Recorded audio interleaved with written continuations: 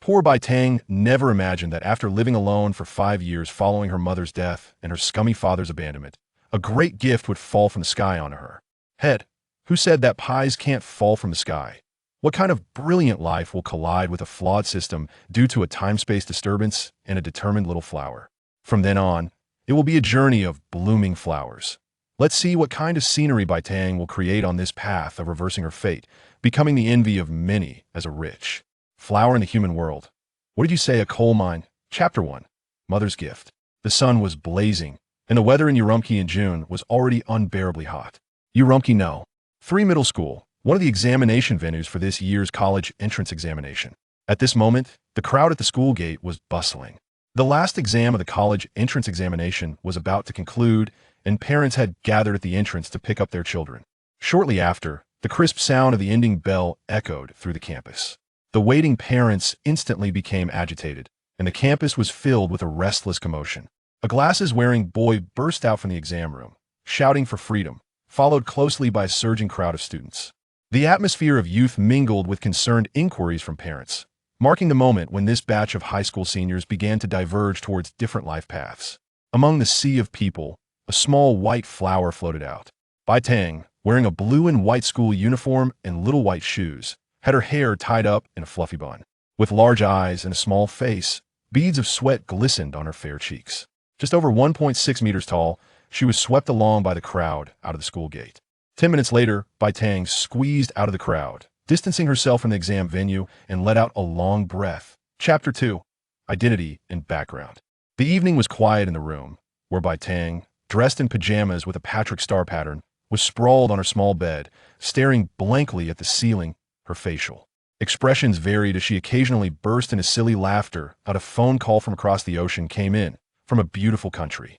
The caller, speaking broken Mandarin, introduced himself as Evan. He was Bai Tang's second great-uncle, the lawyer for her mother's brother, Song Yaowu, and was reaching out on behalf of Mr. Song Yaowu to discuss inheritance matters with her. Upon hearing that the caller spoke Mandarin, Bai Tang told him that she had never heard of her second great-uncle and that her mother, Song Wei, had never mentioned such matters. Thus, for the next half hour, Bai Tang listened to Evan's slow narration, gradually understanding the backstory of this long-standing affair. The Song family had long resided in Jinling City. During the chaotic war years, the Song family's life was already extremely difficult, and Jinling was in a state of crisis. The second son of the family, Song Yaowu, wanted to lighten the load for his family while also seeking a brighter future. So, at a young age, he followed a merchant ship to the South Seas to make a living. Chapter 3. Huge balance. Just as Bai Tang was daydreaming on the sofa with 2 tufts of messy hair, a rumble from her empty stomach made her feel quite embarrassed. Luckily, there was no one else around. She was alone in the house. Looking up at the window, she noticed it was getting dark. Unknowingly, the afternoon had slipped away.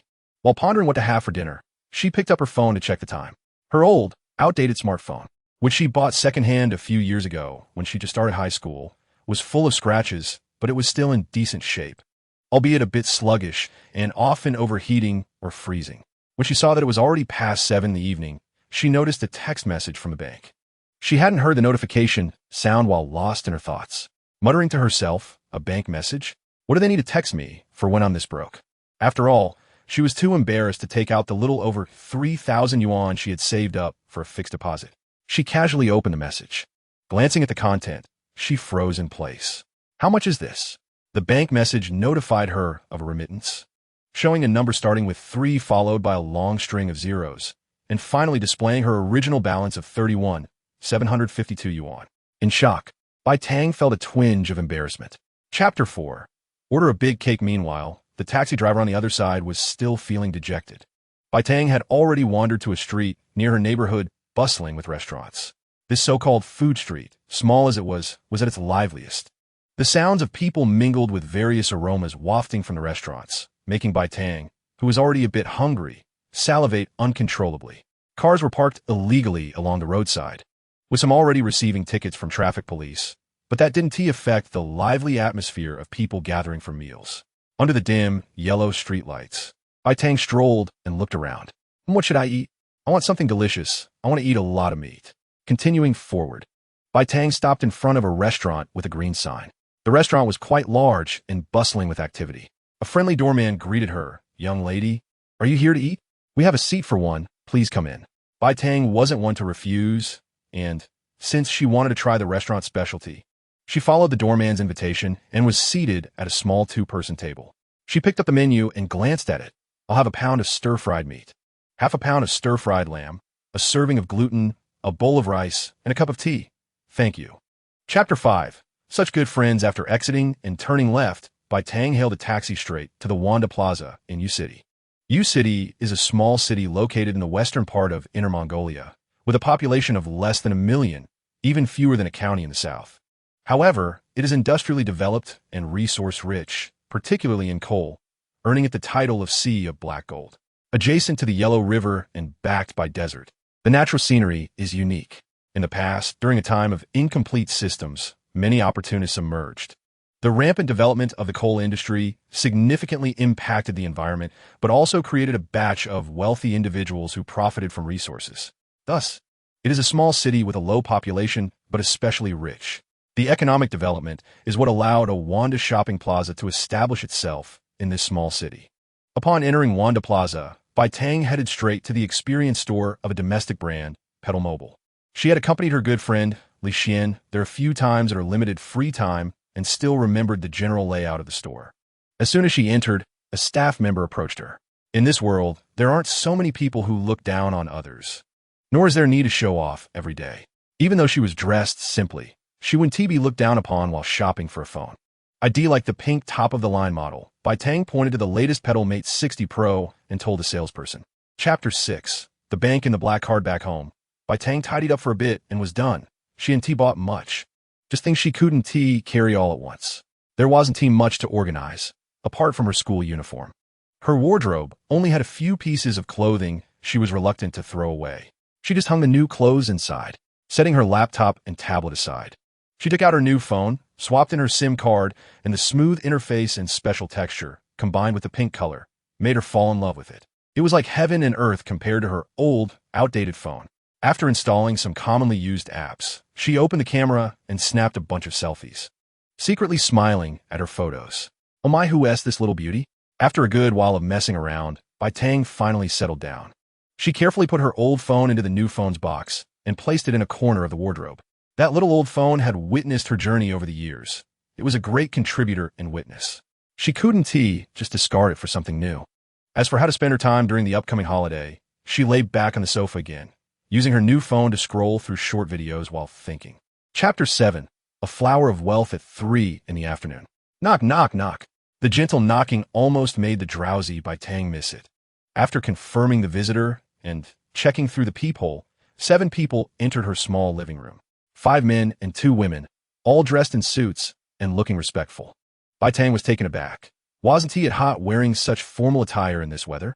These people didn't dare to underestimate her because of this old neighborhood and the young girl in front of them.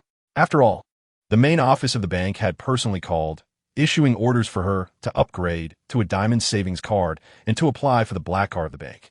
This meant that the girl in front of them was about to become the 10th person in the Dragon Kingdom to possess this black card. How could they look down on her? After some polite pleasantries and procedures, 2 freshly minted cards were handed to Bai Tang. One was colorful and eye-catching, while the other had a black background with red flowers. Just these 2 small cards made everyone present envious. The colorful diamond card was a symbol of wealth, while the black card with red flowers represented status. Wealth and status in one hand. The girl who was giggling foolishly in front of them was truly a favored daughter of heaven, a flower of wealth in the human world. The chubby branch manager introduced the 2 women who had come with him. "Miss Bai, these 2 are our key account service managers. This is Li 11, and this is Sure Mei. From now on, if you have any arrangements in your city, just leave it to them." Chapter 8. Bai Tang's horse stance dressed in the pink and white Nike summer sportswear she had just bought at Wanda, along with white sneakers. Bai Tang carefully packed her phone and keys in her backpack and picked up her pink bunny-eared helmet before heading downstairs. In a shady spot by the entrance, a group of elderly neighbors were sitting together, enjoying the cool after their meal. When they saw Bai Tang in her new outfit, everyone's eyes lit up. The already pretty girl looked even better in new clothes. Grandma's son happily gave a thumbs up. "Bai girl, so pretty. Young girls should wear beautiful new clothes." The others nodded in agreement, smiling. Downstairs, Aunt Zhang pinched the neck of a chubby child. Xiaolu, while saying to Bai Tang, "Sugar, you bought new clothes? They look great.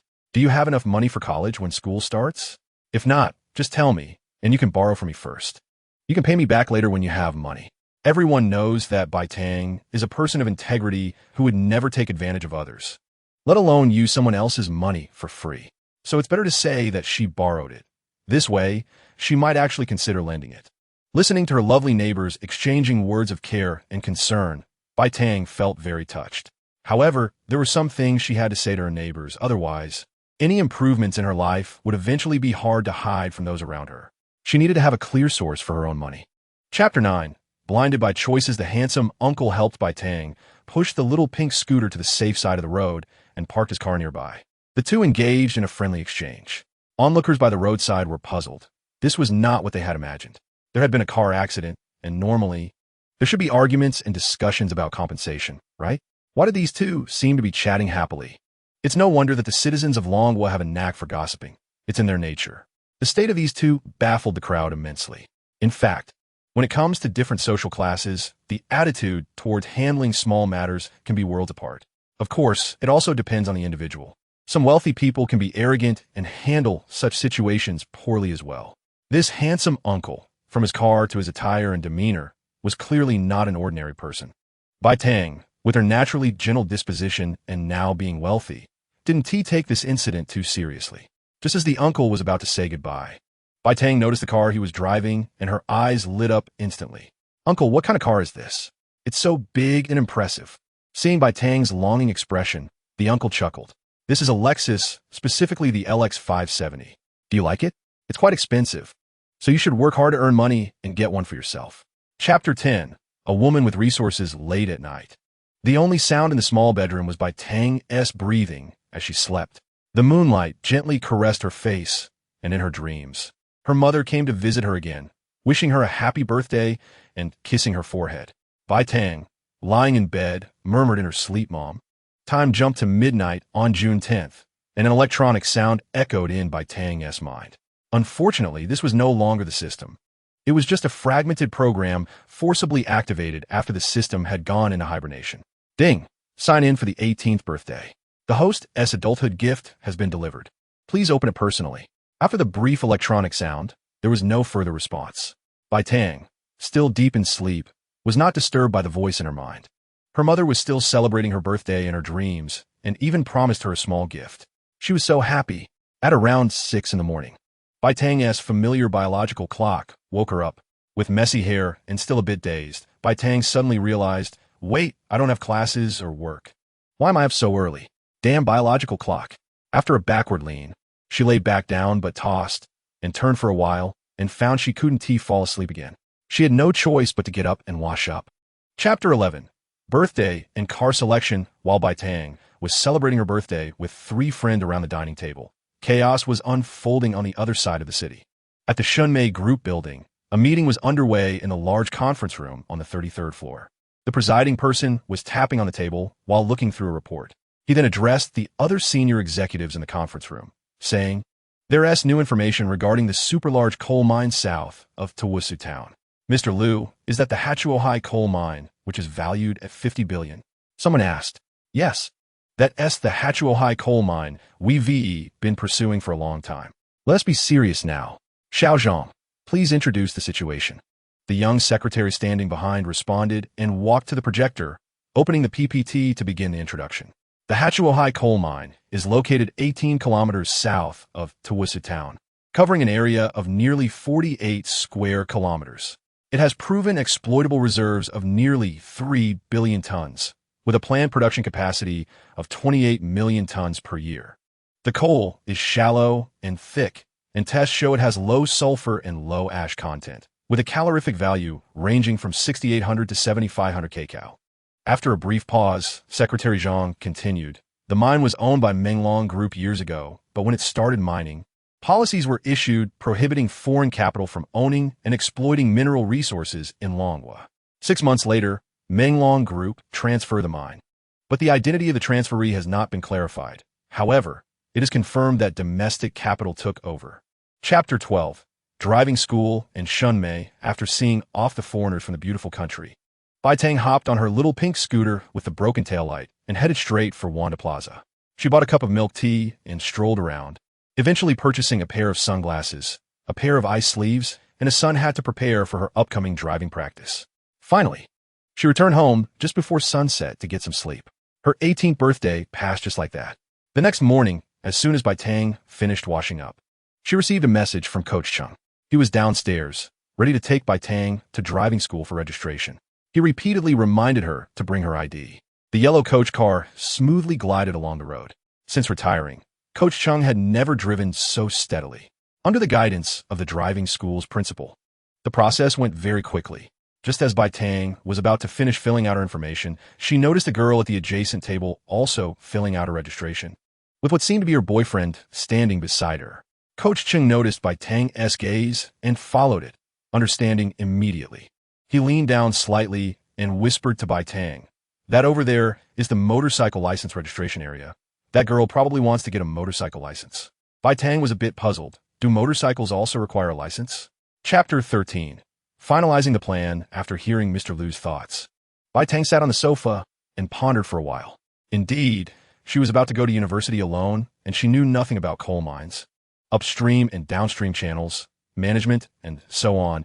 She also didn't have the heart or energy for it.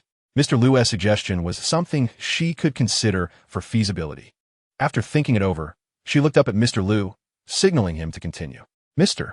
Liu saw this as a sign of interest and gauged whether the conditions he presented would show sincerity.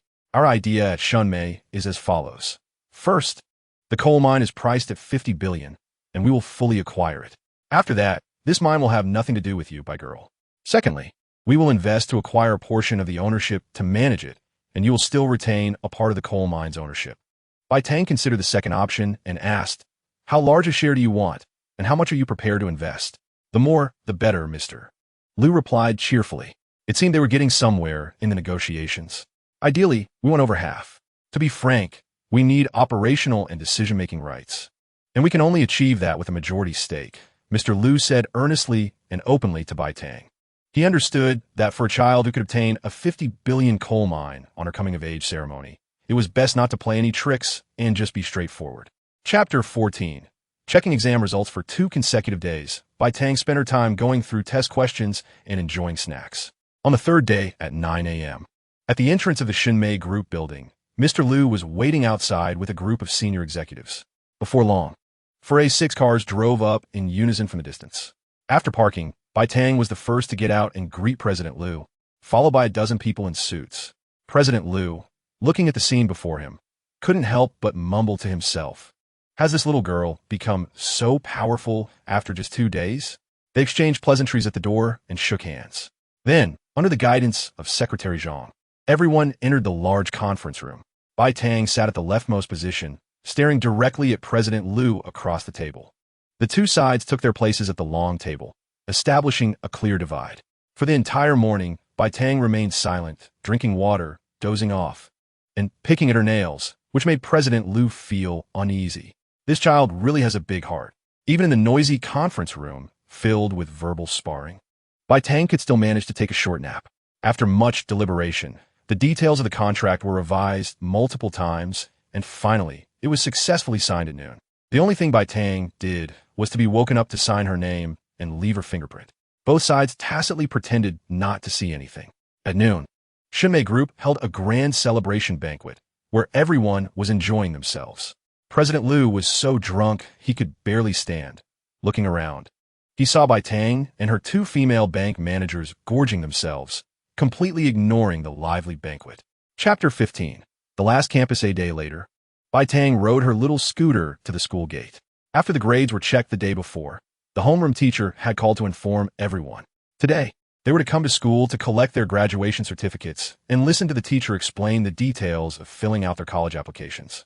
After parking her scooter, walking through the campus where she had spent 3 years felt like everything was fresh in her memory, as if it were just yesterday. As Bai Tang calmed down, she suddenly realized that even after 3 years, there were still unfamiliar places in the school. While other students spent 3 years studying, playing, and socializing, Bai Tang had only attended classes and rushed home right after school, leaving her with little free time to enjoy the beautiful high school campus like everyone else. Bai Tang was just about to reach the classroom when someone suddenly called her name from behind. Turning around, she saw a classmate, Zhang Xiaoyang, who was always on Li Xian's mind. Although Bai Tang and Zhang Xiaoyang had been classmates for 3 years, they weren't very familiar with each other. Strictly speaking, apart from Li Xian, Bai Tang wasn't close to any other classmates. She rushed to school every day and left quickly after classes.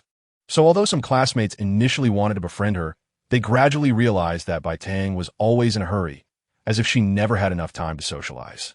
So, they eventually gave up on the idea of becoming close friends with her, content just to know there was someone like her in class. Chapter 16.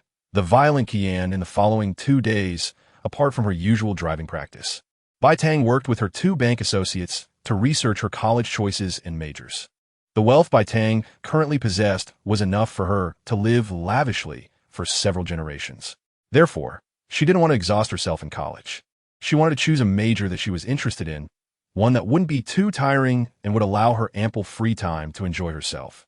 After nearly 2 days of discussion among the 3 of them, they even reached out to professionals in the field through connections at the bank for advice. Ultimately, after considering Bai Tang's specific opinions, they decided on the drama and film literature major at Kyoto Normal University. A few days later, Bai Tang also passed her second driving test and got her motorcycle license. The day after passing, while practicing for her third driving test under Coach Cheng's supervision, Li Wenwen, who was sipping milk tea in the shade, ran over with Bai Tang's phone. Tang, your phone is ringing. Bai Tang steadied her bike and took the call. A male voice came through once she answered. Hello, is this Miss Bai Tang? Your Porsche Cayenne has now been shipped to Uronki. Where would you like us to unload the car? Chapter 17.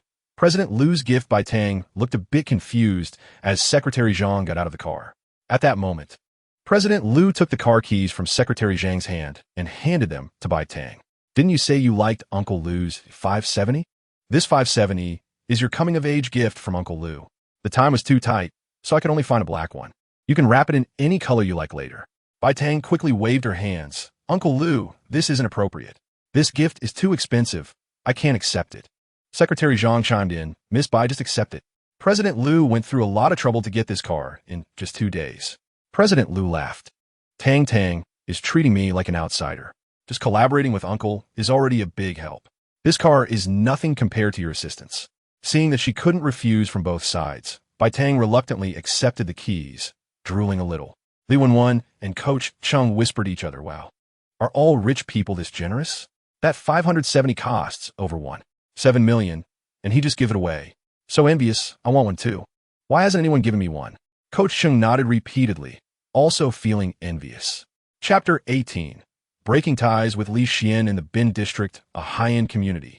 Zhang Xiaoyang was sitting on the living room sofa, being pulled into a conversation by his father. Do you know that girl named Bai who was with President Lu this morning? Zhang Xiaoyang nodded. Yes, we are classmates. She studies very well. Do you know her family situation? How's your relationship with her? Zhang Xiaoyang was puzzled. I don't know her specific situation. She doesn't socialize much at school and rushes out as soon as classes are over. But I heard that her family isn't well off and she works part-time while studying. Zhang Xiaoyang scratched his head and continued. We're just average friends, I guess. Besides the teachers and principal, only Li Xian has more contact with her.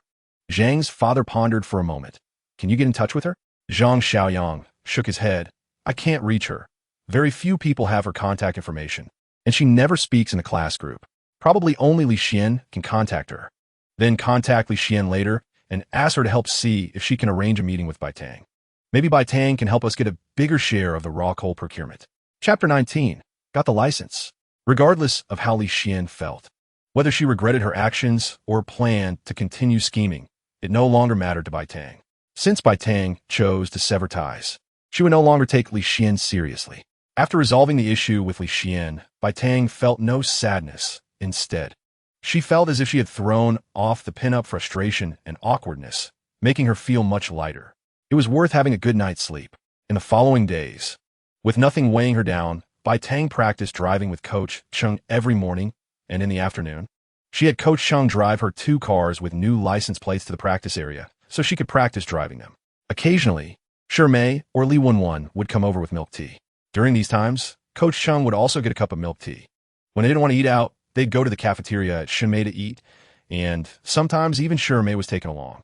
Occasionally, they would run into President Lu and Secretary Zhang and share a meal together. Days passed by, and on the 29th, Bai Tang received her freshly minted driver's license. Money really made things easier. In just 20 days, Bai Tang got a license that usually took others more than a month to obtain. Chapter 20. Signing for the 3 great cars at exactly midnight. Bai Tang was still immersed in her dreams when the electronic voice in her mind sounded again.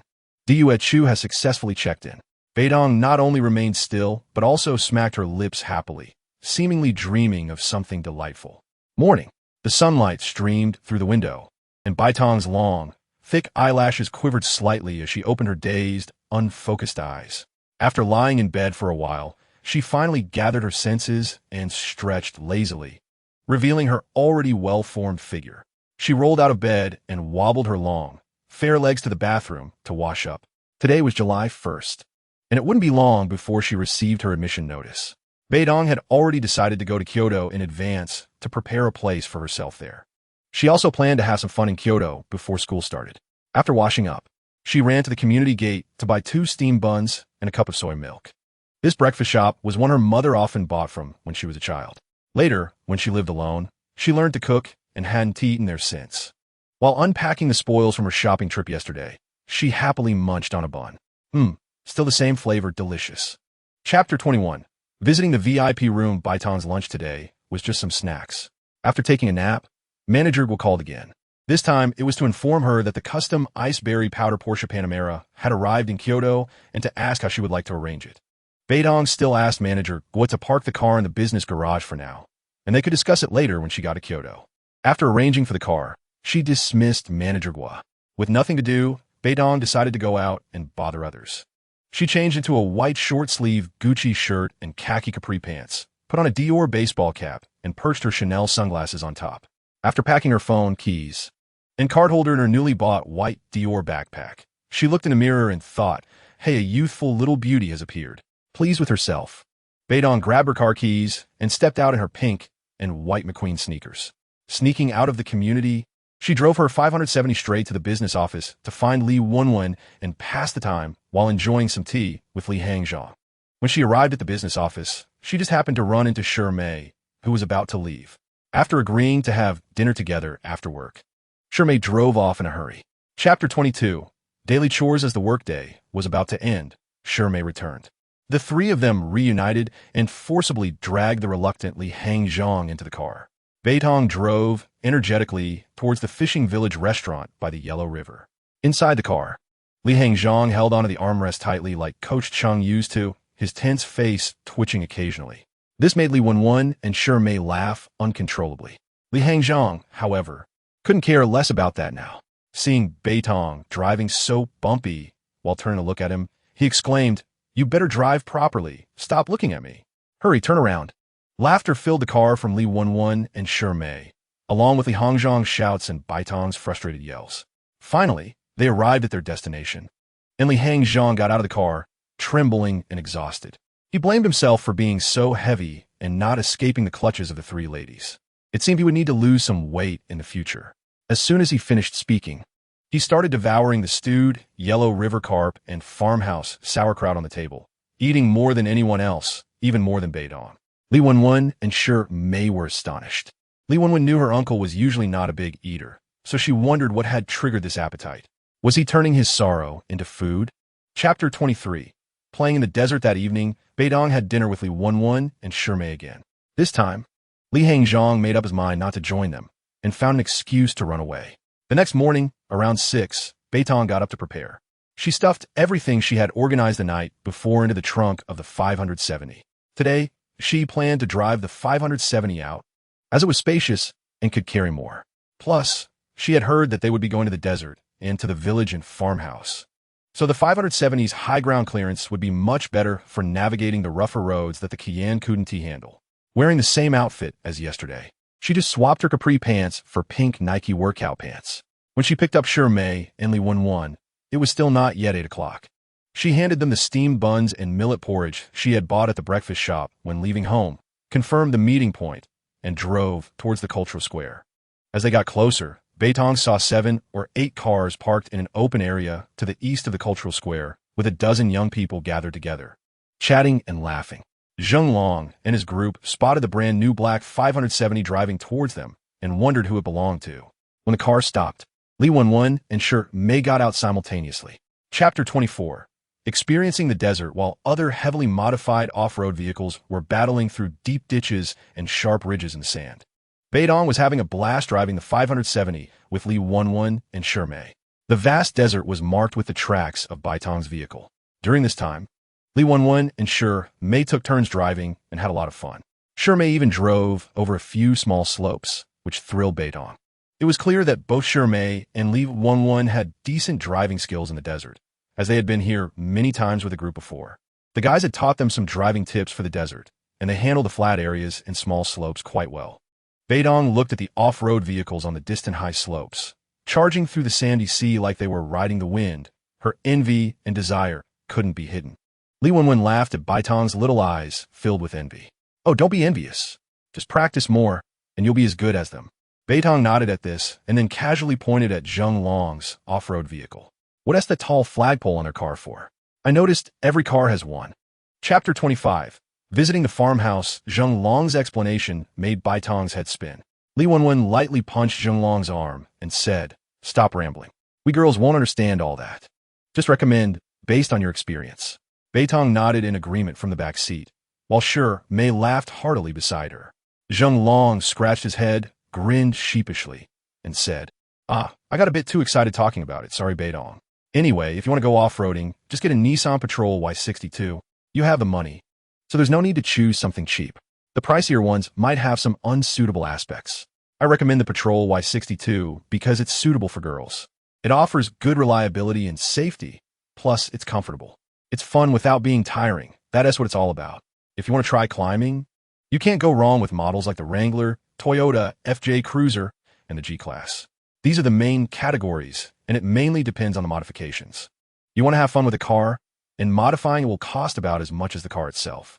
After thinking for a moment, Bai Tang asked Zheng Long if he knew anyone in the car modification scene. Zheng Long laughed when he heard this. "Hey, you've asked the right person. That kid Ding Wei is into this, and he has his own repair shop and modification store. If you want to modify a car, we could just say hi to Ding Wei later." Chapter 26. Caught a big fish in the afternoon. Bai Tang and the others were awakened by Zheng Long knocking on the door. Everyone was going out to have fun, and he wanted to see what they thought. Bai Tang immediately wanted to go, and the Bang duo wanted to join as well. After gathering in the yard, some wanted to go to a fruit-picking garden, some wanted to go fishing, and a few even wanted to play mahjong in the game room. After thinking it over, Bai Tang decided to go fishing since she had all her gear with her. Not experiencing it would mean wasting all the money spent on those items. Li Wenwen and Shi Mei decided to go to the fruit-picking garden and asked Bai Tang what she liked to eat so they could pick more. Everyone headed to their respective destinations, and coincidentally, aside from Bai Tang, Zhang Xiaoyang, who was familiar to them, was also going fishing, and his gear looked quite professional. After parking the car not far from the fishing pond, Bai Tang's uncle had already arrived on a tricycle with an umbrella, watermelon, and other supplies. He helped Bai Tang take all her fishing gear out of the trunk and smiled, saying she was well prepared. Bai Tang naturally felt quite proud. However, when she asked a question and seemed clueless, it amused Zhang Xiaoyang. "You're a fishing novice, yet you're acting all proud. There's nothing to be proud of." He could only be a good person and help Bai Tang prepare everything, patiently telling her what to do. Chapter 27. Departure and joining the barbecue bonfire party went on until late at night, and everyone was having so much fun that they didn't want to leave. It wasn't until Aunt was too tired that she started to send people away. A group of people laughed and chatted while cleaning up the yard and completely extinguishing the open flames before heading back to wash up and rest. Lying on the calm, Bai Tang stared at the ceiling for a long time without feeling sleepy. Shi Mei and Li Wenwen beside her had already fallen asleep, and Li Wenwen was even mumbling in her sleep about something. Bai Tang never expected today to turn out like this. She had never thought she could let loose to such an extent. Since her mother passed away, being well-fed, dressed warmly, and studying hard had become Bai Tang's top priorities in life. A few years ago, she wouldn't even have dared to imagine such a life. Now she had endless wealth, a prominent background, and friends who seemed to have good character. "Thank you, Mom." Lost in her thoughts, Bai Tang gradually fell asleep. The next morning, Bai Tang was awakened by Li Wenwen. She had stayed up too late last night, which left her feeling sluggish when she woke up. Shi Mei noticed her poor state and asked if she was too tired from having fun. Chapter 28. A visit to the modification factory. As soon as Zhang Xiaoyang got home, he headed straight to his father's study. Finding no one there, he ran downstairs to drive straight to the coal washing plant. We found his father at the washing plant. It was already lunchtime. The two had lunch together in the employee cafeteria, and while eating, Zhang's father asked, "Why aren't you at home or out playing with friends? Why come to the factory? You could just call if you needed something." Zhang Xiaoyang ignored his father's question and leaned in to whisper in his ear, "It's done." For a moment, Zhang's father didn't respond, asking, "What's done?" The coal is ready." As soon as he finished speaking, Zhang's father immediately grabbed his arm. "Are you talking about Xinmei? Did your classmate agree to help?"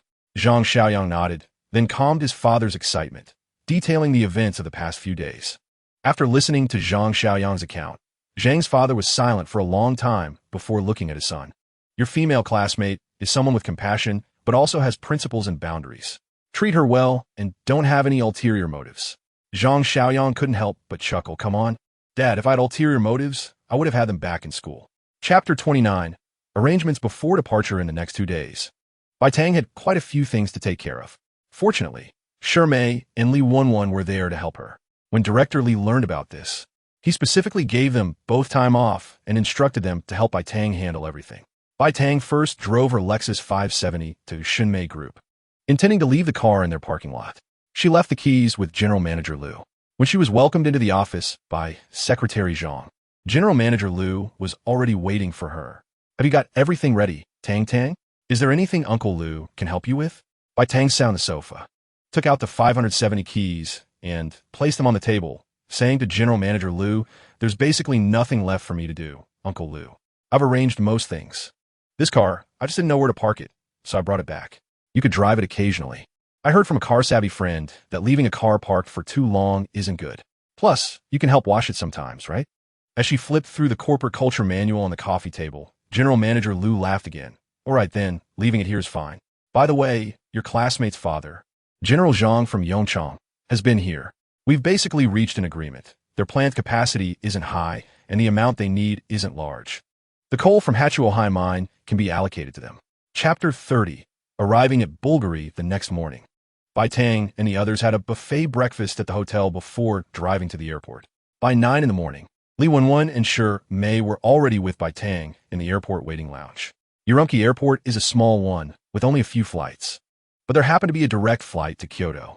Just before security, Zhang Xiaoyang and Zheng Long also arrived. Zhang Xiaoyang came to see her off and to express his gratitude, while Bai Tang reassured him that it was no big deal and not to worry. Everyone expressed that once Bai Tang had a fixed place to stay in Kyoto, they would definitely let everyone know. It would be convenient for them to visit her or send her things. Li Wenwen and Mei were already teary-eyed.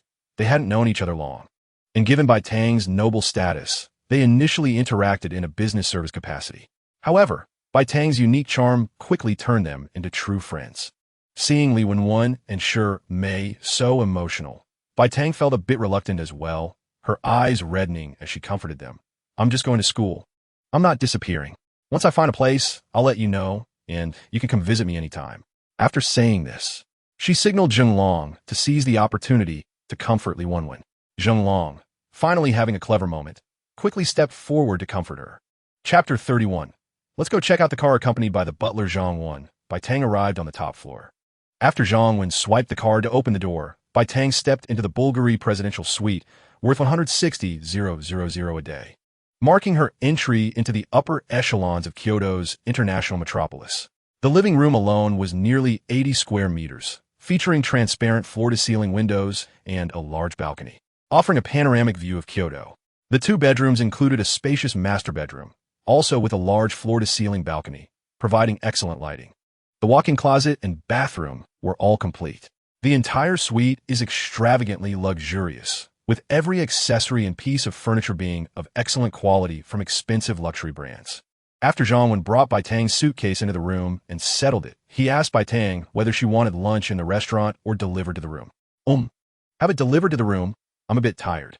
Just a simple arrangement will do, and noodles would be best." After receiving the response, Zhang Wen bowed and exited, telling Bai Tang to ring for him if she needed anything else. A short while later, a restaurant server pushed a cart delivering lunch. A bowl of appetizing fried sauce noodles, with the sauce glistening in a dark red color, accompanied by fresh, juicy cucumber shreds and some other side dishes. Chapter 32. Going to the Kyoto dealership after pampering each of her 3 prized possessions, she explored every inch inside and out, even sitting in the driver's seat to experience the feeling. Stepping out of the car, she stood and surveyed the other vehicles in the dealership. The people around her avoided Bai Tang's gaze. The viewers in the live stream, seeing Bai Tang's exquisite yet slightly cute face through their phones, were all howling, turning into fans.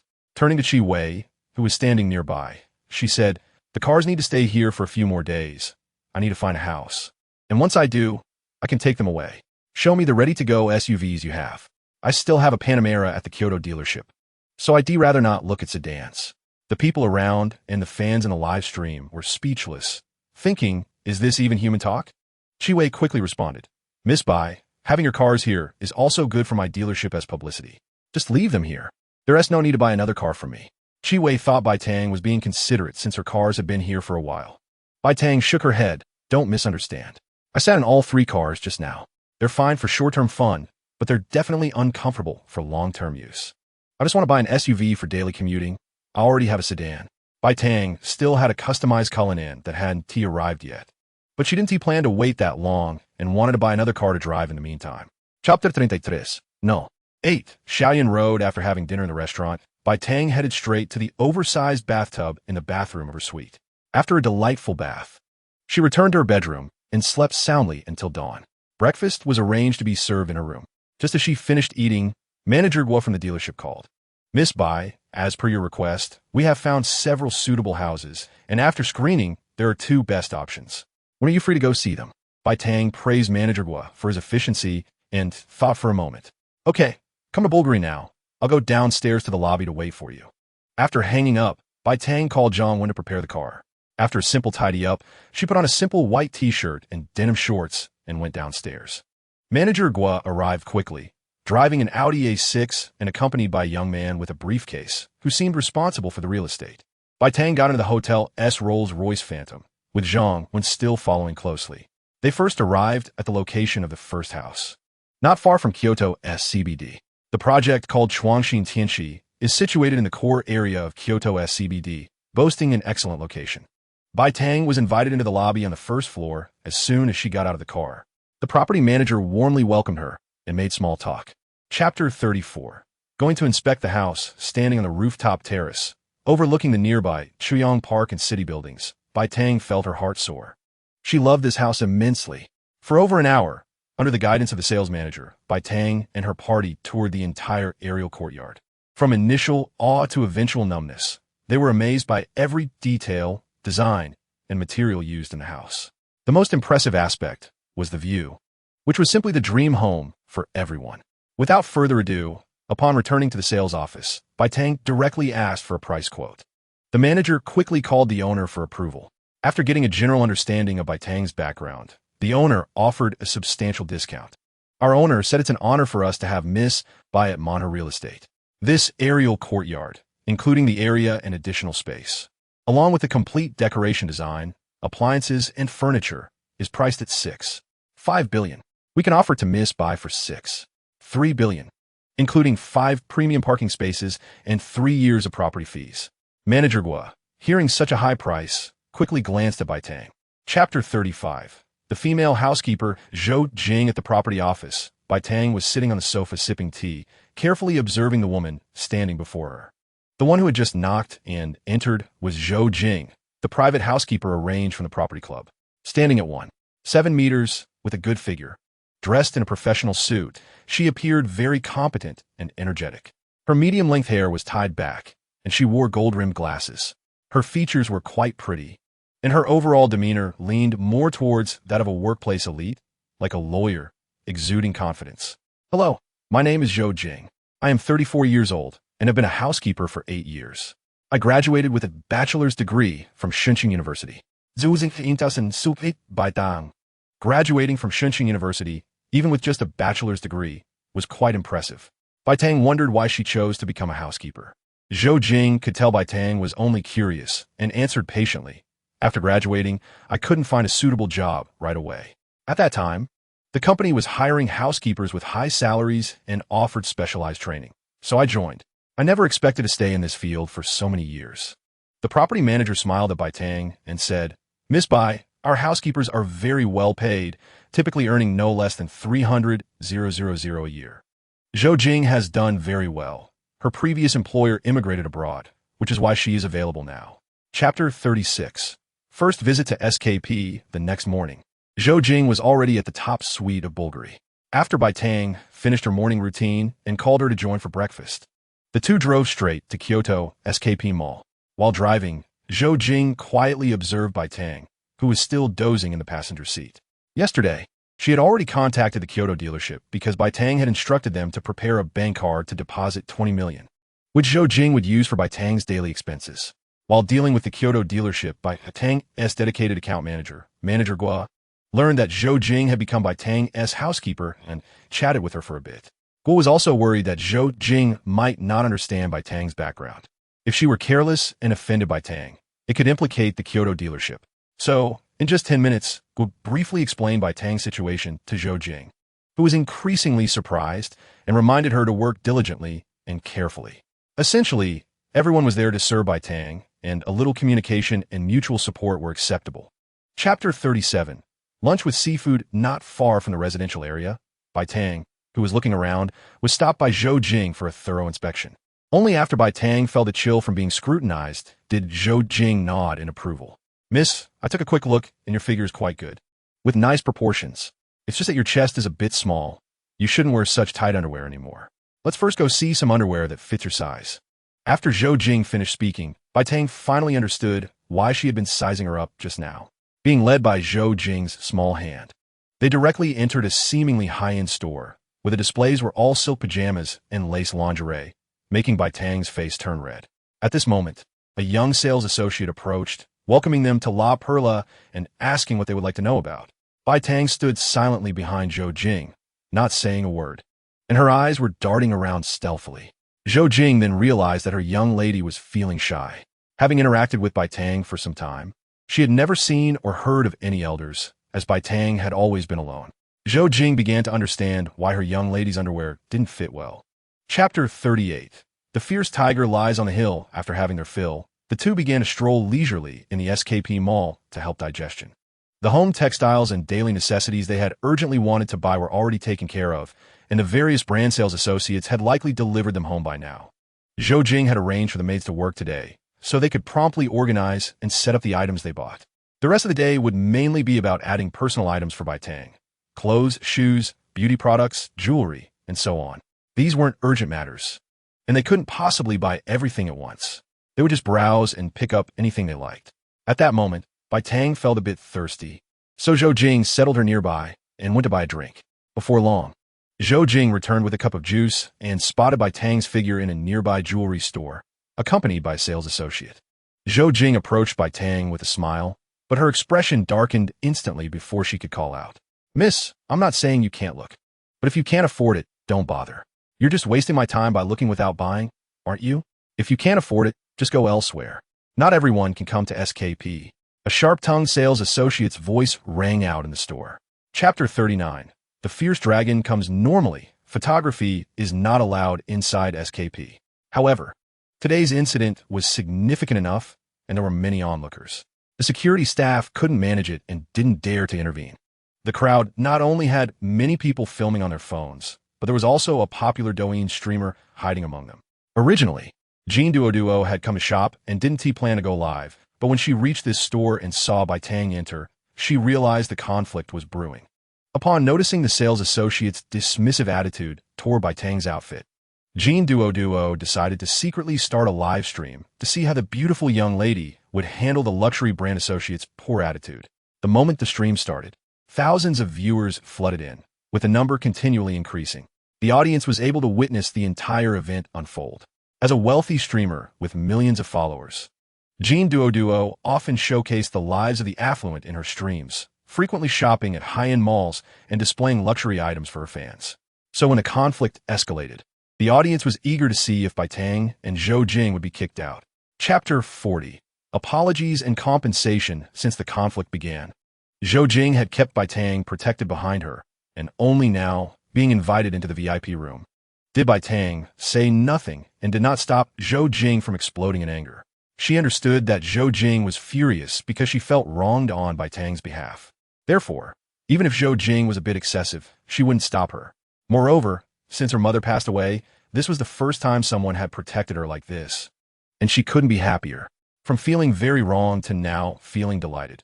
Even if Zhou Jing had indeed gone a bit overboard, Bai Tang didn't mind.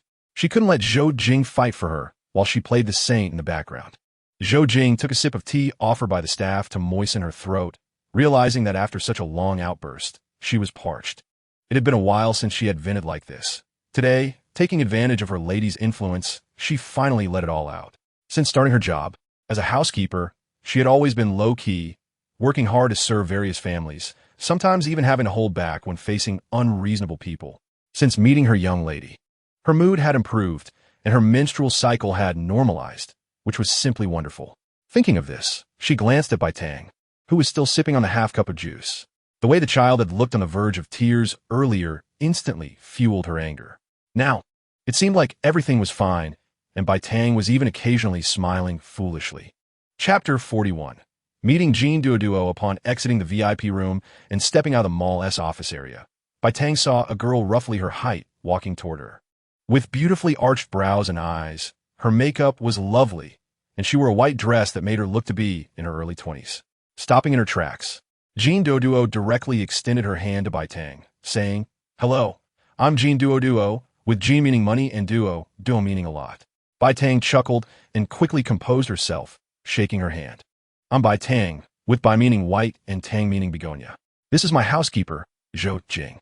After releasing her hand, Zhou Jing looked at Jean Duoduo with slight caution and asked, "Miss, may I ask what you need?"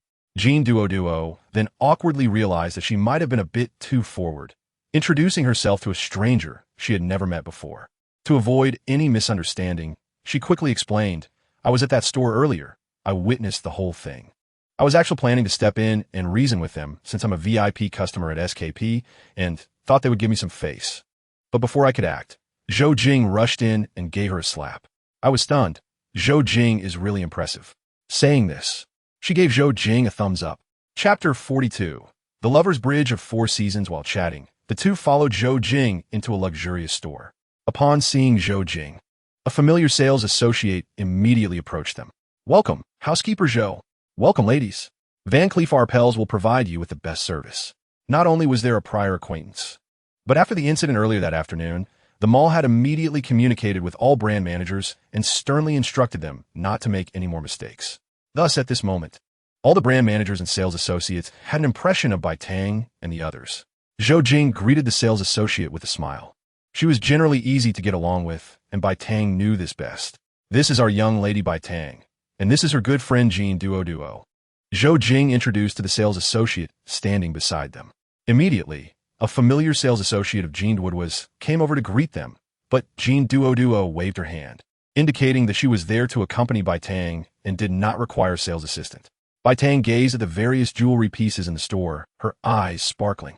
Without waiting for the sales associate to introduce them, Zhou Jing said, "Let's take out some bracelets for her to choose from." The sales associate promptly complied, presenting a jewelry box without hesitation.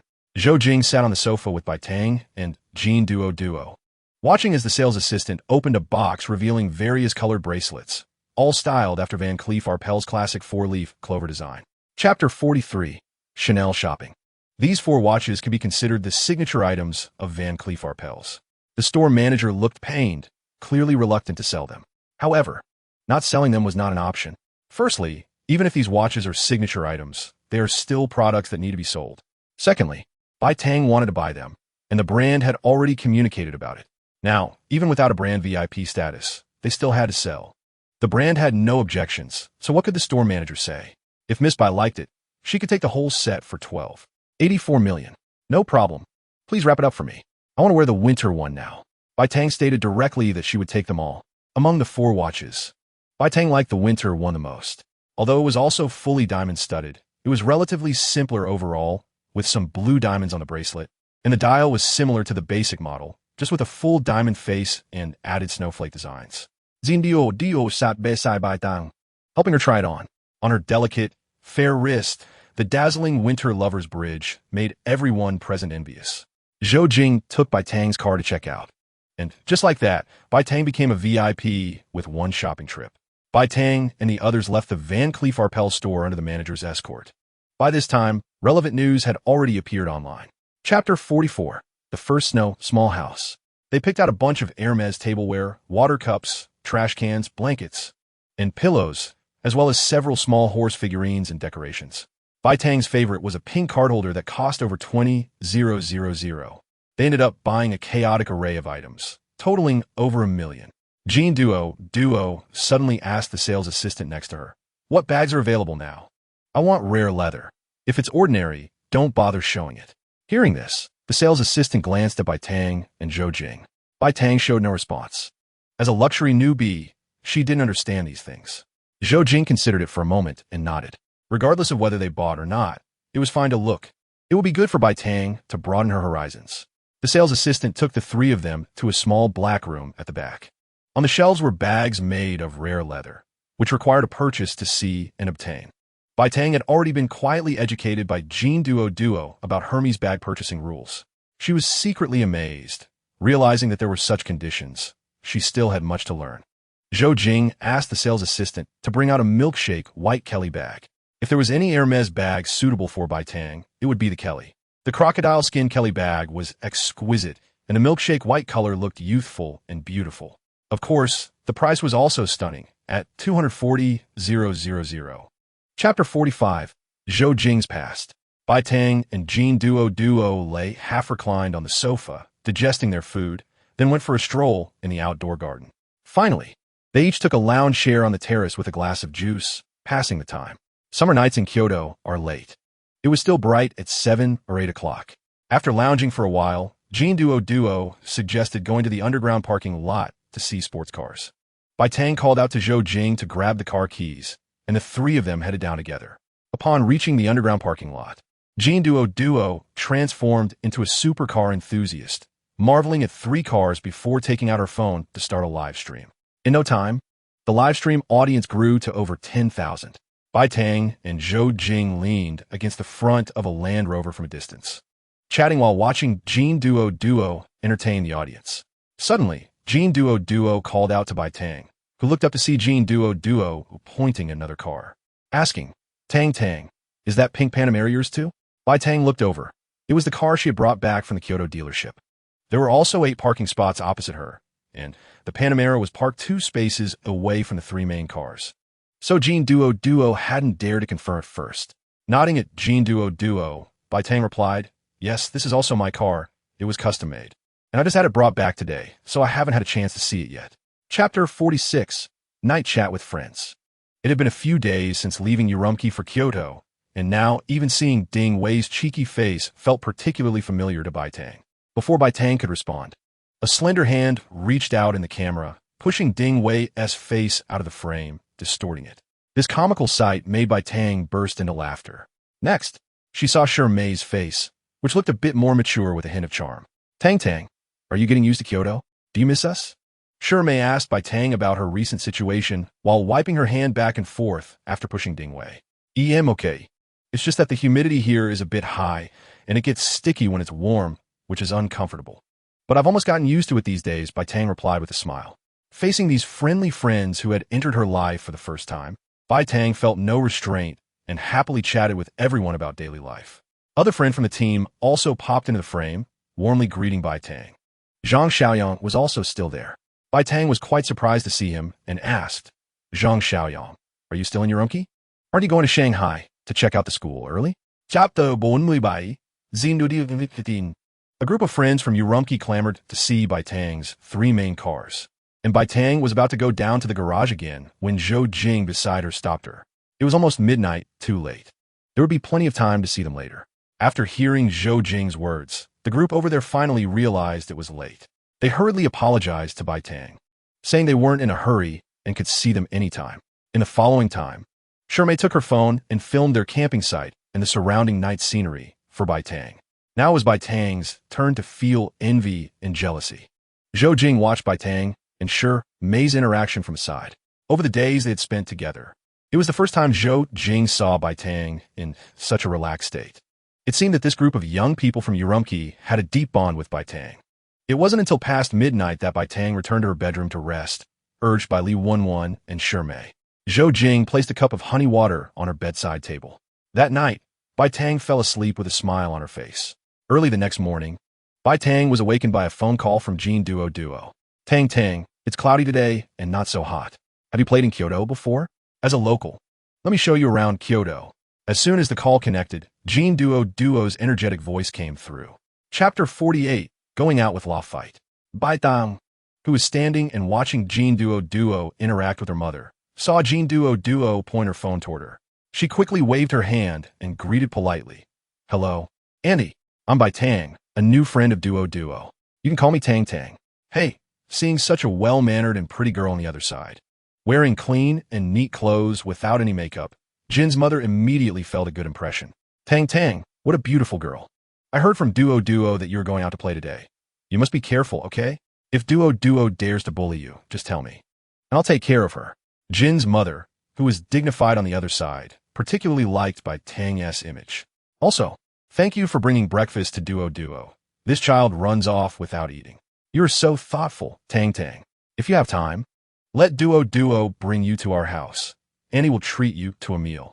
Bai Tang quickly nodded in agreement, while Jean Duo muttered, how could I possibly bully Tang Tang? All right, Mom, you hurry and do your thing. We need to set off, or we won't have enough time. After Jean Mama's repeated reminders to pay attention to safety, Bai Tang and Jean Duo obediently nodded in acknowledgement. After hanging up the phone, Jean Duo saw Bai Tang take out a car key and press it to light up the headlights of the LaFerrari. Chapter 49. Visiting the Forbidden City, no matter what chaotic events were happening elsewhere, they couldn't affect Bai Tang and Jean Duo at the moment. The traffic environment in Kyoto was indeed not very good during peak hours, and under Jean Duo's guidance. Bai Tang circled around the Forbidden City for a long time before finding a parking space in a parking lot. The security even seemed reluctant to open the gate for this car. Goodness, if this level of car got scratched in the parking lot, they would have to cry. After locking the car, the two happily walked away, leaving the parking lot security feeling dejected. The young security guard thought for a long time before reporting to his supervisor. The supervisor directly arranged for him to patrol near the LaFerrari, fearing that someone with poor eyesight would scratch it. There were indeed many envious people nowadays. Although the Forbidden City had already begun to implement a daily visitor limit policy, Jean Duo had managed to use connections to obtain 2 spots for today early in the morning. After walking for about 10 minutes out of the parking lot, Bai Tang saw the magnificent Forbidden City buildings from afar. Following the surging crowd to queue up to enter the palace gates, the sense of history hit them at once. The beautifully preserved architectural complex of over 600 years collided with modern tourists, creating a sense of fate that felt as if they had crossed time and space. Chapter 50. Meeting Shun Aoju and Bai Tang didn't care at all that her Chanel dress from the current season had paw prints from a cat. She simply patted it and moved on. She located the nearest cheap Peking duck restaurant and drove the LaFerrari there with a roar. Upon arrival, she parked the car according to the guidance of the staff, as it was about to reach peak hours, and there were already quite a few people inside. Jean Duo hurriedly pulled Bai Tang to occupy a small table. They ordered a special roast duck. Peking duck from this restaurant is crispy, which is different from Quanju's, where the duck is crispier. Then, based on the server's recommendation, they ordered several signature dishes: qianlong cabbage, kung pao shrimp balls, and stir-fried lamb from Old Kyoto. Bai Tang was eager to continue ordering more from the menu, as she wanted to try everything, but after Jean Duo and the server advised her against it, she settled for just adding an AI wuwa, considering it a special snack. The meal cost nearly 500 yuan, and Jean Duo paid the bill. Bai Tang didn't mind. Among friends, it didn't matter who paid, as they were all well off, and they could take turns treating each other. As they were walking back to the car, they saw 5 or 6 young people gathered around Bai Tang's pink LaFerrari, chatting, while others were observing from a distance, but not as close. Chapter 51. Campus tour at Teachers University. The pink LaFerrari sped along, accompanied by the heavy motorcycles behind, creating a cool scene on the streets of Kyoto. Many pedestrians and drivers pulled out their phones to take pictures. Even while waiting at traffic lights, drivers in nearby cars would roll down their windows to snap a shot. This made Jean Duo's vanity explode, Such treatment could never be brought by her own 911. A supercar is a supercar, always the most eye-catching on the road. Jean Duo drove quite fast, certainly much faster than Bai Tang. Soon, the LaFerrari arrived at the entrance of Kyoto Teachers University, with Shen Aojuan and the others following closely on their motorcycles. During the holiday period, there weren't many people at the university, and only a few were present at the entrance. Even so, when this group of mechanical beasts parked at the entrance, the huge noise still attracted quite a few gazes. After parking the car, Bai Tang got out and greeted everyone, then walked towards the security office. After showing the security guard her admission notice and informing him that she was there to visit the campus early, the security guard didn't make it difficult for them and gladly let them in. Strolling through the campus of Teachers University, the two groups of young people who had just met quickly became familiar, especially Jean Duo and Shen Aojuan, who were already calling each other sisters in a friendly manner. Chapter 52. August signed in after the hot pot gathering ended. Everyone said their goodbyes at the entrance of Heiress. Shen Aojuan and Chi Hai were also staying at the same place, so they walked back with Bai Tang. Looking at Bai Tang's LaFerrari, Shen Aojuan felt an itch to take it for a spin. However, her own Ducati couldn't get her home. Bai Tang raised her hand weakly and said, "I have a motorcycle license." Shen Aojuan's eyes lit up, but before she could get excited, Bai Tang's words extinguished her joy. "But I've only ridden the driving school's motorcycle when I got my license. I've never ridden one since." Shen Aojuan sighed. She didn't dare let a complete novice like Bai Tang ride her Ducati. It wasn't that she was worried about the bike. It was mainly because letting a girl with only a license but no riding experience ride a heavy motorcycle like a Ducati was like tempting fate. Just look at how many motorcycle girls have had accidents online. After giving up on the idea of riding the LaFerrari, Shen Aojuan obediently rode her Ducati home. It was still Jean Duo driving, and since they weren't far away, it only took a few minutes for everyone to arrive at the underground garage of the hotel. After Jean Duo parked the car, Shen Aojuan also parked her motorcycle and walked over. Chapter 53. Signing gifts. Having some free time, Bai Tang finally opened the box. Inside, there wasn't anything particularly special, just some detailed information and value descriptions of the items obtained from this sign-in. The Patek Philippe Full Diamond Women's Watch 52601455R001 is a recently launched watch from Patek Philippe, and its price has not yet been announced. Some people may have gotten it, but it was definitely through internal channels. Just like how Bai Tang received this piece through the system, it was likely obtained through internal channels as well. This high jewelry Patek Philippe minute repeater watch features a dial set with 130 elongated diamonds, totaling over 8 carats. The bezel, case sides, and bracelet are set with 779 elongated colored sapphires, totaling 45 carats, and the 12-hour markers and hands are also set with red and blue sapphires.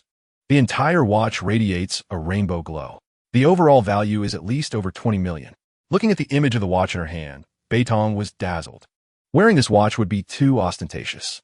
The Maserati MC12, known as the Queen of Supercars, was released in 2004 and has been nearly 20 years. A total of 50 units were made in 2 rounds, and its current value is nearly 25 million, making it a rare find. Originally, it had a white body with a deep blue skirt, but the vehicle image in Bai Tang's hand had turned into a pink skirt. Chapter 54. Driving practice plans. Shen Aojuan had been idle at home today, clinging to her dad to buy a Lamborghini. Shen's parents had never approved of their daughter acting like a boy, playing with cars all day long. A few years ago, they finally couldn't stand their daughter's persistence and bought her a Ferrari 458. Now, their daughter, who was originally wild like a little boy, was even more absorbed in playing with cars, coming home late, mostly surrounded by boys. Not to mention, she later saved up money to buy a motorcycle herself.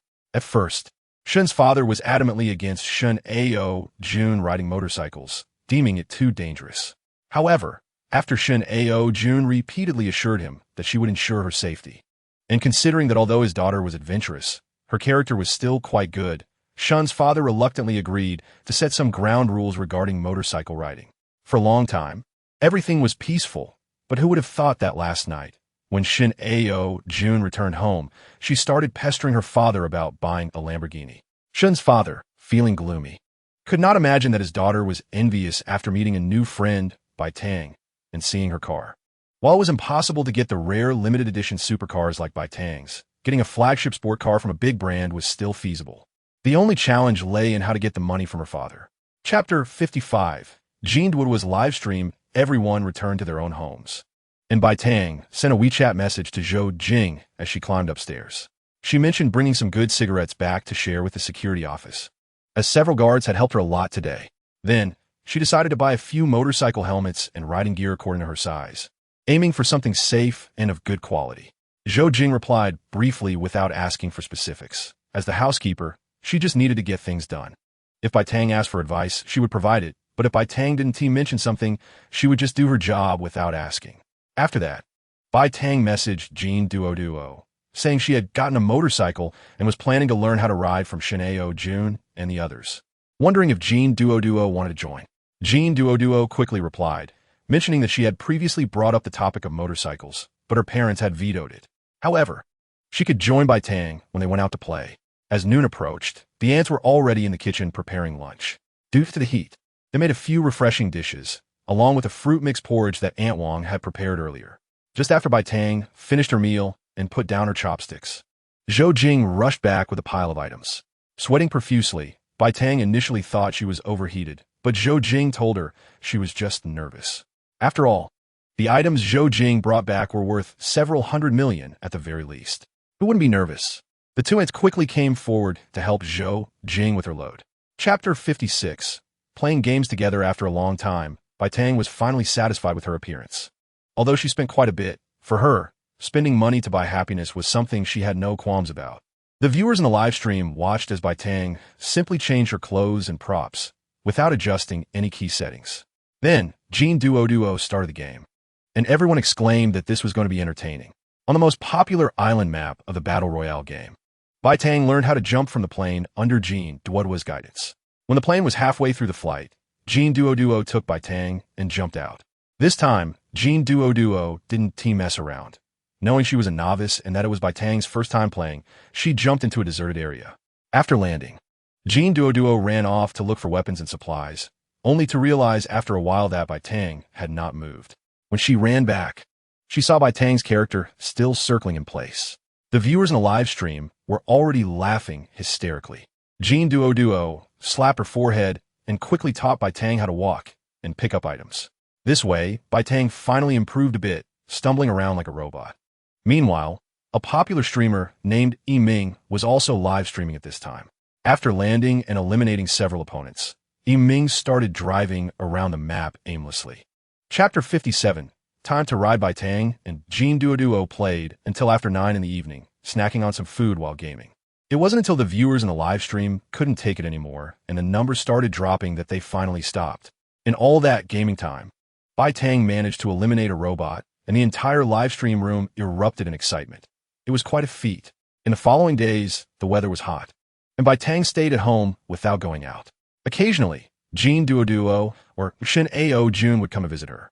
When Shineo Jun first visited Bai Tang's home, she was also taken aback.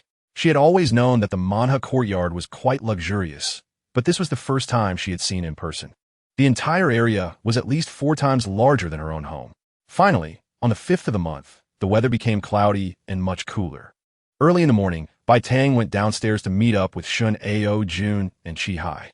Chi-Hai brought a small trailer along. After some maneuvering, it was attached to Bai Tang's Land Rover, and he secured the BMW motorcycle on it. After Shineo Jun made a phone call to confirm their travel companions, she and Chi-Hai, fully geared up, led the way. Bai Tang carefully drove her car, towing the motorcycle behind. She didn't know where they were going, but following Shineo Jun was good enough. Chapter 58. Riding on the track, a light laugh interrupted Shineo Jun's thoughts. What are you daydreaming about, Shineo Jun? Why haven't you gone down to ride a few laps? Hearing this, Shineo Jun turned to see a tall, handsome man standing beside her with slightly long, tousled hair falling between his somewhat refined brows and a smile on his face. Ningyu, you busy guy actually have time to come out and play? Shineo Jun appeared a bit surprised.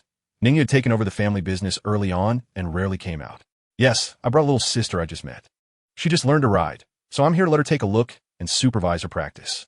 Shineo Jun pointed toward Bai Tang, who was diligently practicing nearby. Following Shineo Jun's direction, Ningyu saw Bai Tang not far away, practicing on a BMW S1000RR, wearing a white helmet that obscured her face. but her figure was quite good and slender. A newly acquainted sister? Shun Ao Jun, how much fresh blood are you bringing into the motorcycle community? Ningyu couldn't help but chuckle. Since knowing Shun Ao Jun, he had continuously seen her teaching others how to ride motorcycles. Shun Ao Jun pouted and ignored him. She knew that Ningyu would never run out of teasing remarks whenever he saw her. Chapter 59. Energetic youngsters after leaving the racetrack. Bai Tang planned to invite everyone to dinner. Initially, everyone tried to decline, but Bai Tang firmly insisted. Along with Ningyu, a group of 8 headed to the renowned Kyoto restaurant, Heiress, as recommended by Ningyu. Indeed, the old Kyoto residents knew how to eat. The food at the old brand was genuinely good. The meal was enjoyable for both hosts and guests, especially for Bai Tang, who switched to battle mode again. The first time dining together, everyone was stunned. Shin Ao Jun was trying to smooth things over, saying the kid was still young and growing. The others nodded in understanding. Dishes like pig face, braised lion's head, and stewed fish head were all delicious, and the meat pie was packed with filling. Bai Tang was particularly proud of the various eel dishes, which were made in many styles, leaving her with grease on her lips. After the gathering, noticing the darkening sky, it was uncertain when it might rain. Everyone said their goodbyes at the door. Bai Tang had her car and wasn't in a hurry like the others. On the way back to Manha, just as they reached the entrance of the community, it started to rain. Thankfully, they were already home. In the underground parking lot, Bai Tang got out of the car and looked at the trailer, wondering what to do with it. Seeing her concern, Chi-Hai gestured for her not to worry. You don't need to take care of this. I'll come back when I have time to take it off. Wait a moment. I'll help you unload the motorcycle. Chapter 60. Going to Universal Studios, I don't know when it started, but whether they're really wealthy or just pretending, everyone seems to want to drive a Mercedes G-Class. You could just drive it, but they also have to show off everywhere. Shin Aojuan complained while driving, saying that what was originally a luxury off-road vehicle has been turned into an internet celebrity car. Online, there are all these posts about brother driving a G-Class and sister driving a G-Class. It's simply ridiculous. Now, just seeing that car gives me a reflex reaction.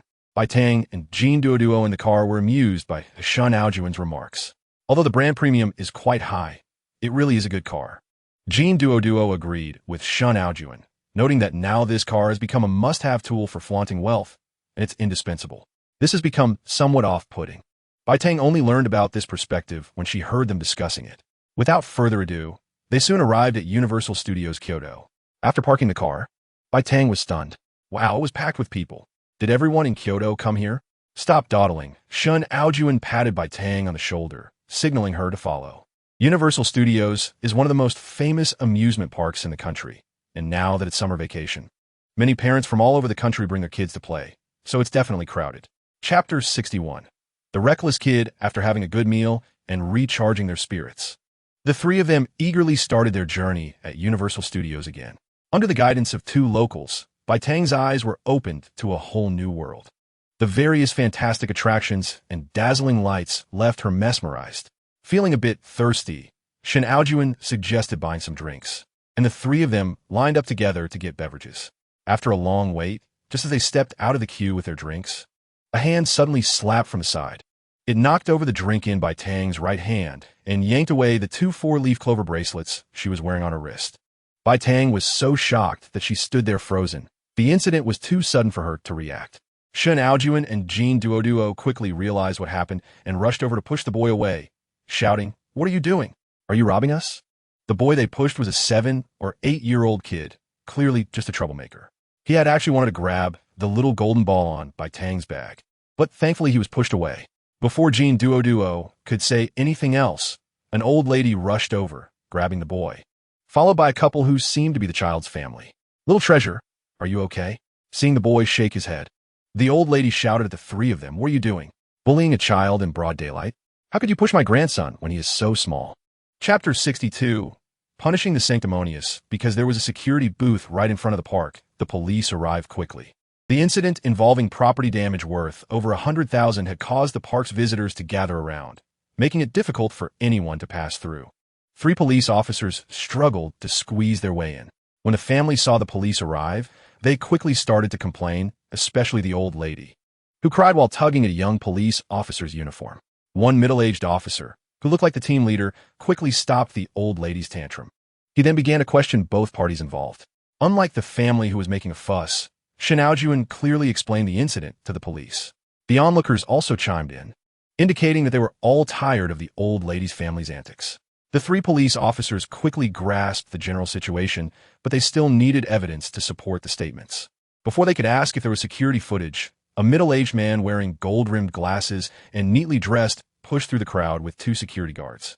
He stepped forward and handed a phone to the police officer, saying, "Hello, officer. I am a manager of Universal Studios Kyoto. My last name is Sue, and this is a video that clearly captures the incident." Chapter 63. Bai Tang's wealth. The man who hurriedly approached was actually the lawyer sent by the Kyoto Trading Company when the contract was signed to the Hachihai coal mine in Urumqi. "Hello, Lawyer Gao.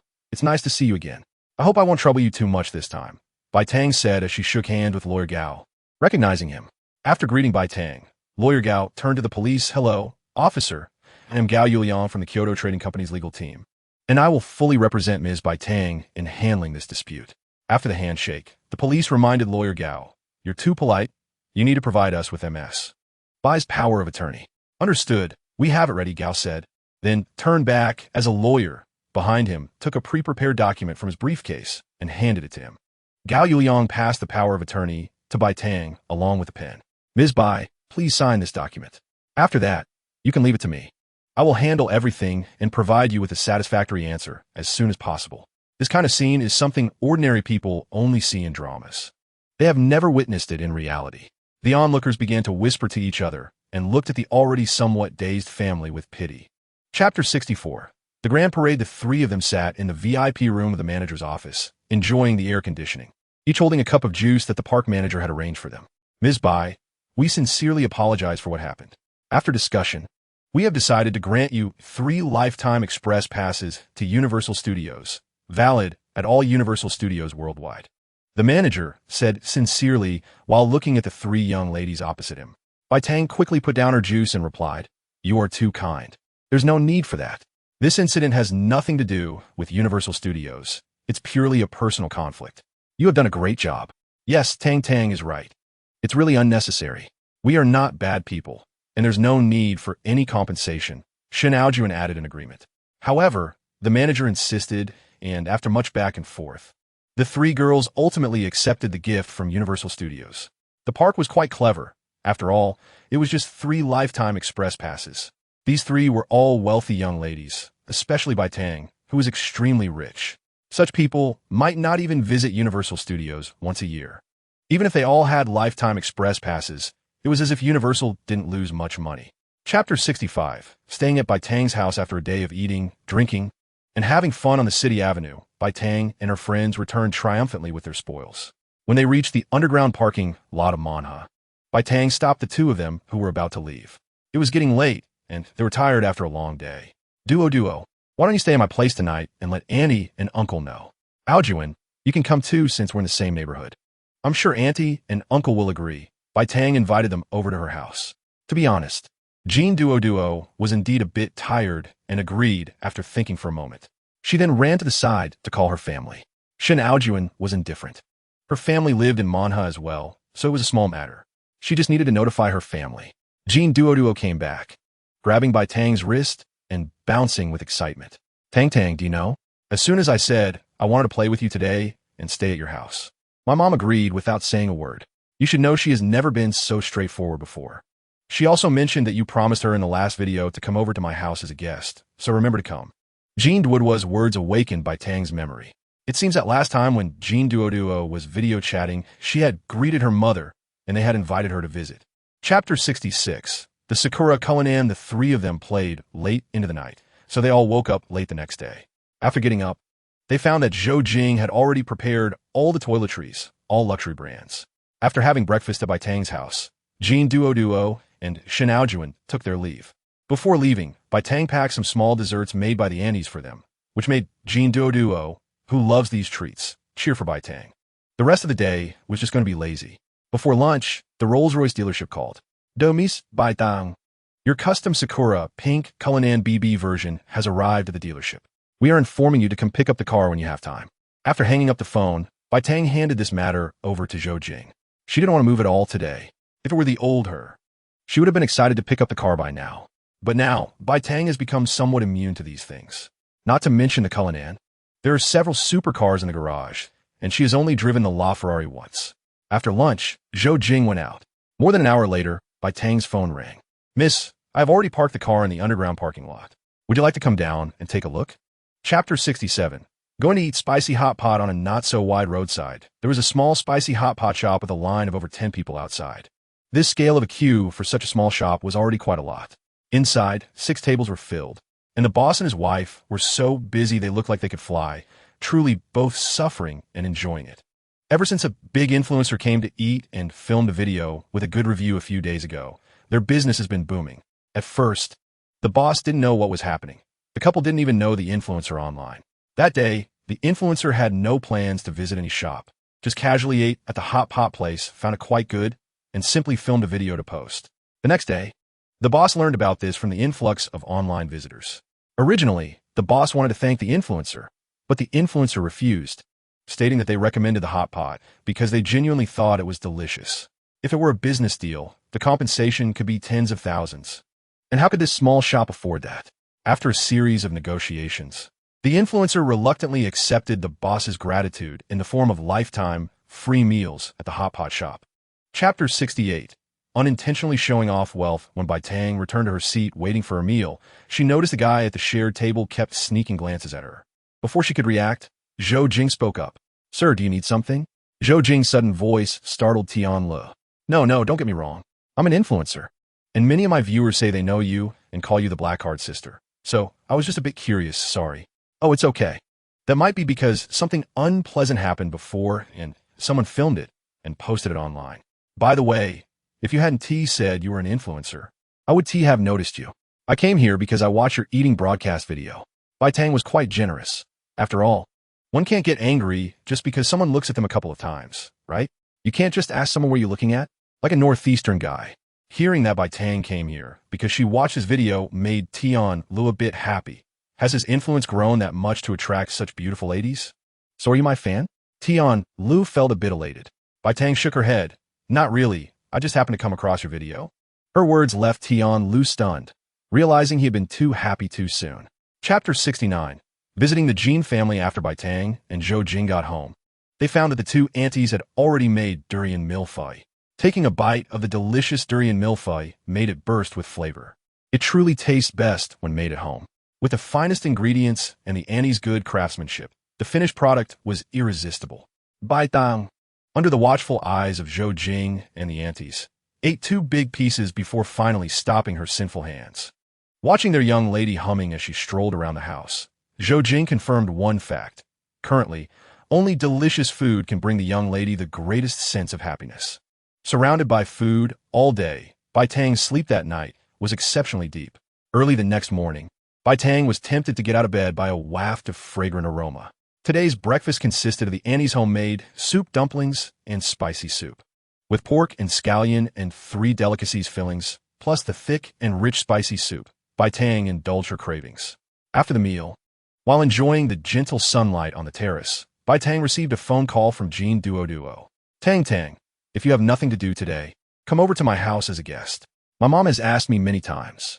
Jean Duo's voice was still full of energy, and Bai Tang could faintly hear someone else talking on the other end, probably Jean Duo's mom. Chapter 70. Stopped by the traffic police just when everyone thought a supercar would rush out at high speed from the intersection, possibly even drifting around the corner. A flashy pink and white supercar turned the corner at no more than 40 miles per hour, making a loud noise.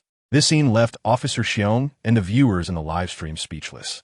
Looking at the supercar that slowly appeared in view, no one knew what to say. Even the well-informed Officer Xiong had never seen such a contender. You're driving a supercar, making that much noise, but only going 40 miles per hour? Bai Tang was driving very cautiously. Even though other cars kept their distance from her, she was extremely nervous. After all, supercars are not easy to control. And this was her first time driving a sports car on the road. As she turned the last corner indicated by the GPS. Seeing that the destination was about to arrive, Bai Tang finally breathed a sigh of relief, when suddenly a nearby electric bike made a U-turn and went against traffic. The electric bike made a sharp turn right in front of Bai Tang's car, nearly colliding with it. Bai Tang reflexively turned the steering wheel to the left just in time to avoid it. Fortunately, the Maserati MC-12 handles well. if it had been an ordinary vehicle. Bai Tang might have lost control today. Chapter 71. Cute Jean Mama. This young lady may not be very active online, and no one has found her social media accounts. However, she has had quite a few memorable moments captured by netizens and posted online. You can search for Black Card Sister online. There are many short videos from the scene. According to incomplete statistics from netizens, her displayed wealth in the captured moments is already quite shocking. Different netizens have filmed her driving the pink BB version of the Cullinan, the pink Ferrari LaFerrari, the Range Rover's extended version, the Porsche Panamera Turbo S, and today's Maserati MC12. She has won the Van Cleef Arpels Love Bridge watch and has seen several seasonal models, each priced over $3 million. There are also reports of her wearing a Patek Philippe Rainbow Minute Repeater, valued at over $20 million, which is priceless and hard to find. Additionally, there's a purple bracelet that was auctioned for over $10 million. Those of us who know her call her a rich flower of the world. As for why she is called Black Card Sister, it's because she was once photographed at SKP pulling out 2 black cards. One from our Dragon Country commercial bank, and the other an American Express. That incident nearly caused a stir at a luxury brand store. Chapter 72. Delicious Northeast cuisine. Jean Woodward's mother is a typical Northeastern woman, known for her straightforward and generous personality. She speaks her mind, expressing likes and dislikes without reservation. Annie, your juice is really delicious. Bai Tang complimented at the right moment, which made Jean Mama beam with joy. Hey Mom, you can stop now, it's getting greasy. Jean Duo interjected. By the way, why is there only Tang Tang's juice? What about mine? Jean Duo teased her mother. You little brat, when do you ever drink juice? When I occasionally make it for you, you still complain. Go on, drink your cola. Jean Mama retorted without hesitation. Bai Tang watched their mother-daughter banter with envy. Although they were playfully arguing, anyone could see that their bond was strong. When Bai Tang's own mother was alive, her life was once filled with such warmth. Sensing Bai Tang's change in mood, Jean Mama sent Jean Duo off to find her own drink and sat beside Bai Tang, holding her hand. Tang Tang, come visit Annie often. Just tell me what you want to eat, and I'll make it for you. Chapter 73. Tianqi's house. Bai Tang arrived at Tianqi's house in Building 2, and as soon as she entered, Jean Duo exclaimed, "Ah, I'm going to take you down. Rich lady, your empty house is bigger than mine." Jean Woodward's antics made Bai Tang look at her with a disdainful expression. Bai Tang had seen this house before when she was house hunting, so she remembered the general layout. As Jean Duo calmed down and explored the entire house, Bai Tang noticed many new decorations inside, including toiletries and everyday clothes, all meticulously arranged. It was clear that this was all thanks to Zhou Jing, the attentive housekeeper. With Zhou Jing around, Bai Tang could truly be a carefree landlord. The house was ready for immediate move-in. Suddenly, Jean Duo called out excitedly from the living room. Tang Tang, come quick, look what I found. Bai Tang hurried over and saw Jean Duo squatting there examining a pile of items. What is this? Bai Tang wonder. As she had never seen these before. Huh, ISNT, this what you bought? I thought you liked these, Jean Duo replied. It's a motion sensing game console. You can play once you connect it to the TV. Chapter 74. Evening barbecue. This is a large storefront right on the street, with plenty of space outside where the owner has set up many tables and chairs for guests, similar to a food stall. In the summer, many establishments with outdoor space set up tables for al fresco dining to keep cool. However, this barbecue restaurant is quite large, with over 20 tables set up outside alone, not to mention the indoor seating. By now, it was past 7 and customers were starting to arrive. Nearly half of the outdoor tables were occupied. Several barbecue chefs were sweating profusely as they grilled various meat skewers, sizzling and dripping with juices over the charcoal fire, filling the air with mouth-watering aromas. A plump middle-aged man, likely the owner, was bustling around, even in his shorts and tank top, clearly sweating from the heat. After directing a young server to seat a new group of customers, a loud mechanical roar echoed from the street, causing adrenaline to spike in everyone present. The fat boss and all the diners looked up to see a pink and white sports car with a striking design slowly cruising by, drawing the attention of all the pedestrians before coming to a screeching halt right in front of his restaurant. Chapter 75. Big Brother with the Gold Chain. Hey, beauties. How much does that car you drove cost? A tough-looking gangster asked, leaving Bai Tang dumbfounded. She had never dealt with people like him before. Staring blankly at the man, she didn't know how to respond. Jean Duo, though a bit intimidated, managed to speak up. That was bought for my sister by her family. I'm not sure how much it cost, but it's a Maserati MC-12, known as the queen of sports cars. You can look it up online. As Jean Duo spoke, one of the gang's clever younger members pulled out his phone to search. Within moments, his jaw dropped in surprise as he handed the phone to his big brother. Bro, you should see this. The price is shocking. The younger brother seemed a bit shaken by what he found. The big brother shot a disdainful glance at his underwhelming companion, snatched the phone, and began to look it over.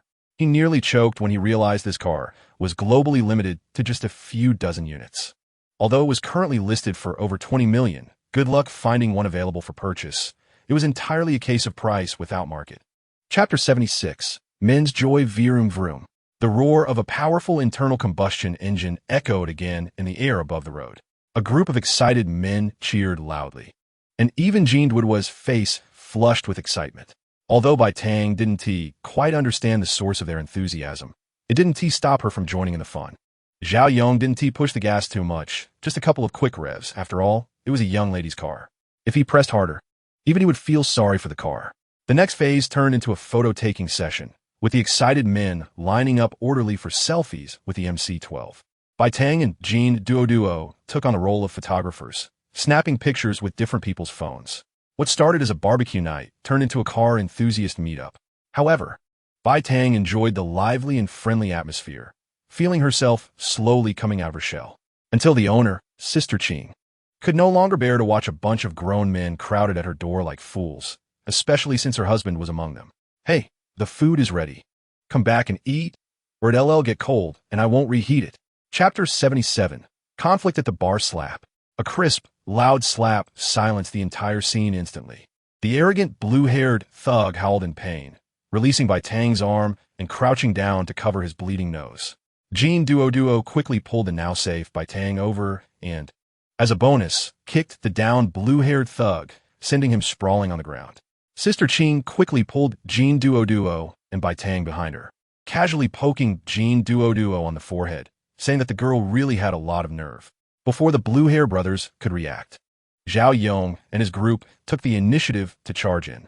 Except for the two colorful-haired girls who were already scared silly, the remaining four thugs were quickly knocked to the ground. A group of teenage delinquents couldn't withstand Zhao Yong and his rough crew. In no time, they were all lying on the ground, holding their heads and groaning. Yongzi, that's enough, they're just kids, don't hurt them. Sister Ching reminded Zhao Yong, fearing that these old ruffians might go too far. Sister Ching, I know my limits, it's fine. I didn't use too much force, Zhao Yong said, clapping his hands to signal everyone to stop. Chapter 78. Bai Tang's reinforcements. Sister Ching, let me have a word with this young lady. Can you make it convenient? Gao Feng said politely. He wasn't afraid of Sister Ching, but since he had already clashed with Zhao Laohu, he didn't want to provoke Sister Ching further and risk losing face today. The boss lady, Sister Ching, could clearly feel Bai Tang tugging at her clothes from behind with some force. She gently patted Bai Tang's hand and then looked at Gao Feng. Crazy. Let me say something fair. After all, this incident happened in my shop. First of all, your little brother forcibly tried to snatch the young lady's car keys. This is a supercar. If stolen, it's considered robbery, and the amount is quite significant. Besides, the young lady has done nothing to provoke you from the beginning. Secondly, why involve a young lady in your men's ego battles? That little brother of yours is really something. Lastly, whatever happens between you and Zhao Laohu is none of my business, and I don't want to get involved. As for this girl, she's in my shop, so I must take care of her. If you want to give Sister Ching some face today, then don't involve the young lady. Also, do you really think you have the strength to deal with this little girl? Chapter 79. Forceful suppression. Zhou Jing rushed on her way and finally arrived just in time. From a distance, she saw the barbecue shop and the crowd gathered outside, with a bunch of motorcycles and sports cars parked nearby. Her heart sank, and she pressed the accelerator to get closer. Upon getting out of the car, she saw Bai Tang hiding in Shenao Juan's arms, along with a group of people who looked like troublemakers getting ready to make a move. Zhou Jing wasted no time and quickly instructed her side and the people brought by manager Guo to subdue the others. As expected, professionals were indeed professionals. A group of thugs stood no chance against a proper team, and in no time at all, they were all pinned down, especially since Zhou Jing's side had not only higher combat power, but also more people. All of this happened in the blink of an eye. From the arrival of the convoy to subduing Gao Feng and his group took only a few seconds. The sudden change in circumstances left the entire scene silent, with only Zhou Jing's strong figure walking toward Bai Tang and the crisp sound of her heels striking the ground. "Sister Zhou," Bai Tang finally cheered, rushing into Zhou Jing's arms with tear stains still on her face, causing Zhou Jing to stumble. Steadying herself, Zhou Jing held Bai Tang's shoulders, looking her over for a long time. Chapter 80. The conclusion of events. Gao Feng, who had been firmly pressed to the ground, felt quite excited when he saw the police, but in the end, he was left dumbfounded. He watched as the police captain, after checking the other party's identification, saluted them. Gao Feng knew that today was over. "How do you want to handle these people? Will you take them away, or should I take them back for processing?" The captain asked, pointing at Gao Feng's group. The leader glanced at the thugs on the ground, then turned to observe Bai Tang. Noticing that Bai Tang was only a bit frightened and had no injuries, he immediately told the police, "You can take them back for processing. Do what's necessary. There's no need to deliberately increase the charges, but don't go easy on them either." "That's understood. Don't worry," the captain replied, signaling the accompanying officers to start arresting and getting them in the police cars. In less than 3 minutes, police cars with flashing lights took Gao Feng and his group away. The crowd of onlookers was also dispersing quickly. Just moments ago, the group of men in black and the police had collected all the phones of the crowd that had recorded the incident and deleted the videos. A few who resisted were warned by the police that if the videos appeared online, they would face legal consequences. Everyone became meek and obediently deleted the videos. Chapter 81. Observations at the club. In the brightly lit Manha courtyard, Bai Tang and the others had finished washing up and were wearing the pajamas Zhou Jing had prepared for them, chatting and playing on the big bed in Bai Tang's bedroom. The master bedroom's large bed was spacious enough for the three of them without feeling cramped. "You two little ungrateful ones, going out for barbecue and not calling me. If it weren't for Duo calling me after the incident, I wouldn't have known anything." Shen Aojuan forcefully pinned Bai Tang and Jean Duo down, jokingly teasing them while tickling them. "Haha, don't tickle us. We were wrong, really wrong. We won't dare next time." Bai Tang and Jean Duo kept laughing and pleading for mercy. Just as they were about to laugh so hard they couldn't breathe, Shen Aojuan finally let them go. Hick, it was just a last-minute decision to go for barbecue. Who knew such a thing would happen? Bai Tang said, her eyes full of tears from laughing, and she even hiccuped while speaking. "Yeah, today my mom invited Tang over to visit. So this afternoon we were just hanging out at Tang's Tianchi house. If we were here, I would have called you to join." Jean Duo chimed in, feeling like they were all laughing uncontrollably. Shen Aojuan suddenly realized that these two had been at Shouchuang Tianchi this afternoon. Then looking at Bai Tang, she was surprised that the little girl had a house somewhere else too. Chapter 82. Signing up for fitness class, then let's start with the diamond membership. I'll prepay 50 million first, and we'll see how it goes later. Bai Tang took out the diamond card from her bag and handed it to Manager Fong. She had casually grabbed the pink Chanel gold ball from the hall cabinet on her way down. Watching Manager Fong hurriedly call over a beautiful female staff member to help Bai Tang with the membership process, Zhou Jing felt a bit defeated. She couldn't tell if her young lady was being casual or had a plan in mind. Last night, she had been busy until late, planning to bring something as a courtesy to the clubhouse today, wondering what would be a good gift or if she should also return a favor. In the end, her young lady made a decisive move. What gift? What favor? She directly used money to pave the way. Once the top-tier membership was activated, there was no need for any nonsense. Next time, the clubhouse would probably be eager to help out. For the clubhouse, this deal was incredibly profitable. Watching the receipt pop out after entering the password, Manager Fong's face was filled with joy. Although Manha is a top-tier community, there really aren't many diamond members at the clubhouse. Most wealthy people prefer to spend their money where they can see returns. Someone like Bai Tang is truly rare. Chapter 83. The clubhouse operation. As for swimming, that's because Bai Tang was completely a landlubber. While a few of them were being shown around the swimming pool facilities by Shi Hui, a young lady was swimming smoothly in the clean pool. The graceful figure immediately attracted Bai Tang. She had always envied those who could swim. Moreover, she had heard that swimming is a great way to exercise and is very beneficial for body shaping. After sharing her thoughts with Shi Hui promptly arranged for someone to register Bai Tang, and when arranging a coach, Bai Tang discovered that her swimming coach was the same girl she had seen in the pool at the beginning. Swimming is not as expensive as fitness training, but each class still costs 1,000 or 2,000 yuan. Shi Hui asked the swimming coach to contact the previous fitness coach to create a plan for Bai Tang together, ensuring there were no scheduling conflicts. As it approached noon, after consulting Jean Duo and Shen Aojuan, Bai Tang called Zhou Jing to inform her that she would not be going home for lunch and wanted to try the cuisine at the club. She, being very responsible, quickly informed Bai Tang and the others about the lunch options available at the club. After some discussion, the three decided to eat Thai food. Bai Tang had never tried it, while the other two were indifferent. They were willing to accompany her regardless of what she wanted to eat. Chapter 84. Treasure Identification Livestream. The three of them spent the entire day at the club. After finishing a spa treatment, Jean Mama called to ask Jean Duo to come home, and the three reluctantly left. After enjoying a whole day, Bai Tang had a good night's sleep. The next morning, Bai Tang went downstairs to find her fitness coach. Under the coach's guidance, Bai Tang underwent a series of physical tests. After analyzing the data, the coach found that Bai Tang's physical fitness was surprisingly good. In fact, Bai Tang was unaware of this due to being misled by Jean Duo's comments yesterday. She had always been busy and, aside from being slightly undernourished, had no other issues. Her physical foundation was actually much better than that of many girls her age. After acquiring wealth, her nutrition had improved significantly. Now, Bai Tang's body was in great shape. The coach presented the fitness plan they had meticulously crafted the night before and asked Bai Tang for any opinions or changes. Bai Tang didn't even take it. She told the coach that she would leave it to them.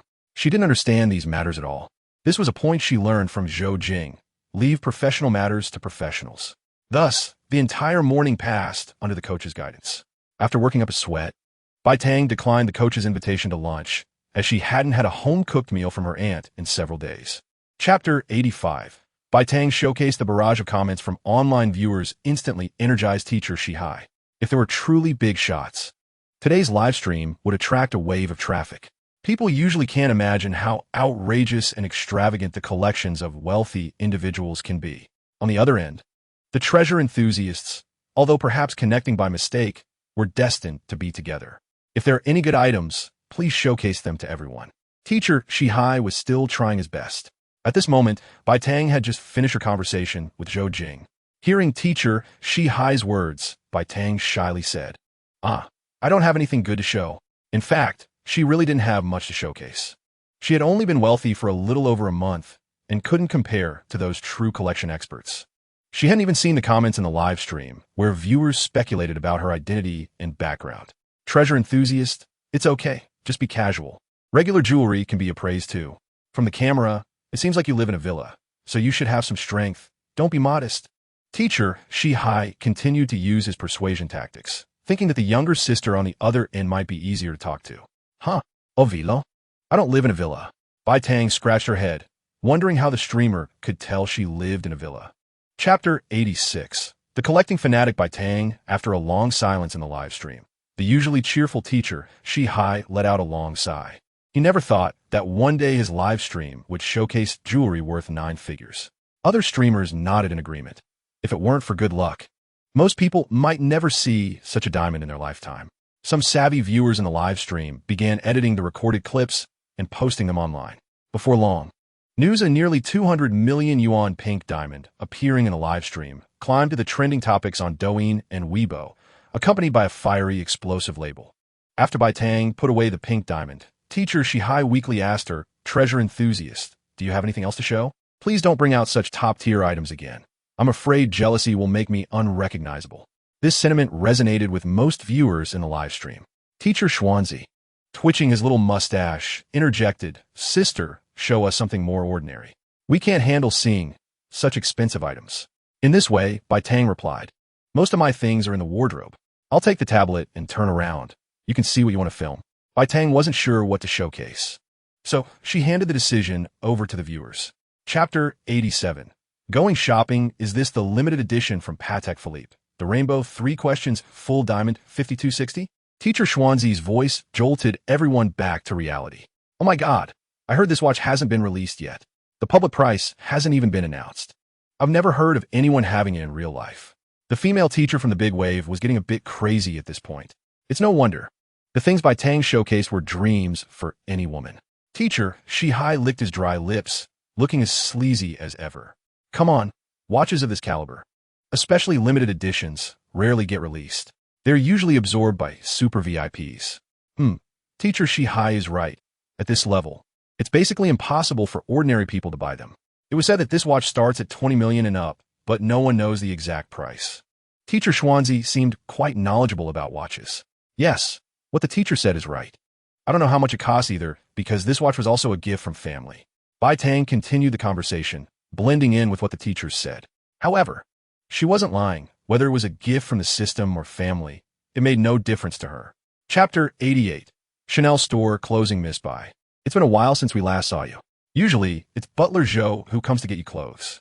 Just in time. We received new autumn items a day or two ago. The store manager was very enthusiastic, and Bai Tang's dedicated SA was equally attentive, running around to serve her. There was no way around it. Bai Tang alone accounted for more than half of the store's total sales, making her the envy of her colleagues. Bai Tang politely responded a few times and then sat on the sofa, observing her surroundings. It had been a while since she last visited, and the Chanel store's displays had changed to new styles.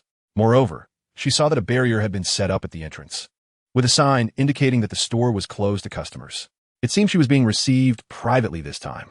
While Bai Tang was watching Zhou Jing talk with the Chanel store manager in the new product area, a couple arrived at the store. The girl was dressed extravagantly, while the boy looked like a rich second generation, adorned with logos from luxury brands. Seeing the closed store, the girl became unhappy.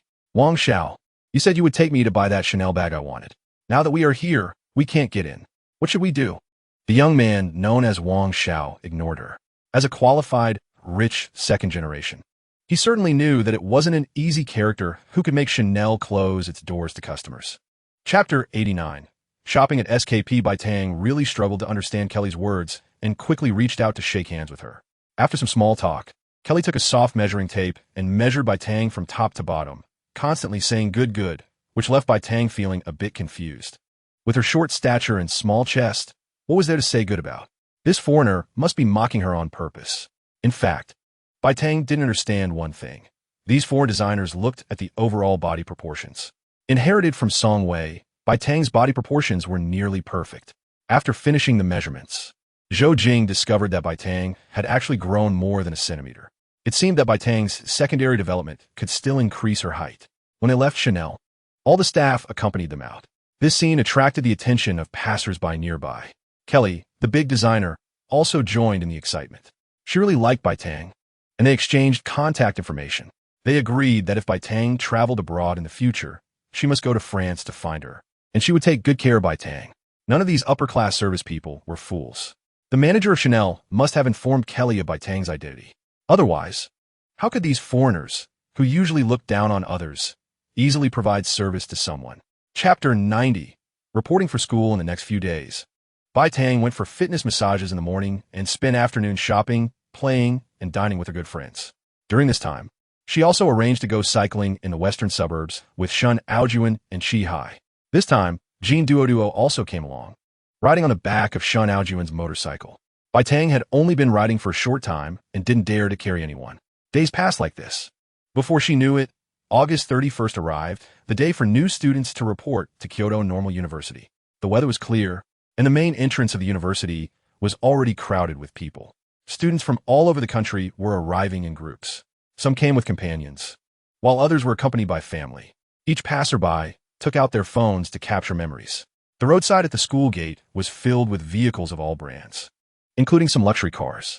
Traffic police were maintaining order amid the flow of cars and people. There was a large sign at the school gate saying that vehicles were prohibited from entering. Normally, vehicles were allowed on campus as long as they had a pass.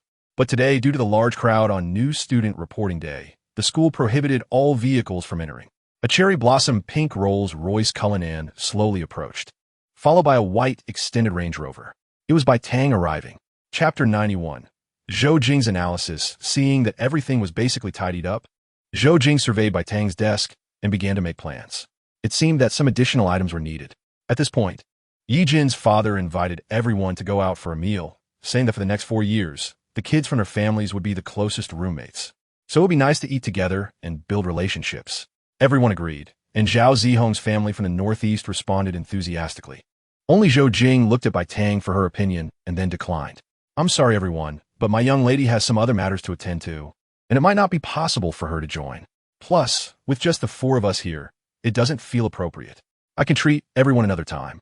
Zhou Jing's refusal was polite and well-reasoned, leaving no room for anyone to argue. After 3 families left together, Zhou Jing looked at Bai Tang and asked, "Miss, why didn't you want to go with them?" "Not used to it, I guess. If it were just the 3 roommates, I would have gone. But with the parents there, I just feel a bit uncomfortable." Bai Tang shared her true thoughts with Zhou Jing. Zhou Jing nodded in response. Her young lady could eat with whomever she wanted. It didn't matter if she didn't want to eat with someone. As long as the young lady was happy, that was all that mattered. Chapter 92. Purchasing a business car after dinner, the assistants hurried off in their cars. "Miss, are you going back to the dormitory or home first? Since you only start school the day after tomorrow? If you don't want to stay in the dormitory, going home first is fine. Then let's go home first." The pink Cullinan started from the school gate and happened to be seen by the 3 families who had just finished their meal across the street. "TSK, TSK. Wait, young lady, look at this car. It's probably worth at least 10 million. Yi Jin's mother's words left the families present in shock. Han Jing was especially jealous, but she hid it well, and those around her didn't notice. Earlier, when the 3 families were having dinner together, they had discussed Bai Tang. The mysterious rich young lady who came to report with a butler and assistants intrigued everyone. Especially after Yi Jin's mother explained the value of Bai Tang's outfit and the 2 boxes of clothes, everyone was even more amazed. Thus, the families unanimously informed their children that even if they couldn't get along well with Bai Tang, they shouldn't become enemies. Having such a powerful adversary was something no family could afford. As for what the children thought and their own little thoughts, that was another matter. Chapter 93. September check-in accompanied by Qi Wei. Bai Tang carefully inspected both cars inside and out. Zhao Qi and Zhao Rui also took turns sitting in them to try them out since they would basically be the ones driving them in the future.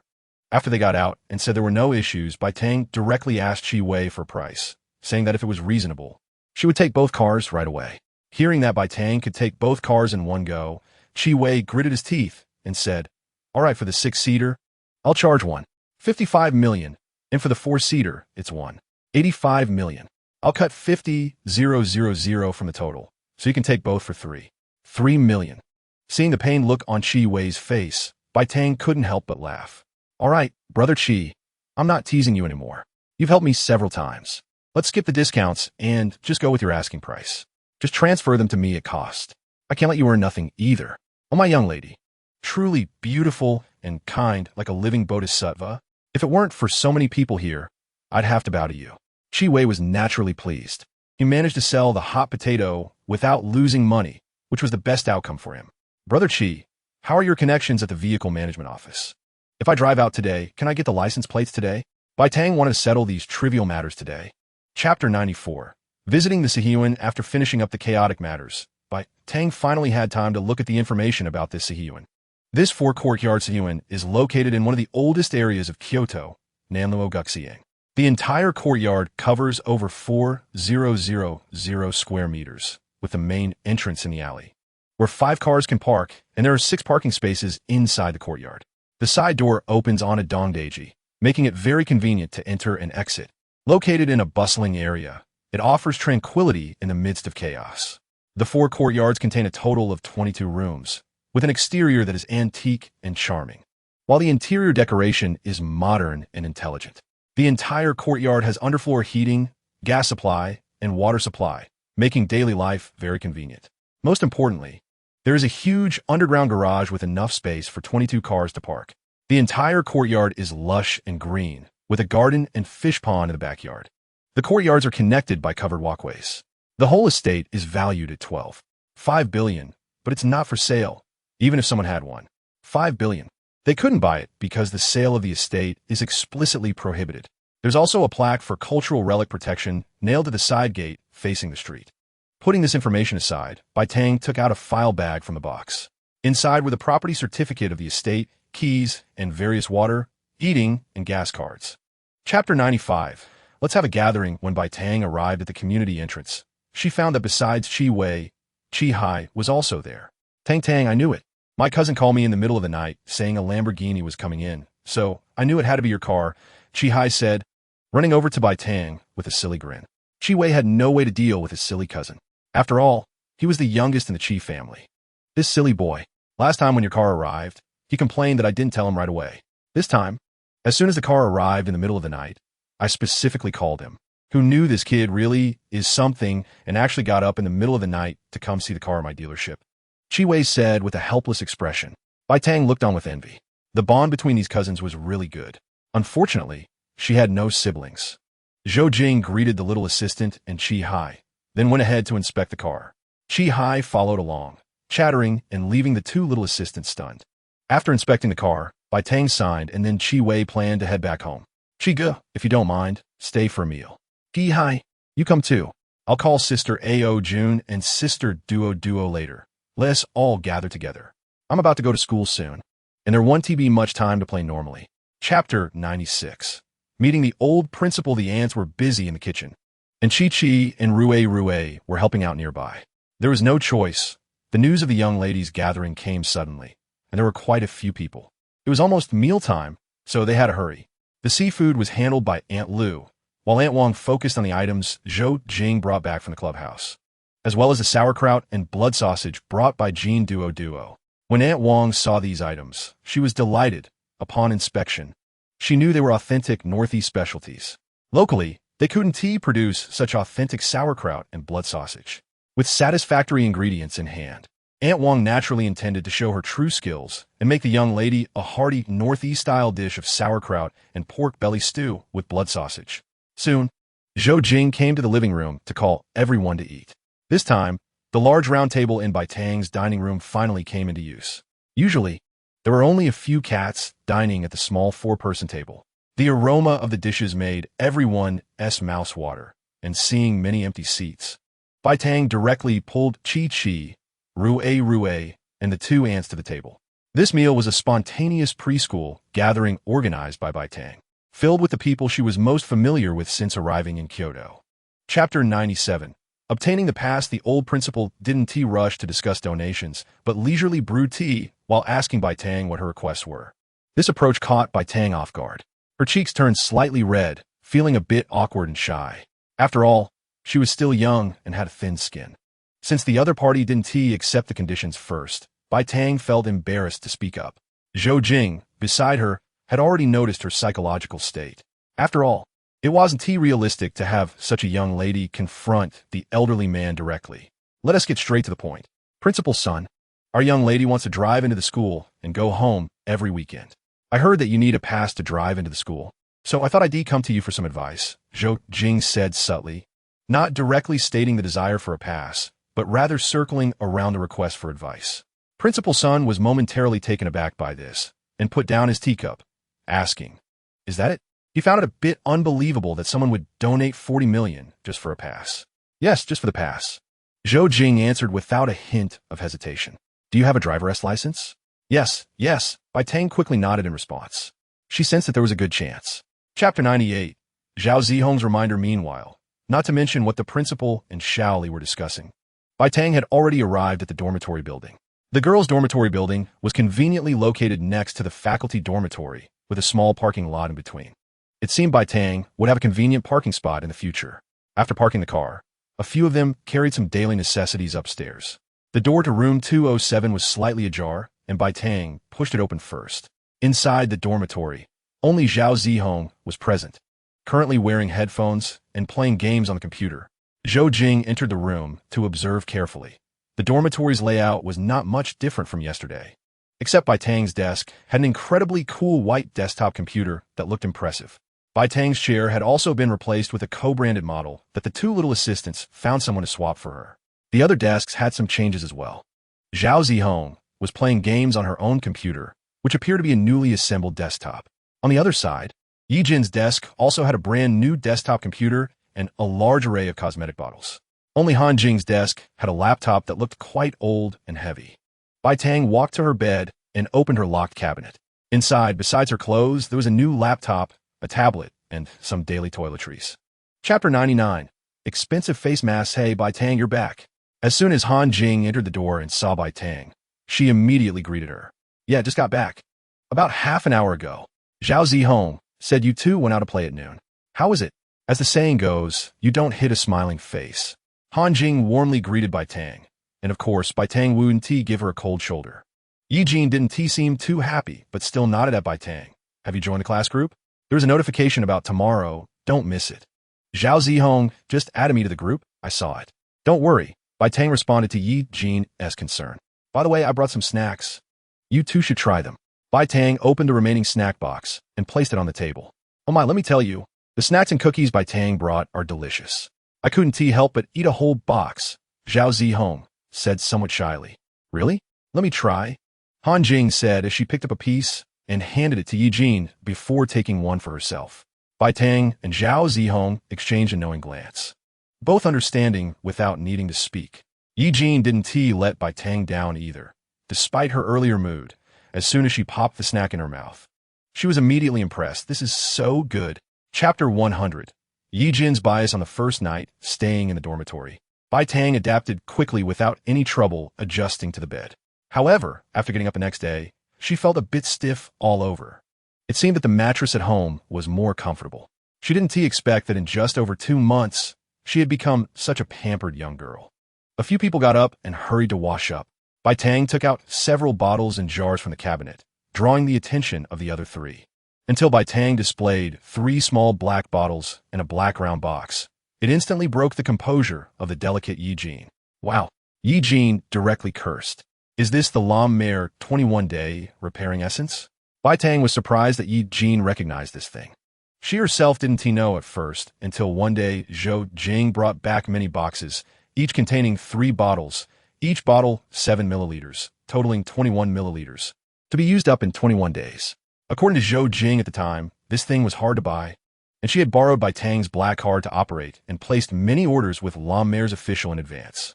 Zhao Zihong and Han Jing both looked curious. Is this very expensive? Han Jing still wanted to know how much this thing was worth. Seeing Han Jing's eager expression, Yi Jin directly said, "You can forget about that. These 3 bottles total 21 milliliters, 24,000.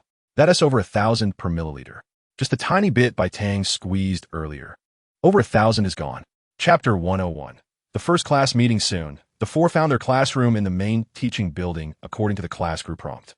The campus was so large that it took them more than 10 minutes just to walk from the dormitory to the classroom. And that was with them quickening their pace to avoid being late. Each classroom in the large main teaching building was bustling with voices, and the carefree freshmen were flamboyant and uninhibited. Along the way, many people secretly glanced at Bai Tang, which Yi Jin informed her about. Upon entering the classroom, they found that the teacher had not yet arrived. The previously noisy class was much quieter now. Zhao Zihong beckoned the others to the back row. There were about 40 to 50 boys and girls in the class, all of whom were now focused on the 4 of them. In such a situation, it was Zhao Zihong, a northeastern girl, who was fearless. Not only did she calmly lead her roommates to find seats in the back, but she also kept smiling and greeting the classmates around her. Bai Tang and Yi Jin obediently followed behind her. Being watched by dozens of people made the 2 feel a bit prickly. Han Jing had been quiet all the way, keeping her head down behind them. The exquisite outfits of her roommates made her feel that her ordinary clothes were glaringly out of place. She always felt that the people in the class were laughing at her. Chapter 102. A stir in the cafeteria. Hello, classmates. Today is the 2024 freshman enrollment ceremony at Kyoto Normal University. The speaker on stage looked like a leader, almost bald. Next, I will hand over the time to this year's freshman representative. Soon, a tall boy with glasses walked onto the stage and took the microphone. Respected leaders, fellow students. Good morning. I am the freshman representative Liu Jia. On behalf of, the classmates were quite polite to the freshman representative's speech, generously applauding after each speaking interval. The following segments made people somewhat drowsy until the host picked up a microphone again. Finally, let us welcome our respected principal son to give a speech with the warmest applause. The applause thundered, and it was unclear whether it was because the opening ceremony was about to end or because the principal was on stage. Bai Tang guessed it was probably because the ceremony was coming to an end. An old man in a suit and leather shoes walked up, and Bai Tang couldn't help but smile when she saw him. Principal Sun was dressed so formally today that she almost didn't recognize him. Principal Sun's speech was straightforward and did not drag on like those before him. It quickly arrived at the end. Chapter 103. Confronting the keyboard warrior at this moment. Gao Yang stood awkwardly in place, his face flushed. The gazes of those around him felt like knives piercing him, leaving him feeling utterly exposed. 500. Why don't you go rob someone? It's just a t-shirt. You don't need to extort like this. Gao Yang, embarrassed and angry, shouted almost hysterically. Bai Tang, however, was extremely calm, leisurely wiping her mouth with a tissue under everyone's watchful eyes. Chanel's early autumn new model, 500, I even rounded it down for you. If you don't believe it, I can call someone to bring the receipt. You can also go to an appraisal agency to see if it's real. At this time, Lu Huan quietly tugged at Gao Yang's shirt. Bro, I really couldn't hold you back just now. You can't tell it all, but I know. Bai Tang is worth millions in total, and that watch alone is over 3 million. Sigh. Lu Huan's words left Gao Yang feeling as if he had fallen into an ice cave. He knew Lu Huan was wealthy, so he wouldn't doubt Lu Huan was deceiving him. Therefore, Bai Tang's t-shirt was indeed worth 500. Some people around also heard Lu Huan's earlier words and looked at Bai Tang in surprise, then at Gao Yang, wondering how this indiscriminate boy would respond. Chapter 104. Gao Yang's downfall. Bai Tang's actions made Han Jing a bit nervous. She stared blankly at Bai Tang, who had a serious expression, admitting that she was a little scared. Listen, in the vast sea of people, we became roommates. This is fate. I know there's something wrong with your mindset. Bai Tang's straightforward words made Han Jing blush. She didn't expect Bai Tang to notice and directly say it out loud. This isn't a big problem. Just adjust in time. Eugene also had some mindset issues at first, but she adjusted well. Everyone looked at Eugene, who seemed a bit surprised. She didn't expect Bai Tang could see through her minor fluctuations. In fact, it wasn't that Bai Tang saw through it. She was just a novice, and it was Zhou Jing and Shen Aojuan who told her. Han Jing also looked at Yi Jin in a strange way, surprised that she had the same mindset issues as herself. What I want to tell you is that nothing is predetermined. You might be a bit jealous of my current living state. Bai Tang's words made Han Jing lower her head. She didn't know how to face Bai Tang. You should know that even though you're not wealthy, you're not poor either. At least your parents are both alive, and you have 2,000 a month for living expenses. It's not as good as some, but better than others. Chapter 105. The first gathering I apply to be our class's physical education committee member. The person speaking in a deep voice was the muscular Lu Haizhu. Are there any other classmates who want to run for the physical education committee? If so, feel free to compete fairly. If not, we'll temporarily appoint Lu Haizhu.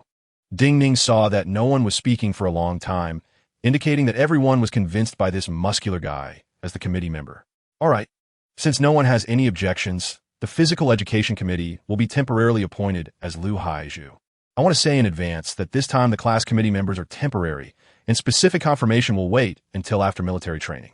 So, those selected should work hard. Otherwise, they might be replaced in a while. The following elections were quite active. The art committee was voted between Yi Jin and another girl, with Yi Jin successfully elected due to her looks and her talents in piano and guzheng.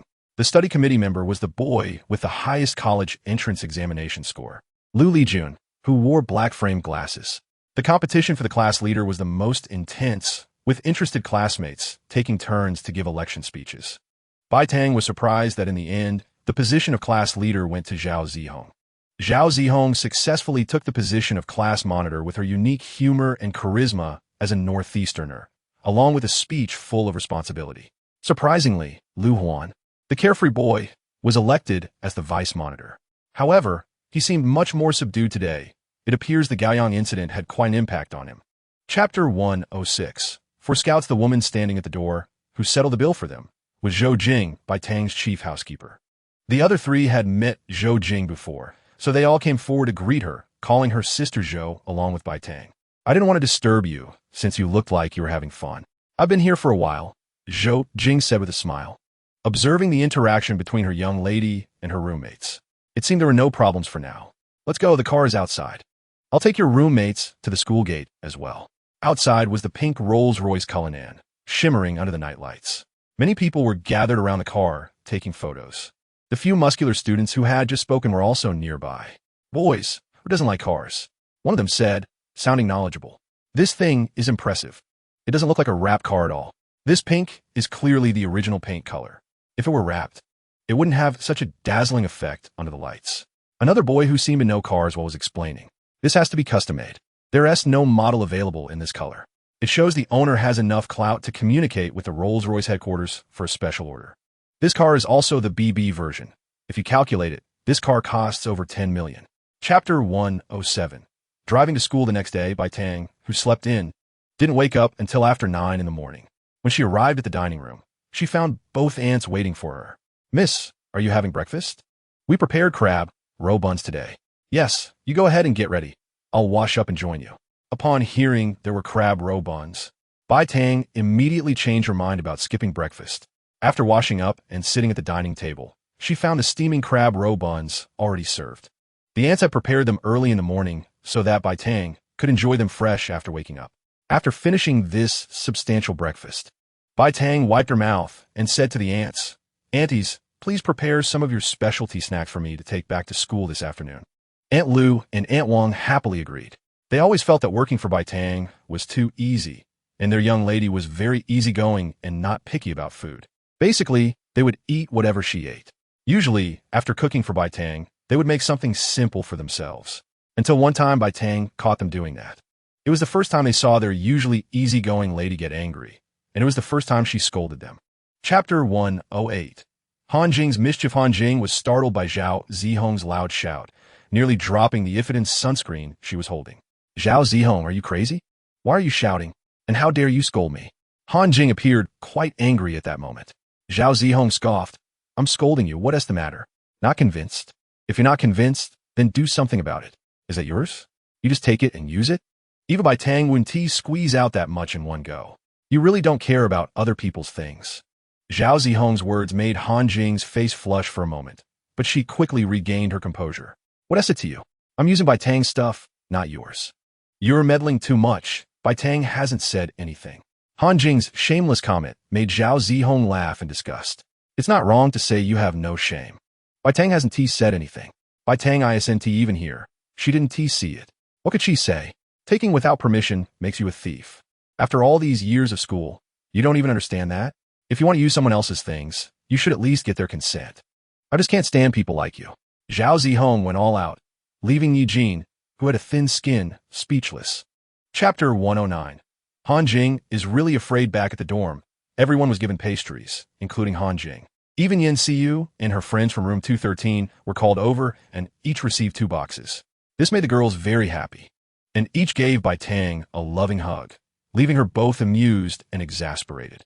There is still plenty left. The cooking aunt at home must have planned for the young lady to take some to school to share. Small snacks should be eaten fresh. If left too long, they might spoil, and they definitely wouldn't taste as good as now. Following Yi Jin's suggestion, everyone kept their share and then began delivering snacks to their classmates on the floor. Many of Bai Tang's classmates, whom she didn't recognize, were greeted by Zhao Zihong, the temporary class monitor, who surprisingly knew their names and seemed quite familiar with them. Thus, under Zhao's leadership, they finally distributed all the remaining snacks. Every female classmate who received a snack thanked Bai Tang, which indirectly gave her a general impression of the girls in her class. What Bai Tang didn't know was that both boys and girls in the class had a deep impression of her. The boys were captivated by her beauty. Bai Tang was undoubtedly the school flower of this year's freshman. Chapter 110. The cruel military training. The next morning, the dormitory began to stir. The 4 of them tidied themselves up, dressed in their military training uniforms, and hurried to the classroom. Han Jing did not walk with Bai Tang and the other 2, but lagged behind to join other girls from their class. Bai Tang didn't mind this situation. Everyone has their own connections, and perhaps she just didn't have the right chemistry with Han Jing. Soon they arrived at the classroom. Zhao Zihong, as the acting class monitor, confirmed the head count with the counselor Ding Ning. Then, together with the physical education committee member Liu Haizhu, led everyone to the large playground. The playground was already filled with green uniforms, bustling with youthful energy. There were many people on the podium, including school leaders and military officers. A line of soldiers stood below the podium, all with dark skin and determined expressions. These should be the soldiers in charge of this year's military training. Shortly after the school leaders' speeches, the military leaders assigned teams to each instructor, officially kicking off the military training for this year's freshmen. The instructor for Bai Tang's drama and literature class was a tall man from Shandong, speaking with a strong Shandong accent. Chapter 111. The arrival of the Massus after the first day of military training. Everyone was exhausted, even Liu Haizhu and Zhao Zihong, who had excellent physical fitness. These young freshmen finally realized the cruelty of military training. Just thinking about having to endure this for another 14 days made them wish they could pass out right then and there. Bai Tang was lying on her bed, groaning. It had taken her a lot of effort to climb onto her bed just now. The one who resembled her the most was Han Jing. Although her body was very tired and sore, she was still able to move a bit. Zhao Zihong is indeed a fierce woman. Although she's a bit tired, it does not affect her gaming at all. She is currently engrossed in a fierce battle on the computer. The most unfortunate one is Yi Jin, who looks pitiful and can only climb in a bed with Zhao Zihong's help. At this moment, she is on the phone with her mother, complaining about her plight. Bai Tang is lost in thought on the bed when the phone rings. "Miss, how are you? If you can move, come downstairs. I'm waiting for you." It's a call from Zhou Jing. Bai Tang is puzzled. It's getting dark, so why is Zhou Jing coming to school? Although she can't figure it out, Bai Tang still trembles as she gets out of bed. As she exits the dormitory building, she sees a white Lexus LM parked in a nearby parking lot. The same car that belongs to her family. Zhou Jing is standing by the car, talking to a woman. Chapter 112. Zhou Jing's strategy time passed slowly, day by day. After 3 consecutive nights of leg massages, Bai Tang and Yi Jin managed to hold on. Thus, Bai Tang informed Zhou Jing that there was no need to bring a masseur anymore. Han Jing also learned that Bai Tang and Yi Jin had someone to massage their legs every night. No wonder they always seemed to be in better shape than her. If only she hadn't had an unpleasant encounter with Bai Tang back then, would she have received such treatment too? Regardless of what Han Jing was thinking, it was nothing but a thought. On the 7th day of military training, the upperclassmen also started classes. Thus, figures of senior students began to appear around the playground. To shoot some short videos, they deliberately walked by the new students in training with cold drinks and watermelons, making the standing students drool. The instructors didn't stop them, as they felt that some external distractions and temptations could test the new students' willpower. Some seniors ran over to Bai Tang's group, specifically to see her. Bai Tang's appearance had already spread among the new students over these days. During breaks in training, boys from other classes and departments pretended to pass by just to take a look at this legendary contender for the school bell title. Chapter 113. Wei Wu and Feng Bo. Just as the two sides were getting closer, class leader Zhao Zihong rushed over and pulled instructor Wu towards the car. "Coach, hurry up, the break is almost over." Thus, a collision of glances was unintentionally dissipated by Zhao Zihong. Seeing that the instructors were with Zhao Zihong, Bai Tang didn't pay any attention and turned to stand in front of the 2 bodyguards at the front of the car. This was the first time Bai Tang had seen the bodyguards Zhou Jing had arranged. As Bai Tang approached, the seemingly leading burly man with a buzz cut quickly retracted the fierceness in his eyes. "Mississippi." The two slightly bowed to show respect. Bai Tang nodded in response and carefully observed the two. They had similar styles and temperaments, standing around 1.8 meters tall. Their skin was dark, and they had strong builds that made their black t-shirts bulge. Their looks were ordinary, the kind that one wouldn't notice in a crowd. "This should be our first meeting. My name is Bai Tang, and I will rely on you for my safety from now on. May I know how to address you?" Bai Tang asked the leading man, who had a recognizable scar on his eyebrow. "I am Wei Wu. I am Feng Bo." Chapter 114. The Lost watched the onlookers turn to look at the speaker, who turned out to be Han Jing. Bai Tang's 3 roommates looked at her in surprise. Since the last conflict, Han Jing had been avoiding them. Bai Tang hadn't expected Han Jing to speak up. With everyone around, including several instructors, looking at her, Han Ying spoke nervously. "I was really hot earlier and went over to the car to drink a cup of iced tea." After saying this, Han Ying cautiously glanced at Bai Tang. Bai Tang didn't respond. She had already seen Han Jing earlier. But a little drink was nothing significant to Bai Tang, especially in front of so many people. Seeing that Bai Tang didn't seem angry, Han Jing relaxed a little. "After I finished the drink, I went back early, and that's when I saw someone." Everyone was focused on Han Jing, making her a bit nervous again. "It's okay. Take your time," Bai Tang suddenly spoke. Her words seemed to have a calming effect on Han Jing. At that time, all of our classmates were over by the car. There shouldn't have been anyone here. Chapter 115. The curtain falls on Gao Yang. Knock, knock, knock. "Is Gao Yang in the dorm? Come open the door." A young male voice sounded. This was the voice of Gao Yang's current class advisor. Gao Yang hurriedly stuffed the watch in her hand under the pillow, feeling increasingly uneasy. A roommate noticed Gao Yang's panic and, confused, went to open the door. The moment the door opened, both Gao Yang and her roommate were stunned. Outside stood a crowd of people, including police officers, military training instructors, and 2 advisors. Even a rather elderly teacher from the school's political education office was looking at Gao Yang sternly. Gao Yang broke into a cold sweat, her face turning pale. She immediately spotted Bai Tang among the crowd, who was staring at her. "It's over," was Gao Yang's inner thought. Everyone entered the dormitory under Gao Yang's gaze. While the other students who had come with her waited outside, the girls stood outside the building, while the boys gathered at the dorm entrance. At this moment, students from other dorms, hearing the commotion, gradually surrounded the area. After the advisor identified who Gao Yang was, the police officer got straight to the point. "Gao Yang, did you steal Bai Tang's watch?" Chapter 116. Han Jing's inner thoughts. Instructor Wu's thoughts were quite simple and reflected the most straightforward mindset of a soldier. The incident had already happened, so it should be handled accordingly.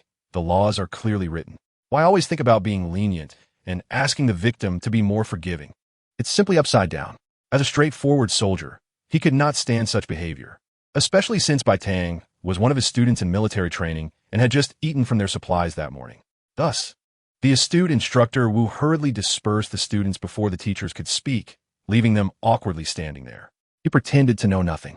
Several instructors hummed military songs as they left the boys' dormitory. As for how the school intended to mitigate the impact of this incident, that was the school's concern, not theirs as instructors. At this moment, the cafeteria was already sparsely populated. Bai Tang waved her hand and said, "Whatever is available, I'll take it. Today, I'll treat all the classmates who helped out." The whole class cheered together. Although it was too much money, it was still Bai Tang's heartfelt gesture. When they were eating and drinking the snacks brought by Zhou Jing in the morning, some classmates were still a bit shy, but now no one was saying polite words. Chapter 117. Let's eat melons together. There was no time to go back to the dormitory to rest. So the whole class took a short nap on the clean dining tables in the cafeteria. While everyone else was resting, Bai Tang and Zhou Jing had a phone call. This incident that happened today was discussed in a meeting at the school in the afternoon. The specific measures were not disclosed, only that the class advisors informed their students not to spread the news. No one from the school came to find Bai Tang, which roughly indicated that the school had given up on Gao Yang. There was nothing they could do. The evidence was overwhelming, and the amount involved was significant. Plus, the police took him away personally. Even if the school wanted to be lenient, they couldn't intervene. Principal Sun didn't express any opinions either, only pointing out that they should act according to regulations and try to minimize the impact. After the military training started in the afternoon, the students were clearly lacking energy, which made Instructor Wu frown. However, he couldn't say anything since he was present for the whole incident at noon. It was already good that the students could persist in continuing the training. Soon it was time for a break. Everyone, including the instructors, noticed that the two Lexus LM cars that Bai Tang's family sent in the morning were already waiting there. As soon as the break was announced, Bai Tang called her classmates over, even pulling along the shy Instructor Wu and a few others. Chapter 118. Military training is over. The monotonous military training passed day by day until the final day as performance ended perfectly. When it was time to say goodbye, the instructors were surrounded by their students, with many emotional girls already teary-eyed. From initially gritting their teeth in resentment to now being reluctant to part, that is human nature. Feelings slowly deepen over time. The four in Dorm 207 were the same. They had gotten along very well over these days. Even though Bai Tang still generously shared her things with her roommates, Han Jing no longer constantly thought about taking small advantages. Zhao Zihong also stopped fixating on Han Jing's little flaws, while Yi Jin still went with the flow in a relaxed manner. As the last green military truck carrying the instructors drove out of the school gate, this year's freshmen's military training officially came to an end. At this moment, everyone was already gathered in the classroom by class leader Zhao Zihong, waiting for advisor Ding Ning to hold a class meeting. "All right, everyone quiet down." Ding Ning tapped the table at the podium, getting the still noisy students to settle down. Once everyone was seated and quietly looking at her, she spoke again. "The military training has completely concluded. It seems everyone's spirits are still quite good, except for you few, Lu Haizhu. Surprisingly, not many people are too tanned. This is different from other classes." Chapter 119. Campus network news at 2 in the afternoon. An alarm clock rang sharply, causing a wave of complaints in the dormitory. Zhao Zihong sprang up like a carp, ready to go train, only to realize, thanks to Yi Jin's reminder, that military training had already ended. It seemed she was a bit confused from sleep.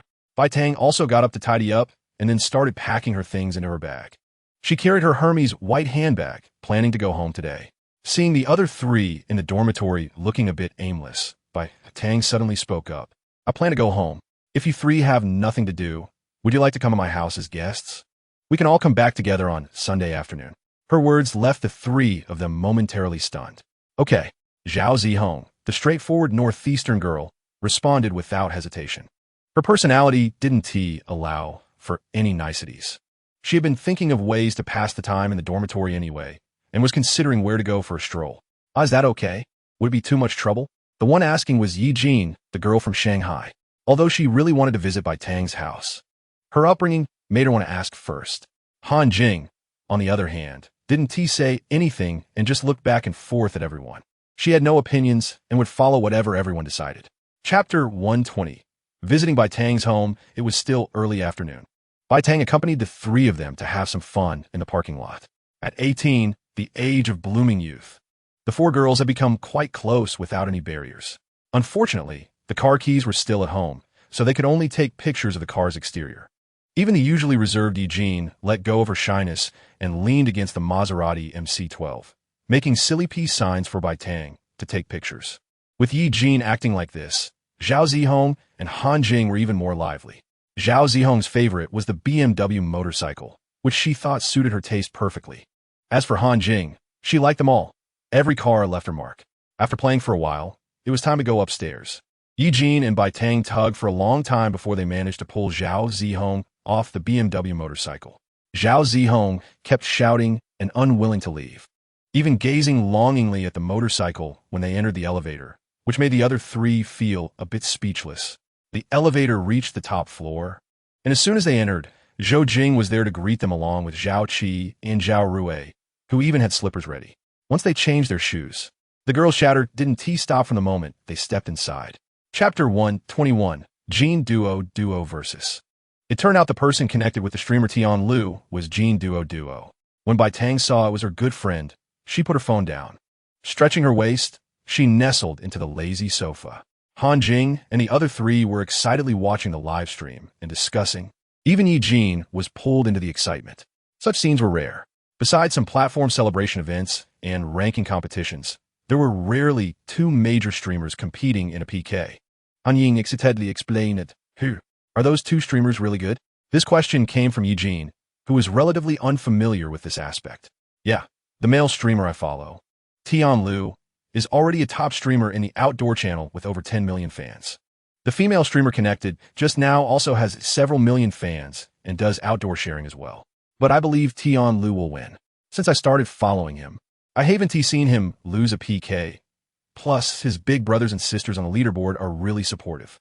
Han Ying spoke confidently, making Yi Jin and Zhao Zihong listen in awe. Just then, the streamer Tian Lu on the projection showed his dirty fangs.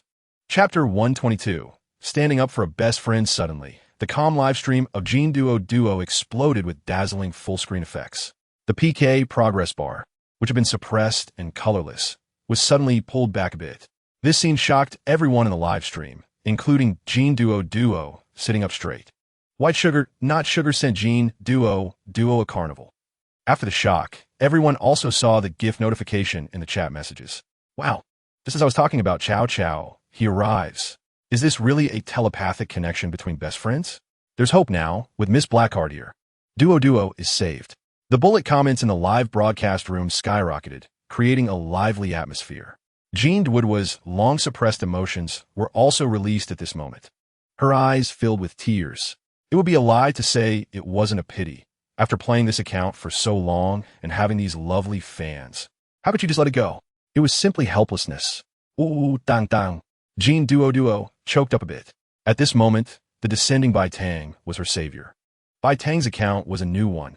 She had only sent Jean Duo 2 gifts before, so when she entered the live broadcast room just now, it was completely unnoticed. If you're going to cry, wait until later. I don't have time to type now. Let me take care of this dog thing first. Chapter 123. Scaring the big brother away, Bai Tang's casual words felt like a casual chat, causing the three roommates around her to collectively break down. Everyone once again experienced the vast differences and chasms between people.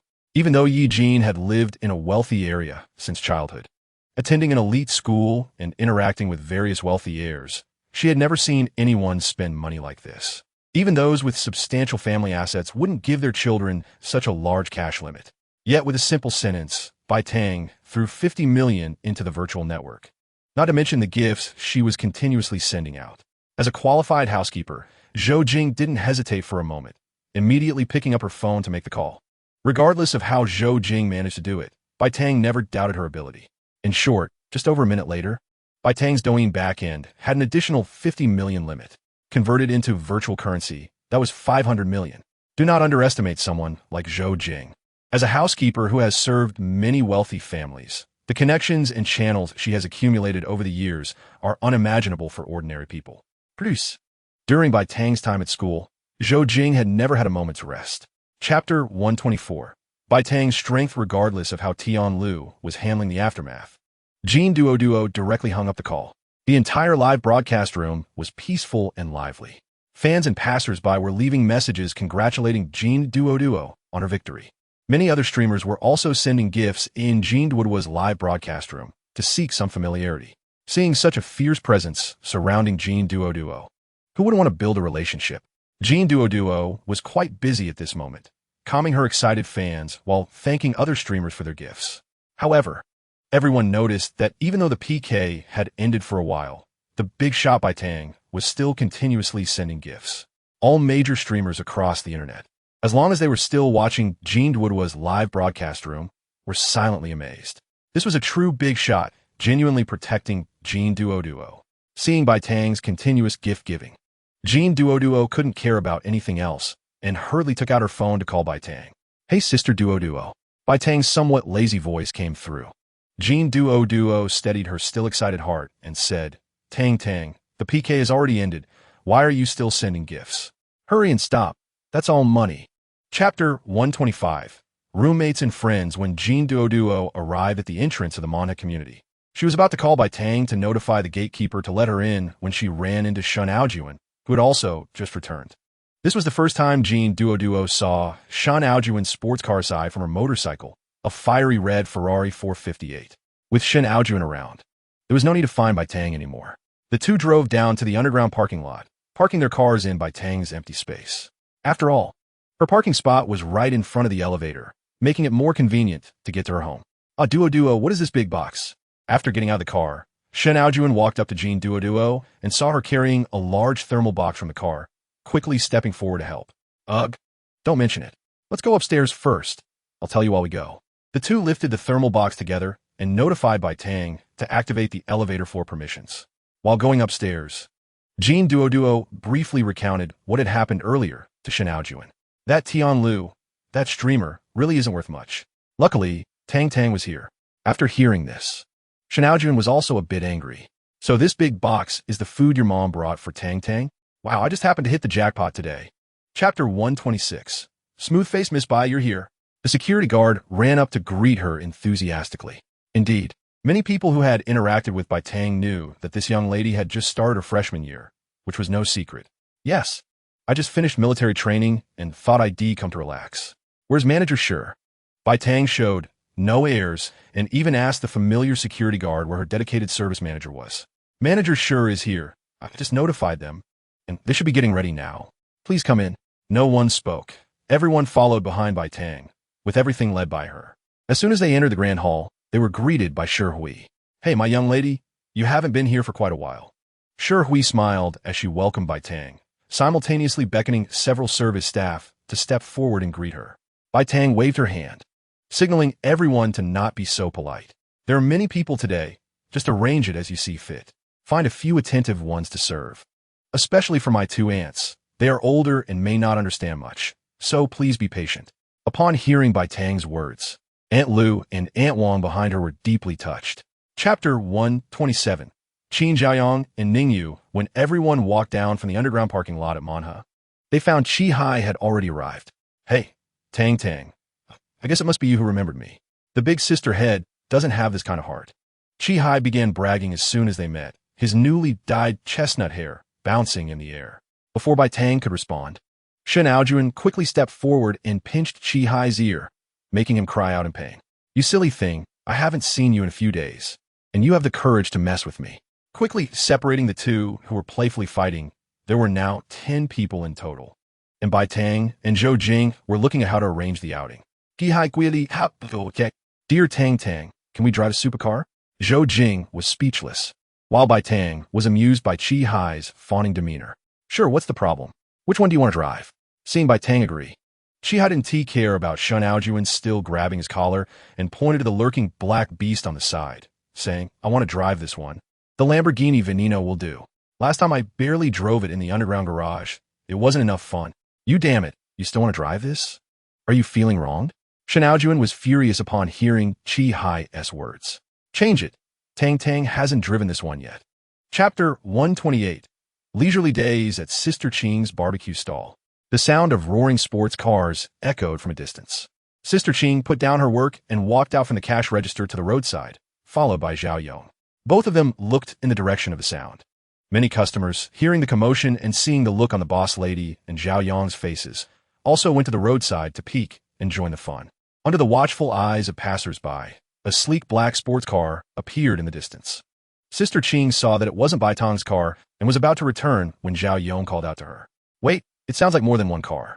Before Zhao Yong could explain further, Sister Ching saw a white and pink MC-12 following behind the black sports car, the same one Bai Tang drove last time. Then, in front of everyone's eyes, one by one, a total of 5 supercars slowly drove up and stopped at the roadside in front of Sister Ching's shop. This scene surprised everyone. While Sister Ching and Zhao Yong were still looking at the MC-12, they heard Bai Tang's voice from the front. Sister Ching, I'm over here. The two looked over to see Bai Tang climbing out of the leading black Lamborghini. Hey, little girl, why are you in that car? Didn't you drive that white Maserati? Chapter 129. Chun Xiong and Xiong Ying. Except for Jean Duo, the other 4 were just freshmen who had just turned 18. Back in their hometown, they would only gather with classmates to sing karaoke at KTV. Now, hearing Jean Duo mention nightclubs, a place full of mystery to them, naturally piqued their interest. Isn't it a bit unsafe? I heard nightclubs can be chaotic, Yi Jean timidly asked. There are a lot of people, so it might be a bit crazier than usual places. But it's okay, Tang Tang has bodyguards, right? Just bring them along, Jean Duo replied. After hearing Jean Duo's words, Bai Tang felt it was feasible. Then it's settled. We'll head back first. Duo, please contact Aojun later to see if she wants to join. After returning home, Zhou Jing also learned about their plan to go to the nightclub that night. No problem. I'll call Wei Wu and the others to come over later to join us. Zhou Jing would never dissuade Bai Tang's decisions. If the young lady wanted to experience something, she just needed to ensure everything was well prepared. Soon, dinner was ready, and Shun Aojun arrived.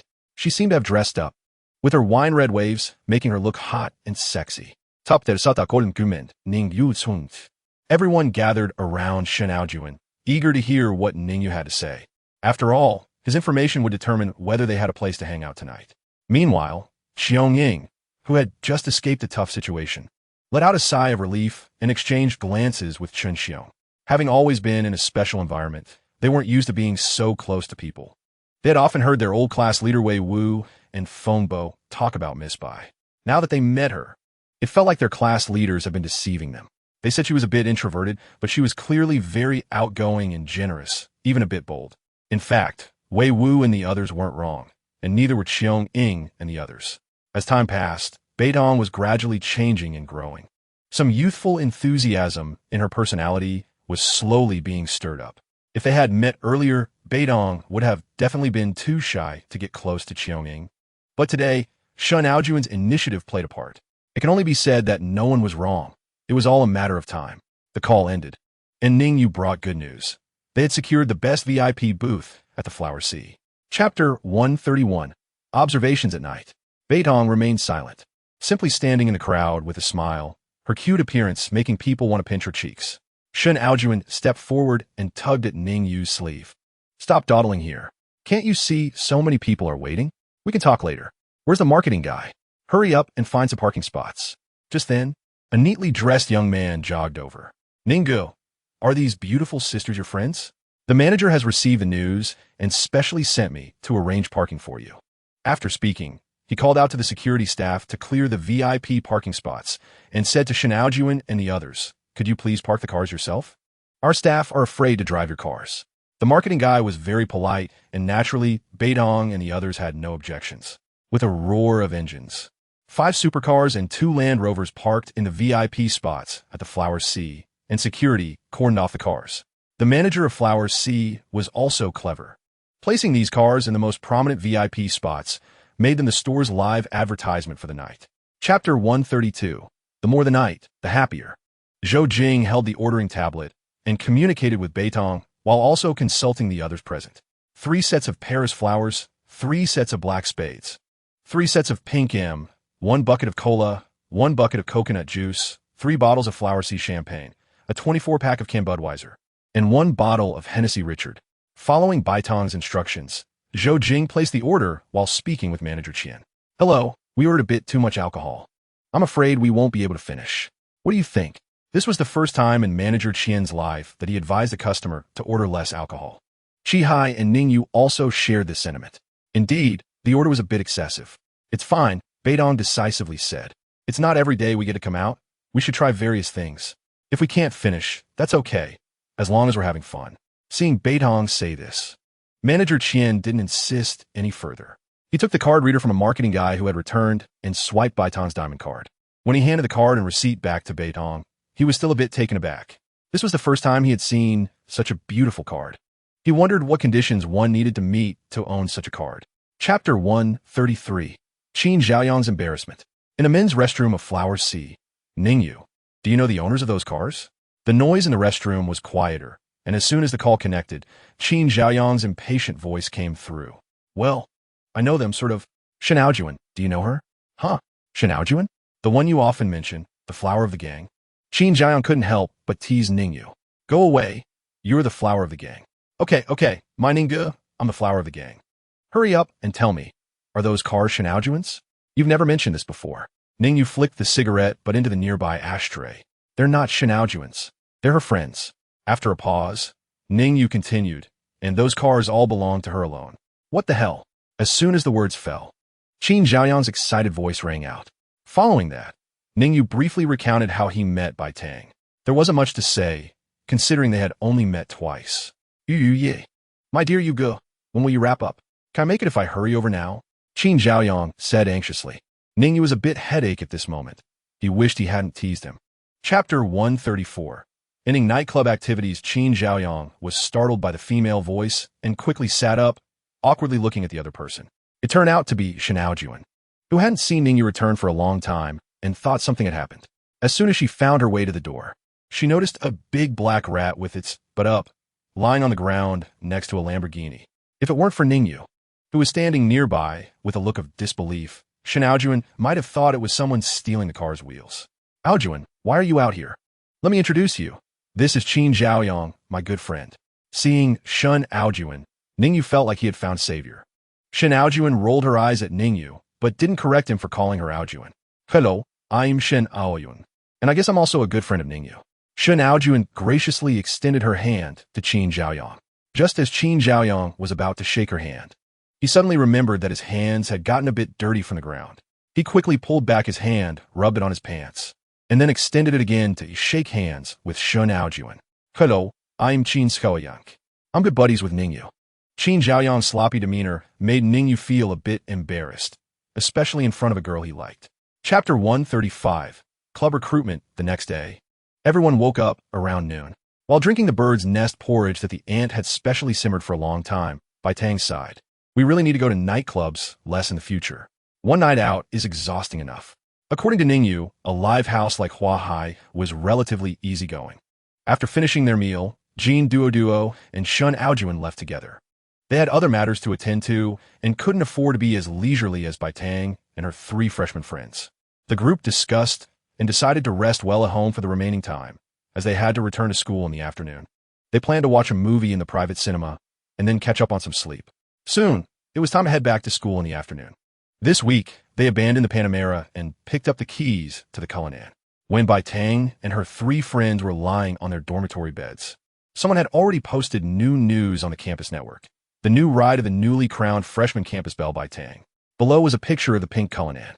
Regardless of what was happening online, Bai Tang and her friends were unwilling to move. Even dinner was decided by drawing lots, and the one who lost, Zhao Zihong, went out to bring it back. The next morning, everyone was already sitting in the classroom, welcoming the first class of their university life. Chapter 136. Recruitment in progress just after Bai Tang and Eugene filled out the club application forms. A fair-skinned, slightly chubby senior girl, slightly out of breath, arrived at the Food and Cooking Club's recruitment site.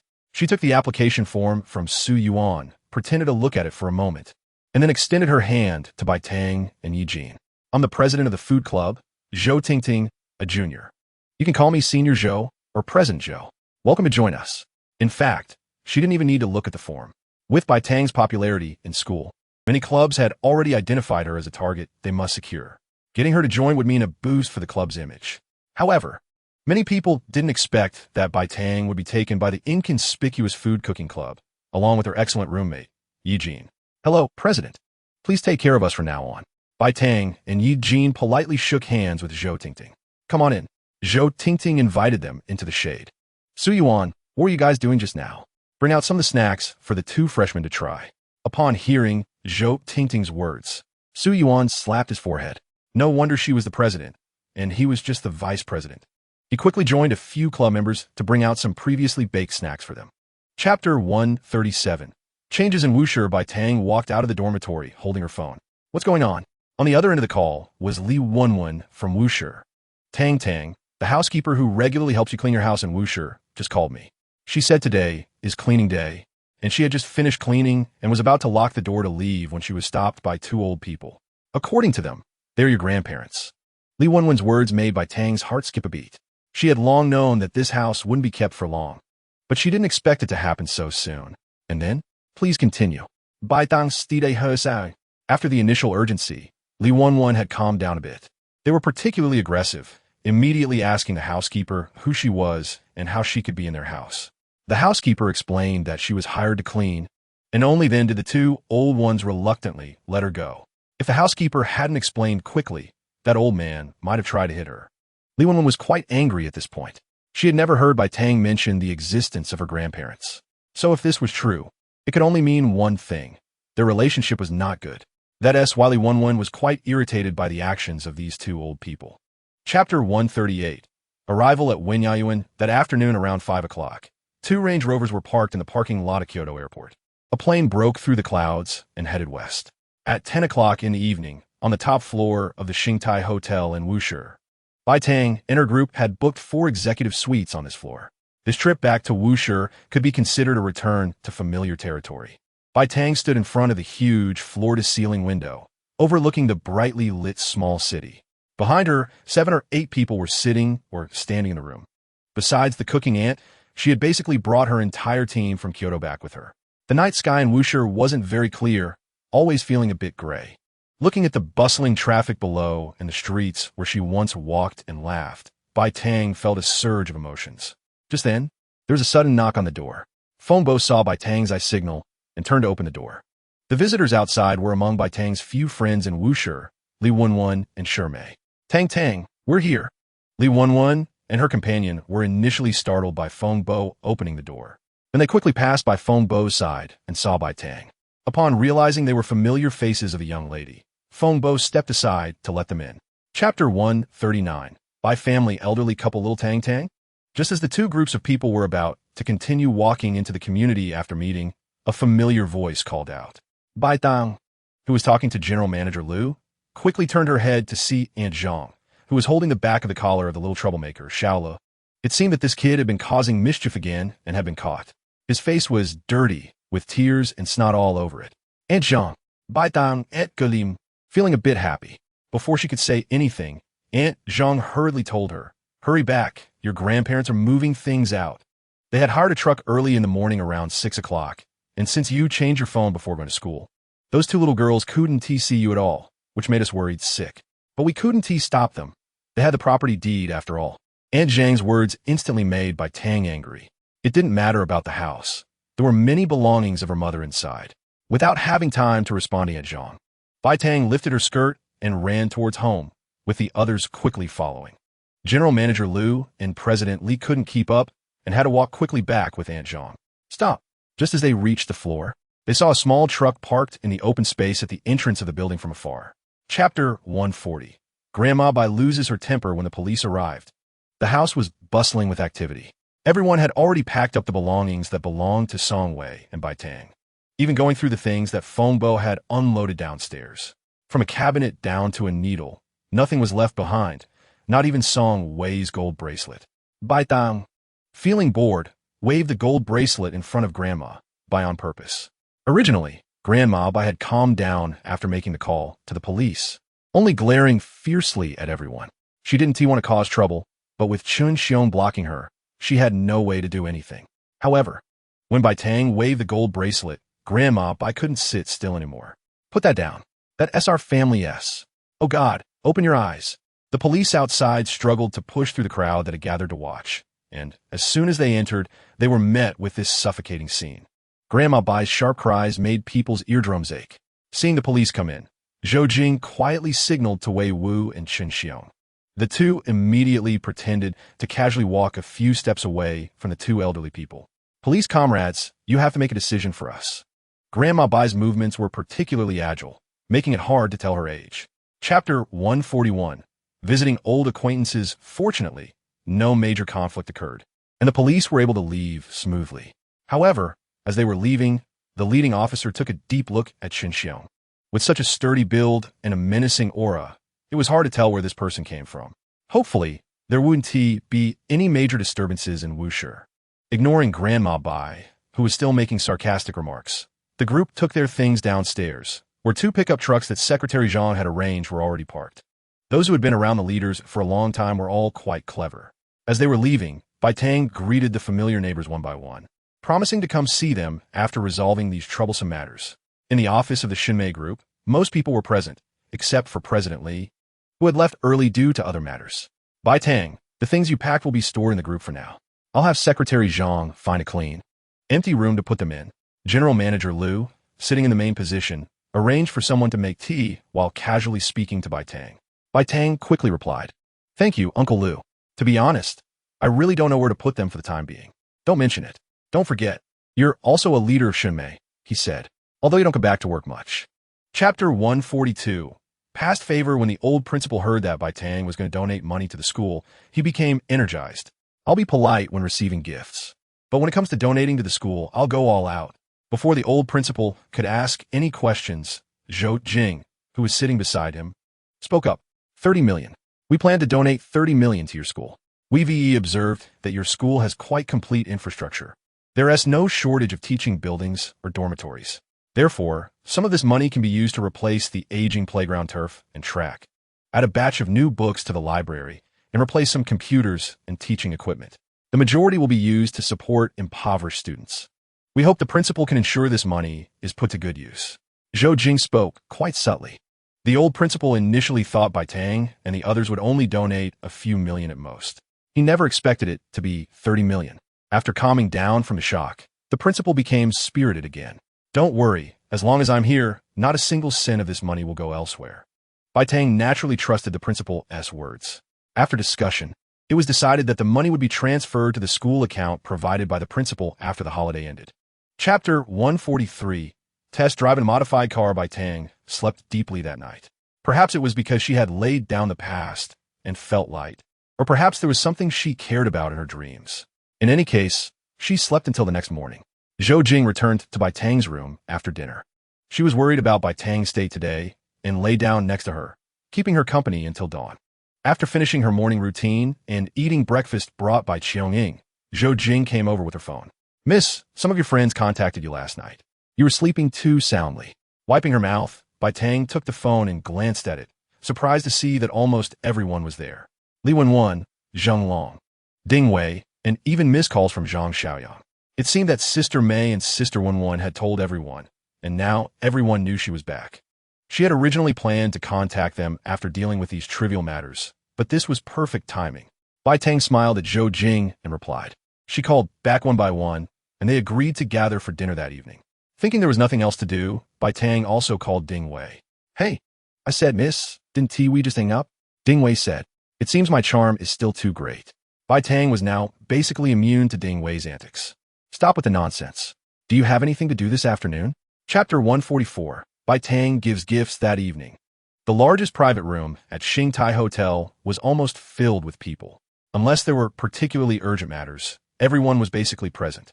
A separate table was set up for the bodyguards, and Zhao Qi in a small hall beside them, while Zhou Jing accompanied Bai Tang in the large private room. Most people had seen Zhou Jing during video calls with Bai Tang, so they didn't feel unfamiliar. When someone came to greet Bai Tang, Zhou Jing smiled and responded to each one. Bai Tang, how many days can you stay this time? Do you have any unfinished business? Zheng Long suddenly asked. Bai Tang, if you need any help, don't hesitate to ask, Zhang Xiaoyan chimed in. Bai Tang looked at the people in front of her. They were the first wave of friends she made after leaving high school. There was nothing much left to do. Everything that needed to be done was completed. I might be heading back around the 5th, so I thought we could gather before then. So soon? Aren't we supposed to have a 7-day break? Li Banwen, sitting to Bai Tang's left, appeared a bit down upon hearing Bai Tang's words. Seeing Li Wenwen's reluctant expression, Bai Tang replied, Sister Wenwen, yes. We do get 7 days off, but I can't wait until the very last day to go back. Chapter 145. Bai Tang wants to change her surname the next morning. While still lying in bed, Bai Tang received a phone call from Mr. Liu. The comprehensive department staff sent by the Xinmei Group had already discussed preliminary intentions with the Bai family matriarch. If no one else bids higher in the meantime, the property transfer transaction can be completed after the holiday. This was certainly good news for Bai Tang. She quickly expressed her gratitude to Mr. Liu over the phone. You little girl, are you still in bed? It's almost 9 o'clock, Mr. Liu teased, knowing from her voice that she was still lying down. Bai Tang was puzzled and asked, Uncle Liu, how did you know I haven't gotten up yet? Here's a little tip. When a person is lying down while talking on the phone, their voice sounds different than usual. It's easy to tell. Bai Tang was enlightened. She realized she still had a lot to learn. At noon, Bai Tang was invited to a family dinner at Mr. Liu's home. Mrs. Liu prepared a table full of delicious dishes. Bai Tang was very satisfied with the meal, and Mr. and Mrs. Liu looked at her with fondness. Chapter 146. Back to the farmhouse after returning to her room, Zhou Jing splashed her face with cold water, feeling less uncomfortable. She didn't know when it started, but lawyer Gao Yuliang had become somewhat inexplicable. Zhou Jing had a rough idea of Gao Yuliang's thoughts, but all her attention was on her young lady, Bai Tang. Moreover, her past failed romantic experiences made her somewhat resistant to this aspect. Most importantly, the issue of her inability to bear children was unavoidable. Most normal men might not accept this. She didn't know what Gao Yuliang thought, but to avoid a likely failure in the future, she chose not to start anything. Unbeknownst to Bai Tang, her caring housekeeper had already caught someone's eye. Early the next morning, Ding Wei's call woke her from her slumber. Dang dang, wake up. My uncle and aunt know you're back. They specially killed a sheep early this morning to roast for you. Bai Tang sat up quickly. Roast whole sheep? I'm in. After a quick inquiry about the situation, she sent Ding Wei off. Speaking of Ding Wei's uncle and aunt, the last time she saw them was right before the start of school, when she first visited the farmhouse. Chapter 147. Taking over new assets the day before returning to Kyoto, Bai Tang dismissed everyone and spent the entire day alone at her mother Song Wei's grave. No one knew what Bai Tang talked about with the deceased Song Wei that day. Only Zhou Jing, who had been waiting at the cemetery gate, saw Bai Tang at dusk. Leaning against the setting sun, Bai Tang smiled, but her face was stained with tears. On the day of her departure, Bai Tang refused everyone's farewell. The plane taking off symbolized the successful conclusion of her journey back home. Even on the plane, Bai Tang continued to catch up on sleep. Zhou Jing quietly asked a flight attendant for a small blanket and gently covered her. Zhou Jing knew that Bai Tang's trip to Urumqi during the National Day holiday had finally opened up some of her emotional knots. Whether it was past relationships or lingering ties, things had settled down nicely. Now, when Bai Tang slept, the worry that had always been present on her brow had vanished. The first thing Bai Tang did upon arriving home was to pull out the attendance records from the first day of the month. She handed the property documents for the financial building and the winery to Zhou Jing, asking her to contact them for the transfer. Then, she called Qi Wei. Bai Tang, have you returned to Kyoto? Chapter 148. Parking space occupied when Bai Tang and Zhou Jing arrived at the underground parking lot. They saw Zhao Qi, Zhao Rui, and 2 security guards from the property standing in front of Bai Tang's parking space. What's going on? Bai Tang asked directly as she approached. The 2 security guards looked awkward. Miss Bai was usually nice to them, but they couldn't handle the situation. Zhao Qi didn't care about that and complained to Bai Tang. Miss, when Rui and I just parked, we saw another car in your space. As she spoke, she pointed in Bai Tang's originally designated parking space. There was a purple sports car parked. One of the security guards recognized the model. Miss Bai, this is a McLaren 570. Upon hearing it was a McLaren, Bai Tang took a closer look and confirmed it had the same emblem as her McLaren P1. Bai Tang waved her hand dismissively, telling Zhao Qi to continue. We saw that there was a phone number left on the car, so we called. A man said he parked there because he saw the space was empty and told us to wait a bit. Zhao Rui chimed in. We waited for a long time, but no one came down. When we called again, he was particularly impatient and said he was parking there for the day, and if we had the ability, we should figure out how to get it out ourselves. Chapter 149. Zhou Jing's strong words. The next afternoon, Bai Tang drove the Pagani Huayra back to school. It was drizzling, and Zhou Jing took an umbrella from the Rolls-Royce and placed it in Bai Tang's car. A rain in autumn brings a chill. Zhou Jing planned to visit SKP Mall in the next few days to get Bai Tang a new batch of autumn clothes. Before setting off, Bai Tang took a special look at her masterpiece, the tightly surrounded purple McLaren 570. It seemed like its owner hadn't left yet. Bai Tang and Zhou Jing exchanged knowing glances and burst into laughter. After cooling down from their initial anger, both felt their actions were somewhat childish and amusing. But it didn't matter. They had surrounded it, so what else could they do? The security guards patrolling nearby looked on with a sense of melancholy. Enjoy yourselves, while we have to keep an eye out. The next morning, while Bai Tang was in class with her roommates, Tang Hao from the 11th floor brought the McLaren owner. Don't. After searching for a long time, Do you thought he was seeing things when he finally found his beloved car? Pushing away the beautiful companion beside him, he rubbed his eyes and leaned forward. Chapter 150. The monkey moves for help. A little security guard dared to firmly shake his head and refuse him. And Tang Hao understood the property management's attitude. The property management was unwilling to disclose even a bit of information about the other party, indicating that they were definitely not to be trifled with. It seems that he could only move for help as the other party's housekeeper suggested. Glancing up to you. Tang Hao took out his phone, found a number, hesitated for a moment, and dialed it. Yes, it's right here at the parking lot of my building. Okay. After a brief call, he waited to see if his friend could help, while a few of them were leaning against another friend's Nissan GTR waiting. The property manager came down with two other security guards. It's better to personally supervise. If it's a fight between gods, they shouldn't be the ones to suffer. Moreover, it didn't look like a fight between gods. It seemed more like a king of hell bullying a little ghost. Watching the excitement is definitely more enjoyable in person. And this property manager was quite scheming. Soon, the roar of a sports car echoed from the far end of the parking garage. A fiery red Ferrari 458 drove in front of everyone and stopped. Stepping out with big waves of hair and long legs was none other than Shun Ao Jun. Chapter 151. Qin Zhaoyang arrives last night. Qin Zhaoyang was bored and went to find Ning Yu to hang out, only to be pulled into working overtime at the company until midnight. Just as he was sleeping soundly, he was awakened by a phone call. Initially ready to explode with anger, upon hearing it was Tang Zhan's younger brother, he calmed down and gave the other party a chance to speak. After all, Tang Zhan was considered a good friend and usually treated him with respect. He had a faint impression of his brother. So Qin Zhaoyang was prepared to listen to what he had to say. When he first heard the other party wanted his help, Qin Zhaoyang couldn't help but scoff. Your brother Tang Zhan might not even dare to ask me for help. How does this younger brother have the guts? Before Qin Zhaoyang could respond, the other party mentioned a name that struck a chord with him, Bai Tang. Well, that was easy. Ever since parting ways in the Sea of Flowers, Qin Zhaoyang had found it hard to forget Bai Tang.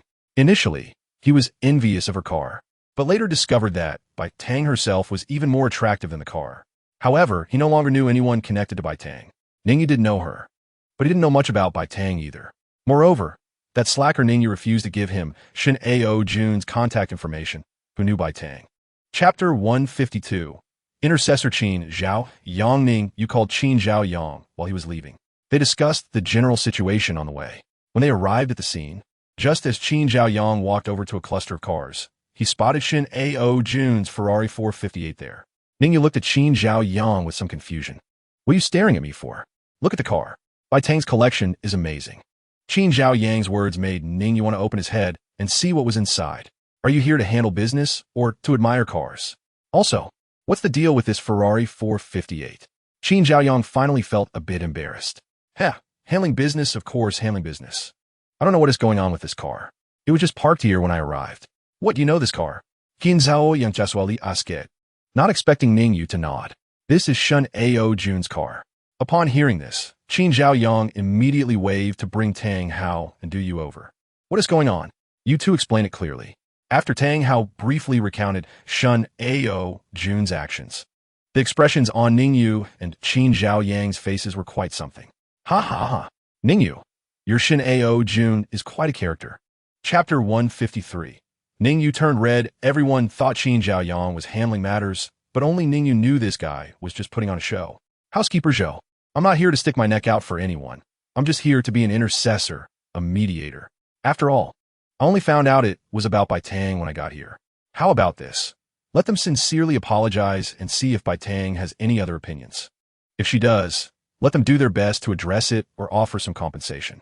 Qin Zhao Yang spoke calmly and respectfully. It wasn't that Qin Zhao Yang was afraid of Zhou Jing. As a top young master from Kyoto, how could he fear a mere housekeeper? It was simply because of Bai Tang's presence. Zhou Jing had a change of heart regarding the refined Qin Zhao Yang before her. During the last trip to the Sea of Flowers, she thought Qin Zhao Yang was just a spoiled brat, lacking etiquette. But now, it seemed he was not that simple. There was also the possibility that he was hiding his depth or had a somewhat unpredictable personality. Since Qin Zhao Yang spoke politely, Zhou Jing naturally had to maintain her manners as well, representing Bai Tang's face. An apology was necessary, but as for compensation, forget it. Chapter 154. Qin Zhao Yang takes action. Fortunately, Qin Zhao Yang rushed forward and stopped just in time. Otherwise, Zhou Jing was about to poke his nose. Bai Tang looked at the overly lively Qin Zhao Yang in front of her and smiled, saying, "Long time no see. Hey, as Ningyu put it, you can't give face to a strange creature like Qin Zhao Yang." Bai Tang's simple greeting immediately made him climb the ladder. And those who didn't know might think they were very familiar. "I saw your phone, Shan, before I came over. I didn't expect you to have a wind child, too." Bai Tang nodded, saying she had driven it to school before returning just yesterday. At this moment, Zhou Jing and Ningyu walked over together, pulling Qin Zhao Yang aside. "Let us handle the main business first." Hearing Ningyu's words, Qin Zhao Yang finally realized what he was there for. Not far away, Tang Hao and Du Yu, the two parties involved, looked at Qin Zhao Yang and felt a bit embarrassed to step forward. Is this really the legendary top young master of the Qin family? Regardless, they still had to admit their mistakes.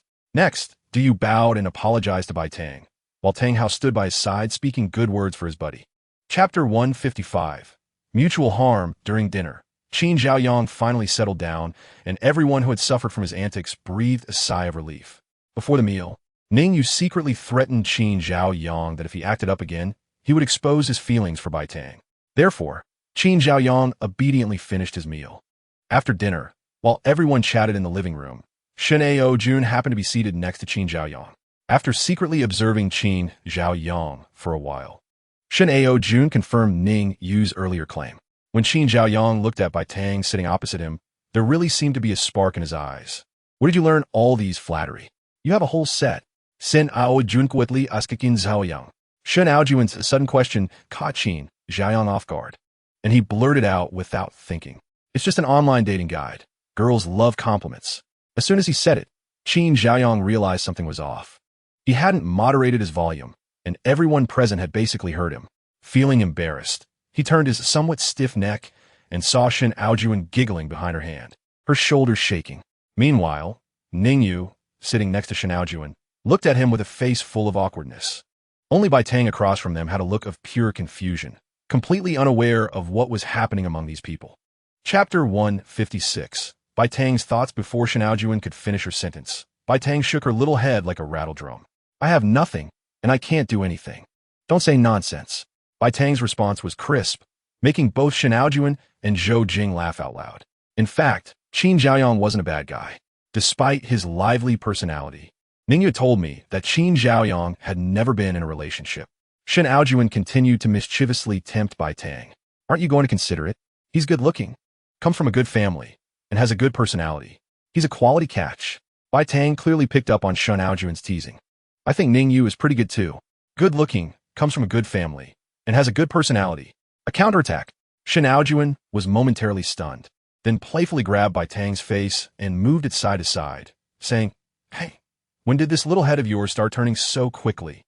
After a bit of playful banter, Bai Tang lay back on the couch, staring at the ceiling. "I have no intention or plans to find a boyfriend." This was Bai Tang's first serious mention of the topic. Zhou Jing and Shin Aojuan perked up, listening intently. "Maybe, as you said, Qin Zhaoyang is really nice. but I don't feel that way about him. Chapter 157. New developments in identity. What did you say? Qin's mother's exclamation echoed throughout the villa. In the study, Qin's father jumped, spilling half a cup of coffee on his lap. Ignoring the burn, he grabbed the ancestral belt and rushed upstairs. Only the housekeeper, holding a tissue, stood there in disbelief, watching the hurried figure disappear up the stairs. When Qin's father reached the door of Qin Zhaoyang's room, he saw the situation inside and realized it wasn't what he thought. Qin's mother was twisting her son's ears, and as soon as she saw him, she quickly let go and sat to the side, wearing a face that said it wasn't her doing and had nothing to do with her. Freed. Qin Zhaoyang rubbed his red ears and looked up to see his father at the door with the belt. He looked devastated, raising his trembling right hand and somewhat brokenly pointing at the belt in Qin's father's hand. I mean, isn't this a bit much? I'm the one suffering here. You can't just take your wife's side without reason. Qin's father looked awkward, glaring at Qin's mother, who was pretending nothing was happening. He then casually tied the belt around his waist. Son, don't misunderstand. This belt isn't for hitting you. It's for tying. Chapter 158. Please call me Song Tang. 3 days later, Bai Tang's new ID card and household registration book were mailed to Kyoto. Bai Tang, who was in class at school, received the notification immediately. So on that day, she didn't even have time to say goodbye and drove away as soon as class ended, leaving her 3 roommates standing there puzzled. Zhou Jing had already signed for the items in advance. As soon as Bai Tang got home, she took the items to her room, leaving Zhou Jing a message that she wanted to be alone for a while. She stayed like that for the entire night. Zhou Jing didn't disturb her because at that moment, it was best for Bai Tang to be on her own. The next morning, a brand new, beautiful young girl stood in front of Zhou Jing and the others. It's hard to say what was different, but she felt completely transformed, especially in terms of spirit. It felt like she had become a whole new person. The faint traces of worry were gone from her brow. She had finally embraced a new life. Welcome back, dear Miss Song Tang. Zhou Jing stepped forward and gently hugged her. Song Tang's fingers tenderly traced the new name on her ID card. With my mother's surname, I take my name. From today on, I am Song Tang. Chapter 159. Morning action. Is this also Bai Tang? Oh no, is this also Song Tang's own house? After touring the place, Zhang Xiaoyang asked Wei Wu, who had brought them. Zhang Xiaoyang had met Wei Wu and the others during Song Tang's trip back to Urumqi during the National Day holiday and knew they were Song Tang as bodyguards. Yes, Mr. Zhang. This is also one of the young ladies' residences. You can arrange your own rooms. The housekeeper has already prepared toiletries and sleepwear for you. Get some rest. I'll come and pick you up tomorrow morning. After giving Zhang Xiaoyang a few reminders, Wei Wu and the others left. It was unclear if Zhang Xiaoyang and the others caught on to the one of Wei Wu's words. Come on, look what I found. As soon as Wei Wu and the others left and Zhang Xiaoyang closed the door, he heard Ding Wei's loud voice. Sure enough, in the living room, he had discovered the motion-sensing gaming console that Bai Tang and Jin Duo had played with last time. Zhang Xiaoyang, Zheng Long, and the others were tired and didn't accept Ding Wei's gaming invitation, each choosing a room to rest. Only one energy-filled person, like Ding Wei, played until 2 or 3 in the morning. Chapter 160. Lawyer Gao exposed by the time the men arrived. The girls had basically finished the basic cleaning and changed into simple home clothes. Zhou Jing had been busy for 2 whole days for this gathering. Besides retrieving all the food and drinks in the morning, she even made a trip to SKP, buying back a whole bunch of pajamas and casual clothes for both men and women. As soon as a group of men entered, before they could do anything, they were pushed into the kitchen by the still unmade-up girls to help out. The main reason for having them help was not to let them see the unfinished faces of the girls. Thus, the kitchen had a whole bunch of young men added to it. Luckily, the kitchen was spacious enough that it didn't feel crowded, even with so many people. Don't underestimate these boys. The group from Urumqi often went camping and were pretty adept at handling ingredients. This color looks nice. Let me try it. Oh my. Tang. This essence feels amazing on the face. It's simply incredible. While the men were busy in the kitchen, the girls were all crammed into the largest makeup room.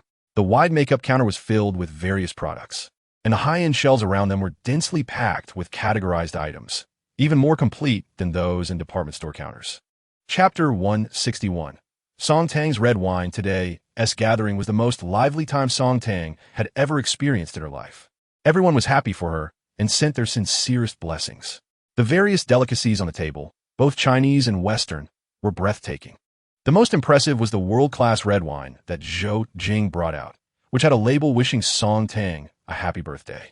Of course, no one would doubt that this wine was fake. What a joke. If fake goods were found here with Song Tang, it would be a huge deal. It wasn't until Zhou Jing poured the wine for everyone and casually mentioned it that they understood. This is from my family's vineyard, specially reserved as the best batch. I had it airlifted back from abroad. Everyone looked at Zhou Jing. Sister, what feedback can we give? This stuff costs hundreds of thousands. We can't even get our hands on the real deal. You brought out a custom version for us to give feedback on? Our feedback is that we have no feedback. We just want to drink. However, they also didn't overlook another piece of information in Zhou Jing's words. Song Tang has her own vineyard. That means this top-tier international red wine brand belongs to Song Tang. Chapter 162. Minicar. Everyone played at the club until late, even having dinner there. After finishing singing, it was already midnight. The girls went upstairs to get ready for bed, while the men were too lazy to move, deciding to spend the night at the club. The next day around 10 in the morning, Song Tang personally accompanied Zhou Jing to send everyone to the airport. In the waiting hall, there was another round of emotional farewells. It wasn't until the plane broke through the clouds and disappeared that Song Tang followed Zhou Jing home with a slight sense of loss. The big house that had been lively for 2 days was now left with just a few cats, and Song Tang felt a bit unaccustomed. It wasn't until Zhao Zihong's loud voice rang out again that Song Tang felt a bit of liveliness around her. After a simple lunch at home, Song Tang drove her Panamera back to school with her 3 roommates. When they reached the parking lot next to the dormitory building, Song Tang prepared to park in a nearby spot, only to be stunned as she drove past. What is this? Song Tang was somewhat speechless. Between the 2 cars, there was a light green, square minicar occupying half a parking space. From a distance, it was impossible to see that there was actually a car in that space. Chapter 163. Arrival at Tycoon Li. After the lively event, Song Tang and Yi Jin left. A senior in his second year quietly took out his phone to show everyone. It displayed the price of 2 of the fish they had just cooked, nearly 300 yuan per kilogram, which surprised even the president. This means that just those 2 fish alone cost them several thousand yuan, not to mention the other shrimp, crabs, abalone, and clams they had. In fact, everyone overlooked that the most expensive item Song Tang brought today was not these, but the matsutake mushrooms they mistook for regular mushrooms, which cost over 10,000 yuan per kilogram. This weekend, Song Tang didn't go home. She planned to spend the weekend in the dormitory.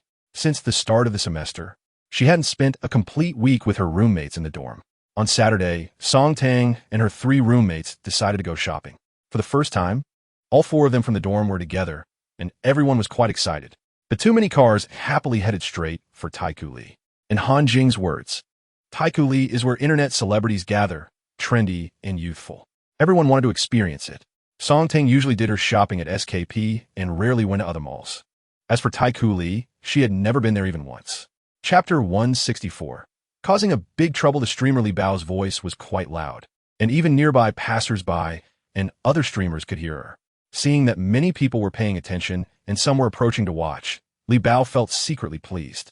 Isn't this exactly the result she wanted? To publicly expose the true face of a fake socialite and a pseudo-rich person, making them reveal their true selves in front of everyone. Such a confrontational conflict is a surefire way to gain traffic. Song Tang immediately stopped in her tracks and turned around in surprise to look at her. She wasn't particularly angry. It wasn't worth getting mad at someone like that.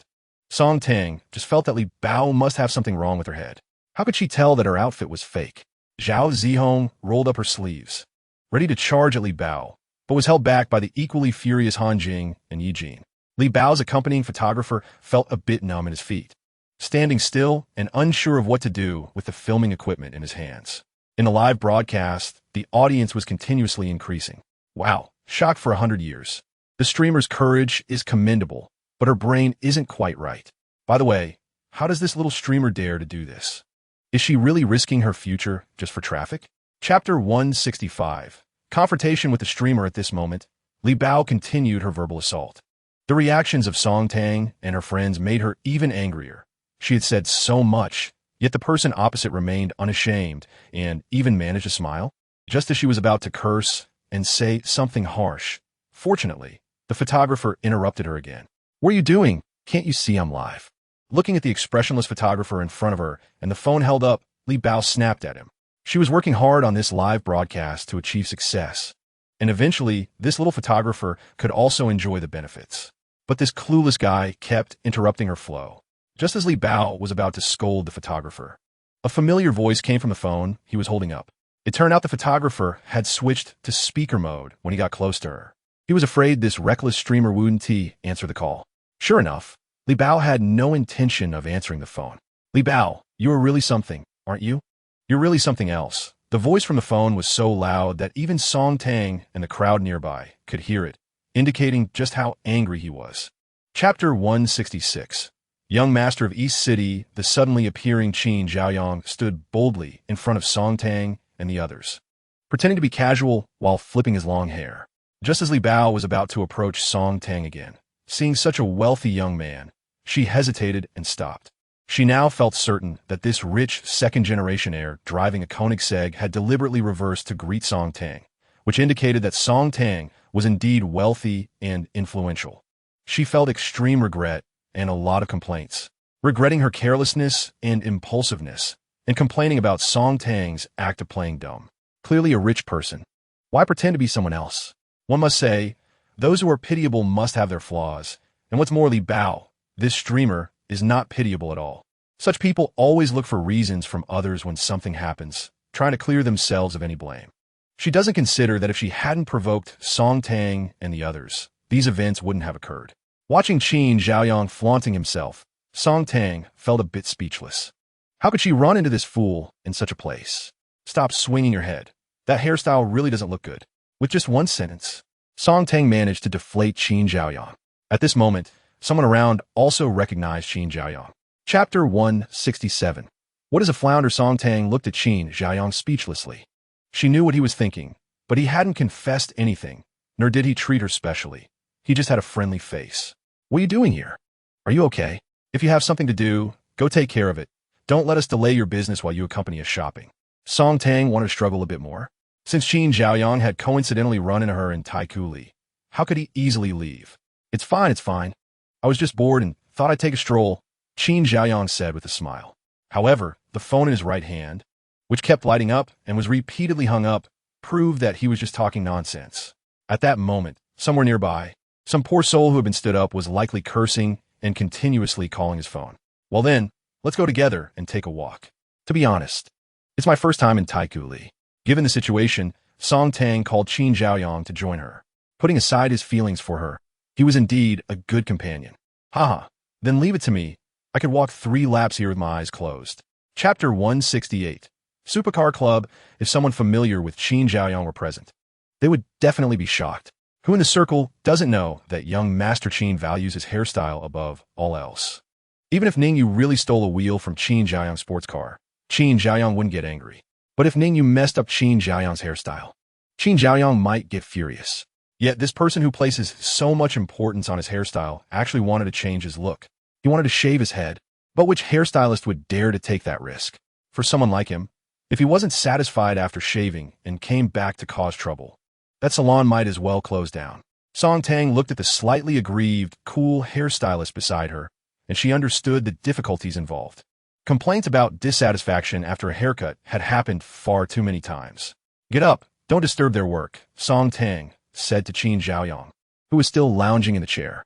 No way, I'll show you what a real man is today. A true handsome guy looks good, even with a shaved head. Qin Zhaoyang not only refused to get up, but also comfortably stretched his legs. Song Tang almost felt like picking up the scissors herself to give him a little trim. Chapter 169. Seniorly Dunka. After a while, once the novelty wore off, everyone began to shift their conversation to other topics. Ningyu sat next to Qin Zhaoyang and jokingly asked, "Is this hairstyle because of Song Tang? What happened? Does she not like your previous hairstyle?"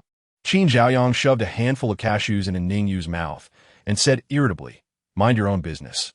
Let's see if I can stuff your mouth shut."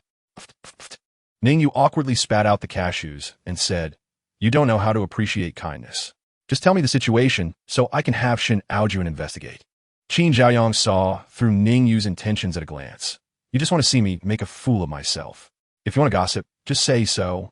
Why drag Shin Aojuan into this?" Seeing that he couldn't pry anything out of Qin Zhaoyang, Ningyu gave up. "By the way, why didn't you think about bringing Song Tang into the club? She has quite a few nice cars. If she comes in, wouldn't those guys be dying to see her?" Ning Yu's words made Qin Zhaoyang pause for thought. Forget it. It's not appropriate. First of all, if Song Tang really comes, those guys might not know whether they're interested in her car or her. Ning Yu nodded in agreement. Indeed, with Song Tang's looks, her impact here would probably be greater than that of a precious sports car. Chapter 170. The fierce flower Li Dunka, in a sorry state, stood steady with the help of his classmates, while the bouquet of roses in his other hand was somewhat damaged. Enraged, he shoved the roses into the arms of a nearby roommate, and then looked at the woman standing in front of Song Tang, the culprit who had almost thrown him. A man of 8 meters tall, flying just moments ago. He actually misunderstood. If it weren't for the fact that this was school, and he was still a student, and he hadn't harmed Song Tang, he would have really taken off by now. Who are you? A redundant question. Even the onlooking students could tell that this fierce woman was definitely Song Tang's bodyguard. Li Dunka just wanted to cover up his embarrassment.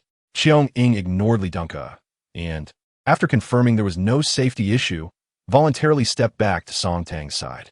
Sister Cheong Ing, what are you doing here?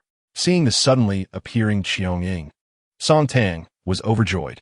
Miss, I've always been around. Usually, Butler Zhou says to avoid disturbing your normal life and socializing. Otherwise, I'd be right by your side. Song Tang understood Cheong Ying's explanation. This was indeed Zhou Jing style. Seeing that no one was paying attention to him, and with the strange gazes from the surrounding crowd, Li Dunka completely lost his composure. Chapter 171. Knives, guns, and roses. No wonder the crowd dispersed so quickly. Who wouldn't be afraid of the chilling aura from that massive cleaver? Just moments ago, Qing Jie had sent Song Tang and the others out and was returning to settle the bill for another table of guests. Suddenly, a small server rushed in, flustered. Boss lady, hurry and take a look. Those friends you just sent off have been stopped by a group of people. I saw Yin Lu and the others among them. Qing Jie's face instantly changed, and she dropped the customer she was serving to head toward the kitchen. The customer who had felt neglected by the boss lady was a bit angry at first. Just as he was about to complain, he saw the once polite boss lady emerge from the kitchen with a massive cleaver, her face icy. The two big men instantly shrank back, turning into little chicks, silent and cowering in the corner. Qing Jie walked into the scene, scattering the crowd and leaving everyone dumbfounded. Zhou Jing, who had wanted to say something, secretly sighed upon seeing Qing Jie, who looked like a fierce ghost. This was probably the true face of the usually reserved boss lady. Both sides paused, staring at the approaching Qing Jie. Chapter 172. The Earth God Boss. Leave it to me. I haven't had my turn yet. Chen Xiong said in a deep voice after stopping Wei Wu. After the conflict broke out, aside from initially crashing into the crowd, he hadn't managed to catch two people. Everyone chose to avoid Chen Xiong, the nearly 2-meter-tall brute, and went for the seemingly easier targets. Wei Wu and Feng Bo Wei Wu didn't say much. Just gently patted Chen Xiong's arm and took a couple steps back, leaving the scene to Chen Xiong. They were all from the same place and were familiar with each other's abilities. Wei Wu felt no psychological pressure in letting Chen Xiong deal with two armed desperados. Yin Lu and a few others had been standing on the sidelines, watching from start to finish. At this point, they were already sweating nervously. Damn, did their group really plan to pick a fight with these beasts? Thinking of this, Yin Lu looked gratefully at Qing Jie, who was not far away. If it weren't for Qing Jie stopping him out of nostalgia today and the generosity of the young lady on the opposite side, their group might have been among those lying on the ground. The street was silent, and the crowd watching from a distance held their breath, observing the standoff. Ding Sanchi and the few remaining brothers, armed with long daggers, cautiously stared at the loosely standing Chen Xiong across from them. Chapter 173. Li Dunka's bad luck. The situation was quickly brought under control. Those who could still open their eyes and breathe were taken away in police cars, while those who were unconscious were loaded onto ambulances. Even Yin Lu and a few others who had withdrawn early were taken away in police cars. As for the guy with the gold-rimmed glasses, he had long collapsed against a tree pit, scared stiff and unsure whether it was real or not. In any case, his pants were damp and gave off an unpleasant smell. The worst off was Ding Sanchi, who was being carried out after undergoing a round of emergency treatment. He lay on the stretcher, still pale and unconscious, with blood occasionally oozing from his mouth and nose, and his chest visibly caved in. This was still the result of Chen Xiong holding back by 3 points. One could only imagine if he had delivered a full force blow, whether Ding Sanchi would have survived.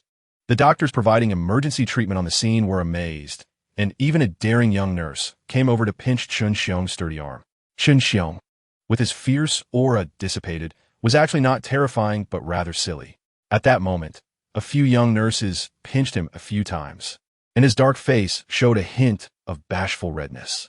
Even several police officers gathered nearby, curiously watching Chen Xiong.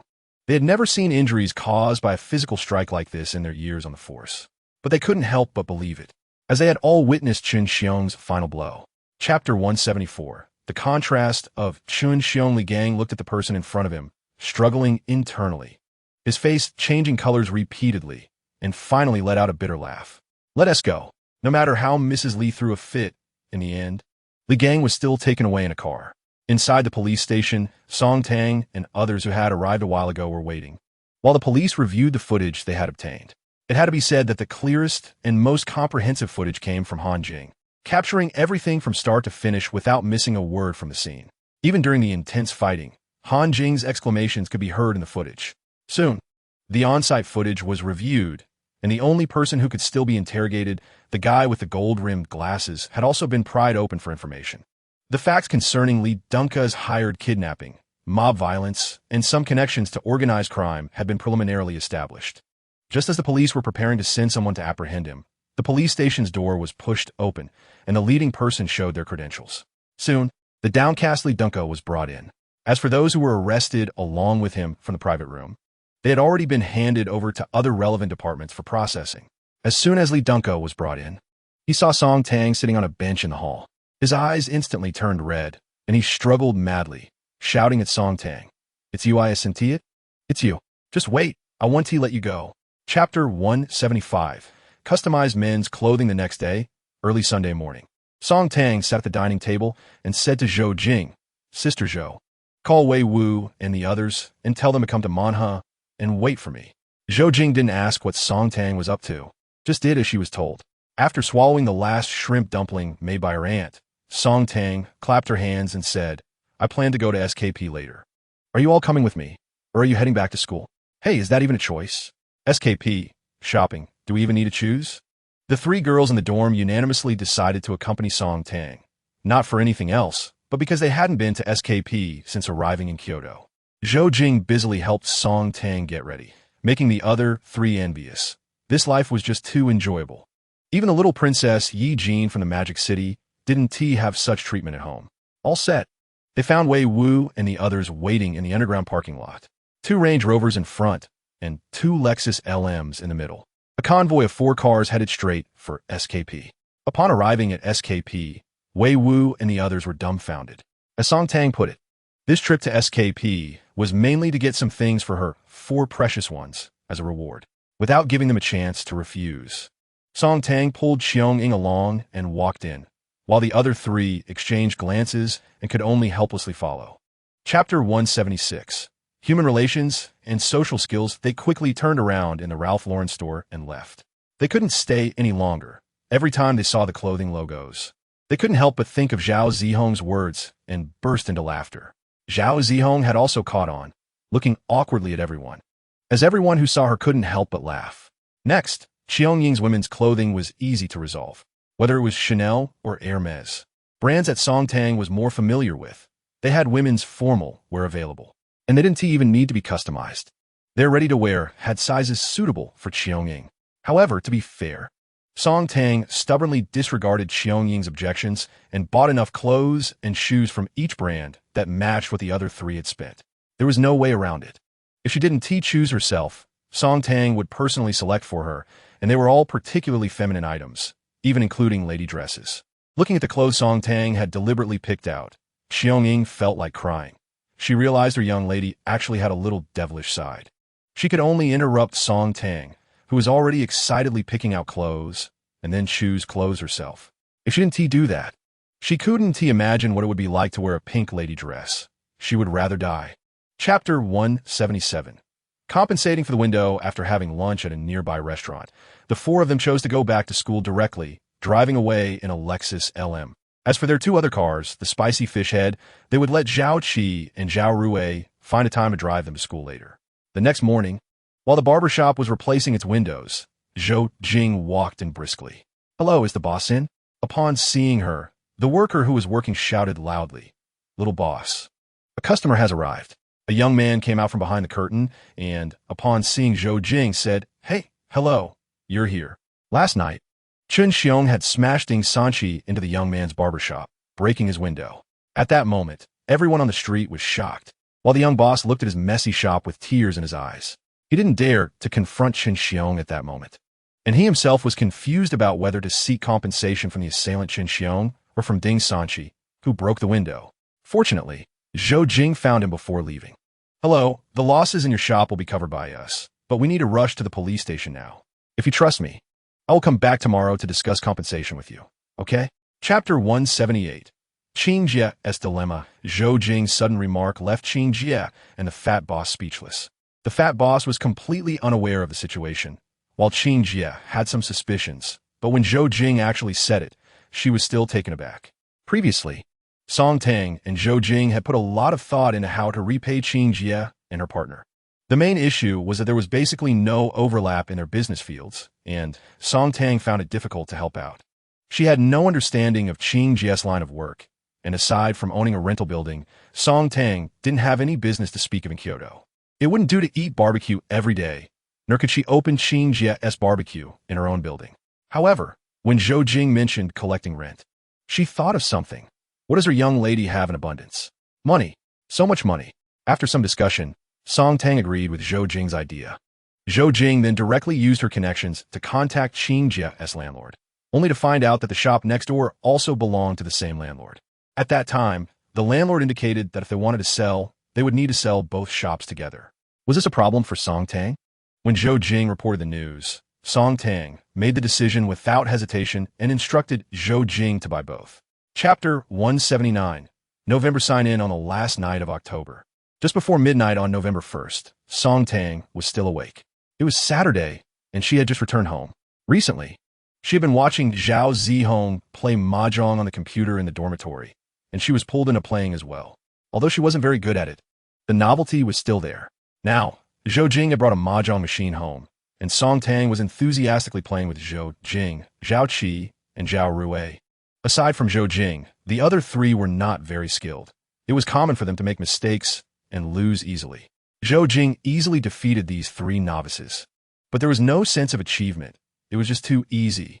As Song Tang threw down a tile, Zhou Jing glanced at it and helplessly pushed down her own tiles. "I win." Oh, it seemed that Song Tang was hit again, and even Zhao Qi and Zhao Rui started laughing. Just then, the clock struck midnight.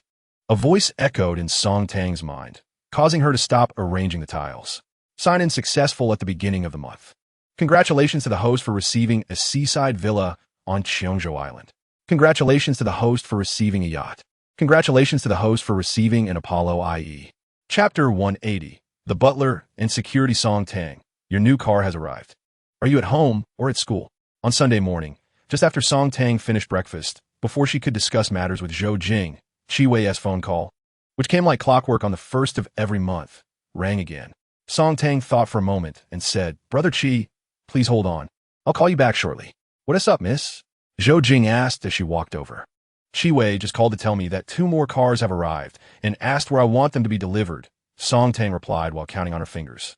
"I usually don't pay attention, so I need to see how many parking spaces we have in our building to see if they can fit."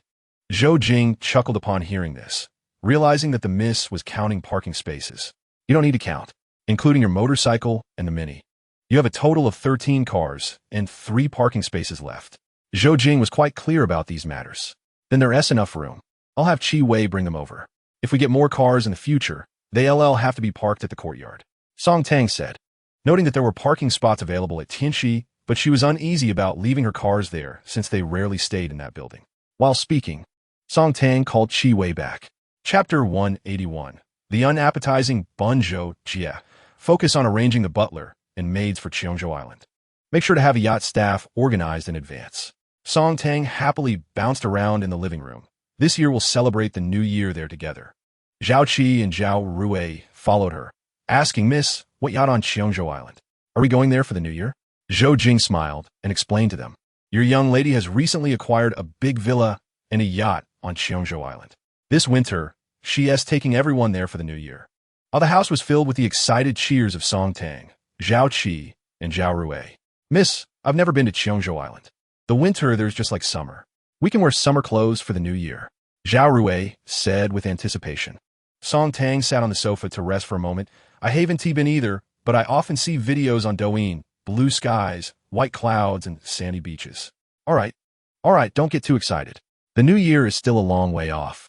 Zhou Jing quickly intervened, fearing that Song Tang would lead the two Zhao siblings to go wild at home. The ants should be going shopping soon. What do you want to eat for lunch? I'll inform them in advance. Chapter 182.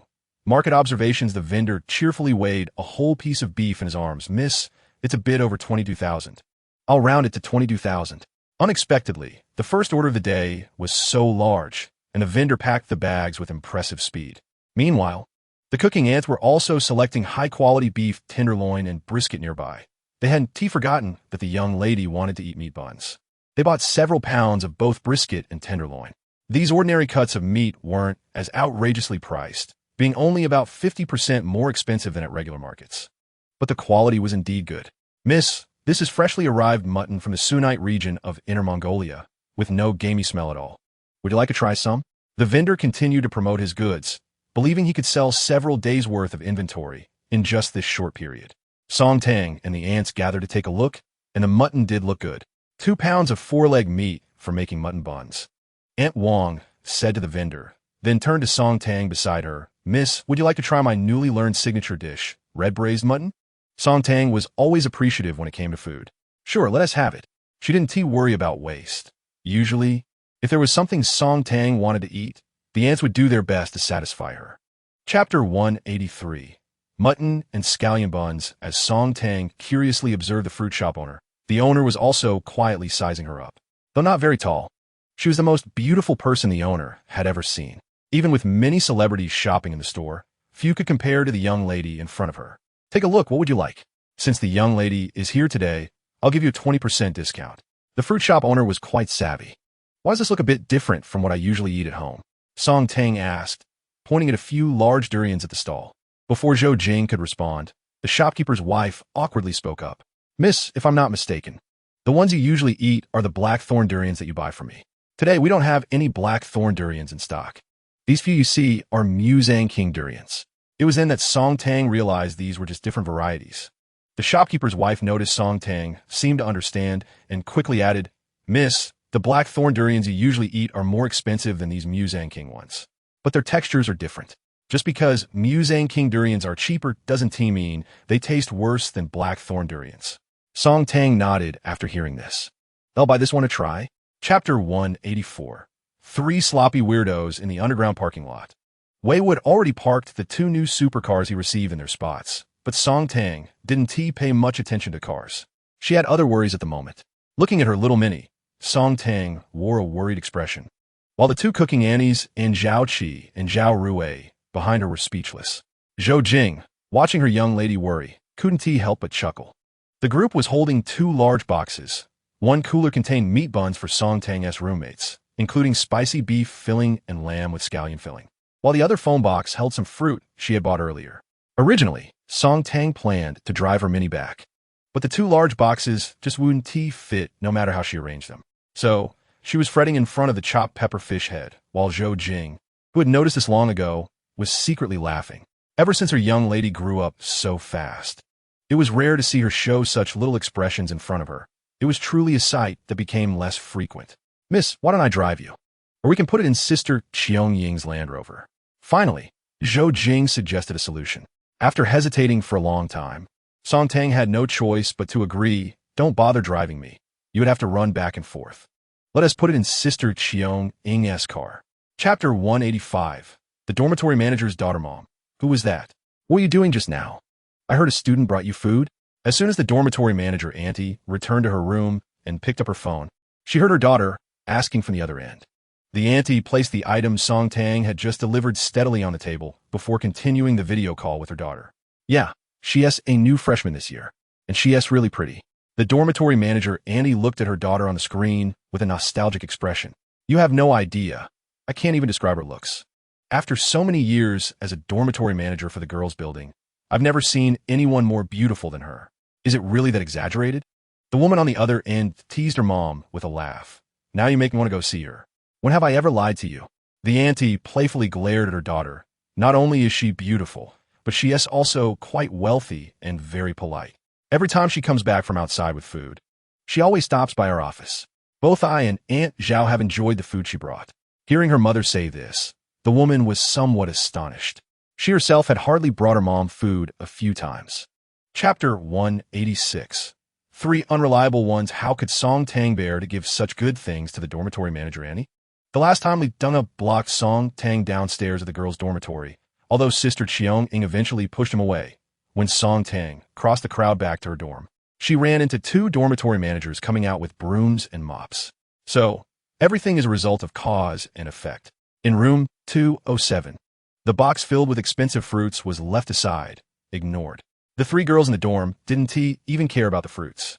They didn't notice that even Yi Jin was chewing on half a bun while holding a whole one in her hand. It seemed they were starving. Zhao Zihong's big mouth was devouring the buns, not caring whether it was beef or lamb. Whatever went in her mouth was the best. Seeing Han Jing about to choke and her eyes starting to roll back, Song Tang couldn't just sit by and watch the fun anymore. She quickly stood up and poured each of them a glass of water. With the timely water from Song Tang, Han Jing finally came back to life.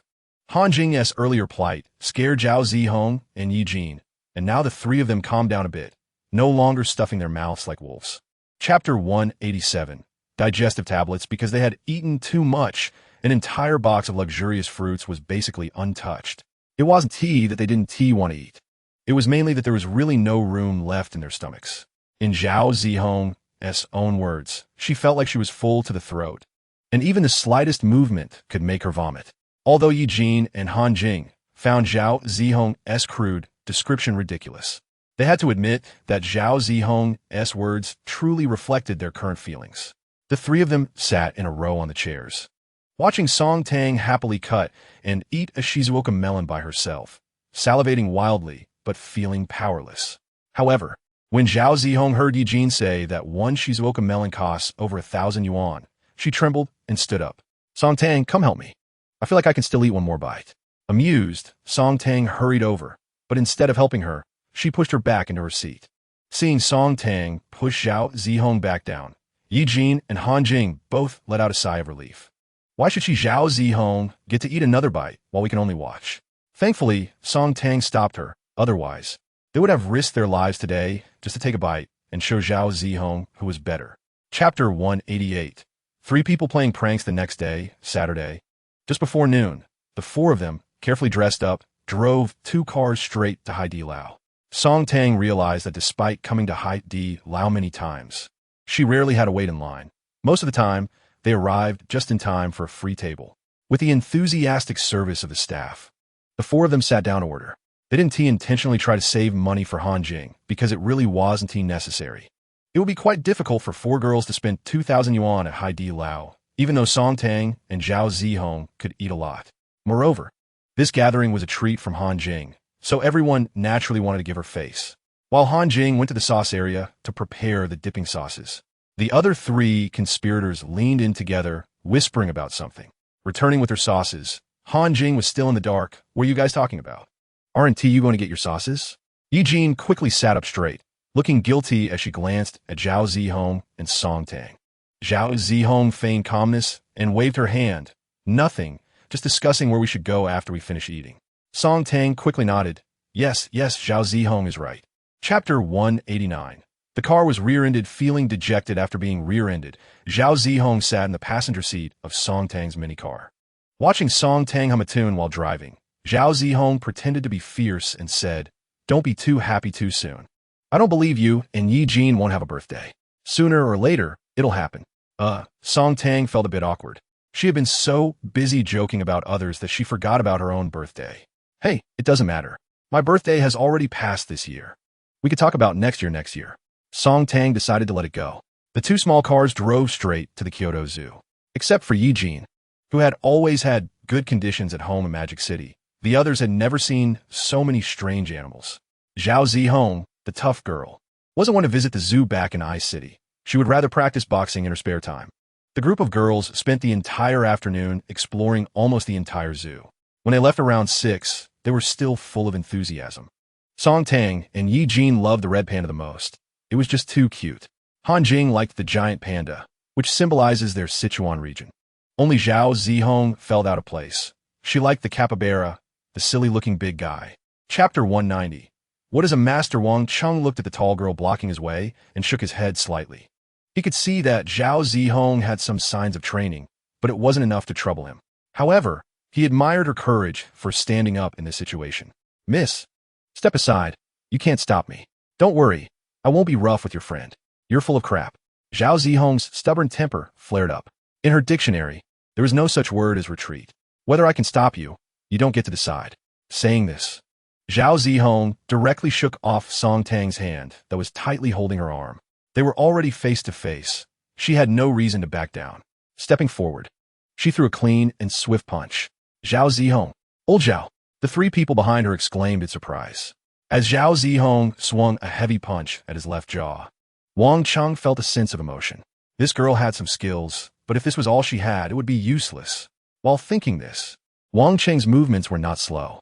He raised his left forearm to block Zhao Zihong's heavy punch, while his right hand reached out to push against Zhao Zihong's left shoulder. Chapter 191. What a coincidence at this moment. The scene on the road was simply tragic. A slightly flawed Ferrari SF90 was parked in the middle of the road, and a person covered in blood was slumped against the car, unconscious. On the other side, another person lay, face down on the hood, motionless. Feng Bo had just called the police and an ambulance, and he also called his boss, Wei Wu. After listening to Feng Bo recount the events on the phone, Wei Wu chuckled lightly, saying it was no big deal, and reported to his superiors. Suddenly, a crisp ringtone sounded at the scene, and everyone turned to look toward the front of the car. The young man lying on the hood suddenly moved slightly and then let out a painful groan. He had woken up. After suffering so much, he had almost sobered up, gritting through the intense pain in his head and face, feeling a bit dizzy.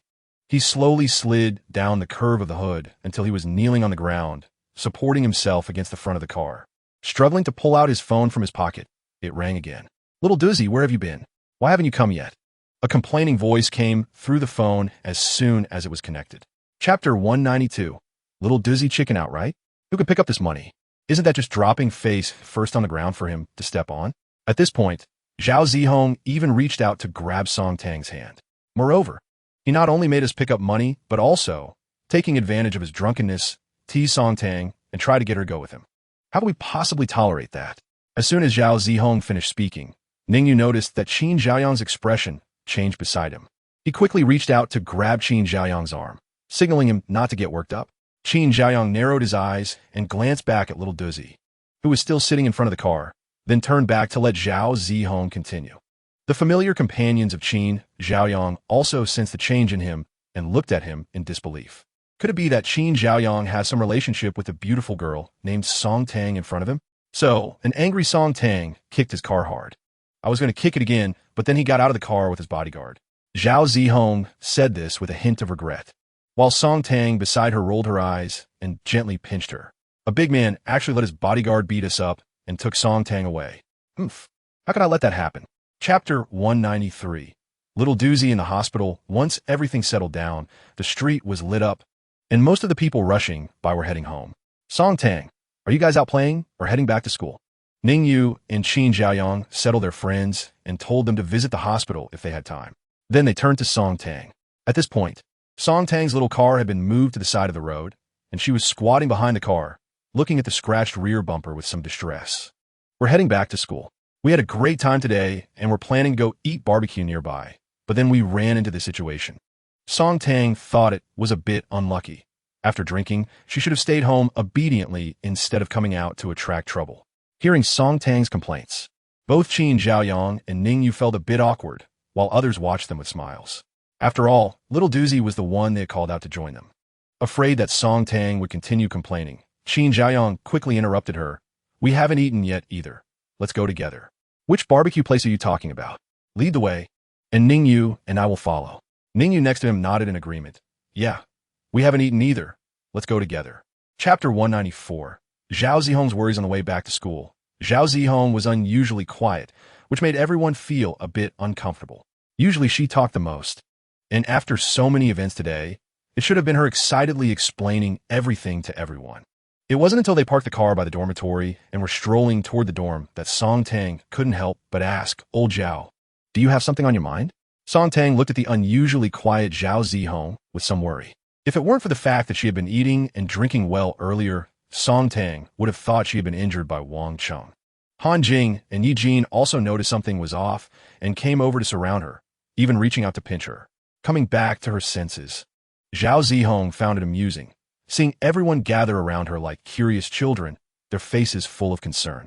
Zhao Zihong felt warm in her heart, but she still had to explain to Song Tang and the others. Otherwise, they wouldn't let her off today. These three could strip her down for an inspection in the dormitory. "I'm fine. My body won't get hurt just from a shove. I'm just thinking about some things." As Zhao Zihong spoke, she demonstrated a fist-clenching and arm-bending motion, patting her hard biceps to indicate she was okay. Chapter 195. Xiaoming talks martial arts. Since it was their young lady asking, Xiaoming naturally had nothing to hide. "Miss, if you observe closely, you should be able to see some clues. Our fighting styles are different." Upon hearing this, Song Tang and the others nodded in agreement. Indeed, Chun Xiong's ferocity in fighting was completely different from Qiong Ying's swiftness. Both Chun Xiong and I practice ancient martial arts. I practice Wing Chun, while Chun Xiong practices Bajikun. As for Feng Bo and Wei Wu, most people wouldn't understand their styles. The seemingly most laid-back Feng Bo actually practices Tai Chi, of course. His Tai Chi is quite different from what you usually see or hear. Seeing that the four of them were staring at her with curious eyes, Xiaoming could only continue to share some basic insights. Ancient martial Tai Chi is not the gentle exercise that elderly people do in parks. True ancient martial Tai Chi can be quite fierce. In terms of fighting, it can be quite comparable to Chun Xiong's Bajikun. However, Feng Bo prefers using weapons. So most of the time, you won't see him fighting. He usually resolves matters with a stick. And the only one who can teach Zhao Zihong is. Chapter 196. Digital edition of the secret manual. "Hello, Miss, good evening. This is Wei Wu." Soon, the call was connected, and Wei Wu's clear voice came from the phone. Song Tang glanced at the smiling Qiong Ying and the nervous Zhao Zihong, took a breath, and shared her thoughts with Wei Wu on the other end of the line. After a long while, once Song Tang finished speaking, Wei Wu responded without making her wait too long. "That's fine, miss, but I don't have much time to teach her. So, I can only compile my insights, practical tips, and common misconceptions for you to give her so that she can learn on her own. If I have some spare time, I can guide her a bit, but I can't guarantee when that will be. Moreover, I can't promise how far she can practice." Wei Wu made it very clear, and Zhao Zihong was nodding excitedly on the side, almost jumping up. That's already enough. He's done a lot for Song Tang's sake. Besides, those are Wei Wu's insights and techniques. They can't be ordinary. For a beginner like Zhao Zihong, that's no less than a legendary martial arts manual. Chapter 197. The legend of the girls' dormitory. From that day on, a new legend emerged in the girls' dormitory building 2. The freshman girl warrior from room 207 was said to be on the verge of evolving. It seemed she was about to transform from an ordinary expert into an exceptional master. Initially, the rumor was that there were sounds of punches and kicks and the shouts of martial arts experts coming from room 207 every day. Later, the story became increasingly exaggerated, with some rumors suggesting that energy was being emitted from room 207 daily, and someone was cultivating immortality. This attracted many girls from the same building who knew Zhao Zihong was training, frequently coming to verify whether the rumors of her cultivating immortality were true. When going to class, the boys in the class also surrounded Zhao Zihong, seeking her secrets, all looking determined not to give up until they got answers. Never underestimate the Chinese people's desire for immortality and cultivation. Even the class representative Lu Lijun came over to inquire about the truth. In the end, after the four in the dormitory explained with a mix of laughter and tears, everyone finally believed that Zhao Zihong was just practicing boxing and aiming to compete in the future, not cultivating immortality. Although the truth was revealed, why did everyone leave looking so dejected? Did they really want to cultivate immortality? The result of this incident was that in front of the girls' dormitory building 2, whether it was boys coming to court or pick up their girlfriends, they stood a bit farther away than before, fearing they might inadvertently provoke the cultivator Zhao Zihong. Chapter 198. Private jet. By the way, Sister Zhou, please arrange the private jet as soon as possible. If we prepare early, we could take our own plane to Cheongzhou Island for the new year. As Song Tang walked towards the dining hall, she spoke to Zhou Jing. She felt a bit hungry and wanted to sit in the dining hall early. During school, they would often go to the cafeteria early to avoid the crowd. So, eating early had become a habit over these days. Okay, miss, I will arrange it as soon as possible, Zhou Jing nodded. Also, since the manpower on Cheongzhou Island has been arranged, let them prepare the vehicles for travel as well. I estimate the seaside villa is somewhat far from the city, so having our own car would be more convenient, Song Tang said, while breaking a small biscuit at the dining table. Upon hearing this, Zhou Jing nodded again. Okay, miss. Do you have any specific requirements for the car brand? Don't get a sports car. Just arrange it as you see fit. Try to buy a few more since we have a lot of people, and we'll need them for traveling there. Song Tang thought for a moment and replied to Zhou Jing. She really didn't want to buy a sports car. Her interest in them had diminished, though she still loved the various designs of supercars. As for driving, it was okay occasionally, but it wasn't comfortable for long periods. They were noisy and uncomfortable to sit in. Chapter 199. Broken Song Tang, of course. The events happening on the campus online were completely unknown to Song Tang and the others of the moment. They were still planning for the little cat. The comments under the photos were full of teasing and all sorts of remarks. I am Song Tang. I want to be her right now. Come on. That's the legendary Zhao Zihong, who cultivates immortality. Would you dare to touch her like Song Tang? And I'm different. I just want to know what made Zhao Zihong so generous. Miss Song is brave. Even facing Zhao Zihong, she dares to extend her sinful hand. Have you seen how envious that girl named Yijin looks? Well, Yijin's expression of wanted touch, but not daring to was actually seen as envy by them. But it wasn't wrong. You guys are enough. I just saw with my own eyes that Zhao Zihong and the others picked up a little cat and were warming it in their arms. They were just looking at the cat. It wasn't until this comment appeared that everyone stopped being crazy. But the person who initially commented left another remark that was quite amusing. Then, I don't want to be Song Tang anymore. I want to be the little cat right now. This comment was definitely from a pervert. It couldn't be wrong. Chapter 200. New member of the dormitory if it weren't for Song Tang's intention to raise the little cat earlier. This would basically be a situation of competing to pay the bill. At this point, the little cat was at least nominally belonging to Song Tang.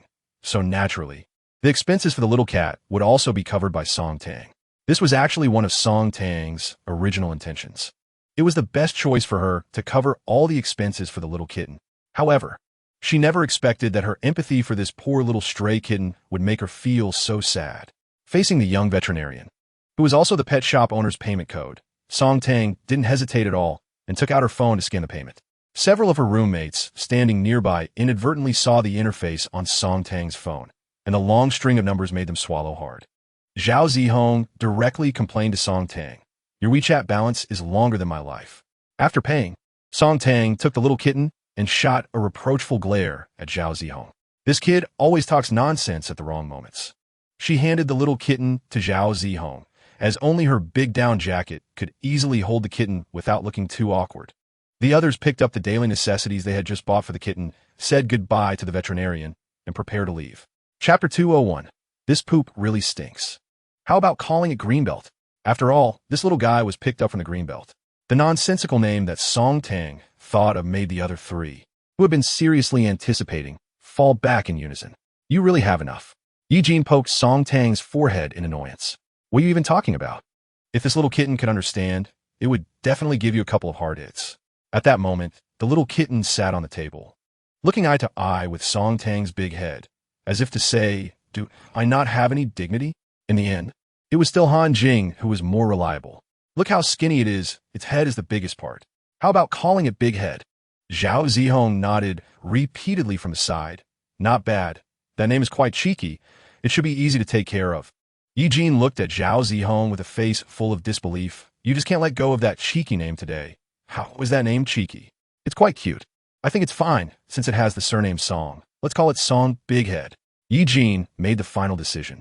Under Song Tang's unsuccessful protests, the new member of Dormitory 207 finally got a name. Song Big Head. Seeing Song Tang sitting there with a face full of confusion, looking sadly at the table where Song Big Head was, everyone laughed and went forward to comfort her. Chapter 202. Song Family Big Head. Early in the morning, just waking up, Song Tang lay on the bed and immediately looked down to find the figure of Song Big Head. Last night, this little guy hardly made a sound, which didn't disturb anyone's rest, a good sign. when Song Tang discovered that the blanket was empty before she could call out. She saw a bottle cap roll out from under Han Jing's desk, followed closely by the fluffy orange figure of Song Big Head bouncing out in pursuit. This little thing woke up and found a bottle cap from somewhere, playing happily by itself. Song Tang leaned against her bedhead, watching Song Big Head play joyfully on the ground. The bottle cap rolled back and forth under its little paws, making a slight noise. But it wasn't enough to wake anyone up. As for the toy ball she had specially bought for it, at this moment, it was discarded by Song Big Head. Left lonely in the corner, Song Tang couldn't understand the little one's thought process. Why wouldn't it play with a perfectly good ball, but cherished a bottle cap instead? While watching the kitten play, Song Tang accidentally knocked something over at the head of the bed, causing a noise. Song Big Head, who was pouncing on the bottle cap, immediately looked up alertly.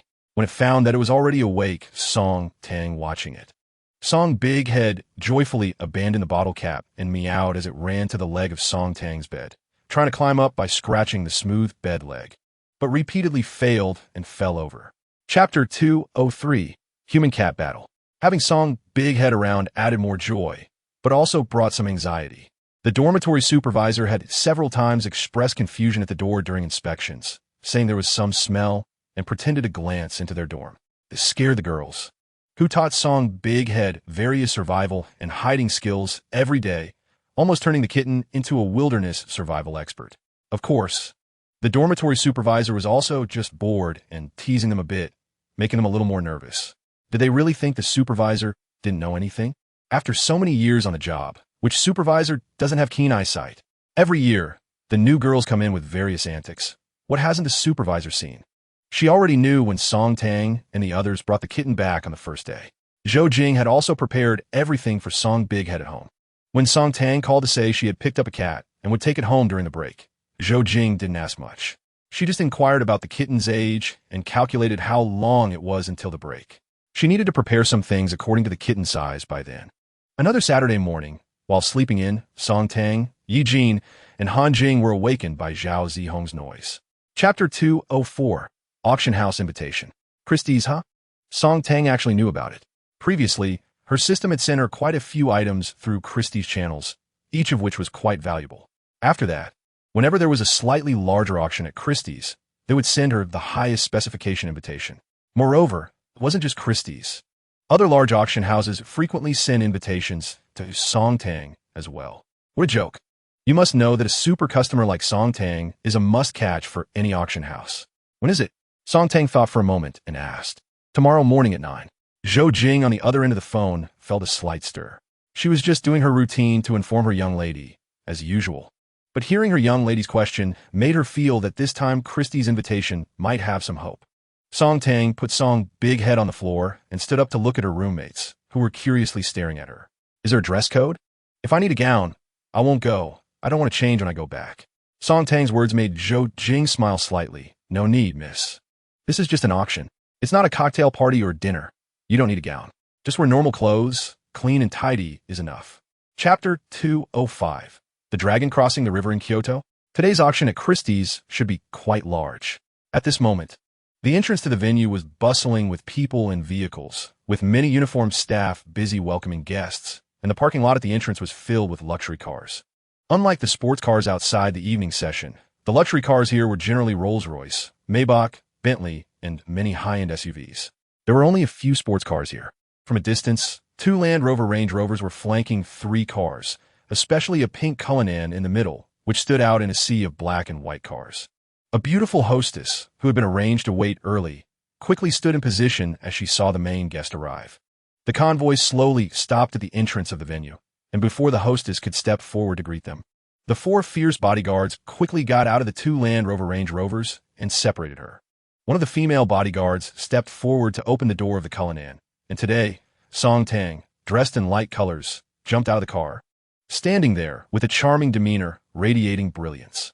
Zhou Jing, who followed her out, had a smile in her eyes. Her young lady was no longer shy wherever she went. Even a high-profile auction filled with big shots, she treated it as just a novelty. Chapter 206. The auction in progress, seeing Wang Zhongqing mumbling to himself beside him. Ningyu couldn't help but feel a headache. What kind of bizarre middle school nonsense was this? Just stop it. You sound like you're in a movie, Ningyu said irritably. And what about the dragon crossing the river? Why didn't you bring out a tiger descending the mountain? Ningyu's words made Wang Zhongqing feel a bit awkward, and he looked at Ningyu with a face full of embarrassment, saying, "You're really something, you have no sense of humor." Ningyu just smiled at Wang Zhongqing's complaint.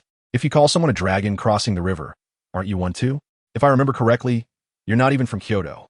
Wang Zhongqing waved his hand. "Oh, don't mind those details. By the way, what's the situation with Qin Zhaoyong and that girl? You can ask him about that later. I can't tell you. Just go back quietly. I saw your dad looking over here," Ningyu said, feigning a shot. Wang Zhongqing quickly turned to look. Where was his dad? When he turned back, Ningyu had already entered the private room of Qin Zhaoyong's family. Wang Zhongqing was speechless and could only greet him, saying they would sit together later, then hurried back to his own private room. If he didn't return soon, his dad might really come looking for him. Chapter 207. The Emerald Earrings while the auction was still ongoing. Staff from the auction house had already delivered the Guifei jewelry that Song Tang had just won to the private room. After completing the payment process, this set of jewelry officially belonged to Song Tang, without needing to wait until the auction ended to settle the accounts. In the auction house, after a Western oil painting was sold for 17 million, the auctioneer showcased the next item under the lights, a pair of rare earrings. The next heavyweight item was a pair of emerald earrings from the Mukha mining area, with the emeralds weighing 233, 4 carats, and 231, 8 carats, both of excellent quality. The starting bid for these emerald earrings was 20 million, with each increment no less than 100,000, and the bidding began. Once the auctioneer finished speaking, the bidding voices in the hall never stopped, with some private rooms on the second floor also continuously placing bids. In just a few minutes, the bidding had reached over 27 million. The scene of money being thrown around left Song Tang's 3 roommates dumbfounded. They had initially been admiring the Guifei jewelry Song Tang had bought, but now they didn't feel that the jewelry they held was all that expensive. "Sister Zhou, let us bid for it." Chapter 208. The fierce bidding. The bid from room 7 was like a stone thrown into a calm lake, instantly stirring up ripples in the previously quiet auction scene. The real competition finally began. 2 billion. Okay, room 6 has bid 2 billion. 5 billion.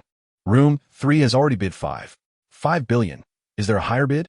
All right, room 7 has bid again 6 billion. In an instant, the auctioneer's voice was busy flying, and the big shots in various private rooms began to compete with each other, causing the entire auction venue to boil.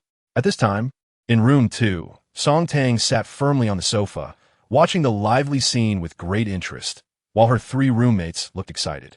How many times in life can one witness these big shots, spending billions? However, after being around Song Tang, their perception of wealth had already reached a high level. Yi Jin secretly clicked her tongue at the continuously rising bidding price. She had only attended a few small auctions in Shanghai with her dad, where tens of millions and a few billion were already considered top-notch. If her dad were here today, he would probably be dumbfounded. Chapter 209. The final transaction price. After several rounds of intense bidding, the Domain Real Estate Group from room 7 withdrew from the competition, and the Qin and Ning families in room 3 joined forces to win this hot piece of land for 7 billion. This thrilling bidding battle finally came to a close. When the auctioneer's hammer fell heavily, Ningyu and the Qin family raised their glasses to celebrate in room 3. "Congratulations, Uncle Qin, for achieving your goal," Ningyu said with a smile, holding up his champagne. "I should congratulate you too. This is another win-win cooperation between our families," Uncle Qin said, taking a sip of champagne, looking at Ningyu with admiration. The younger generation of the Ning family is really impressive. Then he glanced at his own son, thinking that his son was also not bad. Although he was still a bit playful, sometimes when discussing matters with him, he showed unique insights and good suggestions. However, the head of the Ning family was not in good health, so Ningyu had joined the family business early. As for his own robust health, he thought his son could enjoy his youth. "By the way, is there any news about the land next door?" Uncle Qin asked, suddenly recalling something, slightly furrowing his brow. Chapter 210. New Year's arrangements. Days passed like this with the new member Song Daneo accompanying them. Another Saturday, Song Tang was sitting on the sofa at home, video chatting with Li Wenwen and Shimei, when Zhou Jing walked over. Seeing Zhou Jing standing beside her looking like she had something to say, Song Tang waved goodbye to Li Wenwen and the others and hung up. "Sister Zhou, is there something you need?" "Miss, there are only a few days until New Year's Day, and I wanted to see if you have any plans or suggestions." Hearing Zhou Jing's words, Song Tang flipped through the calendar on her phone and realized that New Year's Day was indeed just a few days away. Next Friday was New Year's Day, followed by the weekend, which meant a short 3-day holiday. After thinking for a moment, Song Tang said, "How about we go to the courtyard for New Year's? Everyone can come." Zhou Jing nodded. "Mrs. Idea is completely fine. We haven't stayed at the courtyard since taking over, so this new year will be like warming the house. Then, Miss, since this is our first time staying at the courtyard, should we invite your friends?" Zhou Jing considered it thoroughly. If it were Song Tang, she might not even know what warming the house meant. When Song Tang bought the properties of Manha and Tianxi, she had just arrived in Kyoto. Apart from Zhou Jing, she had no one else around, just trying out dishes at home with a newly acquainted Jean Duo. Chapter 211. The singing performer Yi Jin was nearly choked by the news, and after recovering, she looked at Song Tang with disbelief. Song Danao, squatting on the ground, meowed in dissatisfaction at Yi Jin, with remnants of food that Yi Jin had sprayed earlier on its big head. Yi Jin didn't have time to continue questioning Song Tang, and hurriedly picked up Song Danao to clean its fur. Song Tang watched this scene and laughed for a long time, and only after calming down did she continue to explain to Yi Jin. "A set of courtyard houses that my family gave me a long time ago has been very convenient to live in over here in Manha, so I haven't stayed in the courtyard even once. Yesterday, I discussed with Sister Zhou and decided to spend this New Year's Day at the courtyard, which will also serve as a warm new home." Only then did Yi Jin realize what Song Tang meant, but she was still a bit surprised. To know that a courtyard house in Kyoto is something that, unless you were born into it, you probably can only look at in this lifetime. Don't compare it to those big mixed courtyards or a house where many households live. These houses have unclear property rights and very poor living conditions, where even using the bathroom is a problem. It is common for 2 or 3 generations to squeeze into a small room before Song Tang and the others could react. A strong force surged in from behind the crowd, causing people to stagger. The male singer stopped singing, quickly put down his guitar, and rushed forward with his girlfriend to help the 2 people who had been knocked down. Han Jing and Yi Jin were pushed aside, and Song Tang was almost knocked over. But fortunately, Zhao Zihong caught her just in time, though her phone fell to the ground and the screen shattered. Once everyone steadied themselves amidst the curses, they realized that the ones who had barged in from outside the crowd were several foreigners. 1 woman and 3 men, all tall and strong, especially one of the black males whose physique resembled that of a bull. These foreigners reeked of alcohol and had a strong body odor, making those nearby feel nauseated. After they squeezed in, they ignored the complaints from the crowd and arrogantly stood in the middle. The black man was muttering some foreign language mixed with a few awkward phrases in the Dragon Country's language. After Zhao Zihong steadied Song Tang, she angrily confronted these foreigners. "Are you crazy? Can't you see so many people? If you want to squeeze back home, go do it somewhere else." Many others who had been pushed also expressed their anger. Johnson stood up with a knife, slowly wiping a trace of blood from the corner of his mouth with his left hand. In his country, he played with guns, but in the Dragon Country for his studies, he could only play with knives. He disdainfully flicked his right hand's folding knife into a flower pattern and walked slowly toward Zhao Zihong and the others. Although he didn't have a gun, he felt that with the knife in his hand, it would be enough to handle that girl who was into boxing, unlike the gasps and retreats of the surrounding onlookers. Song Tang and her group just stood there speechless, watching the foreigner who was slowly approaching and looking for trouble. Why does everyone love to carry a knife on them? The previous Ding Sanchi and this foreigner in front of them were both like this. If he continued to use his fists and feet, Xiong Ying and the others wouldn't choose to intervene to give Zhao Zihong a chance to practice. But now that he had taken out a knife, regardless of whether he was a foreigner or not, Xiong Ying and the others wouldn't let him off easily. Whether as Song Tang's bodyguard now, or as a protector of this country in the past, they absolutely would not allow a foreigner to threaten their fellow citizens with a knife. Feng Bo, standing behind Song Tang, stepped forward with a serious expression. The way he looked at Johnson was like looking at a dead man, making Johnson, who was holding the knife, feel a chill at the back of his head. Facing Feng Bo, who was approaching like a grim reaper, Tang Si closed his eyes in despair. His girlfriend trembled beside him, not knowing whether Feng Bo would hit women. But she didn't dare take the risk. The only remaining support for her at this moment was Tang Si. Some spectators, who had been watching from the beginning, felt a bit sympathetic and even turned their heads, not daring to look at the potentially brutal scene that might unfold. Among the crowd were some foreign tourists. But no one dared to speak up for Tang Si. No one dared to intervene, either. Who would joke about being a saint in such a situation? The only man standing in the venue was someone who really would hit hard. "Jennifer, go behind me." Although terrified, Tang Si stammered, lowering his trembling right hand and pushing the woman, who was shaking like a leaf, behind him. Feng Bo stood in front of the kneeling Tang Si, internally praising him for still being somewhat of a man.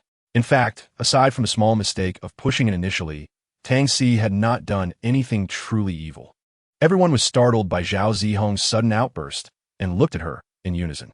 Zhao Zihong stood still, looking at her tightly clenched fists. Did I just knock down that burly foreigner? Everyone rolled their eyes in unison. Well, it was unclear whether Zhao Zihong really just realized it or was playing a trick on everyone. "Let's hurry up and go back to the pharmacy next to the school to buy some safflower oil for you to rub on. I think your arm still doesn't hurt enough." Upon hearing Song Tang's words, Zhao Zihong quickly got into the car with a smile. In fact, she knew there was not much of a problem. If it were the old her, Johnson's fierce kick would have injured her arm to some extent. But who is Zhao Zihong? She was the one who got the martial arts manual from Wei Wu. After studying for so long, she had learned quite a few techniques to deflect force. So now, she only had slight redness and swelling on the surface of her forearm. After buying safflower oil from the pharmacy near the school, they decided to have a meal before heading back. They found a nondescript snail rice noodle shop. Its smell was foul, but the taste was delicious. On such a cold day, having a bowl of fragrant and spicy snail rice noodles was simply delightful. On the last day of December, after having lunch in the school cafeteria, the four of them, who had no afternoon classes, returned to the dormitory to pack their things. This time, for the 3-day holiday, Song Daneo had to be taken along because everyone was going to spend New Year's Day at Song Tang's courtyard. And no one would be there to take care of Song Daneo in the dormitory. As they packed their daily necessities and clothes for the 3 days, each person carried a backpack. In Song Tang's backpack, however, was the clever little Song Daneo. The little guy squatted in the backpack, motionless, as if he knew he was going out. As for why they didn't use a cat bag, it was because it wouldn't be appropriate. They still didn't know that the dormitory supervisor had already guessed that they were raising a cat. Even if she did know, they had to be a bit more discreet. Otherwise, someone might cause trouble with the dormitory supervisor. For example, some people might complain, "Why can they raise a cat, but I can't?" The four of them hurriedly passed by the dormitory supervisor's duty room, greeted her, and ran away, leaving the dormitory supervisor shaking her head with a smile inside the room. They drove 2 small minis to the Manha community, with Song Daneo curiously looking around in the car, occasionally scratching and pawing at everything. After arranging everything they could think of, they handed it all over to Zhou Jing to handle. Song Tang dismissed everyone, letting them go about their business without having to stay by her side. Put Song's big head on the ground and let play by itself. Then take 3 curious roommates to tour the entire courtyard. It's worth noting that she hadn't been here since she came with Zhou Jing once before. There were some places she was quite curious about. After entering the main gate, everyone had already seen the courtyard. The Grand Red Gate and the shadow wall inside the gate had some appeal, and the courtyard was surrounded by houses with a large open space. There was also a separate vehicle entrance beside it that allowed cars to drive directly into the courtyard. Of course, there was an entrance and exit for an underground parking garage. By walking around the 2 hanging flower arches on either side of the front courtyard, one could enter the second courtyard. The second courtyard was naturally where Song Tang and her companions currently resided, in addition to Song Tang's main house. There were also east and west wing rooms on either side. The overall size of the buildings in this courtyard was larger than those in other courtyards, making it clear that this was the main residence. In the center of the courtyard, there were flowers and grass, but now, in the cold winter, everything had withered and turned yellow. Chapter 2:18. January rewards for the first time sleeping in the courtyard. Song Tang slept soundly with the company of her big head. The next day was New Year's Day, and early in the morning, Song Tang and everyone got up to have breakfast, as there were many things to prepare for the day. All right, those who need to go out to shop should hurry up, and the others should check all the prepared items to see if anything is missing. Sitting on the sofa in the living room after arranging everyone, Song Tang said, "Sister Zhou, wait a moment." She got up and walked into the bedroom, soon coming out with some documents. This was the January sign-in items given by the system after midnight last night. Song Tang returned to the sofa and began to carefully look at the documents in her hand. Zhou Jing quietly sat to the side, waiting for her master's instructions. As for Song Tang's 3 roommates, they were somewhere in the courtyard playing with Song's big head. The first item was an Hermes crocodile skin Himalaya diamond buckle bag. Birkin 25. Song Tang glanced at it and handed the document to Zhou Jing beside her. There's a bag that should have arrived at the store by now. When Hermes calls later, you can arrange for someone to pick it up from the Hermes counter. Chapter 219. The wine thief Chi family thinking about his silly cousin. Chi Wei looked over at Song Tang's sports car. He saw Chi Hai still standing in front of the Koenigsegg 1, continuously taking pictures with his phone, probably close to running out of memory. Just as Chi Hai was about to squat down to check out the underside of the Koenigsegg, he suddenly felt a kick on his butt, sending him sprawling on the ground. Angrily getting up and turning around, he discovered it was his cousin who looked utterly speechless. "Hey bro, what are you doing?" Chi Wei patted Chi Hai on the shoulder and said earnestly, "Tang Tang invited us to her new home for a visit. And now I have a tough task for you." "Okay, Tang Tang already told me about it. If you hadn't brought it up, I would have forgotten," Chi Hai said, scratching his head with an embarrassed smile. "By the way, what task did you just mention?" Seeing Chi Hai finally refocus, Chi Wei leaned in and whispered, "When we go to visit her, have you thought about what gift to bring?" Chi Hai was taken aback. "Oh right, what should we bring?" He thought he knew some things girls used, but Tang Tang didn't lack those at all.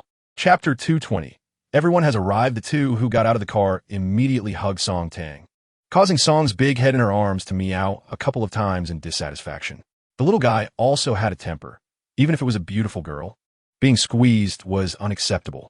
Jean Duo reached out to tease the little cat in Song Tang's arms. "Tang Tang, is this Song's big head? I usually only see it in videos. Today, I finally get to see the real cat. Come, let me hug it." After taking Song's big head from Song Tang's hands, Jean Duo smiled and petted the cat, which lay comfortably in her arms, allowing her to do as she pleased.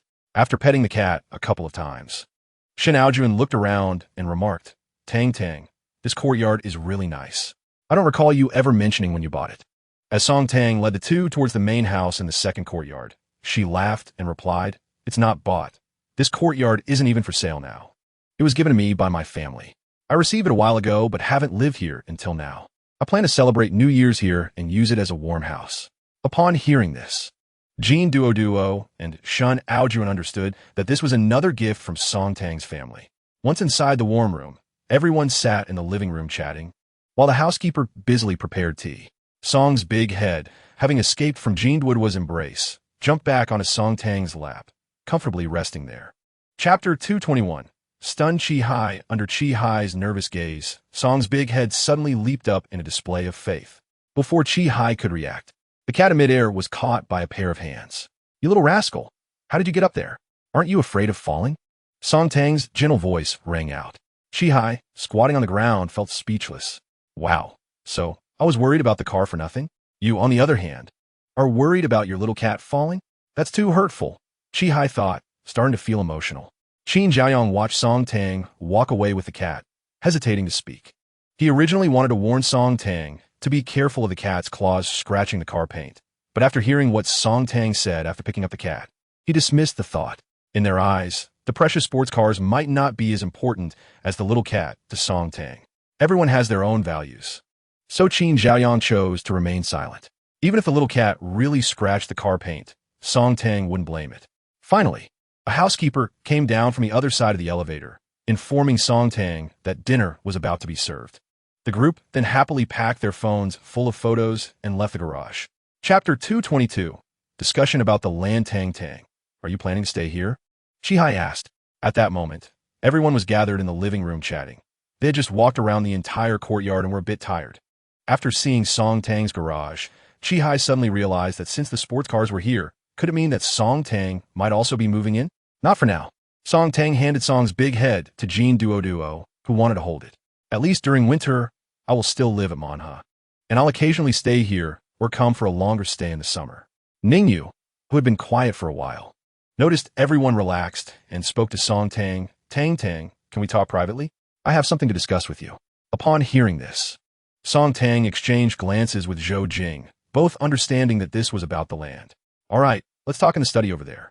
After saying this, Song Tang excused herself from everyone and led the way, followed by Ningyu and Qin Zhaoyang.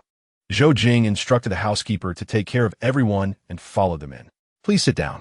Song Tang sat on the sofa, wanting to hear what Ningyu and the others thought. Chapter 223. New Year's benefits hearing Song Tang's murmuring.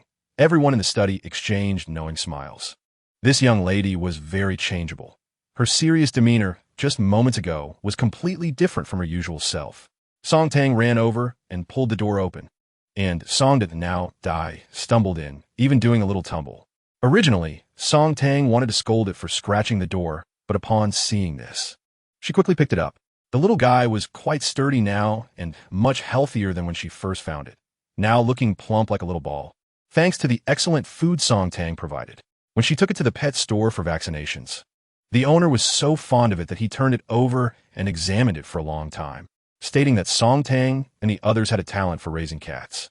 After the vaccination, the veterinarian jokingly told Song to now die that he would later give it a little operation, making Song to now die glare at the owner with wide eyes. Later, at Song Tang's request, the owner specially ordered some very expensive cat food and treats just for Song to now die. These items were basically prepared for it, and most customers would be shocked by the prices and walk away. With good food and a good environment, Song to now die was indeed growing very healthily. Back in the dormitory, Zhao Zihong and Han Jing often lamented that people couldn't compare to cats when it came to being spoiled.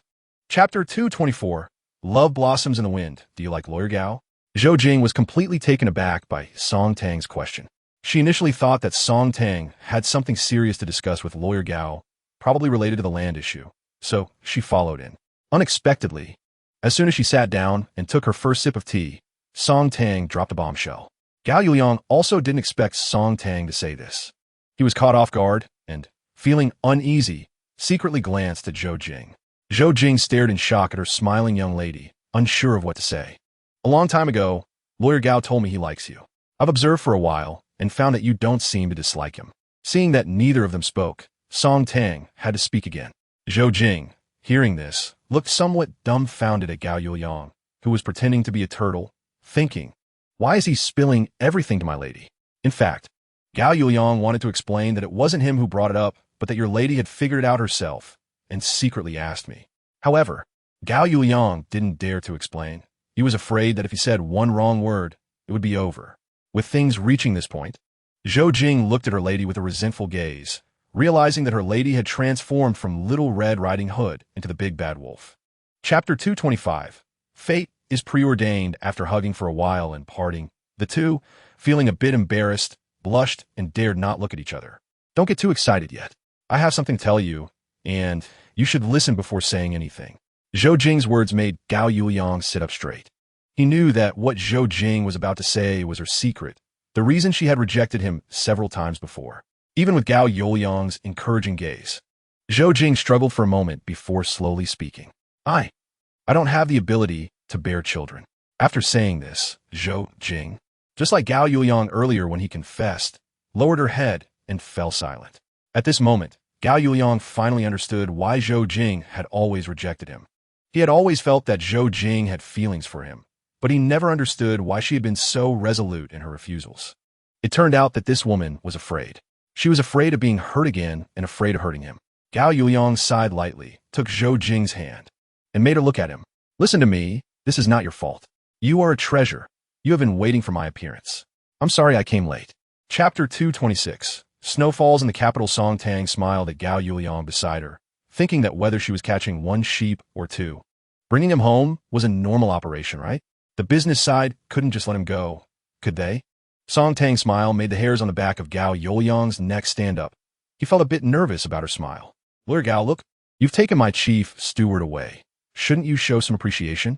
Gao Yuliang was stunned for a moment, then began to ponder the meaning behind Song Tang's words, while Zhou Jing leaned against Song Tang, poking her in the side. Ha! The ticklish Song Tang immediately broke character and stopped pretending. So, have you ever thought about opening your own law firm? I'll provide the funds, and you can provide the people. You can decide the specific share distribution. That way, I won't have to keep borrowing from the business side, and you can have more time to see Sister Zhou, right?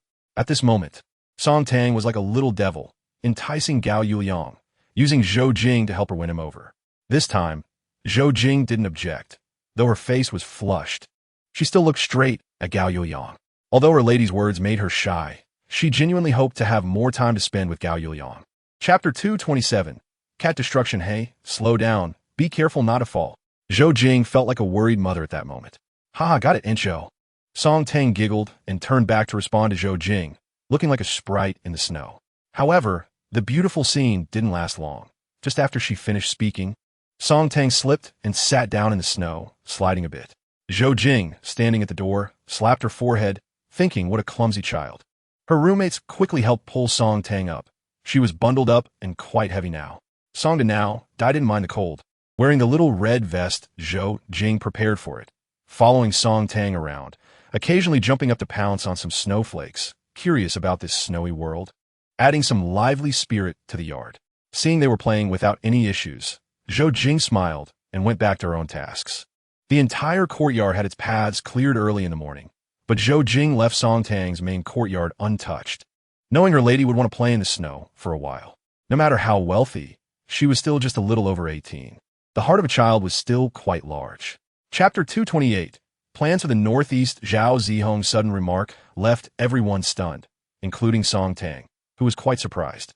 Hey, where I come from, the new year is lively and full of flavor. Nowadays, in many places, celebrating the new year feels like just going through the motions. Cold and completely procedural. Back home, it's full of warmth and human touch. There's gongs and drums, firecrackers ringing, and people everywhere. The more Zhao Zihong spoke, the more spirited she became, almost breaking into a rhyme. Stop, stop, stop. The other three interrupted her in unison, also cutting off her desire to keep going. The three of them looked at Zhao Zihong, who still seemed a bit reluctant to stop chatting, speechless. This person was like that. Once she started talking, she would get carried away and could even sing a couple of lines after a while. However, what Zhao Zihong said earlier wasn't without reason. Han Jing and Yi Jin both looked at Song Tang. They also roughly knew that if Song Tang spent the new year in Kyoto, she would probably be celebrating with Zhou Jing and the others. Song Tang shook her head, and Zhao Zihong looked a bit disappointed upon seeing this. I won't be in Kyoto for the new year. I'm planning to go to Cheongzhou Island to celebrate my first warm new year in life. After Song Tang finished speaking, everyone suddenly realized that she wouldn't be celebrating the new year in Kyoto. Chapter 229. Airport VIP Lounge. In the end, Zhao Zihong still returned her train ticket. What a joke, a super private jet, and she wouldn't take it. Would she really take the train instead? On the afternoon of the holiday on the 8th, the few of them packed up in the dormitory, bidding farewell to each other with reluctance. Han Jing and Yi Jin had to leave early. Both of them had trains that afternoon. Of course, it was the bodyguards who came to pick Song Tang up and were conveniently taking the two of them to the station. Sisters, see you next year. As Zhao Zihong and Song Tang waved goodbye, a Land Rover and a Lexus LM slowly drove away from the station. Watching the cars disappear, Han Jing and Yi Jin exchanged smiles and entered the waiting hall together after checking their tickets. The next time they meet will be next year. Chapter 230. Eternal Diamond Bag. Are you a bit nervous? This isn't like you. It's fine. It's just that it's my first time in a place like this. Song Tang subtly poked Zhao Zihong next to her. Zhao Zihong jumped at the poke and looked at Song Tang with a face full of black lines. She was feeling much better now. She was just a bit awkward at the beginning. After a while, the airport staff returned with 2 cups of freshly squeezed juice. After Song Tang indicated that she no longer needed service, the staff smiled and left.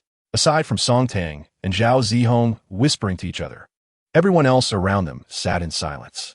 Not far away, aside from some elite professionals busy working on their laptops, there were 2 beautifully dressed girls huddled together whispering. I know her. She's super popular online. Her empty Douyin account has millions of followers, and I'm following her. A girl with a ponytail quietly said to her short-haired friend, pulling out her phone to show her Song Tang's Douyin account. The short-haired girl glanced at it and exclaimed, wow, this account named Bai Tang, boo, sure Tang really has no works. But it has 4 to 5 million followers. Chapter 231. Departure of Haidang. Under the guidance of the airport staff, Song Tang slowly approached, and for the first time, she saw the real appearance of her private jet. Except for Zhou Jing, who had seen the plane in advance while coordinating with the management company. Everyone else looked stunned at the massive aircraft before them. Even the bodyguards like Wei Wu and Feng Bo were secretly astonished. There were other larger planes parked at the airport, but the specifications of this private jet were a bit intimidating.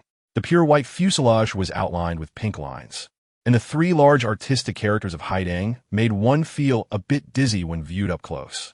The plane was over 60 meters long and had a wingspan of over 60 meters standing next to this giant felt like looking up at a 5 or 6-story building. As the airport's shuttle electric car approached, just after Song Tang and her group got off, a group of people who had been standing by the plane came forward. "Hello, Miss Song. I am the captain of your flight. My surname is Liu, and I'm pleased to serve you." A steady, mature, middle-aged man stepped forward first, smiling as he introduced himself to Song Tang. Afterward, others also stepped forward to greet her. Chapter 232. Zhao Zihong's parents at this moment. Zhao Zihong's parents were already waiting at the airport pickup area. The flight landing time Zhao Zihong had sent back had puzzled them. Zhao Zihong's father even checked and found that there were no flights landing from Kyoto to Ice City at that time.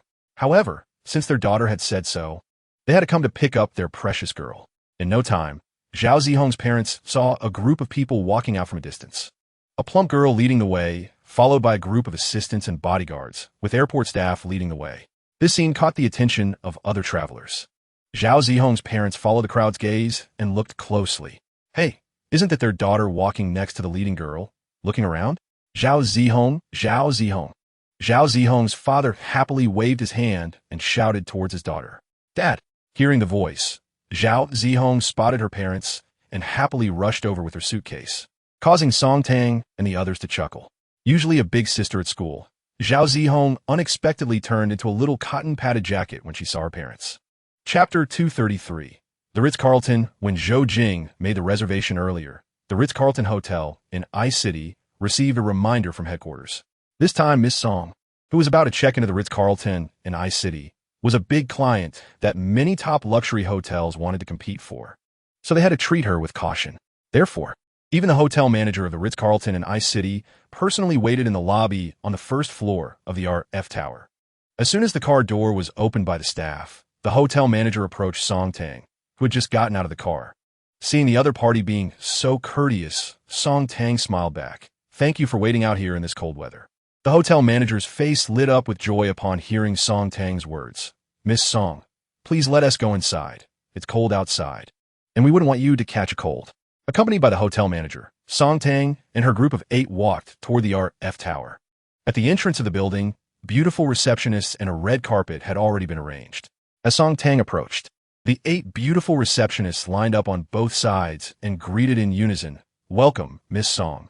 This scene caught the attention of many passers-by, wondering which young lady was being treated with such grandeur. Many employees from large corporations working in the RF Tower also watched from a distance, secretly amazed. Since the Ritz-Carlton opened in the RF Tower, they had never seen such hospitality for guests. Chapter 234. Zhao family's restaurant Zhao Zihong was still at home, showing her parents pictures of the interior and exterior of Song Tang's private jet, which made Zhao's parents exclaim in surprise. Meanwhile, Zhou Jing had already made all the arrangements for Song Tang. "Wei Wu, you guys should find a place to rent a car. Using the hotel car is not very convenient. Ask the hotel manager where to rent one." Zhou Jing still plans to rent a car herself for more convenience. Having a hotel car doesn't give the freedom of driving oneself. After Song Tang woke up and got ready, Zhao Zihong's call came in. Their family had already arrived at the restaurant and asked Song Tang to come for dinner soon. Song Tang forwarded the restaurant address that Zhao Zihong sent her to Wei Wu and the others, and after taking the gifts Zhou Jing prepared in the afternoon, they headed downstairs to go to the restaurant at Zhao Zihong's family. Unlike when she stayed at the Bulgari Hotel a long time ago, this time Song Tang had her own butler. Therefore, the hotel suite's butler had little to do, only following along to help a little. At the entrance of the RF building, 3 cars were already waiting. In the middle was a Rolls-Royce Phantom, and on either side were 2 all-wheel drive Audi A6 LS. The Audi's Quattro all-wheel drive would be more effective on the icy city streets in winter. Chapter 235. Strolling Central Street dinner was almost over by 9 o'clock. Song Tang politely declined Zhao Zihong's parents' invitation to visit their home. "Uncle and aunt, it's already past 9. It's too late to disturb you. I'll visit another day." Upon hearing Song Tang's words, Zhao's parents had no choice but to give up. It was indeed a bit late. Moreover, the kids had just returned today, and it was reasonable for them to rest well at night. Tang, let's get in touch tomorrow. I'll take you around Ice City," Zhao Zihong said at the door. "Sure, I'll contact you tomorrow," Song Tang happily agreed. The next morning, after finishing a call with Zhao Zihong, Song Tang decided to go out with only Qiong Ying, as having a large group following her was not comfortable for fun. "Sister Zhou, it's fine for Qiong Ying to just come with me. You guys should go out and have fun, Song Tang said, and then she really just took Qiangying and left. Seeing Song Tang leave with Qiangying, the others could only give up.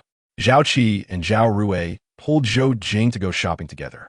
As they went out, they realized that Song Tang and Qiangying only took one Audi A6L, leaving the Rolls-Royce Phantom behind. Chapter 236. Licking the streetlight after resting for a while. Her headache finally eased a bit. Zhao Zihong stopped and rubbed Song Tang's temples, smiling. Feeling better? You must eat cold things slowly in the future. We've all had experiences like this when we were kids with ice cream and popsicles. After taking a photo in front of the Matsumoto Trading Company building, they continue to stroll down the street. Song Tang, do you believe that the streetlight poles on Central Street in Ice City are sweet in winter? Zhao Zihong said as she stopped by a black iron streetlight pole, patting it and speaking to Song Tang. Song Tang stood aside, rolling her eyes at Zhao Zihong in disbelief.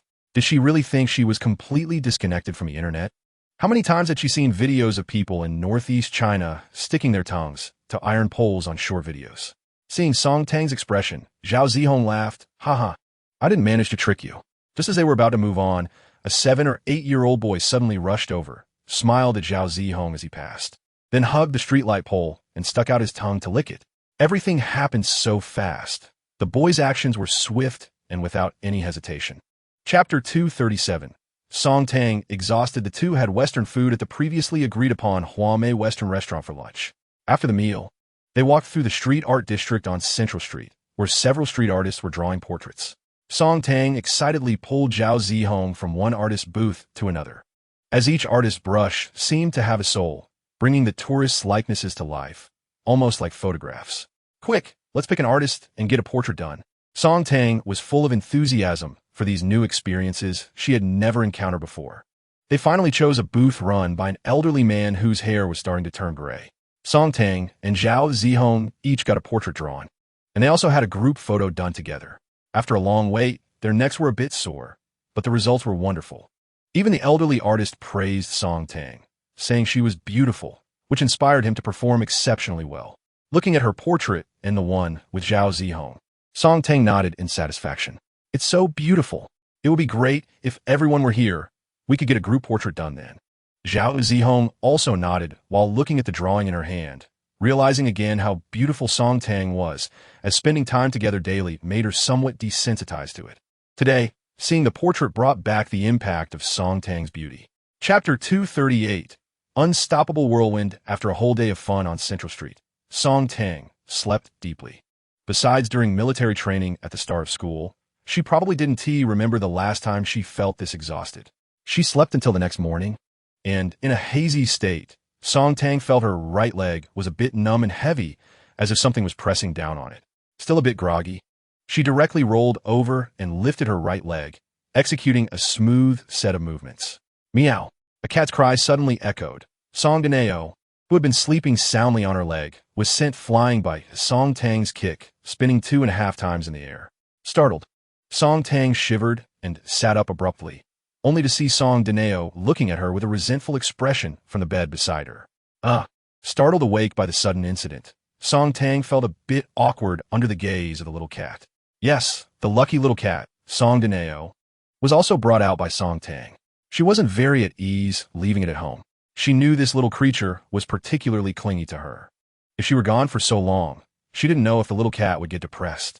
Chapter 239. Self-service box meal restaurant. Having done her research online in advance and watched plenty of videos about Northeast box meals, as well as reading several local comments in various video comment sections, Song Tang had seriously prepared for a long time to find a reliable self-service box meal restaurant. The Rolls-Royce Phantom slowly started and soon disappeared into the traffic on the streets of Ice City. Inside the car, Qiangying was following the navigation based on the address provided by Song Tang, while Zhou Jing and Song Tang sat in the back, chatting and looking at the street views outside the window. As usual, the vehicles on the road chose to keep a distance from their car. Because the winter road conditions in Ice City were quite slippery, getting too close could lead to an emergency stop that would be quick enough. And then it would be too late for the Rolls-Royce Phantom. They soon arrived at their destination, where passers-by and the owner of the self-service box meal restaurant looking out from the shop's door stared as the luxury car slowly parked at the entrance. When a woman resembling a housekeeper opened the car door and the beautiful girl stepped out, heading straight for the lunchbox shop. Everyone who was initially confused suddenly realized what was happening, feeling a bit incredulous. Chapter 240. Struggling wild grass, although Song Tang's appetite was still not small. It was far from what it used to be. In the past, she could finish everything in front of her and still go back for at least half a plate more. As for now, this large plate was already enough to make her feel full. If it weren't for wanting to try those unfamiliar dishes, she wouldn't have been able to take so much. However, compared to Qiangying, what she had wasn't much. Qiangying's plate was piled even higher than hers. Moreover, while Song Tang had only eaten half, Qiangying had already finished and went back for another plate, though it wasn't as full as the first one. With Qiangying around, Song Tang's current appetite could only be described as okay, far from her previous dominance. Furthermore, Song Tang no longer ate as ravenously and decisively as before. She had gradually changed many of her past habits. She had started to get used to chewing her food slowly, although she was still a bit faster than Zhou Jing. While eating, Song Tang couldn't help but wonder why there weren't any such restaurants in her hometown, Wushi. If there were, she could have eaten several meals just by distributing flyers for a day, and it would have been unlimited. One meal could last her whole day. Chapter 241.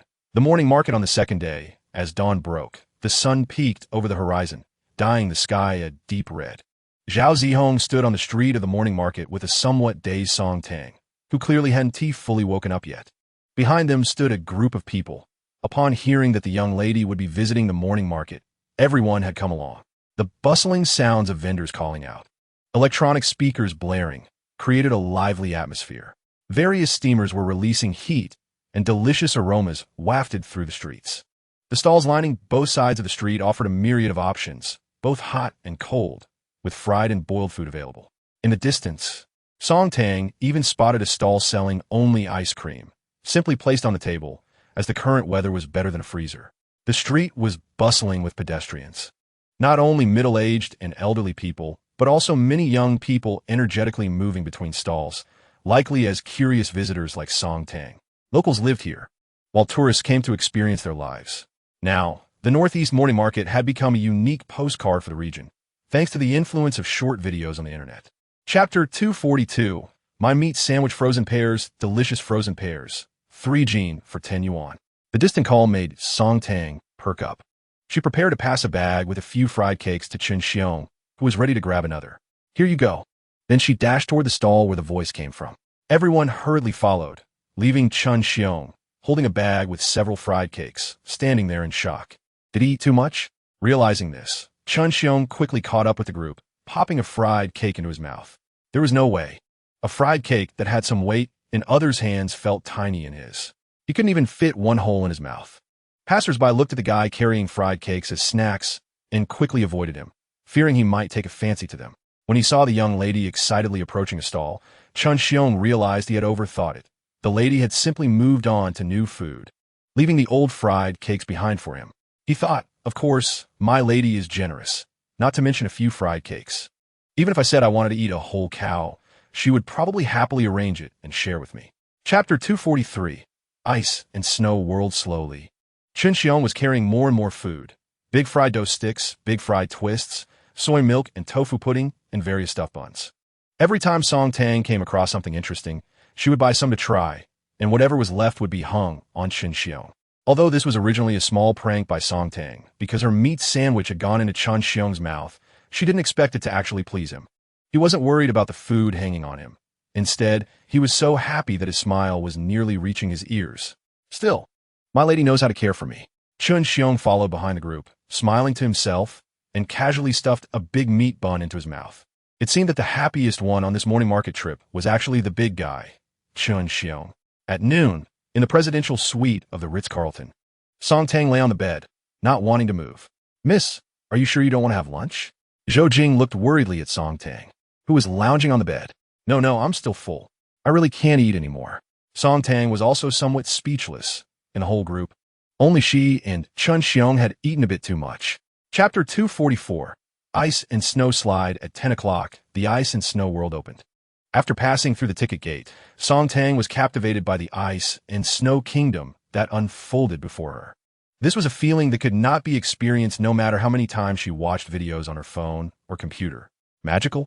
Pure? Or perhaps like a fairy tale. At that moment, Song Tang couldn't find the words to describe her feelings. She only knew that this scene could only appear in her dreams before. But why were those people running so frantically in the snow? Two little kids even fell down, but didn't care about the pain and got back up to keep running. What was going on? Were they giving out eggs up ahead? Before Song Tang could figure it out, she felt her hand being pulled. Run, run. Be the first to try the ice and snow slide, or it won't be easy to play today. Song Tang didn't understand. Zhao Zihong was clearly familiar with these things. As soon as they entered the park, Zhao Zihong saw Song Tang standing there in a daze and thought she had something on her mind. When she got closer, she realized the girl was just spaced out. Zhao Zihong panicked, thinking, "My dear lady, can't you see everyone is rushing to grab a spot in line?" Chapter 245. Chun Xiong's Snow Tube. Chun Xiong was indeed quite impressive. Just as Song Tang had slid down the big slide on a special sled and was still in shock with Zhao Zihong, Chun Xiong appeared from who knows where. "Miss, are you okay?" He approached with a snow tube he had somehow acquired. I'm fine. It was just a bit too fast at the end. The sled was bumpy. Song Tang wouldn't tell anyone that she had been sitting in a sled that looked like a basin and could still stretch her legs. "Miss, sit in this snow tube, and I'll pull you along." Chun Xiong pushed the snow tube towards Song Tang. Song Tang curiously looked at the colorful snow tube in front of her and tried to sit in it. Hey, just right. Her feet didn't even need to be lifted. They couldn't touch the ground at all. This is great.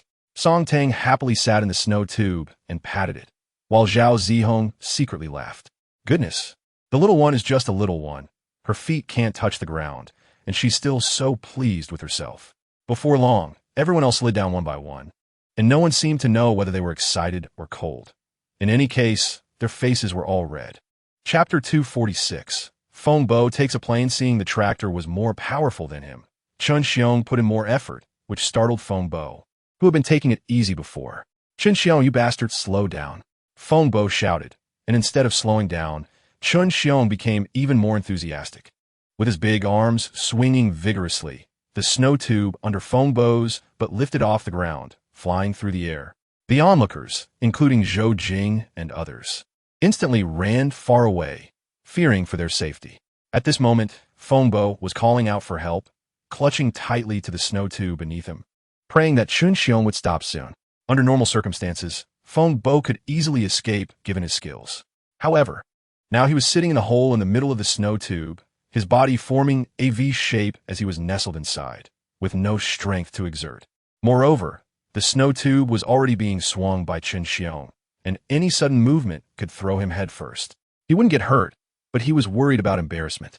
In the distance, the screams of Song Tang and her group of little potatoes being swung around by the tractor could be heard, while nearby, Feng Bo's pleas for mercy echoed as he was swung through the air by Chun Xiong. A crowd of onlookers, including Zhou Jing and other tourists, had gathered to enjoy the spectacle. Chapter 247. Chun Xiong takes a plane. Everyone could see that Feng Bo had ill intentions toward Chun Xiong, except for the clueless Song Tang, who was happily watching Chun Xiong. She saw that Feng Bo was pushing himself into a corner while she, oblivious to everything, was looking forward to playing with him. Chun Xiong gritted his teeth and decided to go all out, striding over to the dual snow tubes and sitting down. Everyone was secretly laughing, watching the love-hate relationship between Chun Xiong and Feng Bo.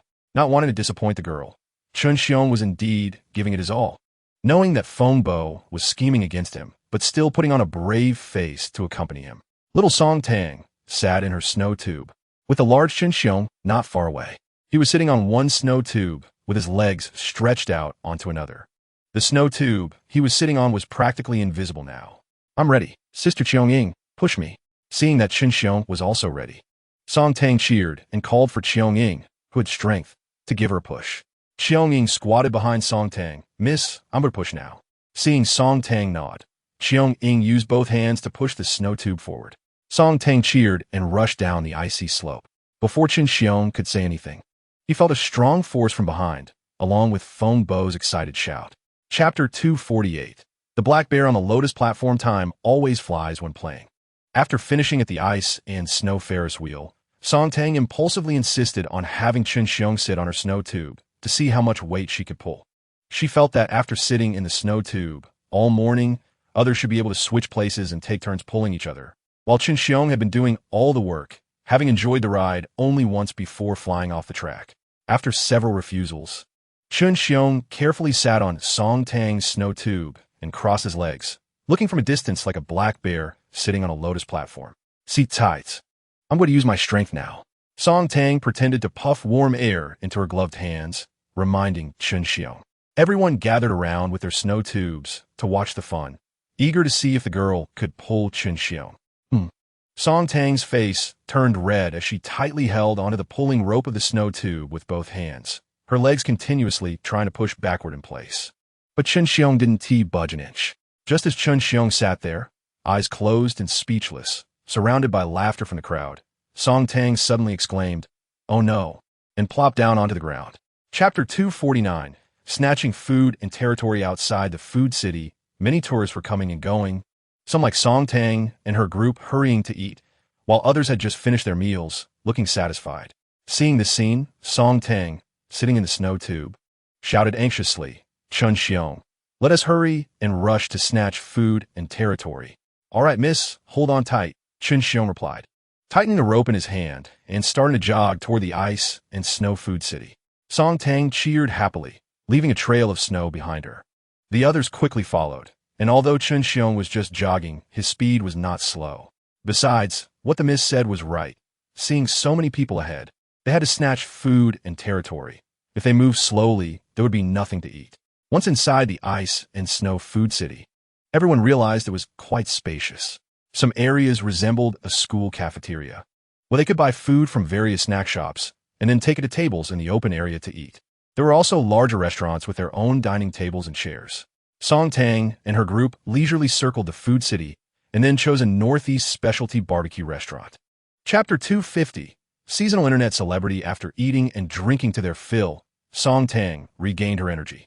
When she exited the ice and snow food city, Zhou Jing had asked if she was tired or sleepy.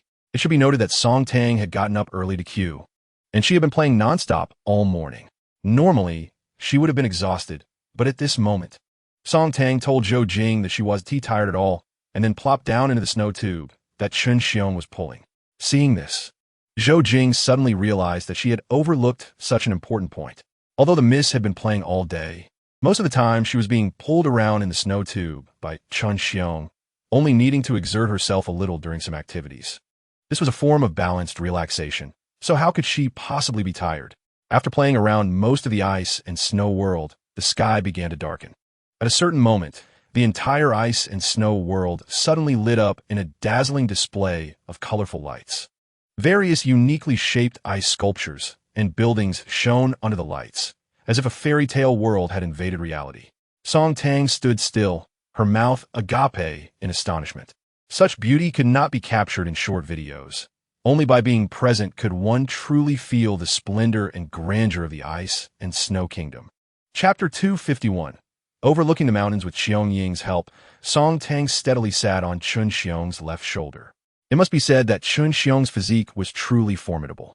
What people often say about being able to shoulder a heavy burden was indeed no exaggeration. Although Song Tang is not very big, Chun Xiong's one shoulder can accommodate her, which is indeed quite terrifying.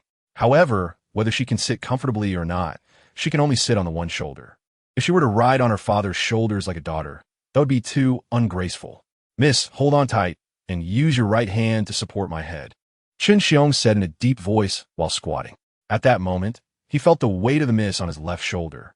But that little weight felt no different from a chick to him. What he was worried about was whether the miss could maintain her balance and not fall. Once he felt Song Tang's right hand supporting his head, Chun Xiong stretched out his left arm to wrap around the miss's calves resting on his chest, to prevent her from losing balance. With a slight exertion of strength, Chun Xiong slowly and steadily stood up. Xiong Ying and Feng Bo also stood beside Chun Xiong to prevent any accidents for the miss sitting on his shoulder. Wow! As soon as Chun Xiong stood up, the other girls who had been observing nearby let out a chorus of envious sounds. Chapter 252. The child who lost his father. "Come, kid. Tell uncle what your name is." Zhuyu cheerfully squatted down and asked the little boy. During the winter tourist peak, it is common for families to get separated at the ice and snow world. Who hasn't had a careless parent when they were little? Therefore, helping adults find children. Helping children find adults. and helping young people find partners have almost become daily routines at the ice and snow grand stage. On the rare day when no one seeks help to find family, everyone feels like something is missing. My name is Tuesday, facing so many people below the stage. The child seemed a bit frightened and shrank slightly into Zwayug's embrace. Oh, Tutu, tell uncle, did your dad lose you? Or did you lose your dad? Zwayug's words left the child a bit confused. After thinking for a while, he could only say softly, "It was my dad who lost himself. Not me who lost him." Ha ha ha ha. All the tourists below the stage laughed. This segment had become one of the daily amusements. Chapter 253. Song Tang's interaction suddenly. A male voice broke the original calm in the venue, waking Zwayug, who had been a bit dazed on stage. At that moment, a series of gasps began to rise from the audience below, mostly from young men and women, as they recognized Song Tang. The whole venue buzzed with excitement, as quite a few people recognized Song Tang as the black card sister. Now fully alert, Zwayug curiously looked at the lively crowd below, then smiled into the microphone, saying, "Look, it seems this beautiful lady we invited on stage is quite a celebrity." Yes, about a quarter of the audience responded loudly and in unison. Song Tang, watching the interaction between Zwayug and the tourists, stood on stage, smiling and slightly shy. Zwayug held the microphone out to Song Tang. "Miss, so many people know you. I'm quite curious. Could you greet everyone?" At that moment, after the audience cheered, Zwayug had already remembered who Song Tang was. Anyone who frequently browses the internet and has seen Song Tang would have some impression of her. Chapter 254. The Ice and Snow Rabbit Dance. Speaking of short video accounts, Song Tang was aware of them. When her follower count just surpassed 1 million, Jean Duo had mentioned it to her. At that time, Song Tang was curious about how her empty account could attract so many followers. Later, Jean Duo explained that when she was helping Jean Duo with a PK, she was recognized by netizens. This led to those who had been searching for her account finding the real person, causing Song Tang's account to gain attention. As she occasionally appeared in others' videos and continued to attract followers, more and more netizens traced their way to her account, only to find it empty, which left many surprised. Song Tang also thought that since so many people liked her, it might be interesting to interact with them occasionally. However, she originally didn't spend much time on these things. Sometimes she would only browse food channels or travel bloggers and would forget about her own account. "All right, I'll definitely post something for everyone to see later." Song Tang quickly smiled to reassure the still rambunctious audience. She noticed that some people who seemed like fans had started to make snowballs. If she waited too long to speak, a snowball fight might break out. Chapter 255. Wedding gift money. In the car, Song Tang's thoughts drifted and she was so tired that she was almost dozing off. But Zhao Zihong's words instantly woke her up. Looking at Song Tang, who sat up straight in surprise, Zhou Jing couldn't help but smile. Her young lady's strong curiosity and keen desire to participate were truly unmatched. "I've seen many rural big banquets on short videos. Is it appropriate for me to go if your cousin is getting married?" Although Song Tang was very interested in the rural banquet and wanted to participate, there was still a layer of relationship, so she felt she should ask if it was suitable first. "Oh, what's inappropriate about it? Just come with my parents," Zhao Zihong said, noticing Song Tang's hesitation. She genuinely wanted to let Song Tang experience some local customs in northeast China. Still not reassured, she said, "All right, I'll call my cousin now to let him know." After checking the time on her phone, it was not yet 10 o'clock, so it was still early. Under Song Tang's eager gaze, Zhao Zihong made the call to her cousin. In fact, Song Tang was being a bit overly cautious. In northeast China, her situation would be welcomed at such gatherings. Chapter 256. Daily Vegetable Market. Although Chun Xiong had been pulling her around on a snow tube all day, Song Tang still felt utterly exhausted and quickly fell asleep to the sound of Song Dana's snoring. The next morning at 9 o'clock, Song Tang, who was reluctant to get out of bed, had her breakfast brought to her room by Zhou Jing.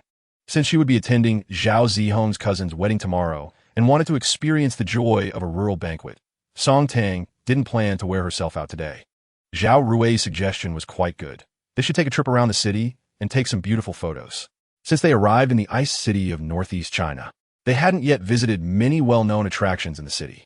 So Song Tang readily accepted Zhao Rui's suggestion. "Let's drive around the city today." Without hesitation, Song Tang got up to wash up.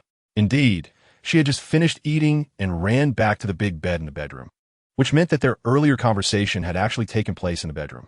Since they would be taking photos today, Zhou Jing dressed Song Tang up beautifully. However, in the dead of winter, especially in northeast China, it would be hard to look good while playing outdoors for photos, no matter how beautiful one was. Wearing thick layers meant that only the face would be visible. Chapter 257, Northeast Tiger Garden. Everyone waited for a while. And Chun Xiong finally finished the last roasted duck leg in his hand. At that moment, he had the most food, with more than half a hand of shredded roasted duck, so even though he ate quickly, he became the last one to finish.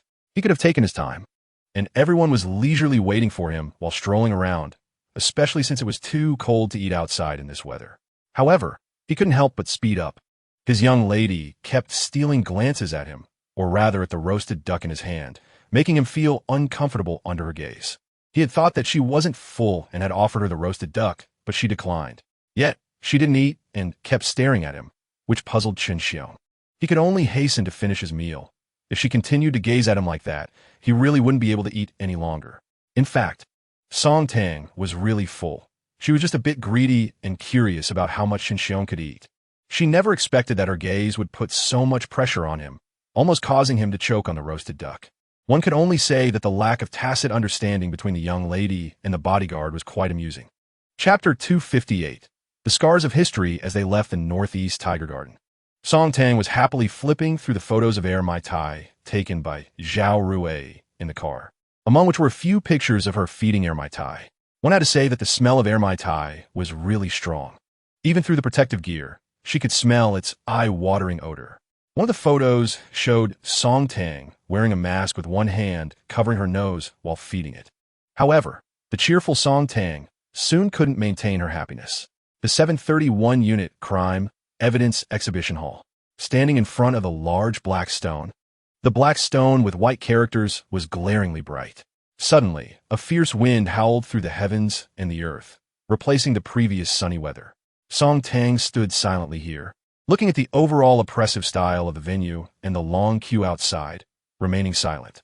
The people standing behind her were also quietly waiting. With her ability, she could have asked Wei Wu to use connections to enter the hall early, but she chose not to. She didn't want to use money and power in such a solemn place. In a long queue, there were elderly people, young people, and parents with young children. Unlike other places where queues were filled with noise, this entire line was quiet, with only the sound of breathing and the rustling wind telling tales of indignation.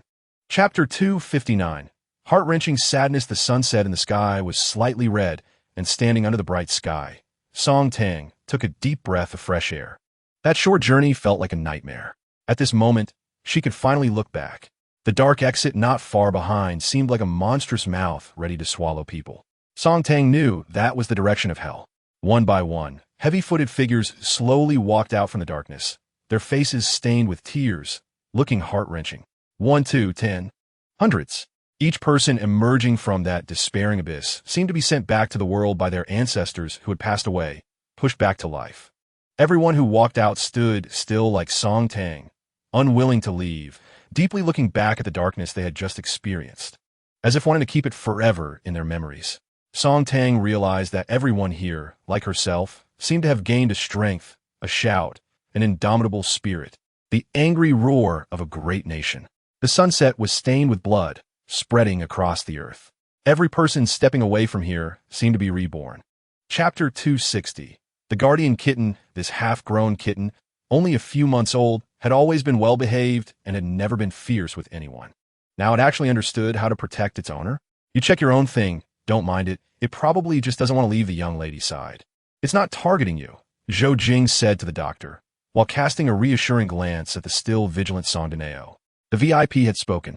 Even if the private doctor was afraid of being scratched by the cat, he had to brace himself. But unexpectedly, it turned out just as Zhou Jing had said.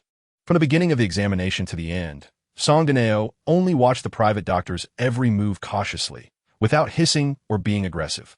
The situation was okay. It was just exhaustion caused by being too tense, and a good rest would suffice. In a while, I will prescribe some calming medicine.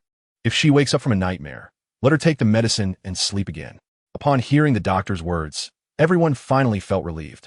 After sending off the doctor, Zhou Jing let Wei Wu and the other male bodyguards go back to rest first, while she, along with Xiong Ying and Zhao Qi, carefully helped the sleeping Song Tang change clothes. Seeing these familiar faces fussing around, Song Ganeo seemed to understand what they were doing and stayed obediently curled up beside the sleeping Song Tang, watching Zhou Jing and the others' actions earnestly. Chapter 261. The working kitten. In the morning, the spa center had very few customers, and in the VIP room, Song Tang lay there while 2 or 3 technicians were serving her alone. At this time, her face, including her eyes, was covered with some substances. According to the technician, the stuff on her eyes was specially made and had a good effect on reducing swelling quickly. Song Ganeo was held in Zhou Jing's arms, curiously looking around. Wanted to break free several times to find Song Tang, but failed each time. After finishing the facial treatment for Song Tang, except for one technician who was still massaging her to relax her body, the other technicians temporarily took a break and sat aside, curiously watching Song Ganeo in Zhou Jing's arms. Everyone was wondering how a VIP like Miss Song could have a farm cat. But this farm cat was too beautiful and adorable. It should be noted that Song Ganeo was a long-haired orange cat, and unlike some short-haired orange cats with sharp faces, its whole face was just right. Coupled with its fluffy long fur and round body, its looks were simply off the charts. Anyone who saw it had to praise how beautiful this cat was. Chapter 262. Arriving at the village after returning to the room, Zhou Jing began to pick out the clothes for Song Tang to wear when going out today. Sister Zhou, you should just rest well at the hotel. Today is a wedding banquet, and it's not suitable with so many people. Let Xiaoying go with me, Song Tang said. Zhou Jing paused in her selection of clothes, then nodded in agreement while asking, Miss, are Zhao Qi and Zhao Rui not going either? Not bringing them. Just having Xiaoying is enough. Song Tang sat in front of the dressing table, rummaging through some jewelry she had brought along, and put on the gold bracelet left by Song Wei on her right wrist. Since she got the bracelet, she had rarely worn it for fear of accidentally bending it. Today, for the wedding banquet, she planned to wear it as the gold bracelet looked festive. After selecting the clothes, Zhou Jing turned around and saw her young lady wearing the gold bracelet, raising her hand to observe and admire it. All right, miss, after you change into your clothes, I will bring the red envelope that was sealed earlier. Zhou Jing said we're going to find the red envelope. She knew that the young lady hadn't rested well in the morning and wanted to let herself have a good rest. Moreover, today was the wedding banquet of Zhao Zihong's relative, so there wasn't any major issue. Having Xiaoying accompany her was enough. Chapter 263. The big courtyard of the farmer. Once Song Tang entered the big courtyard, she could see the scene inside. An enormous tent was set up in the courtyard, tightly covered, and, surprisingly, there was even a chimney on top of the tent emitting smoke. On the other side of the courtyard, several large stoves were burning fiercely, with chefs and helpers busy at work, and many side dishes were placed on the surrounding tables. Numerous village women were helping, occasionally bringing out washed and chopped side dishes from the house in the west. The entire courtyard was filled with the sounds of shouting, the clattering of pots and pans, and the laughter and play of children. Many people were curiously looking toward Song Tang. She, being led by the host, was the focus of their attention. Until just now, some people who had been watching the excitement outside the main gate returned to the courtyard, and after chatting for a while, most of them learned that this was the host's niece, Zhao Zihong's college classmate, a wealthy young lady coming to experience the village banquet. Many people, upon hearing that she arrived in a luxury car worth millions, temporarily set down their work to go out and take a look. When they returned, they were full of praise, saying that such an expensive car was indeed impressive, standing out among the row of smaller cars parked outside. Chapter 264. Villager Intelligence Station. Upon entering the tent, the huge space was immediately apparent, especially since it was winter, so it was tightly sealed. Several bright lamps hung from the top of the tent, illuminating the entire space, making it feel bright and not at all oppressive or dark. Inside the tent, more than 20 large round tables were set up, and a large stove was burning in the middle, making the whole tent warm and cozy. Seeing such a scene for the first time, Song Tang was somewhat surprised. She never expected that a winter banquet in the countryside could be organized like this. Noticing Song Tang's surprised expression, Zhao Zihong smiled and said, "How about it? Impressive, right?" Song Tang quickly nodded. Indeed, it was quite impressive. In the countryside, many families had yards that were unimaginably large, so setting up this many tables was a piece of cake. Moreover, it was because there weren't many people in their village that they only set up over 20 tables. If there were more people, they could continue to extend and enlarge the tent. These people specialized in this kind of work. Hearing this, Song Tang suddenly realized that there were professionals doing this. and she had thought it would be the family members who did everything, which would have been quite a hassle. Chapter 265. Villainous forces in the village. The entire farmhouse courtyard was lively and bustling.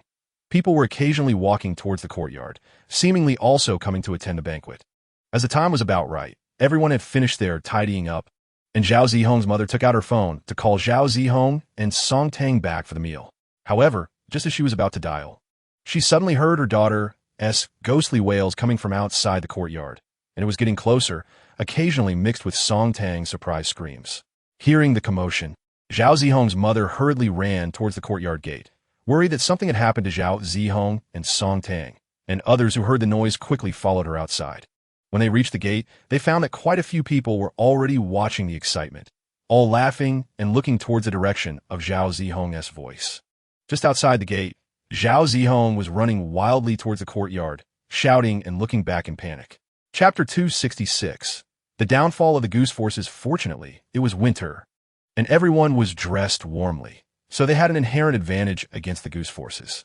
Aside from a few unfortunate villagers who were caught by the geese, most managed to withstand the onslaught thanks to their thick clothing.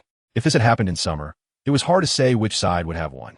Zhao Zihong, grinning widely, had defeated the leader of the geese, but she had also been nipped on the hand and had taken a few hits from the goose's wings. With her hair somewhat disheveled and stuck with a few goose feathers, she squatted on the ground, holding the already tied-up goose leader by the neck, and viciously gave it 2 loud slaps. You thought you could chase me? You really can't tell the difference between a big and a small king. After giving the goose a few slaps, Zhao Zihong looked quite pleased, as if defeating the goose leader was an impressive achievement. Completely forgetting how she had been chased back just moments before. Standing up, she strutted around the group of geese, dealing with them one by one in front of the crowd of villagers. Even the 2 geese that Xiong Ying was holding were rewarded with a couple of slaps. Chapter 267. Destroying someone's rice bowl. Seeing that Zhao Zihong couldn't fit into her sister-in-law's shoes, Aunt Zhao said, "Wait a moment," and went out. In a little while, she returned with a pair of shoes that looked like men's shoes. "These are your cousin's shoes. Try them on. They'll do for now." Aunt Zhao placed a pair of men's sneakers in front of Zhao Zihong. There was no choice but to wear them. Otherwise, she couldn't just go barefoot in slippers to the banquet.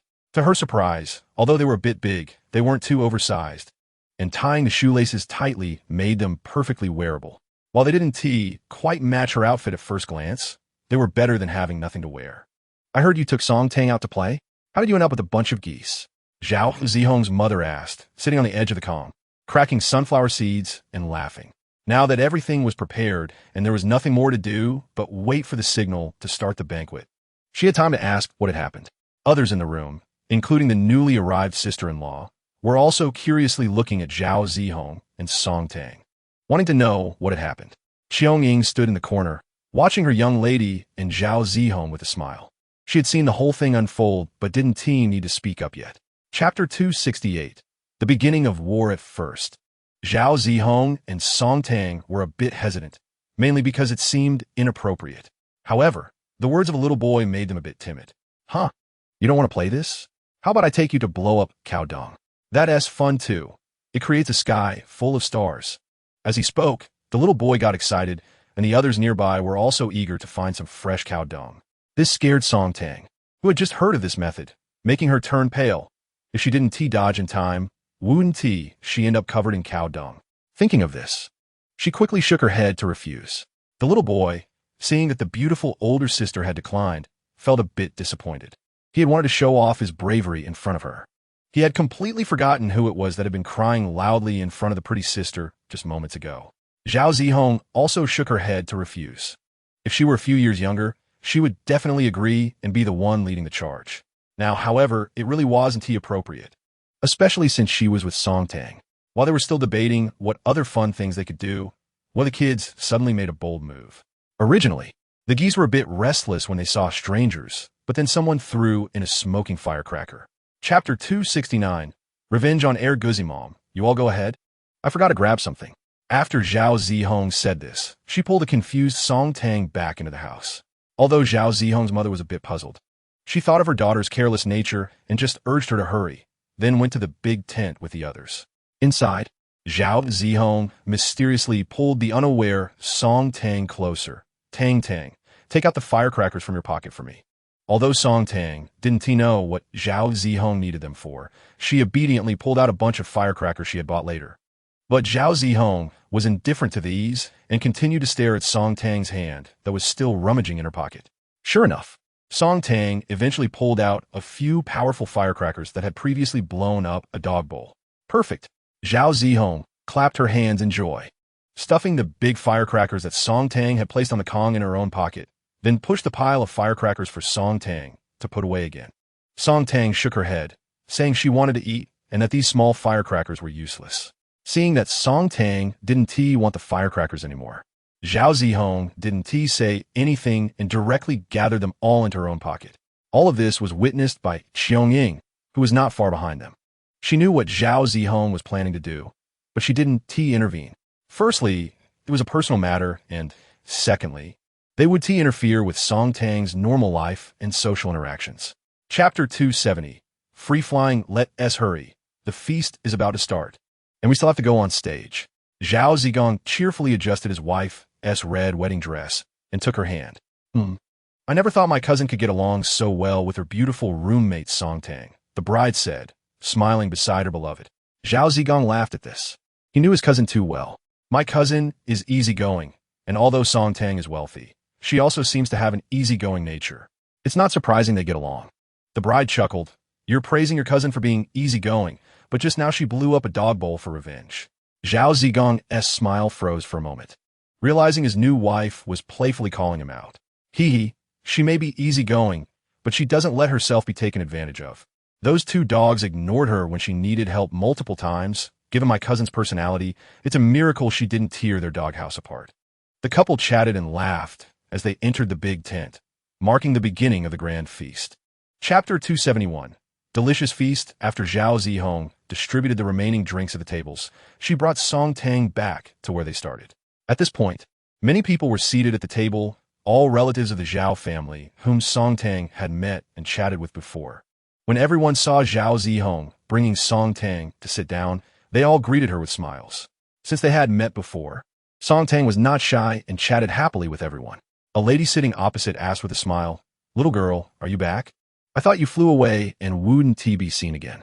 Others looked on in confusion at the exchange between the lady and Song Tang, while Zhao Zihong, who knew what had happened, laughed heartily. After having her fun, Zhao Zihong shared what had happened to Song Tang earlier. Now everyone laughed, and even Song Tang found it amusing. Just as they finished laughing, the tall guy who had been busy nearby happened to wander by. Zhao Zihong, who already knew who he was through Song Tang, pulled him over and recounted how he had mistaken Song Tang for a child. Realizing his mistake, the tall guy quickly apologized to Song Tang, who hurriedly stood up and waved her hands, indicating it was okay. Chapter 272. Drunk Song Tang Qiangying stood next to Song Tang and Zhao Zihong, watching the slightly drunk lady with mixed feelings. She had seen Song Tang being toasted earlier, but like Zhao Zihong, she hadn't expected her to down a small cup of white liquor. Both Qiangying and Zhao Zihong were caught off guard by Song Tang. However, Qiangying wasn't overly worried. It was just ordinary drunkenness. She had checked Song Tang's condition earlier and found her merely slightly tipsy, with no other allergic symptoms. The feast was nearing its end, and Song Tang tried to enjoy her meal before the alcohol hit her too hard. At this moment, she leaned against Zhao Zihong with a flushed face, mumbling something incoherent, occasionally breaking into silly laughter. She can't sit still anymore. Let's take her back to the room to sleep, Zhao Zihong said to Qiangying. Looking at Song Tang, Qiangying nodded, noting that in this state, Song Tang might feel worse in the car, so it was better for her to rest here first. Just as she picked Song Tang up, Zhao's mother arrived with the groom Zhao Zigong and the bride. Chapter 273. Zhou Jing's arrival. As the convoy approached, everyone was taken aback. Today's groom Zhao Zigong and bride exchanged glances, realizing that their little cousin's classmates were quite impressive. Since the guests had all left, the only vehicles left in the yard were the Rolls-Royce Phantom that Song Tang arrived in and a few of their own cars. Two Audi A6s and a Toyota Alphard turned smoothly to park beside the Rolls-Royce Phantom. Zhou Jing was the first to get out of one of the Audis, followed by Zhao Qi, Zhao Rui, and their three male bodyguards. This display was quite intimidating, and Qiangying hurried to greet Zhou Jing and introduce her. While the Zhao family, led by Uncle Zhao, also came forward to welcome them. "Thank you for your hospitality. My young lady has indeed caused you some trouble this time," Zhou Jing said politely as she shook hands with Uncle Zhao. After all, they were the family of Zhao Zihong, Song Tang's roommate, who was here to attend the wedding feast. Uncle Zhou waved off her thanks, saying it was no trouble at all. "Let us go inside. It's cold outside." Uncle Zhao led everyone back into the house. While in the yard, Zhou Jing also greeted Zhao Zihong's parents with a smile and got to know other people, including the groom and bride, through Zhao's mother's introductions. Chapter 274. The Family Shock in the End. Song Tang and Zhou Jing couldn't refuse the hospitality of the Zhao family and were kept for dinner. There was no way to decline. They were too enthusiastic. Not to mention that the bride and Zhao Zihong wouldn't let Song Tang get off the Kong. Uncle Zhao and groom Zhao Zigong also insisted that if they didn't stay for dinner, they wouldn't receive any gifts, turning the tables on Zhou Jing. With many people gathered, a sumptuous dinner was quickly prepared, and everyone squeezed together on the big Kong, with additional tables set up on the floor. Even the bodyguards, Wei Wu and others, were personally invited back by Uncle Zhao and Zhao Zihong's father. It was a warm and joyful dinner, with everyone enjoying the meal. Especially for Song Tang, Aunt Zhao specially made her fried oil cakes, and Uncle Zhao personally stewed fish, making Song Tang eat until she burped. After seeing her off in the courtyard, Song Tang got into the Toyota Alphard that Zhou Jing specially borrowed from the Ritz-Carlton Hotel. At that time, Zhou Jing thought that if the young lady hadn't sobered up, the back seat of the Alphard could be reclined for her to lie down and rest. Who would have thought that the young lady would sleep soundly on the heated Kong until it was almost dark and even at dinner again? It wasn't until the convoy disappeared into the night that the Zhao family returned to the house. His classmate of Zihong is really one of the relatives? An aunt sighed, but she had no adjectives left to describe it. Chapter 275. Arrival at Xiangshui Bay. The Zhao family sat together chatting. While Song Tang had already arrived at the Ritz-Carlton, Song Tang didn't drink much white wine. At first, she was quite drunk, but after a nap and eating some food, she was basically fine now and was playing around with Song Dineo in the room. After Zhou Jing arranged for Zhao Qi and Zhao Rui to draw her a bath, she smiled and asked, "Miss, where did you get the courage today to down that little cup of white wine in one go?" Song Tang ignored Song Dineo's protests, ruffled his fur, and said with a smile, "I was just so happy at that moment, and it looked so little, so I drank it. Who knew it would be so strong? To be honest, the moment it hit my mouth, it made me want to throw up. But I didn't want to embarrass myself with the groom and bride standing right there." Seeing Song Tang's lingering fear, Zhou Jing chuckled, saying that a little white wine was no big deal and it was good for the young lady to try it out. At least she would have experience in the future. Song Dineo angrily swatted at Song Tang's mischievous hand and sulked in a corner, licking his own fur. "This litter box officer is really annoying.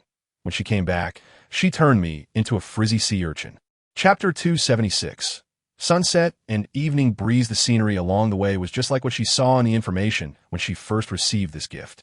It looked exactly the same, but now there were many more staff members, and the place felt livelier. "Miss, walk this way." Butler Deng led the way, guiding Song Tang around some landscape features in the courtyard, heading straight for the bright entrance of the villa. Now, Song Tang was completely immune to luxury homes. She had seen plenty of luxurious residences and hotels, all of which were top-notch. It was only this sea view villa that was her first, which made her view a little differently, but just a little. After entering the villa, Song Tang directly sat down in the spacious and bright sea view living room, and someone immediately brought her the local specialty coconut juice, freshly prepared that morning. "You all go ahead and do your things. No need to mind me. I'll just rest here," she said, half reclining on the soft, large sofa, feeling the gentle warmth of the sunlight soothing her, making her incredibly comfortable. Seeing that the young lady intended to stay here for a while, Zhou Jing, now used to it, began to call others to get busy, with Butler Deng following behind her. Chapter 277. The first night at the villa. What to eat for the first meal on Cheongzhou Island? No need to ask, of course. It's seafood. You can't get fresh catches in inland areas. After a seafood feast, Song Tang was completely satisfied. Even simple steaming and boiling made it incredibly delicious. Not to mention the chef skills. After dinner, Song Tang half reclined on the lounge chair on her villa's terrace, comfortably gazing at the starry sky. The sound of the nearby ocean waves continuously surged, and Song Dineo was lively, bouncing around the terrace. even daring to run to the edge of the infinity pool several times to test it with his paws. The entire large villa was brightly lit. Even the courtyard and the nearby private beach were illuminated, attracting the attention of people from other villas far away. They roughly knew that the owner of this expensive villa had arrived today. However, it was too far away to make out any details. After sending others off to their tasks, Zhou Jing came to Song Tang's side and slightly bent over, say miss about that piece of land in Kyoto. Didn't the Qin-Ning families say they would go back to hold a meeting to discuss it? Hearing this, Song Tang sat up a little and looked at the rolling sea under the moonlight, asking, I remember. So, have they come to a conclusion? Chapter 278. Short video works. Song Tang slept particularly well on her first night on Cheongzhou Island and didn't have any issues with insomnia due to being in a new bed. The faint sound of the waves seemed to act like a sleeping aid, quickly lulling her into deep sleep. The next morning, she was awakened by the mischievous Song Dineo. After hearing some noise, Zhou Jing knocked and entered Song Tang's bedroom, only to see Song Tang teaching Song Dineo a lesson. Miss, is it time to get up now? Or do you want to rest a bit longer? I can have the kitchen prepare breakfast, Zhou Jing said with a smile. It was still not yet 8 o'clock, which was indeed a bit early for the often lazy Song Tang. After subduing Song Dineo, she wrapped him in a small blanket like a cat roll and placed him on the bed facing up. Ignoring Song Dineo's dissatisfied meows, she began to put on her slippers to wash up. I'm not going back to sleep. I slept enough last night. Just have the kitchen make a simple seafood porridge, she said lazily while walking. Although the weather on Cheongzhou Island was comfortable, the humidity in the air made Song Tang, who had just arrived, feel a bit uncomfortable. So she chose to take a shower early in the morning. Chapter 279. The grass-cutting worker. After liking this comment, Song Tang thought for a moment and followed Zui Ge. She noticed that Zui Ge had already followed her at some point, making their statuses mutual. Scanning through Song Tang's Douyin follow list, besides some official accounts of various agencies from the country, they were just her good friends. Zui Ge was the first outsider she followed, and also a big V. After doing all this, Song Tang suddenly seemed to think of something, took her phone, and changed her profile picture to the one Zhao Rui took of her looking back yesterday. This photo was sent to her live phone right after Zhao Rui took it, unedited and in its original form.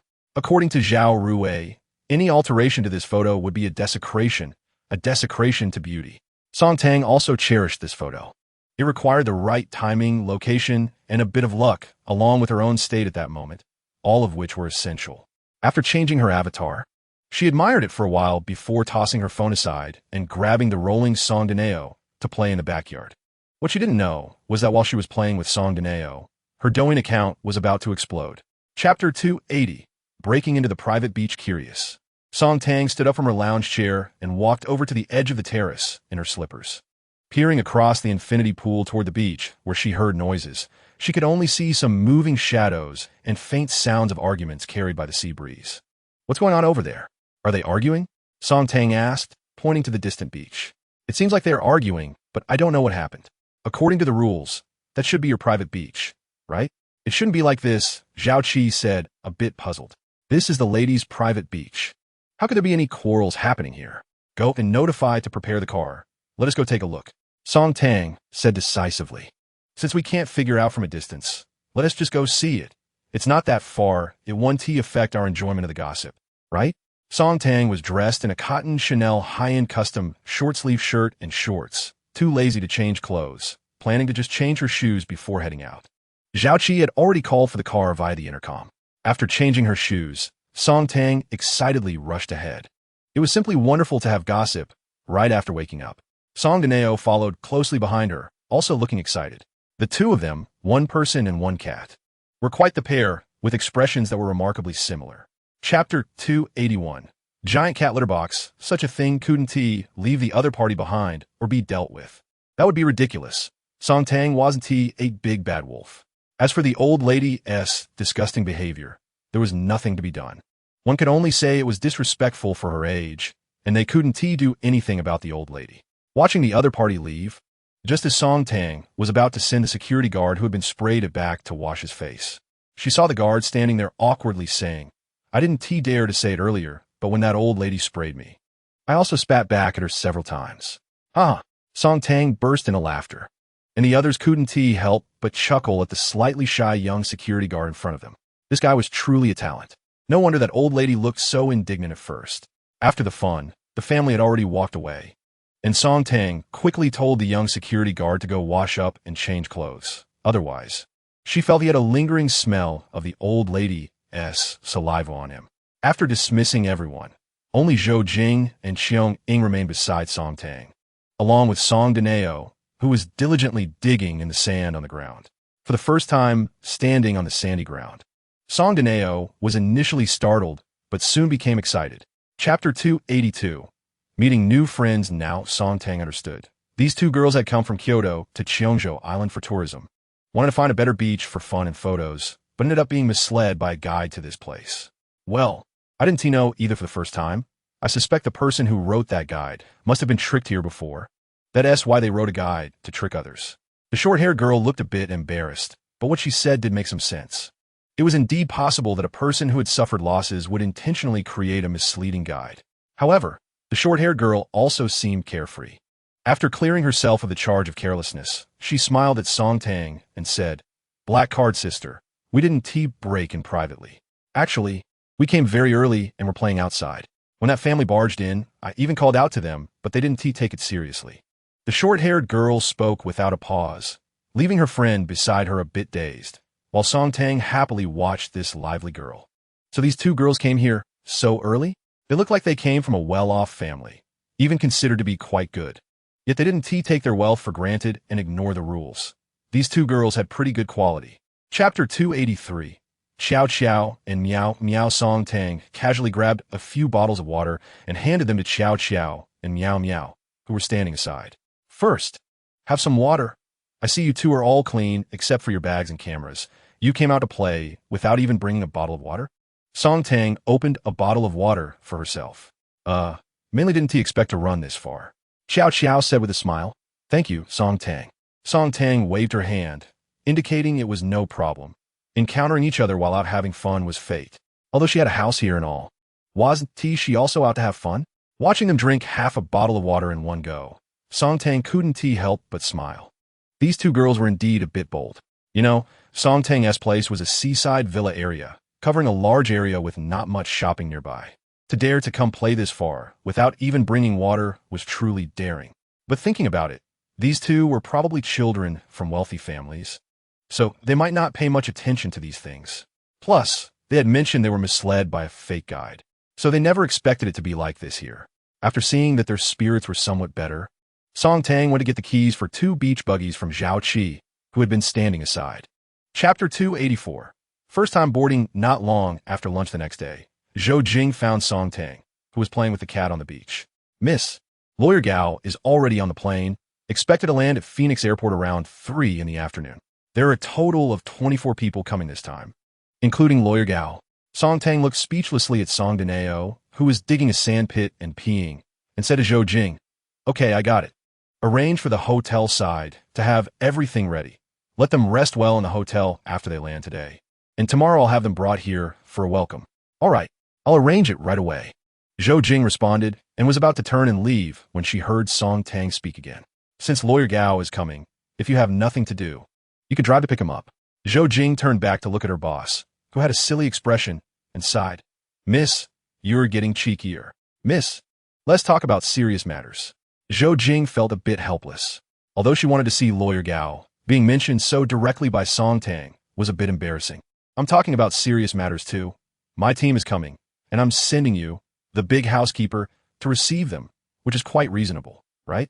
Song Tang said with a serious face. As for whether it was real or pretend, both she and Zhou Jing knew well. Chapter 285. Sweet dates and sticks. Come. Everyone gather around. The lady has something to say to everyone. On the largest deck, Gao Yuliang suddenly clapped his hands and shouted loudly. Everyone gathered together, looking at Song Tang, who was smiling in front, ready to listen attentively. After seeing that everyone was standing neatly, Song Tang walked forward with a smile. "First of all, I'm very happy to meet everyone, except for Lawyer Gao. This is my first time meeting all of you. In the future, your work will be very important, but at the same time, your future income and social status will also rise significantly. As long as you work hard here, you will definitely gain far more than your peers. In a couple of days, the business negotiations will depend on you all. I hope you can make a good start and bring me good news." As soon as Song Tang finished speaking, everyone responded with determination, shouting that there was no problem. Their Lady S strength was beyond doubt, not to mention the world-class super yacht they were currently on. Even the office building they worked in was reportedly owned by the lady. Their current apartment had only a few people, but occupied an entire floor. Watching the energetic team, Song Tang smiled and continued, "Today is specially to welcome you all, so everyone relax and have fun. If you want a tour, you can find a staff to guide you. If you want to dine, the restaurant has prepared a buffet today. If you want to go sea fishing, you can also find housekeeper Zhou to arrange it." Chapter 286. Consequences of the investigation after the super yacht trip. Song Tang's team returned to the hotel as if they were energized, spending the next few days without leaving the hotel, basically resting in their rooms at night and holding meetings in the hotel conference room during the day. They had to make the most of the excellent treatment and benefits provided by their young lady. 3 days later, the private jets of the Qin and Ning families landed at Phoenix Airport, and they, of course, checked into the Atlantis Hotel, which had been booked in advance after communication with Song Tang's side. That afternoon, Song Tang's convoy drove out of the fragrant bay seaside villa towards the Atlantis Hotel. At the hotel, the bustling entrance was filled with people waiting, attracting the attention of passers-by. The scene was indeed impressive, as in addition to more than 20 people from Gao Youliang's group, there were also people from the Qin and Ning families. Upon seeing Gao Youliang's group gathered at the hotel entrance, they guessed that Song Tang was arriving. So after confirming the news with Gao Youliang, they arranged for some people to wait alongside. Chapter 287. A colorful life at the entrance of the Atlantis Hotel. Under the watchful eyes of the heads of the Qin and Ning families, all the business elites and hotel staff waited, while countless curious onlookers observed from afar. The leading Maybach S680 slowly drove forward, clearing the beginning of the red carpet, following closely with a Rolls-Royce Phantom that parked steadily at the main entrance. And the Bentley convoy behind it also came to a smooth stop. At that moment, all the onlookers were even more astonished. The Maybach, usually a vehicle for big shots, was actually just being used as a lead car. Gao Yuliang was already standing by the door of the Rolls-Royce as soon as the convoy came to a stop. He looked up and noticed that the bodyguard from both the front and back cars had already gotten out and were on alert. After Zhou Jing, who got out of the passenger seat of the Rolls-Royce, nodded to him, Gao Yuliang confidently opened the door of the Rolls-Royce, holding the door frame with one hand. Under the watchful eyes of everyone, a slender, fair leg elegantly emerged from the Rolls-Royce, followed by Song Tang in a Chanel custom gown, who appeared before everyone with a charming smile. Fearless and graceful, this was the first impression everyone had of Song Tang. Chapter 288. A harmonious atmosphere when Song Tang shook hands with Mr. Qin. Ning Yu and Qin Zhaoyang had already returned to their group, watching the poised Song Tang. After Song Tang greeted Mr. and Mrs. Qin, before Ning Yu could speak, Mrs. Qin took over the introductions. She took Song Tang's hand and led her to stand before the smiling Mrs. Ning, saying, "This is the matriarch of the Ning family, Ning Yu's mother." "Hello, Aunt Ning. It's a pleasure to meet you," Song Tang greeted with a smile, confirming her earlier thoughts. "You look really beautiful," Mrs. Ning said as she shook Song Tang's hand. "I've heard so much about you from Ning Yu, but it's a pity that it took so long to finally meet. Your Uncle Ning isn't well and can't fly long distances, so it's just me here. Next time you come to Kyoto, you must visit our home and let Uncle Ning cook for you as an apology." Mrs. Ning also seemed to be open and generous. Those who didn't know would think that Mrs. Qin, holding one of Song Tang's hands, and Mrs. Ning were competing for a daughter-in-law. Song Tang helplessly chatted with the two ladies for a while, soothing them, and then, guided by Ning Yu, stood before several uncles of the Ning family. Chapter 289. Poseidon Suite. Inside the Poseidon Underwater View Suite at the Atlantis Hotel, Song Tang, along with Zhou Jing, Qiong Ying, and Zhao Qi, curiously looked around the room. Speaking of the underwater scenery, they had already seen it in the hotel lobby. A wall that was 2 stories high was completely transparent, directly showcasing the magical underwater world. However, that was in the hotel lobby for all guests to view. The female butler of the Poseidon Underwater View Suite was showing Song Tang and her friends around, while Qiong Ying was independently checking for safety hazards throughout the room. Even though this was the Atlantis Hotel, the required safety checks would not be overlooked when Song Tang was staying there. This suite was not particularly large compared to the hotel Song Tang had stayed in, with the entire room being around 300 square meters. After entering the room, the interior decoration was quite nice, and what pleased Song Tang the most was a large terrace. Standing on the terrace provided a view of the entire beach, only slightly higher than the outdoor coconut trees, as this was an underwater view suite. It certainly wouldn't be on a high floor. There were several sofas arranged on the large terrace, making it a pleasant spot to sit and enjoy drinks and chat with friends.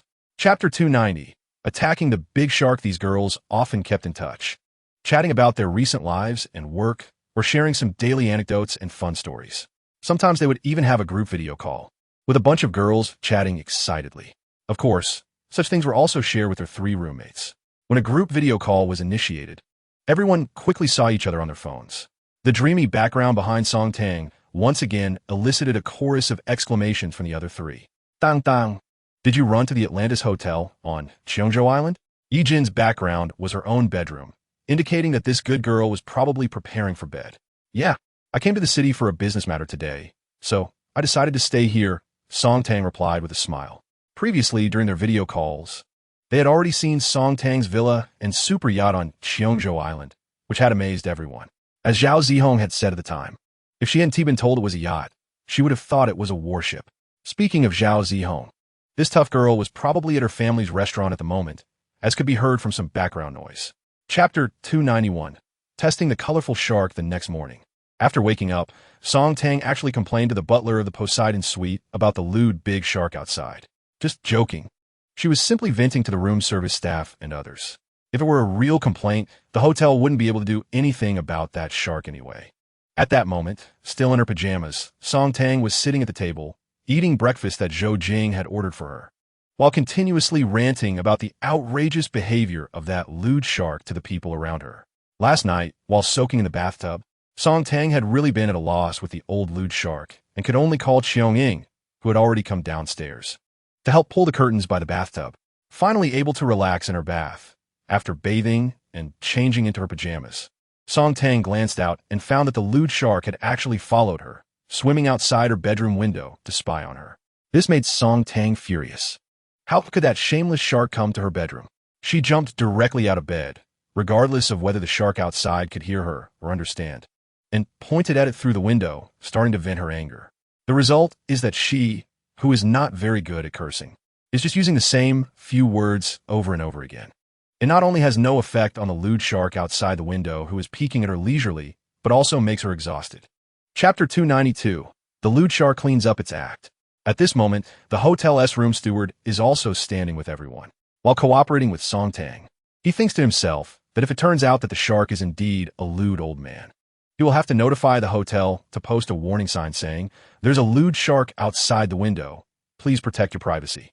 Song Tang, who has already walked to the window, is still talking to everyone when she suddenly sees the expressions of the serious-looking people who are nodding along with her change drastically.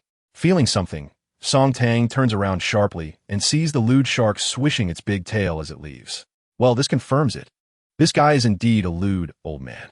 Song Tang presses her whole body against the glass of the sea view window, angrily shouting at the departing shark's back. The others are now all smiling, charmed by Song Tang's reaction, while only the sweet-S steward has a forced smile on his face. It seems that the shark outside the hotel's underwater viewing window is indeed a lewd old man.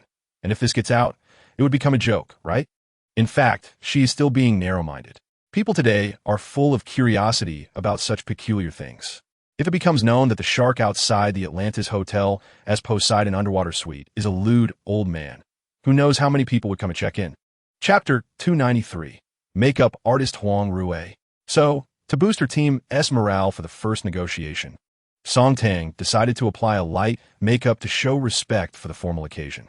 The people around her have their own skills when it comes to makeup, including the times when Song Tang occasionally feels inspired. She would have Zhou Jing lightly apply some for her.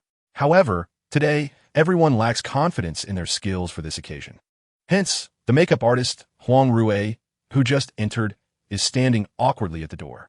Huang Rui, the makeup artist hired this time, is currently standing cautiously in the entrance hall. The atmosphere she encountered while walking here was intimidating enough, and now the room is no less daunting. 2 women who seem to be stewards are sizing her up while leading her to sit on the sofa and wait, and 2 young girls are bustling around. She takes a sip of water to relieve her nerves, and, just as she puts the cup down, a clear and pleasant female voice rings out. "Is the makeup artist here?" Then, a girl dressed in an unidentifiable high-end gown steps out. The beauty she exudes in that moment leaves even someone like her, who is focused on makeup aesthetics, momentarily stunned. Having been in the makeup industry for so many years and climbing from the bottom to the top, she prides herself on having seen countless beautiful faces. But the face before her, which is smiling gently at her, is undoubtedly the most beautiful she has ever seen, without exception. Chapter 294. She is peerless. Huang Rui listens to Zhou Jing's words, thinks for a moment, and then shakes her head to refuse. I'm sorry, Steward Zhou, I can't agree to this. Firstly, I'm someone who enjoys freedom. I prefer to be unrestrained, facing different faces and challenges. Zhou Jing nods, understanding that this is her personal lifestyle and attitude. Seeing Zhou Jing nod, Huang Rui continues. The main point is, Miss Song's face is too perfect. Saying it's challenging to do her makeup is not a problem at all, because it's indeed very difficult to go further. Miss Song's original face is basically the pinnacle of human facial aesthetics.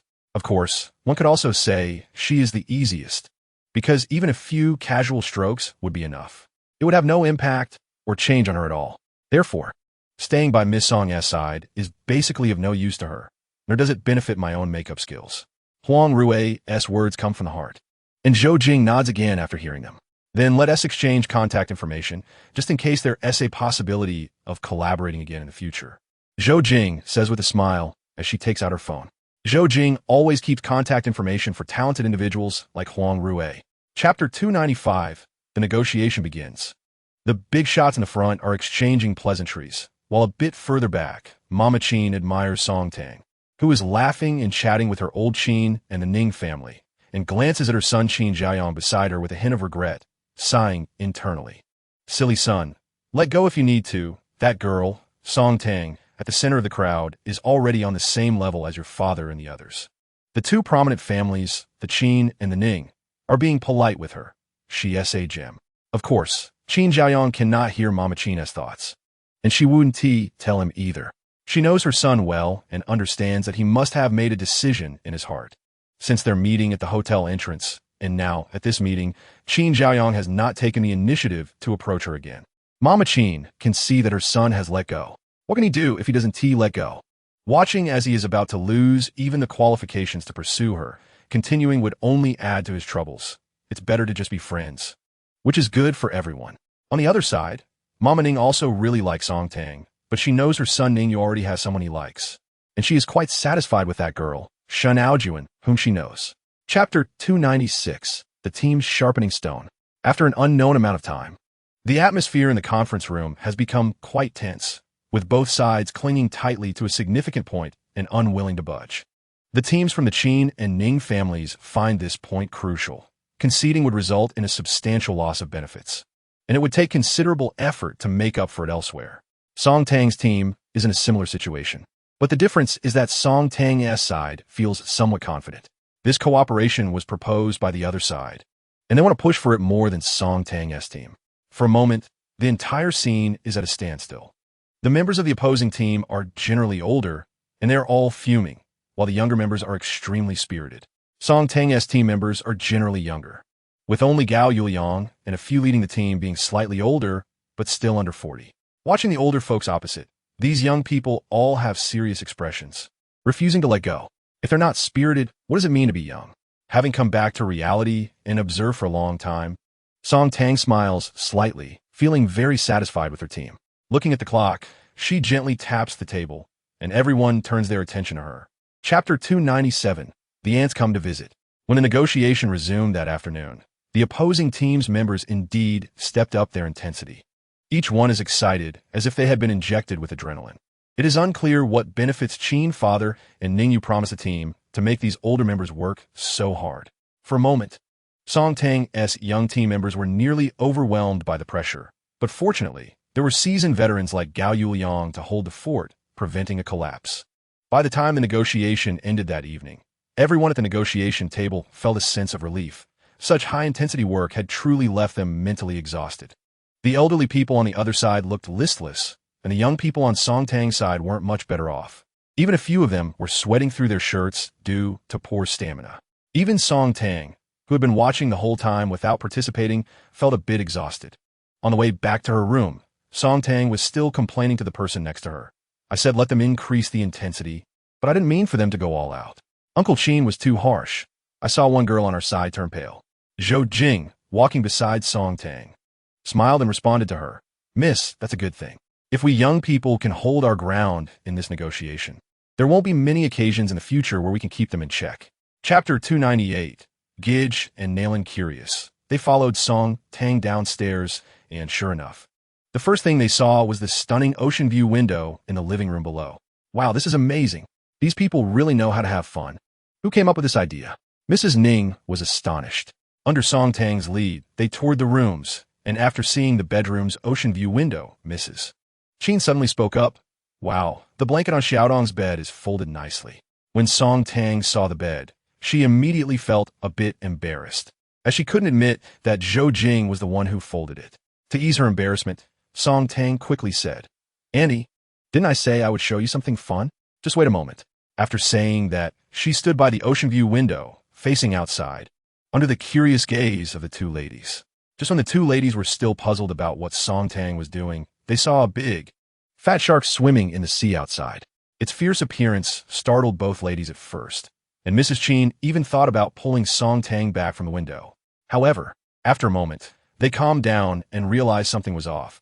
Despite its terrifying look, the shark seemed a bit strange. Chapter 299. No eating colleagues. In fact, Song Tang had guessed the truth. Mrs. Ning and Miss Yu Gidge really were daughters of wealthy families. As for Nailin Qing, she naturally came from a scholarly family. But Nailin Qing was an oddity in her family. She didn't enjoy studying at all and had a hard time with her education. It wasn't easy for someone from a scholarly family to turn out like her. Luckily, she ended up marrying well. Her husband truly loved her, and her son was someone she could easily manage. As the head of the Nailin family once said, if their daughter married an ordinary person, she would definitely cause trouble for them. Auntie, the shark will swim over as soon as someone stands in front of the window. Song Tang seized the opportunity to interject when she saw the two ladies stop arguing. After hearing Song Tang's words, Mrs. Ning tidied her hair, pumped herself up, and quickly walked over to the ocean view window, waiting quietly. Sure enough, just as Song Tang had said, after a while, the figure of the shark appeared in the distance, and it indeed swam toward the window. Ha ha ha! Mrs. Chin burst into laughter, and her earlier displeasure vanished. The best way to lift her spirits was to see someone else become anxious. Chapter 300. Watching the show, I just want to ask you, why is it so difficult to inquire about this? Song Tang, Mrs. Chin, and Mrs. Ning hurriedly walked into the hotel lobby, and at first glance, they saw a young man and woman facing away from them, yelling at the hotel lobby manager. The manager was sweating profusely, but he kept explaining something in a low voice, while some ordinary hotel staff surrounded them, quietly trying to dissuade them. Many passers-by and hotel guests were gathered around the underwater view wall, watching the commotion. Upon arriving at the scene, Song Tang and her companions paused to see what was happening. After all, it was rare to see such a ruckus in a hotel lobby of this caliber. If the people in the hotel's large conference room, where Mr. Chin and others were still engaged in intense negotiations, found out about this, they would surely be frustrated. They were here suffering, and these few were outside watching the show? No, I wasn't asking you to do anything bad. I just wanted you to ask a question. Is that so hard? If not, can you tell me who they are? I can communicate with them myself. Can I? Although the young man's tone was a bit agitated, it was clear that he was also somewhat helpless. Chapter 301. Wang Zhongqing seeks a room. Wang Zhongqing suddenly laughed. He really thought of Song Tang, the famous black card lady online. How could he, a regular on the internet, not know her? He had even seen her at an auction once, and had specifically asked Ningyu about her, though Ningyu hadn't said much at the time. Hello, black card lady. I am Wang Zhongqing. He smiled as he walked up to Song Tang and Mrs. Chin, extending his hand to her. Hello, Song Tang. Hearing him call her black card lady, Song Tang smiled politely and shook his hand lightly while curiously looking at him. She had heard of this son of a wealthy family before. After all, he was quite well known on the internet and had been for a long time humorously referred to by many netizens as Principal Wang. Wang Zhongqing had been famous online for many years and had a huge reputation. He was known for his straightforwardness and never held back when criticizing celebrities in the entertainment industry, making him a kind of unofficial watchdog of the entertainment circle in the eyes of netizens. Recently, although Song Tang had been gaining recognition, Especially in the field of short videos on Douyin, she still felt quite small compared to someone like Wang Zhongxing, who had risen to fame during the Weibo era. Chapter 302. Internet celebrity Lin Qianqian Wang Zhongxing didn't care about Mrs. Qin and Mrs. Ning's attitudes at all. What a joke! Just the fact that these two could smile and nod at Lin Qianqian showed they were giving Wang Zhongxing enough face. Without Wang Zhongxing present, Lin Qianqian might never even get the chance to meet these two ladies, let alone greet them in person. The main reason was that everyone knew Wang Zhongxing frequently changed girlfriends, so they nodded in acknowledgement. If Wang Zhongxing recognized Lin Qianqian as his fiancée, the two ladies would certainly show her more respect. Since Wang Zhongxing said nothing, Lin Qianqian had even less to say. At that moment, she just wanted Wang Zhongxing to wrap up this impromptu conversation quickly. The pressure on her was too great. This is Miss Song. I estimate that even if you don't know her, you should have seen her online. Wang Zhongxing introduced the two elders before turning to Song Tang. This was purely about the order of seniority.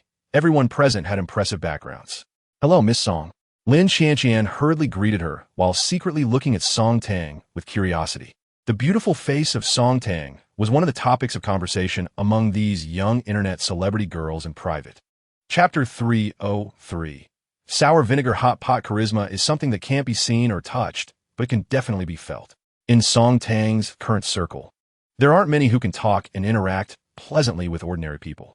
Haven't you seen that even someone like Wang Zhongxing has many people online saying he is approachable? Some big shots who can lower their stance to have equal conversations with people from different social classes are mostly older individuals. Their rich life experiences allow them to settle down. There aren't many young people like that. It's either the arrogance that aristocratic children wear on their faces all the time or the high-handedness of nouveau riche. In short, they often look down on ordinary people in situations where they interact with them. However, Song Tang is not like that at all. Having once been in a humble position at a young age and having tasted the harshness of the world, her kindness allows her to empathize with others. The wind rises from the edge of the blue grass, and the waves form from the gentle ripples. It is not surprising that Song Tang exhibits such behavior that is not in line with her age, considering her past experiences. Xingyi, Ningyi, it looks like you're planning to go out for fun. I won't disturb you then. I need to go book a room to sort out tonight's accommodation. Chapter 304. Today Song Tang, as for why only Zhao Qi and Zhao Rui were allowed to go, without mentioning the two ladies' assistants who were still standing by the table. There's a reason for that. Simply put, they are not Song Tang's people, and she cannot speak on that. To give orders to someone else's assistants is overstepping and inappropriate. Her own people, she can let them leave to have dinner, but for Mrs. Qin and Mrs. Ning's people, she has no right to say anything. Who knows what they are thinking?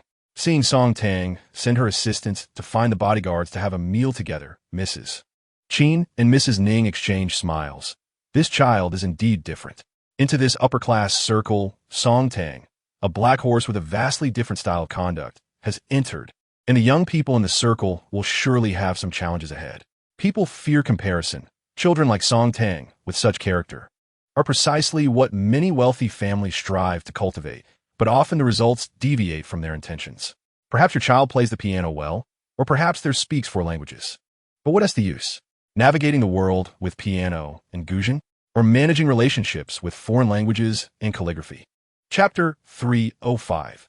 Nanhai Guanyin, shall we go to Nanshan Cultural Garden first? How can we come to Cheongzhou Island without visiting Nanhai Guanyin? This is Tang Tang's first time here. She hasn't been to Nanshan Temple, right? Should we go pray and light some incense?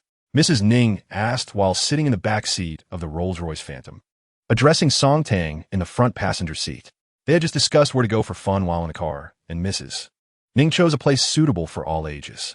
For Chinese people, any place where one can burn incense and pray is a must-visit, regardless of belief. Hearing this, Song Tang excitedly turned around and curiously said, "Is it the tall Guanyin statue that stands on the sea? I saw it from the plane when I came." "Yes, that's the one." That Guanyin statue is 108 meters tall, even taller than the Statue of Liberty in the beautiful country, Mrs. Qin continued. She still didn't know that Song Tang arrived on her private jet, thinking that Song Tang was on a commercial flight. These planes often circle around the Guanyin statue when passing by, symbolizing a prayer for a smooth flight. This Nanhai Guanyin is the landmark here.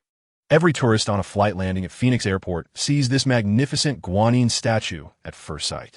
Chapter 306. The illuminated great treasure seal. The shock brought to everyone by the interior of the Yuantong treasure hall was no less than that experienced outside.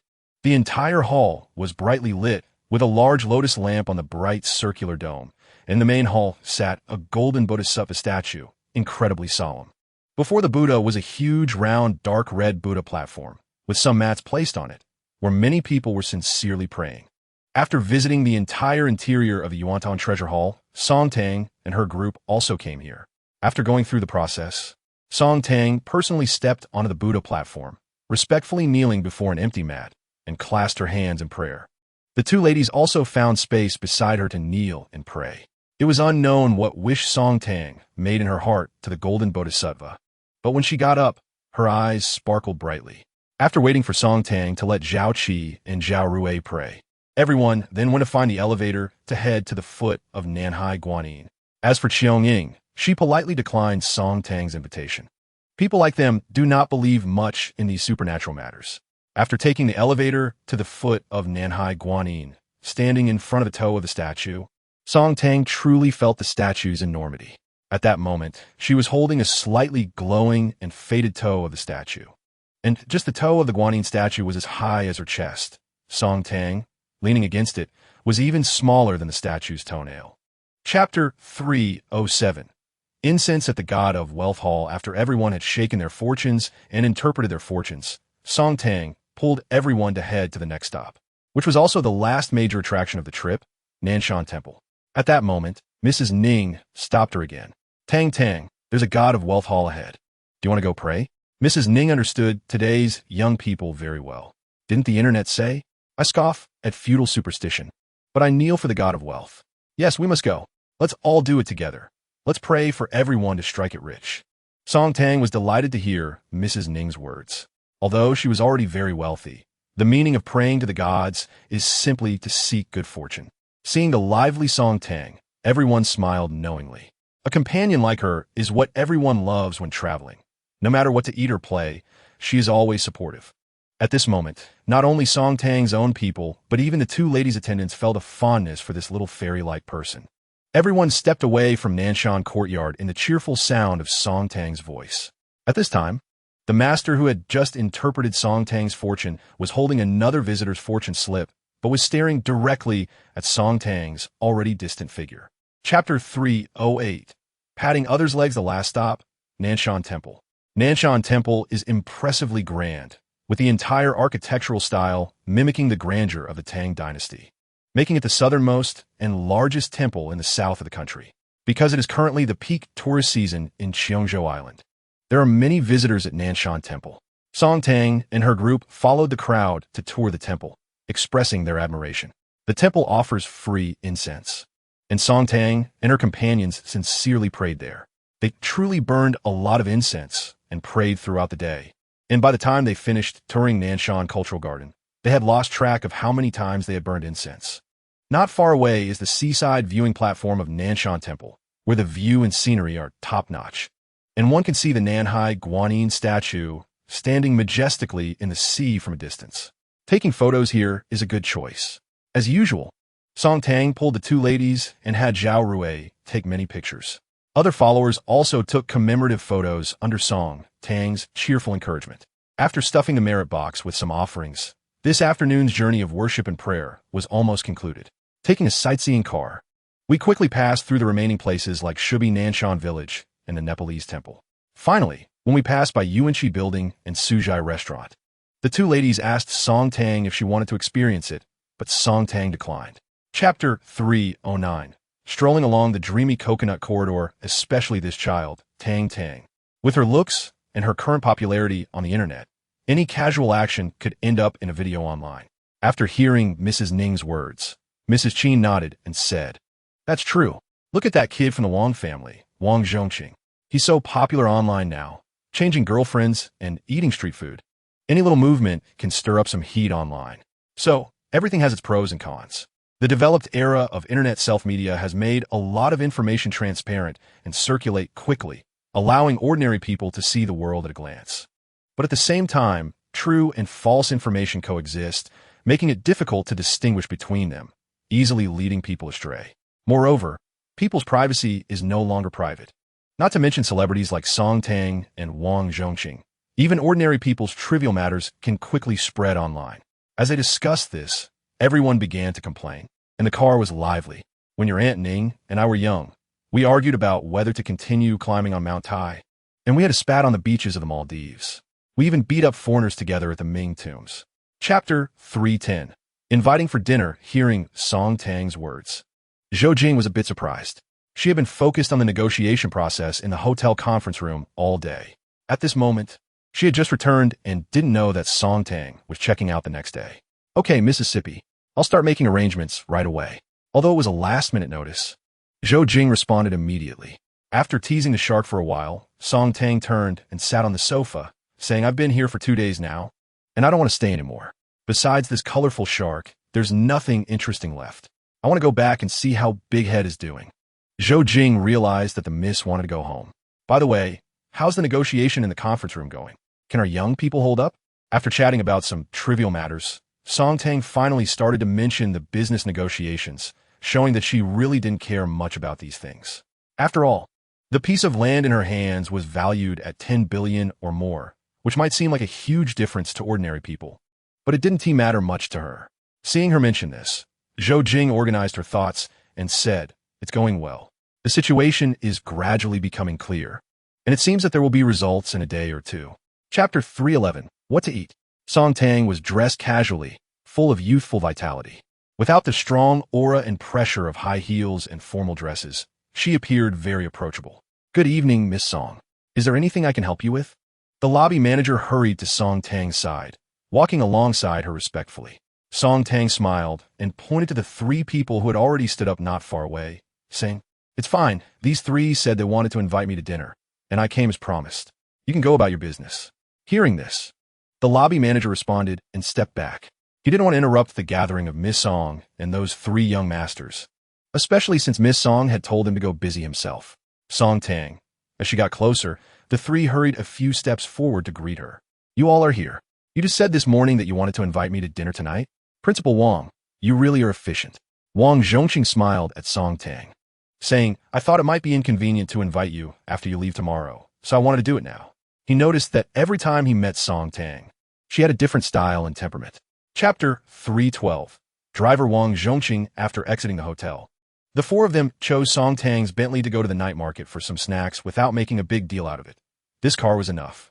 Since it was Wang Zhongqing's suggestion, he drove while the other 3 got in the car. Wang Zhongqing stood outside with the Bentley key Song Tang just handed him, looking speechless. I'll drive. Why are you all rushing so fast? As soon as the Bentley moved, 2 identical cars followed behind, which were Song Tang's assistants Zhao Qi and Zhao Rui, along with bodyguard Wei Wu. The 3 boys could go out to play alone, but Song Tang, who was at most a bit capable, couldn't do that, especially since it was already past 8 at night, and this time on Cheongzhou Island was peak tourist season. There were all sorts of people around, so she always had bodyguard with her.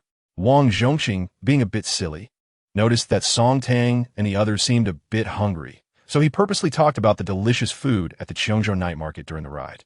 To tempt Song Tang, he went all out, describing the various snacks in vivid detail, nearly exhausting his vocabulary.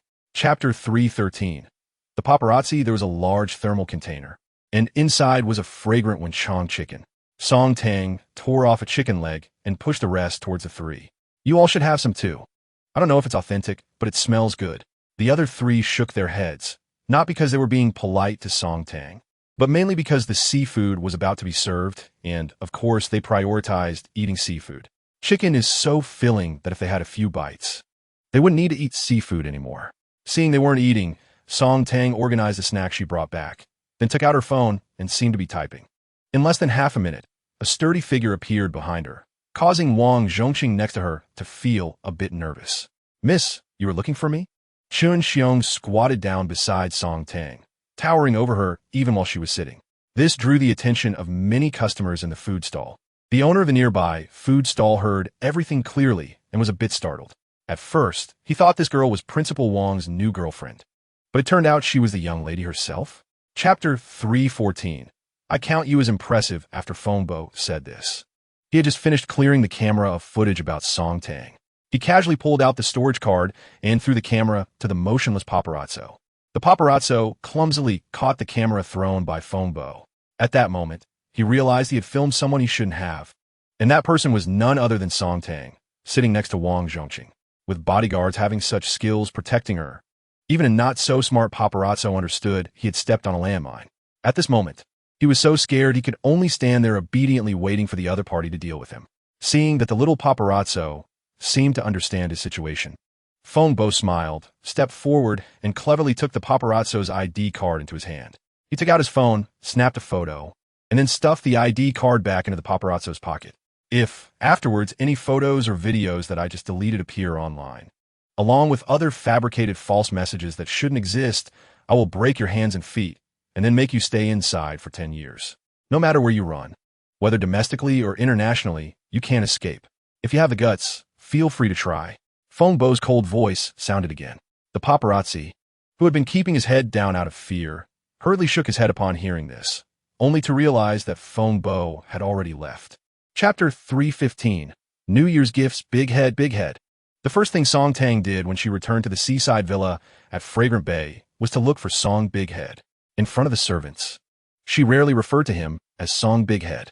Don't ask, just know that she cares about her image. Of course, there were times when she called him that casually, so everyone actually knew that Big Head also had the surname Song. Watching the young lady get out of the car and happily rush toward the villa, the others who returned with her, as well as those who came out to greet her from the villa, silently exchanged glances. They were welcoming a lonely person. Before everyone could arrange themselves to greet her properly, a gust of wind blew, and their young lady disappeared, leaving only the sound of her calling for a little cat from the villa behind. All right, stop standing around. The young lady has already run back inside. Quickly grab her things and go back. The villa's housekeeper, Deng Mingli, said with a wry smile. The others also reacted, and they all rushed to the car, carefully holding the young lady's belongings as they ran back. Song Tang had already vanished, and it wouldn't be good for them to be standing there in a daze. They needed to run slowly while holding the items. Each one was quite valuable, and if they dropped them, it wouldn't look good. Chapter 316. The idle swimming pool. Wait a minute. Just as housekeeper Deng was about to leave after reporting these trivial matters to Song Tang, she called out to him again. Young lady, is there anything else? Housekeeper Deng slightly bowed. I just looked, and we can add more fireworks. Don't worry about the cost. Buy the best, Song Tang said with a smile. This new year, she wanted to reward herself with a grand fireworks display. Not only did she want a path of flowers, but she also wanted a sky full of flowers. Housekeeper Deng agreed and hurried off to make arrangements. The new year was approaching, and since the young lady wanted to add more fireworks, they needed to hurry up with the purchases. While arranging for people to be busy, housekeeper Deng was secretly astonished. He had prepared enough fireworks to last over an hour. Judging by the young lady's appearance, it seemed she would want at least double that. Just thinking about a fireworks feast that lasts 2 to 3 hours made even housekeeper Deng feel excited. What impressive scene that would be. Taking the ice water handed to her by Zhao Rui, Song Tang murmured to herself, is it really only 3 days until New Year? Time flies so fast. In the past half year, her life had undergone tremendous changes, and her days have been wonderfully exciting. Chapter 317. Sea fishing in progress. So, during that afternoon, under Qiong Ying's devilish teaching method, although Song Tang still drank a lot of water like when she first learned to swim, she at least managed to swim a few meters. This gave Song Tang a sense of accomplishment, feeling that the water she drank that afternoon was not in vain. For dinner that day, Song Tang could only eat a little because she was too full from drinking. However, the damp Song Big Head seemed to be enjoying the meal, leaving Song Tang speechless. In the afternoon, when she was drinking water in the pool, at first, Song Big Head had run away in terror. But once it realized there was no danger, it came back and sat by the pool, watching Song Tang make a fool of herself. How could Song Tang let such a little cat slip away? After asking Qiong Ying and learning that cats could swim for short periods, she stealthily pulled Song Big Head into the water.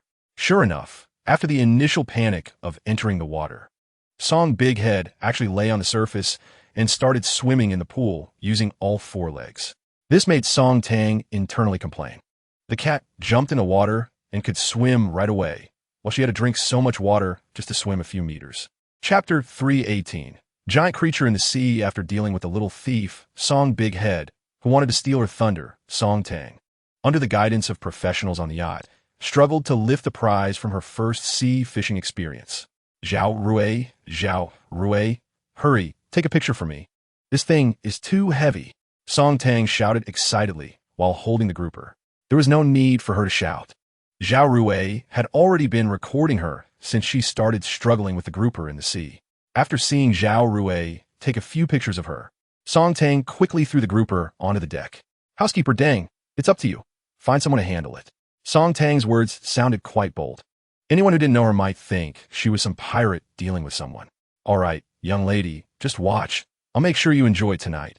Housekeeper Deng said with a smile as he stepped forward to pick up the grouper and called someone over to start arranging the grouper's fate. Song Big Head was a bit unhappy when it saw Housekeeper Deng taking away the grouper. It was about to go up and compete to snatch back the big fish when Song Tang scooped it up in her arms. You little thing, you want to go steal the fish? Be careful, that big fish might sweat you away with its tail. Song Tang laughed as she poked the forehead of the defiant Song Big Head in her arms. Chapter 319, Lucky Dragon Fish, finally. After a bunch of staff members used a crane, they managed to hoist the exhausted giant fish that had been worn out by Feng Bo and Chen Xiong. The moment the big fish was pulled out of the water, everyone gasped in unison, and some of the more timid ones even took a few steps back. Young lady, it's a dragon fish, a giant grouper. Before Song Tang could ask, Feng Bo, who was standing beside her, smiled and explained. Song Tang nodded in a daze, her eyes still fixated on the super big fish that had been lifted by the crane and was now hovering above the deck. The length of this creature being lifted was almost comparable to Chen Xiong's height, and the occasional opening and closing of its big mouth sent chills down Song Tang's spine. The size of its open mouth could easily swallow a girl like her whole. With a clang, the hook that had just been removed from the giant dragonfish was thrown onto the deck. Song Tang looked at the exaggerated fish hook on the ground, and then at Feng Bo, who was still standing beside her. Where did you get this fish hook that's bigger than my palm? Song Tang asked Feng Bo in surprise. As someone who had only been fishing twice, she had never seen such a terrifying fish hook. She had only seen such big hooks in a village in northeast China. Chapter 320, New Year's Eve. After listening to her young lady's words, Zhou Jing nodded. The confidence radiating from the young lady was incredibly strong, stemming from her absolute faith in her own abilities and position. If she were in the shoes of the opposing party, facing a competitor like her who held absolute resources yet asked for nothing, they would be lucky to cooperate at all, let alone think of pulling any tricks. There is no intelligent person who would engage in something that brings harm without benefit. Thinking of the team members who were already on their way back to Kyoto by plane, Zhou Jing couldn't help but smile. These young people are really lucky. They started their lives working under Song Tang. To know that the high-intensity negotiations arranged by Song Tang this time will impact these members as much as several years of learning and experience. Generally, young people like them rarely have the opportunity to sit at such a high-level negotiation table, and they also have seniors like Gao and Liang to escort them. When they return home, they don't know what kind of welcome they will receive. Going out and bringing back a bonus of 300,000. It would be unreasonable for their parents not to reward them properly. It is estimated that these young people will have a glorious year ahead. In the blink of an eye, it was New Year's Eve, the last day of the year. Chapter 321, Making Dumplings. Watching Feng Bo awkwardly place the processed double-layered dumplings on the table, Song Tang facepalmed, forgetting that she still had flour on her hands, and ended up dusting her forehead and face white.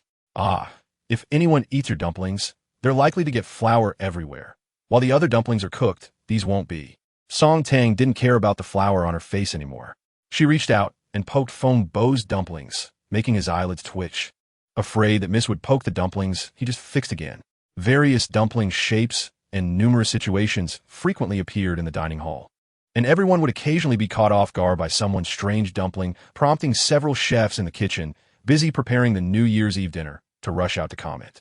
What surprised Song Tang was that among all the people making dumplings in the restaurant, besides the professional kitchen helpers and nannies, the best-looking dumplings were actually made by Wei Wu and Xiaoying. Wei Wu's dumplings were all perfectly shaped and very standard, just like him, rigid. Xiaoying's dumplings, on the other hand, were slightly delicate and round. If a contest were held for the 3 ugliest dumplings on site today, Feng Bo and one of the security guards would definitely be among the ugliest, and another unexpected contender was Steward Deng. His dumplings could also rank among the top 3 ugliest.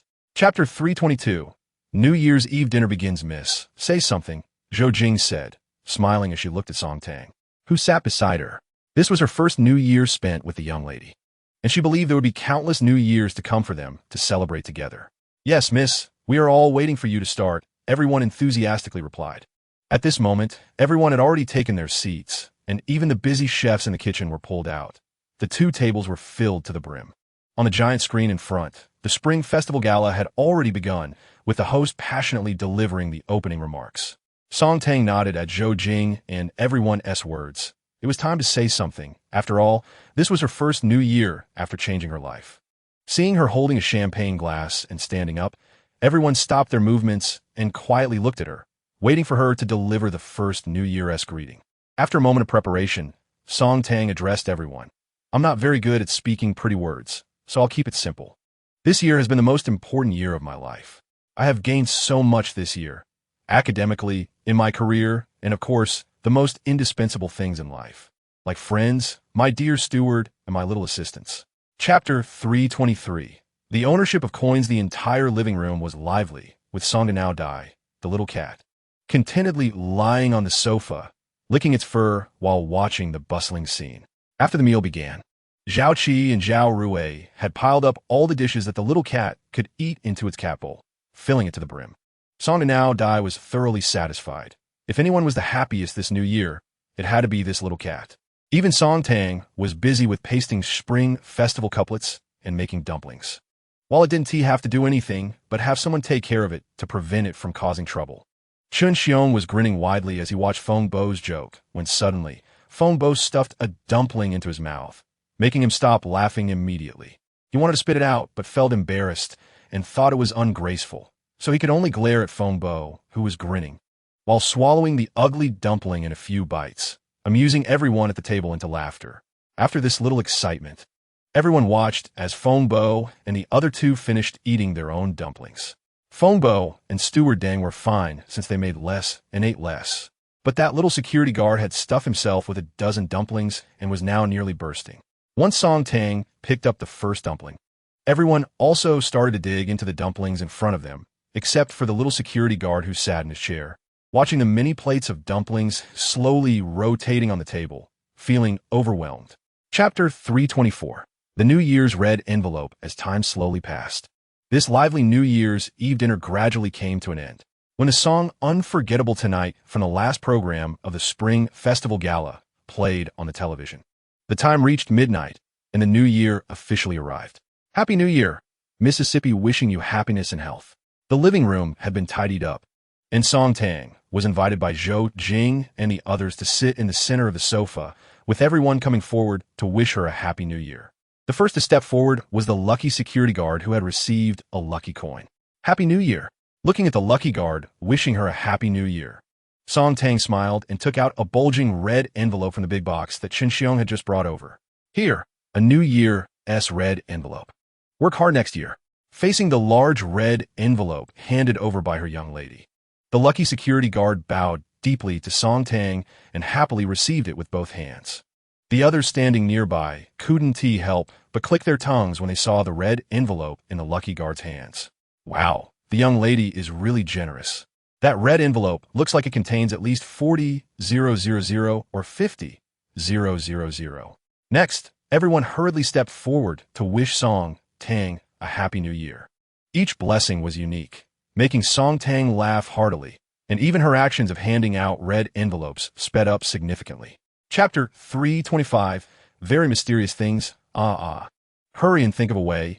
This little one has knocked over its vinegar jar. Song Tang, while holding back the meowing Song Danao Dai that wanted to lick her, helplessly sought help from everyone. This made everyone unable to hold back their laughter. This little cat understood quite a bit. It seemed to be jealous. Zhou Jia, is it possible that it's not looking at the cash, but at the red envelope? Zhao Rui's words suddenly brightened everyone's minds. Zhou Jing tried to wave a cash red envelope she had just drawn in front of Song Danao Dai. After attracting its attention, she placed the red envelope on the sofa next to Song Tang.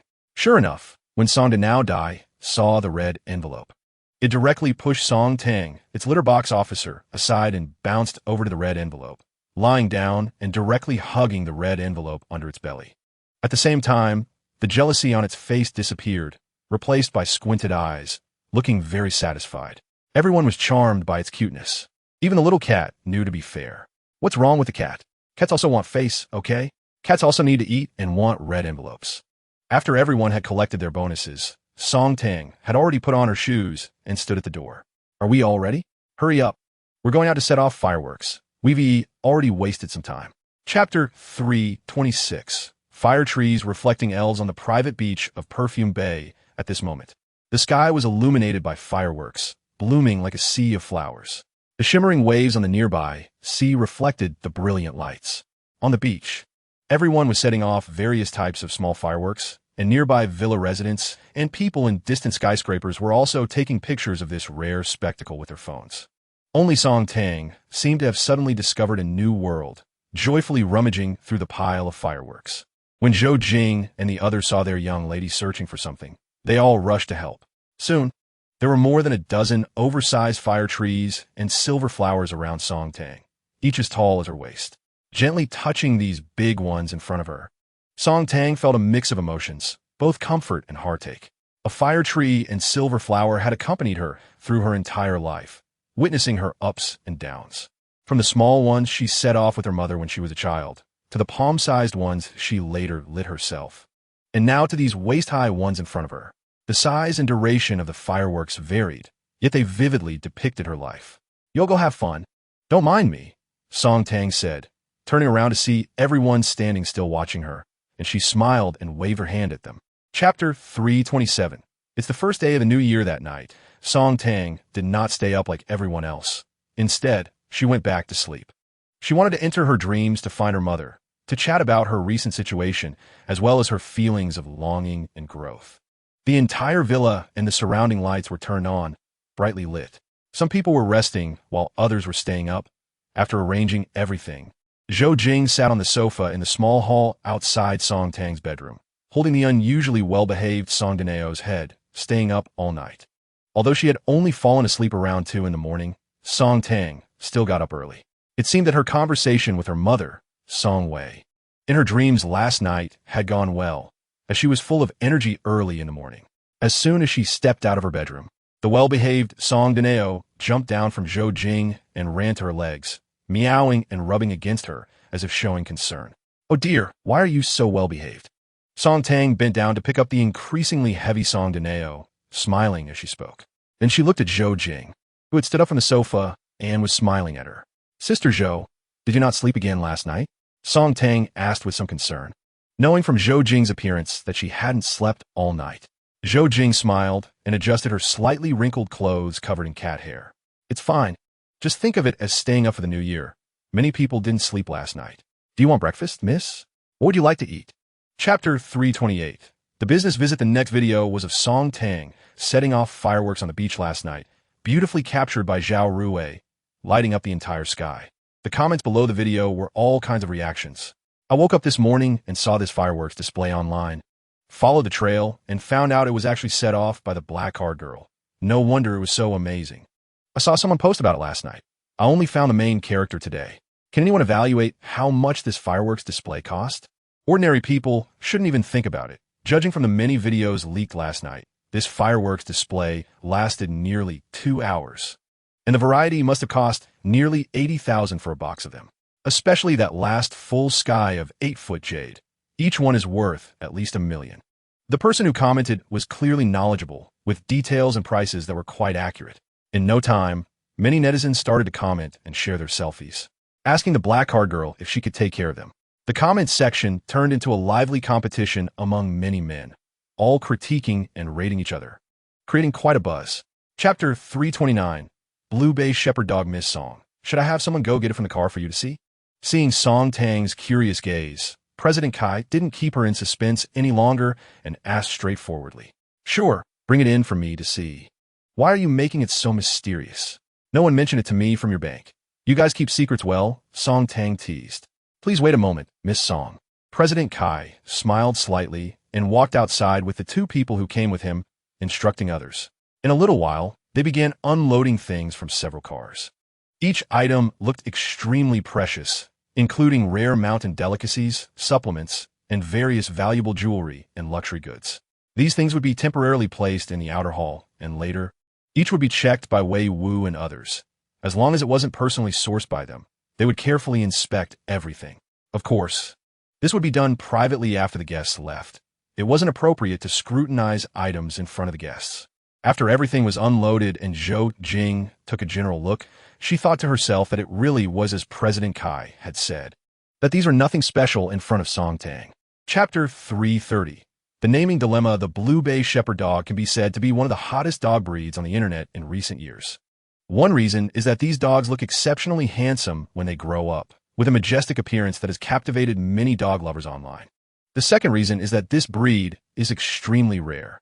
Even now, there are only a few dozen adult dogs, each with a number.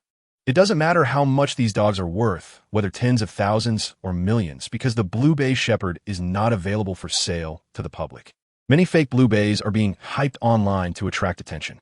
To get a real Blue Bay, one must not only be wealthy, but also influential. Both money and influence must be significant. Otherwise, the foreign Blue Bay kennels won't even pay attention to you. When the headquarters of the Kyoto Business Bank held a meeting to discuss how to maintain important clients, everyone had a headache when it came to Song Tang. This young lady, known as the super cash queen in the banking system, was a top priority for their business. And figuring out how to maintain this super client became a headache for everyone in the meeting. The main issue was that this young lady lacked neither money nor influence. Any good thing that came before her seemed too ordinary. Chapter 331. Her name is Song Chuyi Miss. How about calling it Black Tiger or Black Wolf? Chen Xiong, who was watching in the living room, said in a deep voice. He was quite fond of the little puppy in front of him. Song Tang looked up at Chen Xiong, who had a serious expression, and was about to ask if he was serious, but stopped. Did she even need to ask? Just looking at Chen Xiong's expression made it clear that he was serious. Feng Bo pulled Chen Xiong's arm, saying, "What do you think this is, the army? This is the young lady's pet dog. Calling it Black Tiger or Black Wolf? Why not call it Black Panther?" Chen Xiong chuckled sheepishly and scratched his head, apologizing to Song Tang. It was just a habit. Following that, everyone in the living room and those on the video began to suggest names. Every name proposed was met with some disapproval, and soon everyone felt that naming this little dog was even more challenging than naming a child. All right. The name Eugene suggested earlier is quite good. Let's call it Chuyi. It was delivered on the first day of the new year. So calling it Chuyi is also nice. Song Tang directly decided on the little puppy's name. If they continued, all sorts of bizarre names would come out. Chuyi, Song Chuyi. Do you like this name? Song Tang picked up the little puppy that was interacting with Song Daneo on her lap and asked with a smile. Chapter 332. Shopping at the pet store with the careful recommendations of the pet store owner. Song Tang ended up buying quite a lot of items. Everything that the little puppies could use, and even things they would soon be able to use. What delighted the pet store owner the most was that every time he recommended something to Song Tang, he would tell her both the most cost-effective option and the most expensive one, and without exception, Song Tang chose the most expensive.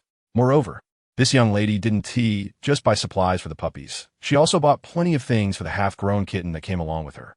By the time she finished, it was indeed as the staff from the business on the other end of the phone had said, the profit was equivalent to what he usually earned in a month. With Song Tang being so generous, the pet store owner certainly didn't hold back. He not only gifted her many toys for the kittens and puppies, but also shared a lot of important tips on dog care. After the checkout, the pet store owner suddenly asked cautiously, "Miss, may I take a photo of this Blue Bay puppy?" Hearing this, Song Tang smiled and agreed. As long as he didn't take a picture of her. She understood the feelings of people in related industries when they see something they like. Just like how Qin Zhaoyang and Qi Hai were infatuated with sports cars. Chapter 333. The red flag grand gift package. As soon as Song Tang returned to her room, she immediately took out the exquisite wooden box from the safe, a thing she brought with her wherever she went. Even in this seaside villa or at her courtyard house in Kyoto, she had arranged for a special safe to store this wooden box. As expected, the box now contained many new documents. Song Tang carefully took out these items and lay on her large bed, meticulously reviewing each page. She wanted to understand why there was only a so-called red flag grand gift package this time.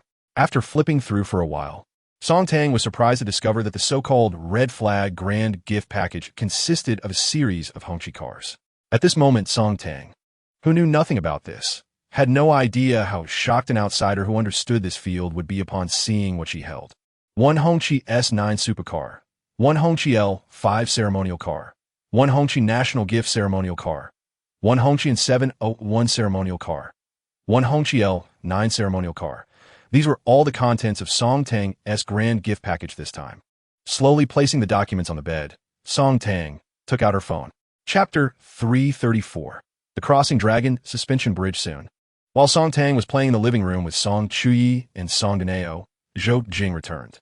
Miss, the earliest arrangement is for the day after tomorrow, which is the 6th day of the Lunar New Year.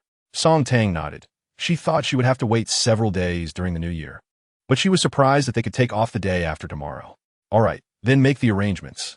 We'll return to Kyoto the day after tomorrow, she said to Zhou Jing while pulling down Song Danao, who was riding on Song Chuyi's head. Sometimes this cat and dog made her feel quite speechless. Song Danao would occasionally bully the little puppy mischievously, while Song Chuyi, the little puppy, happily thought his big brother was good to him, following behind him joyfully. After spending the day playing with these little guys at home, Song Tang told Zhou Jing in the evening, arrange for tomorrow. Let us go out and have fun for a day, so everyone can relax. Zhou Jing thought for a moment and agreed. Besides visiting the Nanhai Guanyin and spending one night at the night market with Wang Zhongxing and the others, they hadn't really done much else during their New Year vacation on Cheongzhou Island. Chapter 335. A familiar figure when they arrived at the all-glass seaside walkway. Song Tang was a bit taken aback. It was too terrifying. It was completely different from what she had imagined. Watching other tourists already walking on the glass bridge in the distance, some were fearless while others were trembling. Some even sat down, lay down, and screamed with their eyes closed. Seeing Song Tang's pale face, Zhou Jing asked with concern, Miss, are you feeling unwell? Should we go down? Song Tang stubbornly shook her head. If others could go up, so could she. Fearful as she was, she still wanted to experience it, knowing her mistress was stubborn. Zhou Jing stepped forward to hold her somewhat cold hand. Since her mistress wanted to go up, she had to accompany her even though she was also terrified. Feeling her hand being held, Song Tang turned her head and smiled at Zhou Jing, knowing she wouldn't let her go alone. Just then, another hand suddenly grasped hers. This hand was slightly rough, and without looking, Song Tang knew it must belong to Qiangying. Chapter 336. Meeting Lu Tianxian, seeing the girl in front of her hurriedly explaining, Lu Tianxian couldn't help but smile. She could tell that what the other person said was genuine. After all, why would a young lady who went out with a group need to lie to her? She curiously asked, Do I resemble someone familiar to you? Seeing the other person curiously asking her, Song Tang slightly nodded. Very much so. It's almost identical. What honor. All right, little girl, I have to go now. Lu Tianxian smiled slightly, waved goodbye to Song Tang, and turned to leave. From her voice, she could tell that Song Tang was definitely not very old. Her voice was quite tender. It wasn't until the other person's figure completely disappeared at the end of the path that Song Tang turned her gaze back to Zhou Jing and the others, who had been silently standing behind her. Miss, Zhou Jing stepped forward and gently called out with some concern. Song Tang smiled and replied, It's nothing. I just thought her back looked a bit familiar. Let us go. With that, she led the way back. Their sightseeing vehicle was still parked there. Seeing their mistress acting as if nothing had happened, everyone felt much more at ease. However, they all knew who that similar figure Song Tang mentioned was, as those following her were all people who had returned to Wuxia with her. Chapter 337. The Signed Hat Originally. Lu Tianxian was quite puzzled by Song Tang's words and was about to ask how she recognized her. Just as she was about to ask, she saw Song Tang take off her hat and sunglasses, revealing a stunning face. I know you too, Black Card Miss Sister. Lu Tianxian smiled brightly and extended her hand to shake hands with Song Tang. After formally introducing themselves, Lu Tianxian, having admired Song Tang's beauty, asked, Did you recognize me earlier? Song Tang shook her head and replied, No, it was after you left that my assistant told me. She's your fan. Lu Tianxian then realized that it wasn't Song Tang who recognized her, but her assistant who did. Your little assistant has quite an observational skill. No one has recognized me in this getup while playing here. Hearing this, Song Tang also laughed. I was able to confirm it was you mainly because she recognized you from your voice when you spoke to me. If we just look at her appearance, she really can't be sure. At this point, Song Tang suddenly smiled and said, Sister Tianxian, can you help me get an autograph? My assistant will definitely jump for joy if she knows I got your signature. Chapter 338. Hongqi Automobile Factory. After playing with the little puppy Song Qi for a while, Song Tang handed it over to the security personnel in the yard. These people are elite veterans who returned from the military and had their eyes on the little dog the moment Song Qi got out of the car. Such a majestic little pup was too tempting for them. This little dog will be entrusted to you from now on. Don't skimp on daily expenses. Just tell Butler Gua if you need anything, Song Tang said with a smile. Seeing Miss actually entrust this little fellow to them, everyone excitedly nodded, constantly assuring Song Tang that they would take good care of the puppy. After the security personnel took the happy little dog to play in the yard, Song Tang took out her phone and called the person from Hongqi Automobile Company who had contacted her earlier. Hello, Miss Song. As soon as the call connected, the person on the other end spoke first. Hello, I just returned to Kyoto and wanted to ask if it would be convenient to pick up the car tomorrow morning. Since the other party was a state-owned enterprise, a certain level of politeness was necessary. It's convenient. If Miss Song comes tomorrow morning, I'll have everything arranged in advance. Thank you. Chapter 339. Precious VIP cars. Looking at the few cars that had already been unveiled and then at the two cars still covered with car covers. Wei Wu and the others exchanged glances, all seeing the shock and disbelief in each other's eyes. If they guessed correctly, the remaining two cars were truly remarkable. It was hard to believe how their young lady obtained them. Sure enough, it didn't take long for the remaining two car covers to be lifted by Song Tang and General Manager Wang. Two completely different, yet equally imposing pure black cars stood quietly there, creating immense pressure in the showroom. Hongqi L9, Hongqi N701. General Manager Wang looked at the two cars in front of him with a sense of emotion. It was his first time seeing these two cars available for personal delivery. Song Tang ignored the reactions of others and stood in front of the two cars, carefully observing them. The L9 looked like an enlarged and lengthened version of the old L5, still sporting round lights and a square face, solemn and dignified. However, the doors had transformed into the same kind of opening doors as the Rolls-Royce Phantom, making the whole car even more imposing. As for the N701 parked beside it, it completely changed its style. The overall design was square, with the details on the car body and the headlights all featuring a boxy style, leaning more towards the design style of the Rolls-Royce Phantom. Chapter 340. Returning with the state gift on the way, the red flags of the state gift cars fluttered, and curious onlookers and drivers wondered about the unfamiliar red flag vehicle on the road, which even had little red flags hanging. Those who recognized what kind of car it was gasped in surprise and quickly pulled out their phones to take pictures. Who would have thought they would encounter a state gift car on the road? Thus, under the attention of the masses, Song Tang's convoy stopped in the empty space at the entrance of the Sihiyuan. The security personnel in the Sihiyuan quickly checked the scene at the entrance through the surveillance cameras and opened the garage door. The household servants and security personnel received the news and hurried out, planning to see if there was anything they could help with. Seeing their young lady get out of the state gift car, the knowledgeable security personnel were left dumbfounded. Their young lady had gone out for just a short while in the morning and returned with such a high-level vehicle. However, their astonishment was not over yet. As the drivers of the four tow trucks pulled off the car covers, the occasional gasps that had been heard earlier completely vanished, and the entrance fell silent. The truck was carrying a VIP car, and not just one. Chapter 341. Signing the contract the next morning around 9. At the headquarters of the Qin Group, located in the bustling CBD area of Kyoto, Ning Yu and Qin Zhaoyang were already waiting there with some others. Qin's father and the uncles from the Ning family, who were familiar faces from their previous visit to Cheongzhou Island, were also there, sitting on the sofas in the reception area of the first floor, chatting and waiting. After discussing yesterday, they decided to sign the contract here.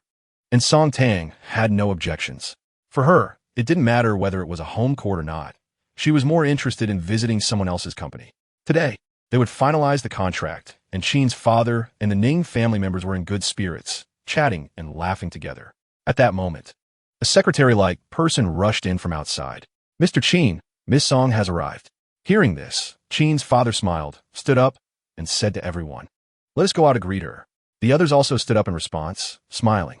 Their identities allowed them to wait here before Miss Song arrived. But it was better to go out to welcome her once she was here. Now is not the time to be self-important. Chapter 342. The aura of the state gift. Everyone casually drank tea and chatted in Qin's father's office, and regarding the Hongqi state gift that Song Tang drove over today. Everyone wisely refrained from asking any questions. Those present understood that even if they asked, what difference would it make? Since Song Tang had driven it out in broad daylight, it indicated that she had the qualifications and strength to do so. What others didn't know was that Song Tang not only had the Hongqi state gift she drove today. Strictly speaking, apart from the supercar Hongqi S9, the other 3 Hongqi cars she owned were far superior to the state gift she brought today. It was hard to imagine how shocked the knowledgeable onlookers would be if Song Tang had driven the Hongqi L9 or Hongqi N701 VIP car today. As the time approached, Song Tang also stood up, intending to take her leave. Wen Qin's father and the others escorted Song Tang to the entrance of the group. Her Hongqi state gift was already waiting there. The car is really beautiful. Qin Zhaoyang couldn't help but exclaim as he looked at the solemn blue and white body of the state gift, and the others nodded in agreement. This new design and color look much better than my old man's black L5, which he treats like a treasure. It looks youthful and vibrant, Ning Yu also praised. Chapter 343. Inspecting the law firm when the Hongqi state gift that Song Tang was riding in stopped at the entrance of Jingmao building. The leadership of the law firm and accounting firm, who had been informed that the young lady was coming to take a look, were already waiting at the entrance of the building. Not only them, but the property manager of the building, along with the property staff, were also waiting there. Although they were not directly employed by Song Tang, they ultimately relied on her for their livelihoods. The moment Song Tang got out of the car, everyone was momentarily stunned by her beauty. The employees were fine since some had seen Song Tang before, but the property staff were completely captivated. "Hello, everyone. I came by to take a look today. I hope I'm not interrupting your work," Song Tang said with a slight smile, fully aware of her own attractiveness. Hearing Song Tang's words, everyone quickly shook their heads. What a joke. The young lady came to take a look herself. How could there be any talk of affecting work? "Miss, it's just lunchtime. We won't disturb you," Gao Yuliang, who got out of the Audi behind, said to Song Tang with a smile. The property manager, a chubby man, quickly approached to greet Song Tang after seeing that she had already greeted her company's employees. Chapter 344. The Cat's Big Pouch. Hello, everyone. After the young lawyers greeted Song Tang, she smiled and greeted everyone in return, going through the process one by one as before. After finishing the tour of the law firm, Song Tang directly took the elevator to the 55th floor, her exclusive office level. When the elevator door opened, there was only a young girl at the front desk who was Song Tang's life and work secretary here, though she was basically just a decoration. This was because Song Tang rarely came here. Perhaps after graduation, she would come more often. Seeing Song Tang leading a group of people out of the elevator, the female secretary quickly bowed to greet her, and Song Tang smiled and asked her about her daily work routine. The entire floor belonged to Song Tang, so after taking a brief tour, she sat down in a super large office. This office had an excellent view, with transparent floor-to-ceiling windows overlooking the bustling CBD of Kyoto. Standing by the window felt like being on top of the world, and a sense of pride surged within her.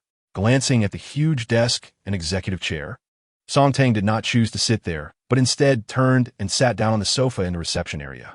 Chapter 345. The Frightening Motorcade After Dinner. Zhou Jing brought a message to Song Tang. "Miss, your private client manager at the business firm, Manager Gua, has sent an invitation, inviting you to attend the Super VIP Appreciation Gala on the 10th day of the Lunar New Year." Song Tang, who was half reclining on the sofa, playing with Song Dineo, sat up straight upon hearing this. "Appreciation Gala?" "Yes," Zhou Jing replied with a smile. "This is actually an event that large banks often hold. Since you just joined the business firm this year, this is your first invitation." Hearing this, Song Tang nodded and thought for a moment before agreeing. It was essentially a social event, a venue for wealthy individuals to communicate and exchange resources. For someone like Song Tang, such occasions were largely optional, although she didn't particularly need them, considering the friendly relationship with the business firm. It was her first time, so she felt it was worthwhile to make an appearance. Moreover, she herself was curious to see a scene that ordinary people would hardly ever encounter, which could also serve as an increase in experience. After receiving Song Tang's consent, Zhou Jing smiled and went to reply to Manager Gua. In the early days, Manager Gua frequently contacted Song Tang at the business firm. Chapter 346. The startled tycoon. The moment Song Tang's N701, without a license plate, appeared in everyone's view, including those from the business firm, Kyoto Hotel, and even the tycoons who had arrived earlier and had not entered the venue. Everyone's expressions changed dramatically. Their eyes filled with disbelief. When Song Tang's lead car, the Hongqi National Gift, drove in, everyone was surprised, but when the N701 followed, everyone was frightened. At this moment, the president of the business firm finally understood why manager Gua had been speechless earlier. He too was struggling to find his voice now. Just like that, the originally bustling entrance of the Kyoto hotel suddenly fell silent. Everyone quietly watched the approaching motorcade. Some of the younger individuals were unsure what those cars represented, but seeing their parents with serious expressions, they too fell silent and dared not be ostentatious. As the lead car, the Hongqi National Gift, passed before everyone, and the N701 steadily stopped in the center of the red carpet, all the tycoons present stepped forward to greet it. Some younger people, unsure of the situation, exchanged glances and quietly followed behind the tycoons, causing the scene at the entrance of the Kyoto hotel to become peculiar. Chapter 347.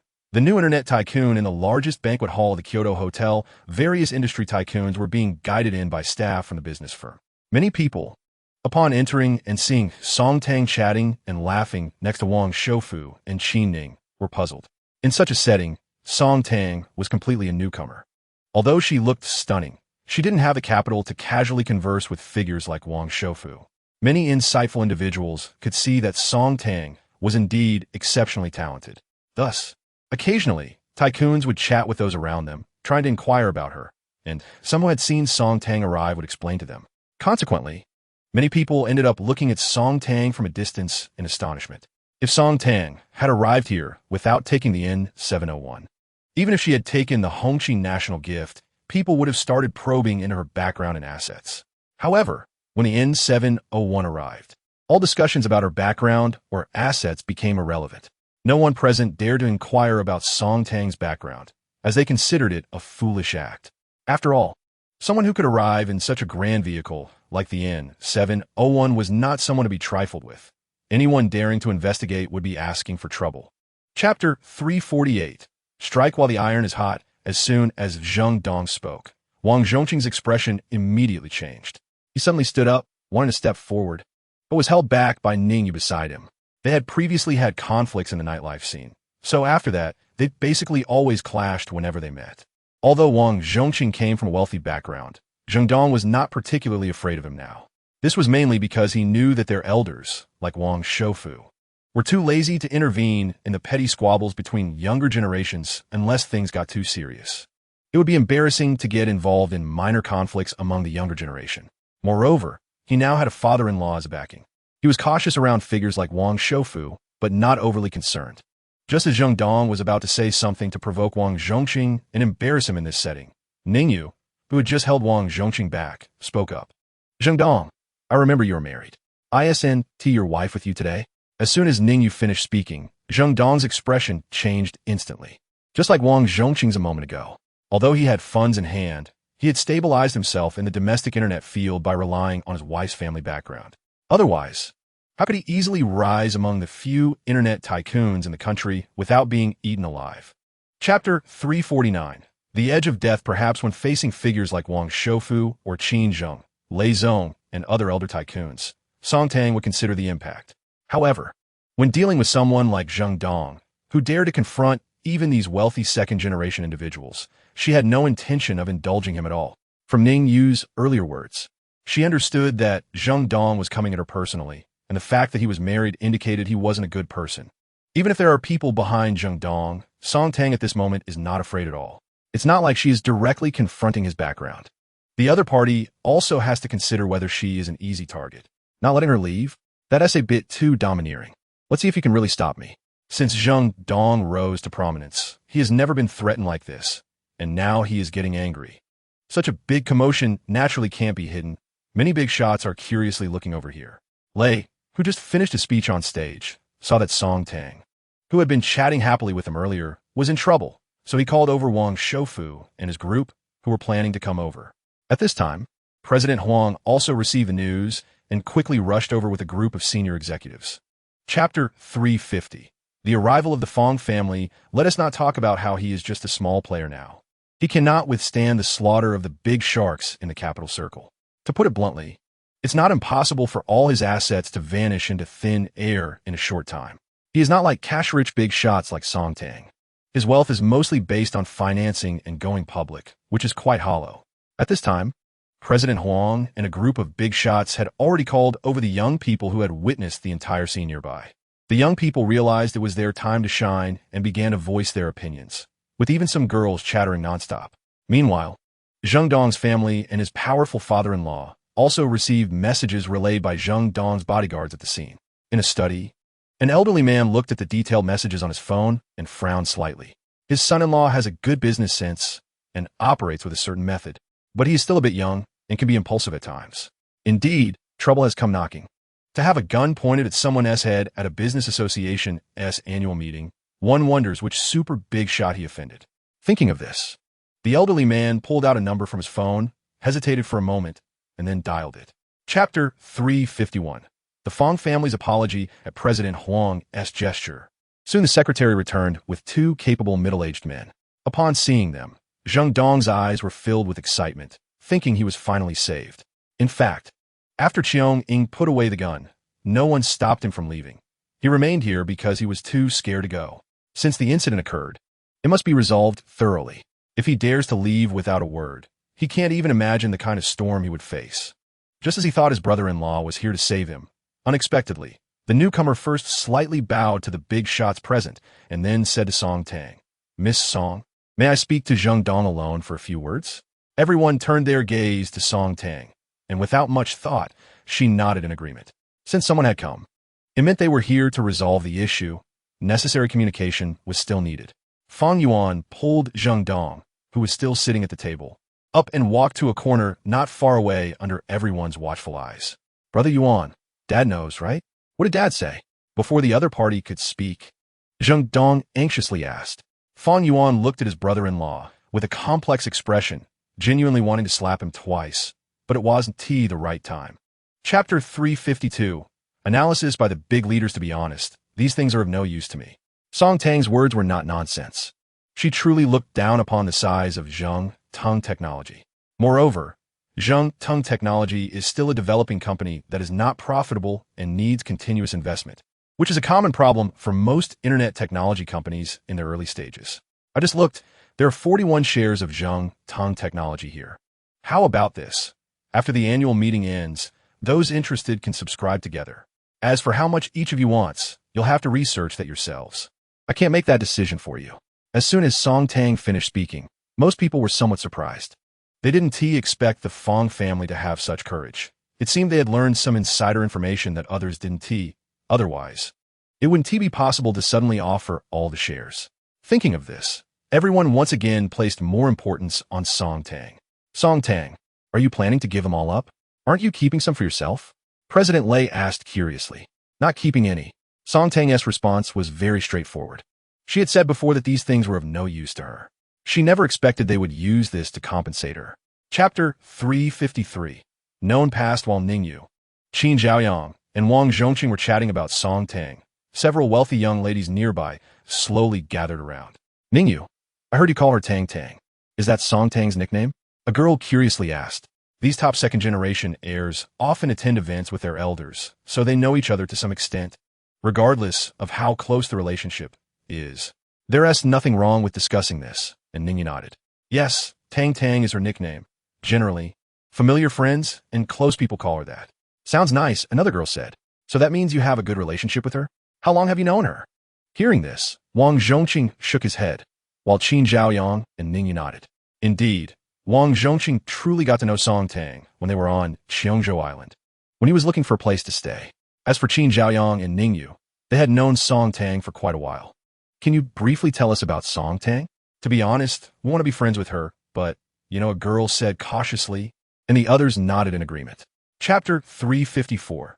The meeting table becomes a dining table on Song Tang's side. A group of internet tycoons were busy dividing the spoils, while big shots from other industries were watching along with President Huang and Song Tang with great interest. But while they were enjoying the spectacle, Song Tang was genuinely hungry. After all, since entering the venue, she had only sipped a few glasses of champagne and hadn't eaten anything. Moreover, not just her. Most people here hadn't had a meal either. At first, it was because it wasn't tea time yet. Then conflicts arose. Now everyone was busy dividing the spoils, with no one paying attention to eating. Watching the lively discussions in front of her, Song Tang figured there wouldn't be any conclusions anytime soon. So, Under the puzzled gazes of President Lei and Qin Zheng, she waved to call Zhou Jing over. After whispering to her, Zhou Jing smiled and nodded before leaving. Shortly after, Zhou Jing returned with a plate full of food and placed it in front of Song Tang. At this moment, Song Tang didn't care about anything else and started eating a piece of sausage with a fork. To be honest, the current situation was completely a makeshift arrangement. It was neither formal nor informal, so there were not many rules. Chapter 355. Signing in for March, everyone. I'm leaving now, Song Tang said with a smile at the entrance of the Kyoto Hotel. Everyone bid farewell to Song Tang, and Lei Zong smiled as he said to Song Tang, who was about to get in the car, Song Tang, remember, our group's new car will be launched soon, and you must come and support us. Definitely, definitely. I promise Uncle Lei, I will be there, Song Tang nodded with a smile. Everyone stood at the entrance of the Kyoto Hotel, watching the N701 slowly leave, feeling a mix of emotions. Who would have thought that attending a business annual meeting would lead to so many events, just like in previous years? A gun appeared at the venue, and Song Tang, attending for the first time, dominated the scene, forcing Zheng Dong and the Fong family to bow their heads in submission. Everyone was also unexpectedly awarded shares in Zheng Tong Technology. At the intersection where Song Tang's convoy disappeared, a big shot in the telecommunications industry sighed softly. The younger generation is formidable. Others nodded in agreement. This young girl, Song Tang, had risen to prominence in the upper echelons of Kyoto in a very short time and had quickly established herself. Her performance today truly opened the eyes of everyone present, and upon reflection, one would realize that every detail mattered. Chapter 356. Concert. New. Song Tang sat in the living room, quietly reading some documents, while Zhou Jing and Zhao Qi waited quietly beside her. If all went well, the young lady would have new things arriving soon. Sure enough, after a while, once Song Tang finished reading, she handed one of the documents to them. Take a look first, then you can split up to fetch them back. After hearing Song Tang's words, Zhou Jing took the document handed over by Song Tang and started looking at it with Zhao Qi and Zhao Rui. And the more they looked, the wider their eyes grew. The things they held in their hands would drive any woman crazy. Besides the Patek Philippe women's watch worth tens of millions, the rest were all bags, all Hermes. There was an Hermes crocodile leather Birkin in rainy gray, and an even rarer crocodile leather Birkin in beggar's house. With these two bags, their young lady would have completed her collection of Hermes small houses, which must be the dream of countless women. Of course, what shocked them even more were the following items: a complete set of Hermes crocodile leather Millennium dolls in all color schemes, as well as the subsequently launched Mosaic dolls. Chapter 357. Arrival at the venue soon. It was the day of the Phoenix Group concert, which coincidentally fell on Saturday. The few people in the dormitory returned to Song Tang's courtyard. In the afternoon, Jean Duo and Shun Aojuan also drove over. Wow, this little blue bay brat has grown up so much, Shun Aojuan exclaimed in surprise as she looked at the half-grown dog squatting by Song Tang's feet after stopping the car. She had been very busy lately and hadn't had much time to see Song Tang, besides seeing her once when Song Chu-yi just returned to Kyoto. This was only the second time. It was unclear if Song Chu-yi understood that Shun Aojuan was calling him a little brat as he turned around, showing her his back. As for Jean Duo, he was currently cuddling with Song's big head, who was enjoying the pampering, his eyes comfortably squinting. The concert starts around 7. When are we heading out? After playing with Song Chu-yi for a while, Shun Aojuan stood up, stretching her back, revealing her beautiful curves. Norus. I've communicated with them over there. We'll drive directly into the internal venue without going through the main entrance, Song Tang replied, and Shun Aojuan gave her a thumbs up. Chapter 358. Backstage at the concert. Since ticket checking had not yet started and there was still time, the entire concert venue was empty. Only some staff members were doing final checks and improvements to ensure everything was perfect.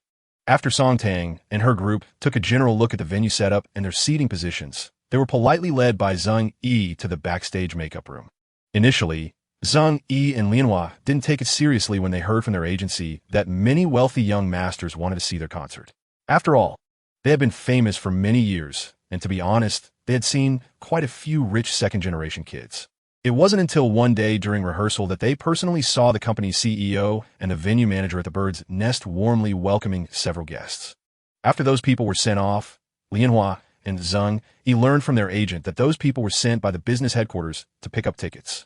The business sector, A super giant in the financial industry of Longhua actually sent someone to pick up tickets? While surprised, the clever Lianhua seemed to think of something. Chapter 359. Concert venue. After Song Tang and her group came out from backstage to the venue, they found that nearly half of the concert audience was already seated. Under the guidance of the Phoenix Group's agent, they were seated in the best spot in the inner area. Once the agent politely excused himself and left, Song Tang and her group had the leisure to look around the entire venue. The crowd was vast, with numbers exceeding 10,000. Thankfully, the venue was tiered. Otherwise, it would have been impossible to see the end of the crowd. As more people entered, the atmosphere became increasingly lively, and the enormous noise made Song Tang, who was experiencing a concert for the first time, feel a little restless. At this moment, Song Tang's group sat at the front, while Zhou Jing, Zhao Qi, Zhao Rui, and the bodyguard sat behind them. The best seats in the inner area started filling up, and those who took their places looked to be in good condition. After all, who would spend a large sum on inner tickets if they weren't well off? Each individual or group entering the inner area would curiously glance at Song Tang's group, mainly because they had seated themselves so early, and aside from a few bodyguards, the rest were all girls, making it hard not to be curious. Chapter 360. Singing into the microphone, the Wuming Mountains connect to the mountains outside, and the moonlight spills over the Xiangshui beach. Can anyone tell me, is it heaven calling you? As Song Tang held the microphone and began to sing under everyone's gaze, Lianhua on stage smiled and stopped her performance, leaving it all to Song Tang. There was no choice. With Lianhua's singing ability and powerful voice, very few could sing alongside her without being overshadowed. With a singing novice like Song Tang, if Lianhua sang along, it would be completely drowned out, and no one would hear her voice. It was unclear whether the fans present were being considerate or not, but when Lianhua stopped singing to avoid overshadowing Song Tang, the fans surprisingly didn't sing along much either. It seemed everyone was eager to hear the beautiful girl's voice. When Song Tang's clear, yet slightly tender voice resonated through the microphone at the Bird's Nest concert venue, some found it stunning, while others thought it was just average. Song Tang's voice is very pleasant to hear, which is a consensus among all the fans present. Her vocal quality matches her beauty, and she doesn't sing off-key. However, many people feel that Song Tang's somewhat delicate voice doesn't quite fit the grand and imposing song Madame Xiang, but it's not a major issue. Chapter 361. Celebrities treating to dinner in a hidden private dining restaurant in Kyoto. Song Tang and her group, along with the Phoenix Band and their manager, are sitting in a private room. This location was reserved in advance by the manager of the Phoenix Band, who was thrilled to hear that they were interacting with Song Tang and her group of young ladies. He immediately used his connections to secure a table in this hard-to-book restaurant. However, he did not come himself, as his appearance would be somewhat abrupt. Moreover, Song Tang's group consists mostly of girls, and Zheng Yi, the only male present, is one of the main characters of the day. His presence here is understandable. If the male manager were to show up, it might lead to some discontent from one of the young ladies. Thus, the manager simply reminded the two members of the Phoenix Band to be mindful of their manners and treat their guests well. Brother Zheng, I still remember watching your old MV on TV when I was a child. Back then, you had a bald head, wore sunglasses, and dressed in a leather jacket. Many people said you were a prairie bandit, and Sister Lianhua was singing while you had her tied up. Song Tang said with a smile as she took a sip of champagne, addressing Zheng Yi and Lianhua beside her. Chapter 362. The Game of Capital. At first, everyone was momentarily stunned by what Lei Yao said. But once they fully understood the message on their phones, everyone present burst into laughter. Zhao Zihong also looked at her phone and turned to Song Tang, who had an awkward smile on her face with tears in her eyes. Given the popularity of this news, there was no need to search for it online. Just by pulling out their phones and opening Weibo or Douyin, at least 6 or 7 out of 10 posts were about Zhao Zihong eating a microphone raw. Many resourceful netizens also found Zhao Zihong's account through Song Tang's social media following. In an instant, the few quirky or boxing videos on Zhao Zihong's Douyin account were filled with meme comments about her eating a microphone. The whole place was laughing, while Zhao Zihong looked at her account, which had already gained 70 to 80,000 followers, feeling utterly helpless. She had indeed gained fame, but the way it happened was quite embarrassing. Seeing everyone so happy, Zhao Zihong felt desperate. All right, don't be sad. At least you're famous now. Many people try hard to become famous, but can't, Yi Jin said, sitting next to Zhao Zihong, trying to comfort her with a smile. Chapter 363. The quality of internet celebrities. After this dinner, Song Tang added the contact information of the two members of the Phoenix Band on her phone. Watching the convoy of Hongqi Guoli and a fleet of supercars drive away, the manager of the Phoenix Band sighed to himself. This thing is just a moving facade. I only saw it once when I was in Xinjiang. It was an old black L5, and I remember that as soon as it stopped, a bunch of wealthy businessmen and celebrities rushed over. The manager's words made the two members of the Phoenix Band nod in agreement. If they knew Song Tang had even more impressive cars, they wouldn't know what to think. That day, Song Tang was discussing a topic from a professional course with class committee member Lu Lijun when her phone suddenly received a message. Upon opening it, she found it was a WeChat message from General Lei, inviting her to the launch conference of the first car from Dami Group. Seeing the message, Song Tang smiled slightly.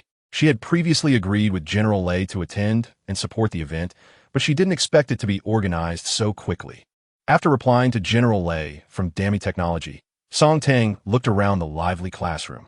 Zhao Zihong was arm wrestling with the sports committee member Lu Haizhu, and both of their faces were flushed from effort. The classmates surrounding them were cheering Zhao Zihong on. Chapter 364. Backing up obediently, Brother Qi sat in the passenger seat, live streaming and interacting wildly with the viewers, while Sister Qi drove the car forward. As they saw cars ahead one by one making way for them, even a Land Rover Range Rover moved aside, the two internet celebrities felt an overwhelming sense of superiority. Brother Qi and Sister Qi exchanged glances, realizing that buying the G63 luxury car was indeed a wise decision. Just as the Range Rover moved aside and they were about to continue, the G-Class suddenly slammed on the brakes. Sister Qi didn't expect another stubborn car to confront them. At that moment, viewers in the live stream who knew a lot about cars gasped in shock at the sight of the car in front with a red flag. I say, streamer, if you don't want to die, hurry up and back up to make way. Family, what am I seeing? Hongqi Guoli? Can I really see this in a live stream? No wonder the cars in front are yielding to the streamer. It turns out there's a real big shot behind. If this situation isn't handled well today, the streamer's internet celebrity career will be over. While there were fans of this streamer, there were also detractors. However, those who previously spoke out were either muted or kicked from the live stream. Chapter 365. The internet celebrity selling goods upon seeing the traffic police signaling them to stop in the rearview mirror. Brother Qi breathed a sigh of relief and slowly brought the car to a halt. The two traffic police, upon seeing the Mercedes-Benz G-Class stop, temporarily ignored Brother Qi and Sister Qi, who were getting out of the car shakily, and instead walked around their G-Class. Upon seeing the Hongqi Guoli parked in front, the two traffic police were immediately taken aback. As road enforcement officers who knew most car models well, they recognized the Hongqi Guoli at first glance. No wonder the impressive Mercedes G-Class was forced to back up. It turned out the car ahead was even more powerful. Just as the two traffic police were about to ask Brother Qi and Sister Qi to pull over to his side without blocking the road, two Land Rover Range Rovers that were following behind also had their occupants get out. Meanwhile, the rear window of the Hongqi Guoli slowly rolled down, revealing an incredibly beautiful face. Officer, do you need to understand the situation? Song Tang, sitting in the car, remained silent, while Zhou Jing, who got out with Wei Wu, faced the traffic police. The traffic police didn't comment on Song Tang not getting out, as others were coming to engage. Chapter 366. At the press conference, after instructing the convoy to increase its speed, Song Tang sat in the back seat of the Hongqi Guoli with her eyes closed. This left Zhou Jing beside her somewhat puzzled, wondering what her young lady was thinking. However, this scene didn't last long before Zhou Jing saw her young lady open her eyes and speak to her. Sister Zhou, check into this so-called Seven Wolves live streaming sales company. If what Zhao Qi and Zhao Rui just said about what happened online is true, you know how to handle it. After listening to Song Tang, Zhou Jing nodded seriously. Since the young lady intends to take care of this matter, she just needs to do it. After arranging things for Zhou Jing beside her, Song Tang closed her eyes to rest again, but her mind kept working. In fact, if it were just blocking the road, Song Tang didn't plan to hold it against them. After all, how to punish them is naturally up to the traffic police, which has little to do with her. However, if what Zhao Qi and Zhao Rui said earlier is true, and their Seven Wolves company is faking live streaming sales and deceiving people, then she would have to get involved. Song Tang is not that great. She's just an ordinary girl who has made it big, and she cannot manage all the injustices in the world. Chapter 367. News of the investigation. The price of the Rice S7 Pro version is 24.59 million. The applause in the entire venue continued to resonate. The price of the Rice S7 Max version is 29.99 million. President Lei was also straightforward, quickly announcing the prices of all versions of the Rice S7, and the applause at the launch event lasted for a long time. Song Tang smiled and applauded President Lei on stage along with other big shots. While a fellow industry leader remarked, President Lei's Rice Group is planning to shake up the automotive industry this time. Others around nodded in agreement. The Rice Group has always been like this. Whenever they enter an industry, the practitioners in that industry have to endure a wave of impact. I remember when the first mobile phone from the Rice Group was launched, it completely shocked everyone, and many giants in the mobile phone industry exclaimed that the wolf was coming. As the event approached its end, President Lei, after answering many questions from media reporters and online influencers, smiled and said to Song Tang, "Now, our Rice Group's first S7 has been booked. This is a car marked with the number 001. Chapter 368. The Downfall of Seven Wolves. So it's him.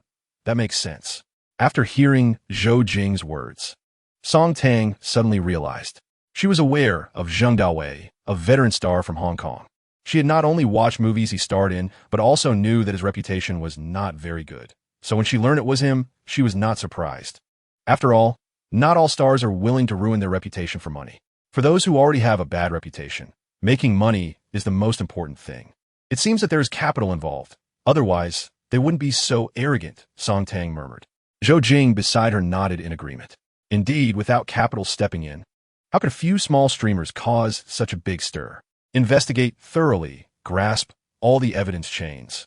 Then report those that need to be reported and target those that need to be targeted. By the way, inform Evan on that side to find connections in Hong Kong to help apply pressure. They still want to expand like this. They don't know what kind of spring and autumn dream they are having. Song Tang's words basically sealed the fate of the Seven Wolves Network Company and the live streaming anchors, Seven Brothers and Seven Sisters. Heaven wants to destroy them, and it must first make them arrogant. Their good days are coming to an end. Chapter 369. Night talks in the dormitory. The sudden downfall of the Seven Wolves live streaming company sparked a flurry of discussions online. Some applauded and celebrated, while others expressed regret. Of course, a large number of people were analyzing what had happened to the Seven Wolves Company or who they had offended, as it wouldn't have collapsed so completely in just a few hours. This explosive news quickly topped the headlines of all internet portal sites within just a few minutes. Regardless of how heated the discussions were online, the Seven Brothers and Seven Sisters in the police car were also piecing things together. They knew that their rise had been too fast, encroaching on many people's interests, but they had never encountered problems since they had early support from capital. Thinking of this, the couple exchanged glances and then simultaneously shouted, "Red flag, national gift. What are you shouting for? Quiet down and save your energy to talk properly when we get there." The police officer accompanying them interrupted their commotion. With the police's intervention, the two lowered their heads awkwardly, but inside, a huge wave was already surging. What kind of identity and means could cause a giant like the Seven Wolves Company in the internet live streaming industry to collapse in an instant? Chapter 370. Going to the private farm on Friday morning. Knowing that Song Tang might be in class, Chi Wei sent her a WeChat message. "Dang dang. For the two supercars you just received, one is a Lycan Hypersport and the other is a Lycan Alpha. Should I send them to your courtyard?" At that moment, Song Tang, who was indeed in class, smiled when she received the message. She couldn't be bothered to look at these things now, not even out of curiosity. "Yes, Brother Chi, just help me deliver them to the courtyard. I will let the people there know, and someone will receive you." After briefly ending the communication with Chi Wei, Song Tang continued to focus on her class. So far, her grades at university have been excellent, and she is favored by teachers in all subjects. After finishing her morning classes, the four of them from the dormitory had lunch together in the cafeteria before driving back to Manha in the Rice S7 that Song Tang had recently acquired. Not long ago, the first car from the Rice Group had already been delivered to Song Tang. She has been using this car to go out lately. Many photos taken by passers-by and students at the school had already circulated online. The car enthusiasts following the Rice Group soon learned that the S7001 vehicle mentioned by President Lei at the new car launch was actually acquired by the Black Card Lady. Chapter 371. Her own farm under Mr. Sun's guidance. Song Tang and her group walked into the farm with laughter. The drivers behind them slowly drove the cars into the farm gate. although there were many parking spaces at the entrance of the farm. Since the young lady had arrived at her own property, how could the cars be parked outside? Upon entering the farm gate, there was a large open courtyard surrounded by various buildings. There were luxurious standalone villas, as well as some smaller townhouses. Not far away, there was a building that looked like a reception hall, and beside it was a building that resembled a dormitory. In the back, some large buildings resembling warehouses were faintly visible. "Mr. Sun, could you give me a brief introduction?" Upon hearing Song Tang's request, Mr. Sun cheerfully replied, "Of course. I was thinking the young lady would want to come in for a drink and take a breather." The reason he was called Mr.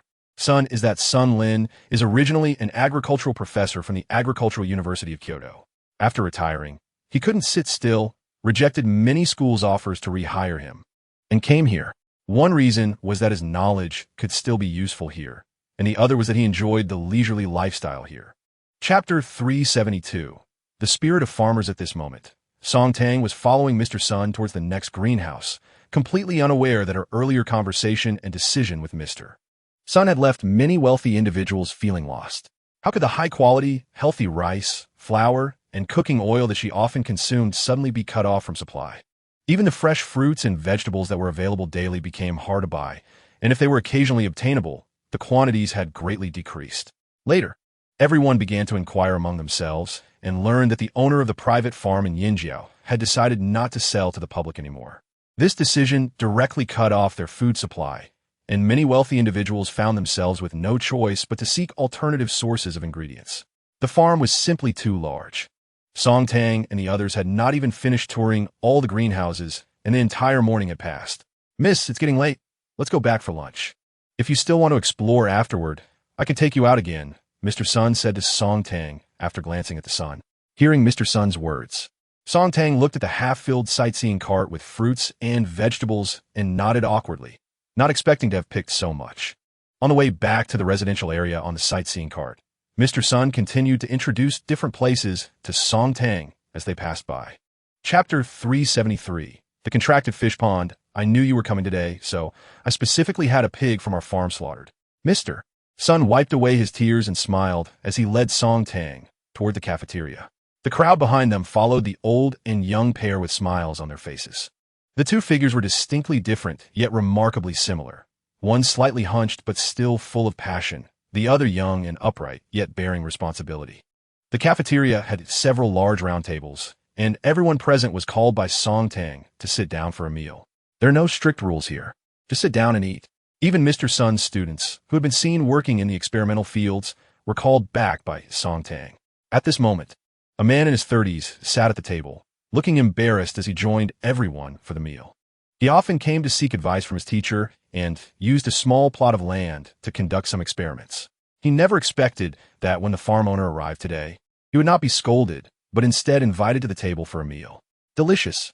Song Tang was enjoying her meal at the large table in the farm cafeteria.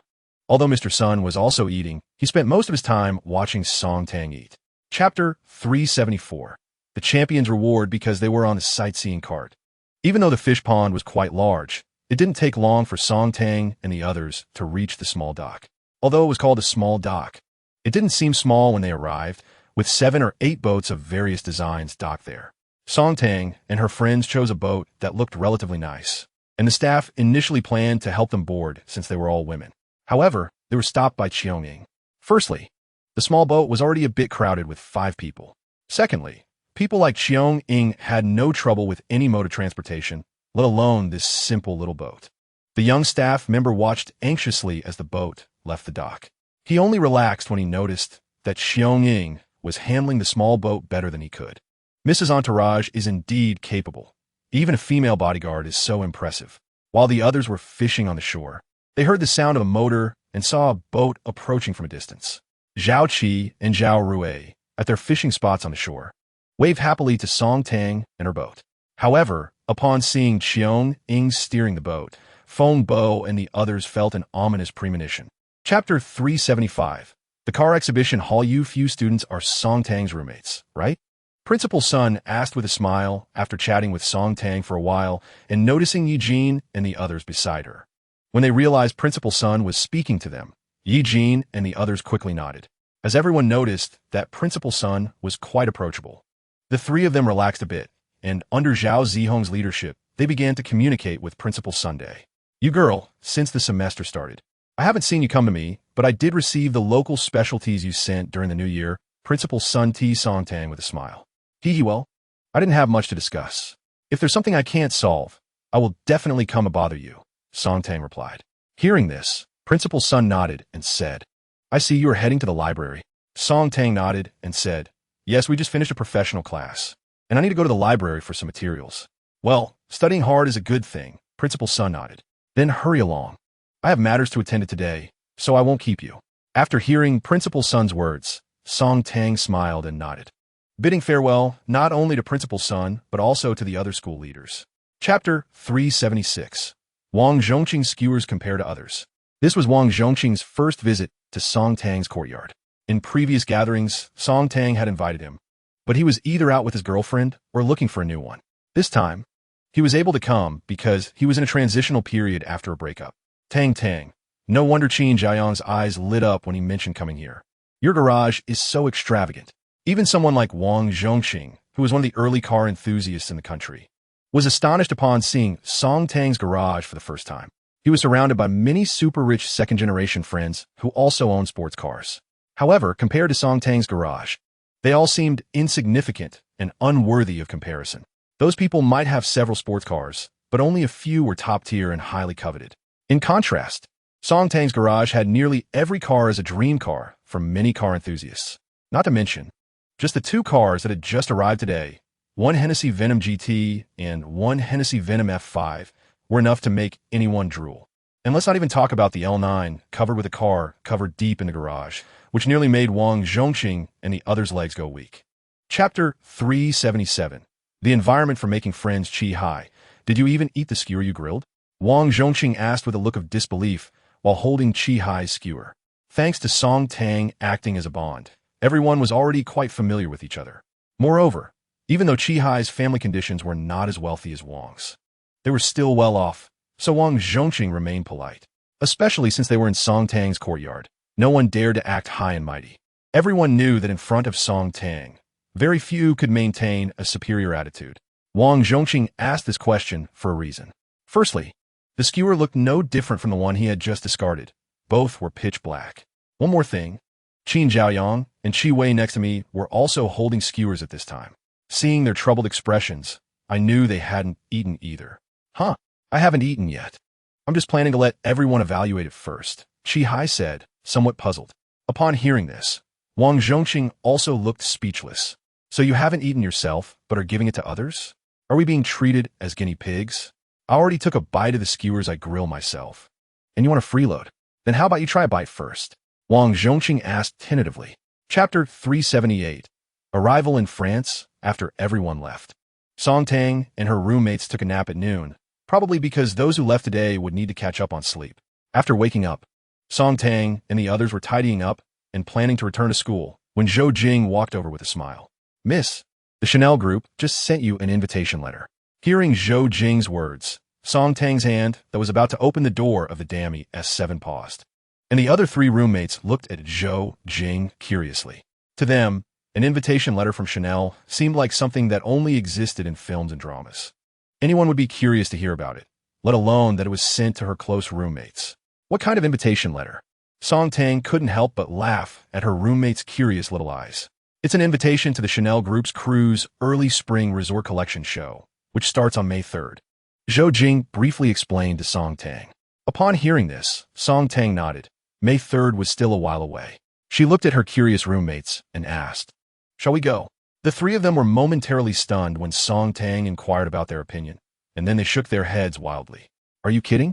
Even if Songtang said she would take them out to play in Kyoto or anywhere else in the country, they would dare to agree. Chapter 379. Exaggerated show. Although Lena Nayer's Mandarin was quite awkward, she still chose to speak to Songtang. She had crammed for a long time in preparation for this meeting. Songtang smiled and stepped forward to shake Lena's hand. Ms. Lena, you can choose to speak in English. My English is also quite good. Hearing Songtang's fluent English, Lena happily stepped forward and gave Songtang a hug. Oh my God, dear Song, you are so understanding. Mandarin is just too difficult for me. After a warm exchange, the other accompanying personnel were on high alert. making some airport staff hesitant to approach. After the pleasantries, Lena took Song Tang to the car, and the other accompanying personnel also got into the vehicle. A luxurious convoy made up of dozens of cars drove out of the airport, leaving the reporters waiting outside with cameras stunned. What were we supposed to shoot? They didn't even show their faces and just left in the car. All the reporters who rushed over were left dumbfounded, with only the gentle breeze rustling the grass. Dear Song, the hotel where we will be staying has already been arranged, and we are now heading there. Chapter 380. From Paris to Marseille after Song Tang checked in. Lena Nair stayed in Song Tang's room to chat for a while before deciding to take her leave. Dear Miss Song, it's getting late. I think it's time for me to go, Lena said with a smile as she stood up. When Song Tang escorted her to the door, Lena smiled and said, Sorry. Miss Song, I have many urgent matters to attend to and cannot stay here with you. Song Tang quickly waved her hand to indicate it was no problem. Ms. Lena, I must thank you for your hospitality. Lena smiled and took Song Tang's small hand. I'm sorry, but I have to rush to Marseille tonight. There are too many things waiting for me there. She pointed to the 2 assistants and 6 bodyguards outside the door. I'll leave these 8 people with you. Tomorrow, when it's time to set off, someone from the group will come and pick you up. Don't worry, just rest well. Song Tang looked at the 8 serious-looking foreigners outside and nodded with a smile, feeling very satisfied with Lena's arrangements. After Lena Nair left, Wei Wu and the others thoroughly checked the suite where Song Tang was staying to prevent any unexpected incidents. Staying in a foreign country for the first time, Song Tang felt a bit uncomfortable. Chapter 381. Reception by the leader. Everyone on site, including a number of big shots, celebrities, and even ordinary people on the periphery, were curious after the initial commotion. All the reporters and livestream personnel quickly turned their cameras in this direction after their astonishment. Compared to the giants of the Chanel group in front of them, the celebrities on site were no longer worthy of their lens. Normally, having CEO Lena Nair present would suffice for such occasions. However, not only was she there, but the Chanel head, the Whiteheimer brother, who hadn't been seen in public for over 70 years, was also present. It was uncertain what significant event had occurred. At this moment, Liu Tianxian and other celebrities walking the red carpet hurriedly finished and stepped aside. Everyone was in no rush to enter. They all wanted to see what was happening. Not to mention, those foreign guests who had already entered also came out. It can only be said that sometimes watching the excitement knows no borders. Just as the Whiteheimer brothers and Lena Nair reached the entrance of the star-studded show venue, some people who considered themselves of high status were about to step forward to greet them when Lena suddenly interrupted some of their actions. Chapter 382. 2 Old Foxes Previously. The passing of the Dream Dragon Group's supergiant leader left many business tycoons around the world puzzled about the existence of an heir's will. Many knew that the powerful figure in the business world, Song Yaowu, the owner of the Dream Dragon Group, had no heirs. However, the will he left behind was indeed real, leading the world's business elite to silently observe and wait for the emergence of the Dream Dragon Group's heir. The Dragon Kingdom wasn't without people holding American Express black cards, but there were only a few renowned individuals, and everyone knew who they were. A person of Asian descent from the Dragon Kingdom, with the surname Song, holding an American Express black card and a business black card. The timing of their rise and the time of Song Yaowu's passing were not far apart. All the clues came together to draw a conclusion. The answer was naturally revealed. Song Tang was the one who would one day take over the Dream Dragon business empire, the designated heir of Song Yaowu. It's no wonder they say old foxes are indeed old foxes. Even if Alan and Gerald were startled by their deductions, they had to believe it at this moment. The two simultaneously looked at Kelly, who stood in the conference room, facing a group of executives with a defiant expression. Chapter 383. Meeting Liu Tianxian. Knowing that the commotion around was caused by her stopping, Song Tang felt a bit amused. It's okay. I see a familiar face. Let me go greet them, Song Tang quickly explained with a smile to those around her. Miss Song, it's okay. There's still plenty of time. The smiling Gerard made sure those nearby could hear him. This hot-tempered old man showed a kind side today, breaking many people's perceptions. Sister Tianxian, long time no see. I didn't expect you to come to Marseille too, Song Tang said with a smile as she walked to the edge of the red carpet. Indeed, she had just spotted Liu Tianxian standing off to the side. Since their parting on Cheongzhou Island, the two had exchanged contact information and often interacted, maintaining a good relationship. From the moment Song Tang got out of the car, even with her sunglasses on, Liu Tianxian recognized her. After all, they frequently video called each other. and Lu Tianxian had a strong impression of Song Tang wearing sunglasses. When they first met, Song Tang had been wearing sunglasses the whole time. Just now, Lu Tianxian was standing with a group of familiar stars from Long Country, and she didn't expect Song Tang to spot her and actually come over. Chapter 384. Tianxian's fans in the official live broadcast. Besides the models on stage, viewers could also see Song Tang and her group, thanks to Song Tang's excellent position. The official stream also occasionally focused on the guests at the venue. Of course, with the presence of Chanel's head, Song Tang received the most camera time. The official live stream was nearly dominated by Lu Tianxian's fans, with 8 out of 10 comments coming from her supporters. However, her fans were quite similar to her in personality, mostly celebrating themselves without putting down others. Watching Lu Tianxian, who occasionally chatted and laughed with Song Tang and Chanel's executives, fans in a live chat, and various netizens felt a mix of emotions. Even stars like Lu Tianxian and her peers were not given much attention by capital giants when abroad. However, the emergence of the black card lady, Song Tang, surprisingly caught the fashion industry's capital giant Chanel's attention. The black card lady truly represented capital, and it was the kind that was particularly intimidating. Netizens were not wrong. Song Tang was indeed capital, just a bit of a slacker version of it. Chapter 385.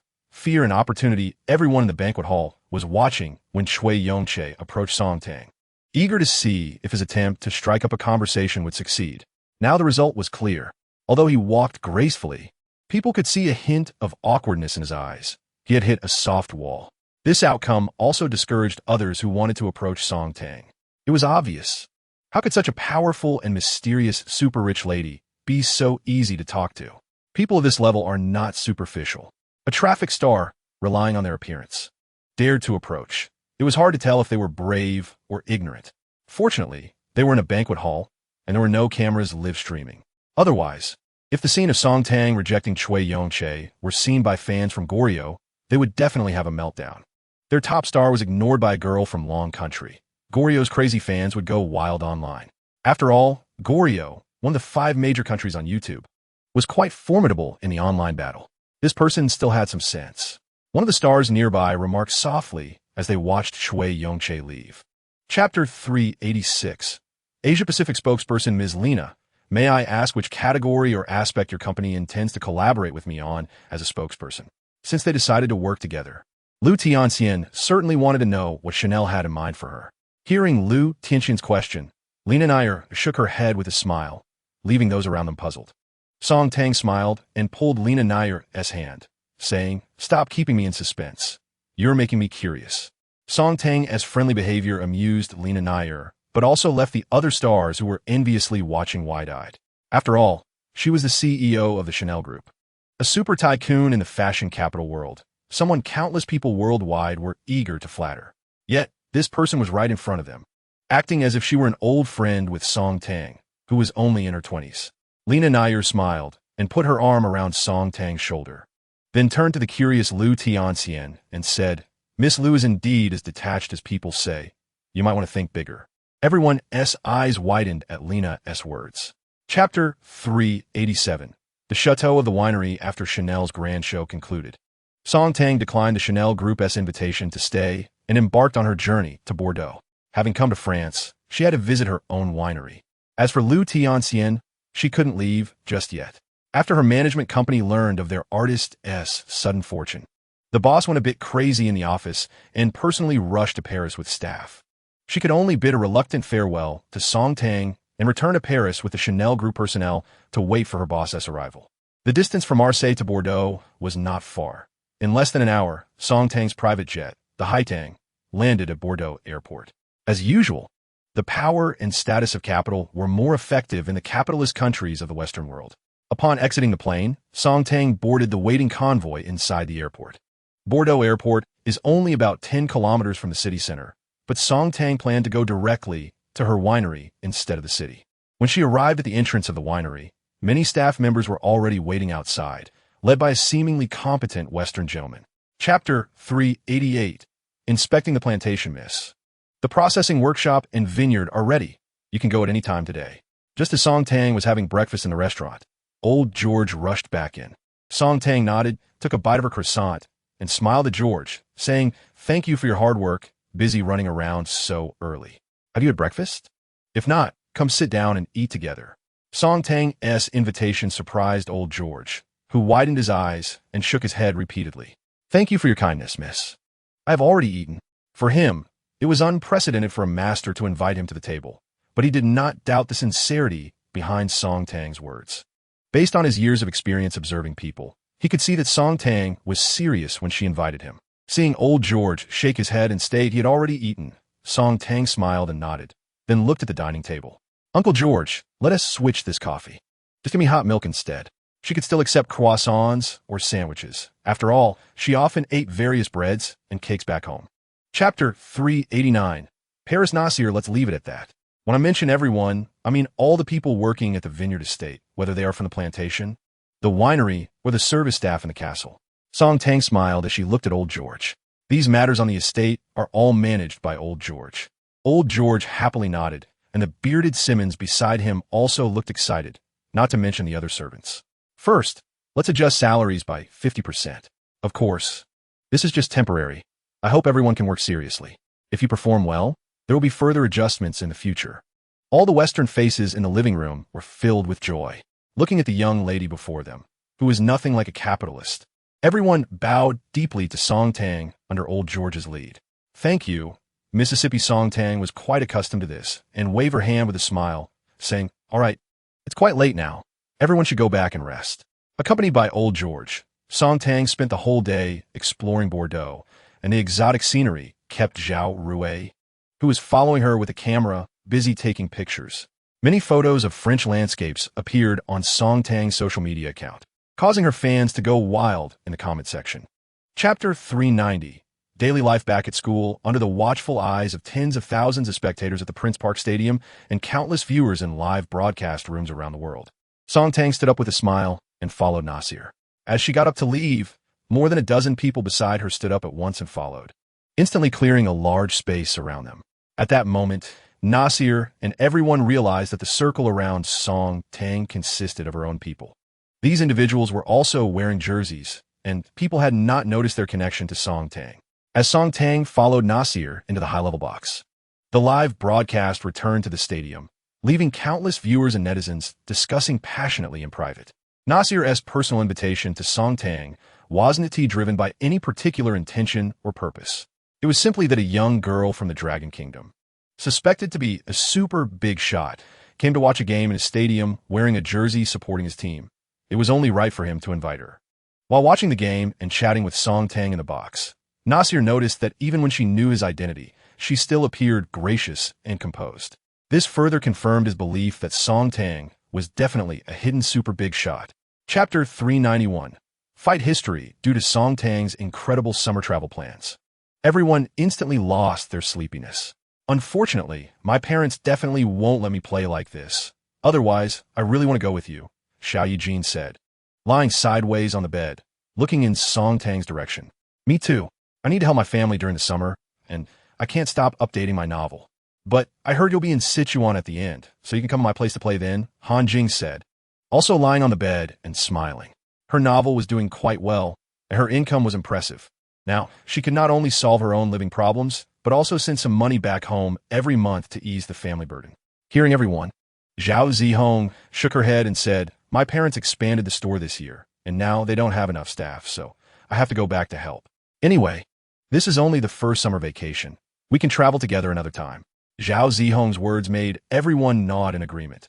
Indeed, it was just the first year, and there would be plenty of opportunities in the future. Then I'll really be going by myself. I want to care about you all, Song Tang said with a smile. Everyone had their own lives, and Song Tang was certainly not the type to interfere in others' lives. Chapter 392. Eating donkey meat fire-roasted miss. Everything needed for this trip has been fully prepared and is stored in the warehouse, ready to be loaded and set off at any time. After Song Tang finished inspecting the 3 vehicles, Zhou Jing stepped forward with a smile. Song Tang nodded, pulling her gaze away from the vehicles. That's good, but even if there is something missing, it's okay. We'll pass by many cities on the way, and we can buy anything we need. Early the next morning, after Song Tang got up, washed up, and had breakfast, she found that the 3 vehicles in the front yard were already prepared. Each vehicle's back was piled high with things she didn't know about. However, these were not her concern. She believed Wei Wu and the others could find anything needed from them. Let us go. Wei Wu and Chun Xiong drove a Dodge Mammoth 66 ahead, followed by Xiong Ying driving a Brabus 66, with Song Tang and Zhou Jing in the vehicle. The last vehicle was another Mammoth 66, driven by Feng Bo, with Zhao Qi and Zhao Rui on board. Besides her camera, Zhao Rui surprisingly had a drone and a video camera with her. Chapter 393. Staying at Shangri-La, the two six-wheeled Mammoths and the six-wheeled Brabus park in front of the Shangri-La Hotel in Qincheng, instantly attracting many onlookers nearby. The hotel manager recognized Song Tang as soon as she got out of the car. "Miss Song, welcome to Qincheng Shangri-La." "Thank you," Song Tang replied to the smiling hotel manager standing before her. "By the way, we have a dog and cat. Can they check in too? Or does your hotel have a place for pets?" Seeing Song Tang so polite, the hotel manager smiled and said, "Miss Song, your people mentioned this when making the reservation. Your pets can be brought directly into your suite." The Shangri-La headquarters had issued instructions the moment they received Song Tang's reservation information. Not to mention bringing a cat and a dog. Even if she brought an elephant, the Shangri-La Hotel would find a way to accommodate it properly. "Thank you very much." After Song Tang finished speaking, she waved her hand behind her. Zhao Qi was holding the still sleepy Song Dao Dai, while Feng Bo was leading the somewhat intimidating Song Chu Yi forward. Chapter 394. Dining at the Mongolian restaurant, Song Tang and her group were personally escorted by the restaurant manager. Song Chu Yi, the dog, was specially handed over to the doorman to take care of. A big pot of tea, fragrant steak, handheld meat, and belly-wrapped meat. Song Tang didn't miss a single dish. And various other Mongolian specialties were all ordered up. In an instant, their large table became the most eye-catching place in the entire restaurant. There was no way around it. Song Tang ordered way too much. Not to mention the large pot of tea. Just the steak and handheld meat piled high on the table made the other diners feel dizzy.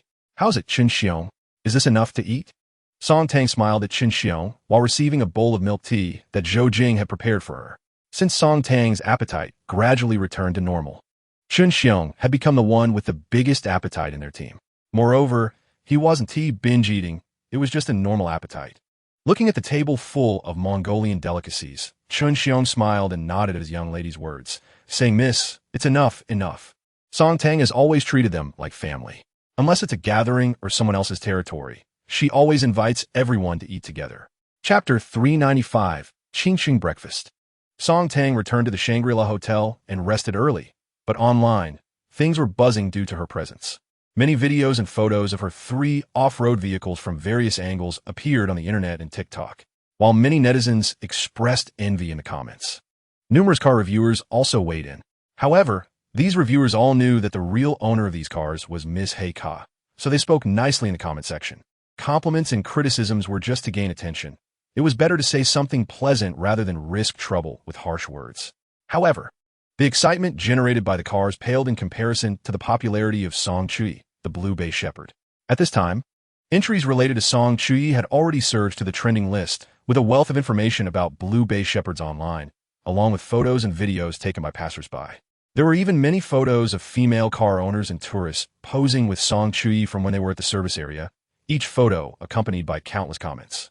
In Song Tang's TikTok, in the comment section of the latest short video, countless fans and dog lovers who heard the commotion were calling for Song Tang to showcase this rare dog, Song Chui. Chapter 396. Bone Stew with Pickled Vegetables. Since the journey was about getting to the destination, Wei Wu and the others drove quickly. They arrived in Urumqi before 1 p.m., which was quite fast considering the many speed limits on the highway. Earlier on the road, Song Tang had already received messages from friends in Urumqi, who had reserved a restaurant and were waiting for her arrival to treat her to a welcome meal. "Hey, I just got off the highway. I'm just entering the city now," Song Tang called Shermay after exiting the highway. "Wow, you guys are pretty fast. I'll send you the address. Navigate over here. We're waiting for you," Shermay replied with a laugh on the phone. "You guys haven't eaten yet at this hour? All right, send me the address and I'll hurry over," Song Tang said hastily upon hearing that everyone was waiting for her to eat. Although they often contacted each other on their phones, they hadn't seen each other since last year's National Day. As they neared their destination, Song Tang felt a flutter of excitement. Shimei, Li Wenwen, and other friends were already waiting at the restaurant entrance, and they spotted several large vehicles approaching in the distance. Chapter 397. Vehicle Assignment. After listening to Song Tang, Ding Wei seriously contemplated for a while. When it came to professional matters, this usually carefree young man became serious. It depends on how we compare. But I'm confident in my own work, Ding Wei said with a serious expression, while others looked at him curiously. The cars from that brand have their own advantages. Especially in terms of horsepower, they far outstrip the two cars I modified. Ding Wei's words were quite reasonable, but there were certain premises. It should be known that the three cars Song Tang brought back, even if modified by world-class companies like Brabus and Hennessy, started with very impressive base models. On the other hand, the two cars Ding Wei modified for Song Tang were just a Nissan Patrol and a Jeep Wrangler, which had a much weaker foundation than those cars. Without changing the engine, they had already been modified to the limit by Ding Wei. However, when it comes to off-road capability, traction, durability, and even comfort and safety, I'm not falling behind at all, Ding Wei said confidently, and everyone present, including Song Tang, believed in his words. Chapter 398. Feng Bo breaks down. Early the next morning, everyone gathered in front of the breakfast shop they had agreed upon. 10 uniquely styled off-road vehicles were neatly parked by the roadside, attracting the attention of many early risers passing by, besides those who were traveling together. Some friends who couldn't join them also came to see them off. However, these people didn't seem very enthusiastic, their eyes filled with envy and regret. Usually, going off-road or camping for a day or two around the city was no problem. But for a long journey like Song Tang's, the conditions didn't allow for it, with too many constraints. Therefore, some things must be done while young. If you don't act recklessly now, you'll be old later. Age isn't the main issue. Having a family and children brings responsibilities that prevent one from living freely, unless they achieve complete financial freedom. With Zhenglong's call to start from the lead car, the Western Grand Circle journey officially began. Amid the envious gazes of all the friends who came to see them off and their reminders to drive safely, the convoy gradually moved away, eventually disappearing from sight. After exiting the city, the convoy headed directly onto the highway. Although it was midsummer, because this area is in the northwest, the highway was still flanked by vast wilderness and Gobi Desert, with occasional green patches. Chapter 399. Eating lamb ribs hot pot. After lunch, everyone set off again. When passing by the Northtown film base, Song Tang and the others deliberately exited the highway to take a look around. This is a well-known film city in the northwest, where Stephen Chow's A Chinese Odyssey was filmed.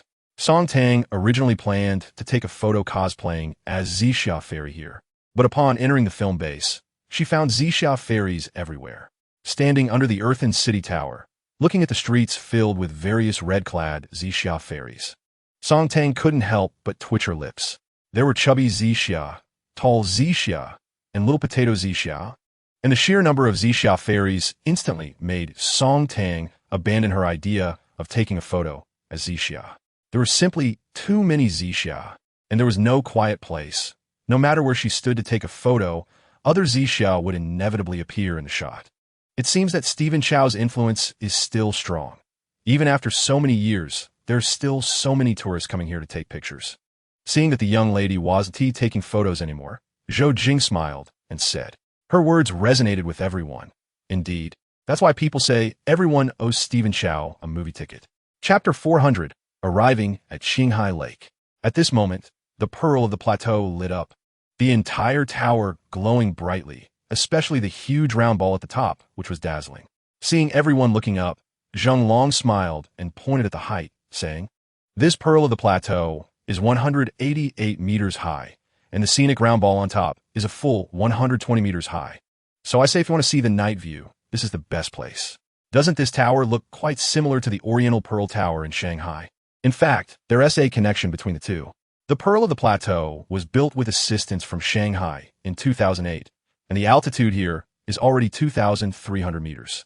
At this moment, everyone who heard Zheng Long's words shifted their gaze back, looking at him with expressions of admiration, which left him feeling a bit amused and helpless. All right, stop looking at me. I'm not as good looking as the night view of Ningxi City. Do you girls want to take pictures? If you do, hurry up. If not, we're going to head up," Zheng Long quickly said. Next, it was Zhao Rui's turn to take action. One beautiful photo after another was captured, leaving the girls in the group amazed and praising Zhao Rui's skills. Chapter 401. The Huanggo fish of Qinghai Lake while Song Tang and the others were playing and taking pictures by the clear blue lake. Ding Wei was busy launching Song Tang's drone.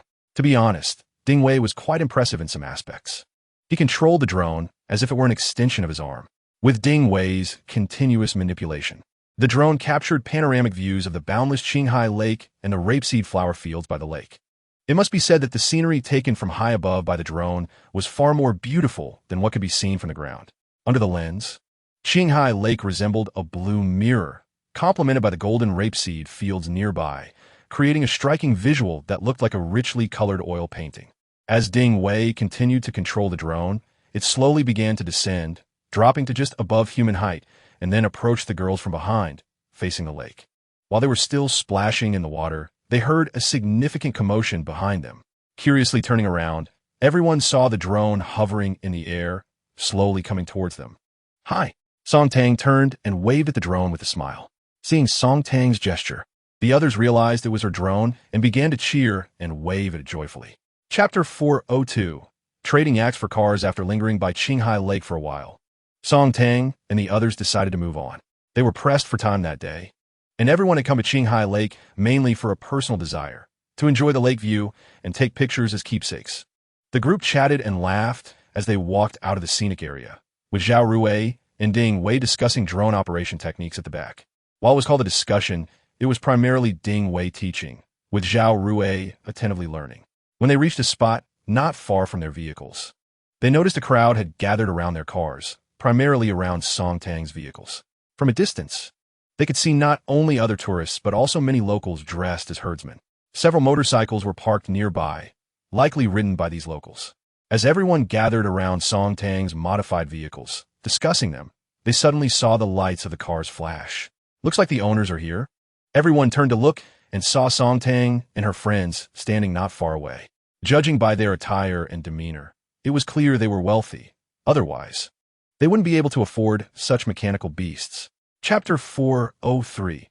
Eyeing Song Chui Duoji, "You little brat, messing with your own yaks is one thing, but now you're eyeing your uncle's yaks?" Two old herdsmen slapped the young man on the back of his head, producing a crisp sound, then laughed with irritation. It was surprising that this nephew had even plotted against his uncle's property. Their Mandarin was even more awkward than the young herdsman Duoji's, but at least they spoke slowly, and everyone understood.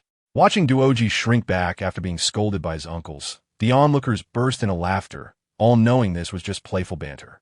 After being reprimanded by his uncles, Duoji quickly regained his composure. Since he couldn't afford his favorite brabus, he thought perhaps he could settle for something else. Under the curious gazes of the crowd and the pressure from his uncles, Duoji turned his attention to the two mammoth 66 vehicles parked nearby. After weighing his options, he thought these two cars should be less expensive than the brabus and straightened his back. "This car, it shouldn't be that expensive, right?" Zheng Long didn't give Duoji a direct answer, but smiled and said, "Brother, first tell me how many yaks your family has so I have a reference." Chapter 404. On the road again, after most people had dispersed, only the herdsmen and some young tourists who recognized Song Tang remained near cars. Duoji's two uncles, with Song Tang's permission, approached Song Chui and took out some beef jerky to feed him. At first, the dog didn't even look at the beef jerky in the old herdsman's hand, but after seeing Song Tang nod in agreement, it cautiously began to eat. The two old herdsmen squatted beside Song Chui, gently stroking the dog's back and praising it as a good dog. At that moment, they truly understood their nephew Duoji's feelings. Having something they loved right in front of them, but being unable to possess, it was quite painful. A few young tourists, including one who had previously spoken for Song Tang, looked at the beautiful Song Tang with envy. "Can I take a photo with you, Miss Blackcard? I'm your fan and have followed you for a long time." A young lady shyly stood to the side, pulling out her phone to open Douyin to prove that she really followed her. Chapter 405. The origins of the small restaurant boss lady. "Do you remember me?" Seeing the smiling boss lady come out, Zheng Long greeted her with a smile. The boss lady, who had been about to greet customers, immediately turned to him upon hearing his words, looking puzzled for a moment before her face lit up with surprise. "Mr. Zheng, it's you. Come in. It's been over 2 years since I last saw you." The smile on the boss lady's face was no longer just a formal smile. It was clear she was genuinely happy. She quickly grabbed Zheng Long's arm and led him inside, while also turning back to invite Song Tang and the others to follow. As they were all companions of Mr. Zheng this time, Zheng Long, being pulled by the boss lady, looked back at the others with an amused expression. also noticing his girlfriend, Li Wenwen, teasing him with a playful look. The small restaurant wasn't too large, but was clean and tidy. At that moment, it was just past mealtime, and there were only 1 or 2 tables of customers still dining. When they saw the boss lady bringing in such a large group of seemingly wealthy young people, their faces were filled with astonishment. They never expected such a big group of well-off youngsters to come to this little town's small restaurant, and they seemed to be quite familiar with the boss lady. Chapter 406.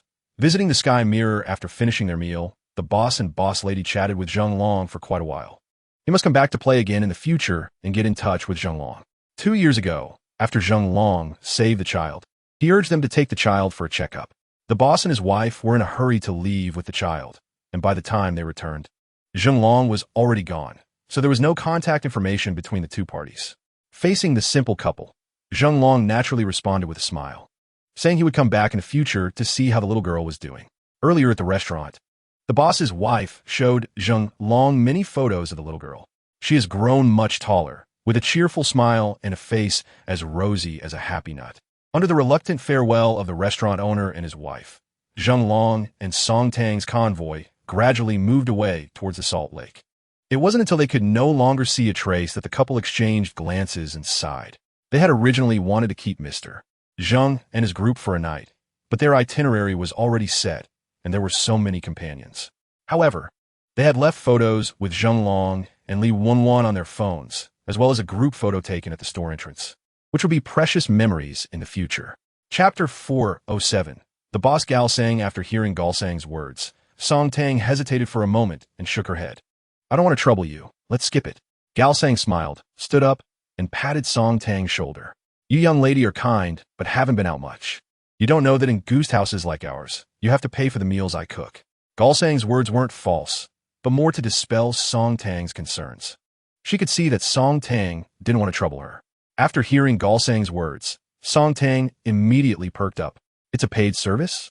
That's wonderful. After all, eating out costs money anyway. Rather than letting someone else earn it, it's better to let the lovely Gao Sang earn it. Then it's settled. Gao Sang, you could decide the menu. List what ingredients you need, and I'll have someone go by them. Try to order a lot. We have more than 20 people here, and several can eat a lot. Song Tang pulled Gao Sang and was ready to start getting busy. Gao Sang smiled, watching the rich and beautiful girl, thinking she was so much fun. While Gao Sang decided on the menu, Song Tang called over Qin Xiong and Feng Bo, who were not far away. Wei would take the other guys to buy the ingredients later. Chapter 408. A sumptuous dinner. Seeing how efficiently Song Tang handled these trivial matters, Gao Sang couldn't help but be astonished. She didn't expect such a young lady to be so skilled at doing these things.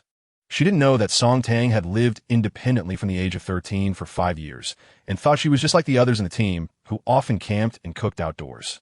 With everyone working together, a big feast was quickly prepared. In addition to the local specialty dishes made by Gao Sang, there were also dishes like Inner Mongolia-style stewed vegetables and braised noodles made by Song Tang's team. With so many people, 2 large tables were needed to seat everyone. Looking at the full tables, even Gao Sang was a bit surprised. She had said she would cook for everyone, but now it seemed that the dishes on the table were mostly made by Song Tang's guests. Gao Sang was still admiring the table full of dishes, and her bowl was already filled with braised noodles by Song Tang, topped with a piece of pork rib from the stew dish.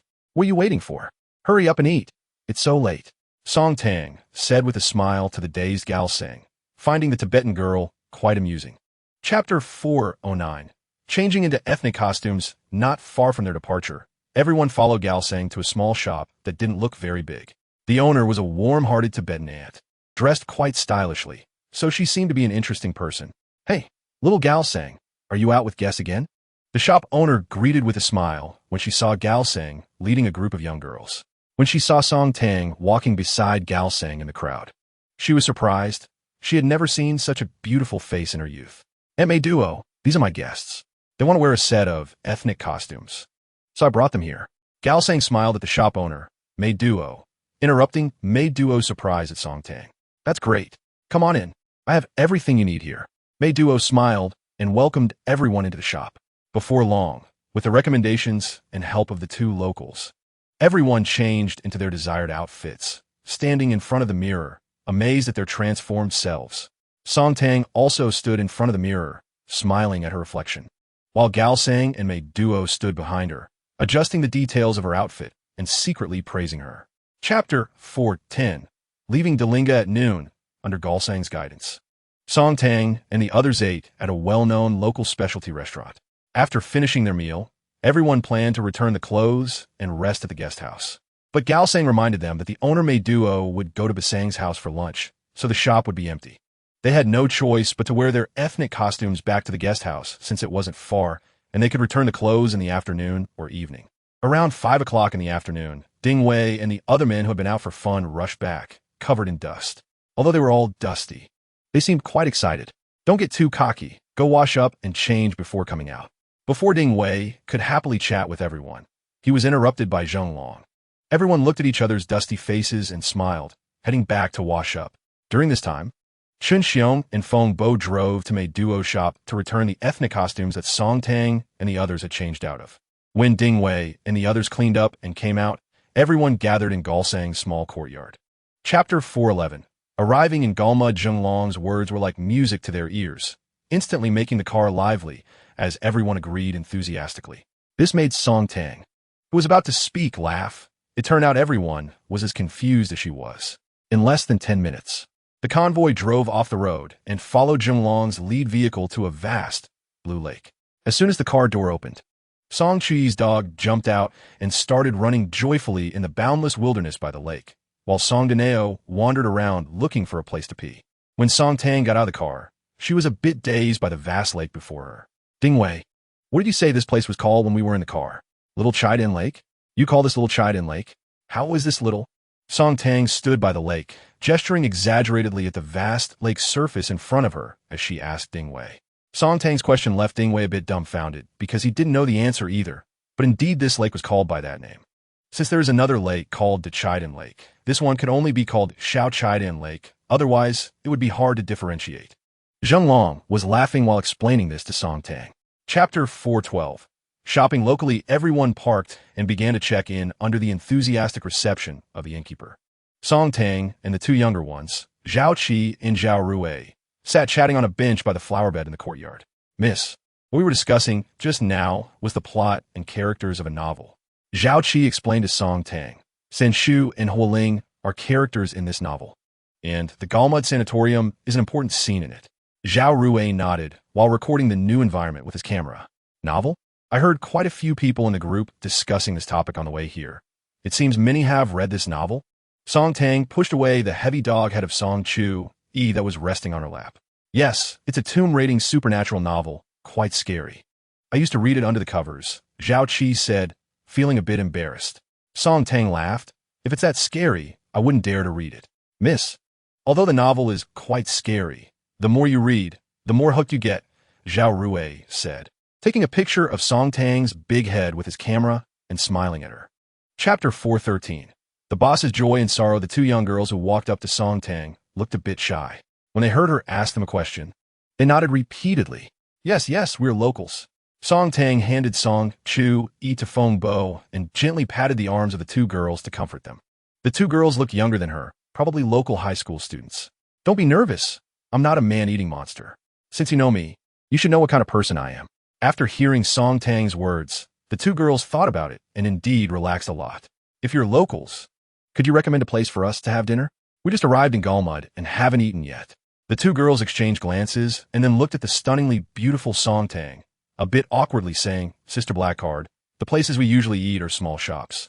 Although some of the food is really good, but before they could finish, Song Tang knew what the two girls were struggling with. Don't worry. As long as the food is good, any place is fine. I often look for good little restaurants on the streets when I'm in Kyoto. Chapter 4:14. Exploring the unknown, just as Song Tang's latest group photo appeared online and attracted attention. She and everyone else had already arrived at the Olympic Sports Square in Galmud. This place is considered one of the livelier spots in Galmud at night. Song Tang even joined the anti-square dance group for a while, drawing a lot of curious citizens to watch. Many understood a saying circulating online. The annoyance isn't the square dance, but if it were a beautiful girl like Song Tang dancing, everyone would love to watch. Many aunties, while dancing, also noticed Song Tang and her friends blending into the group. After one song, the aunties came over, as it was rare to have such beautiful girls liking their square dance.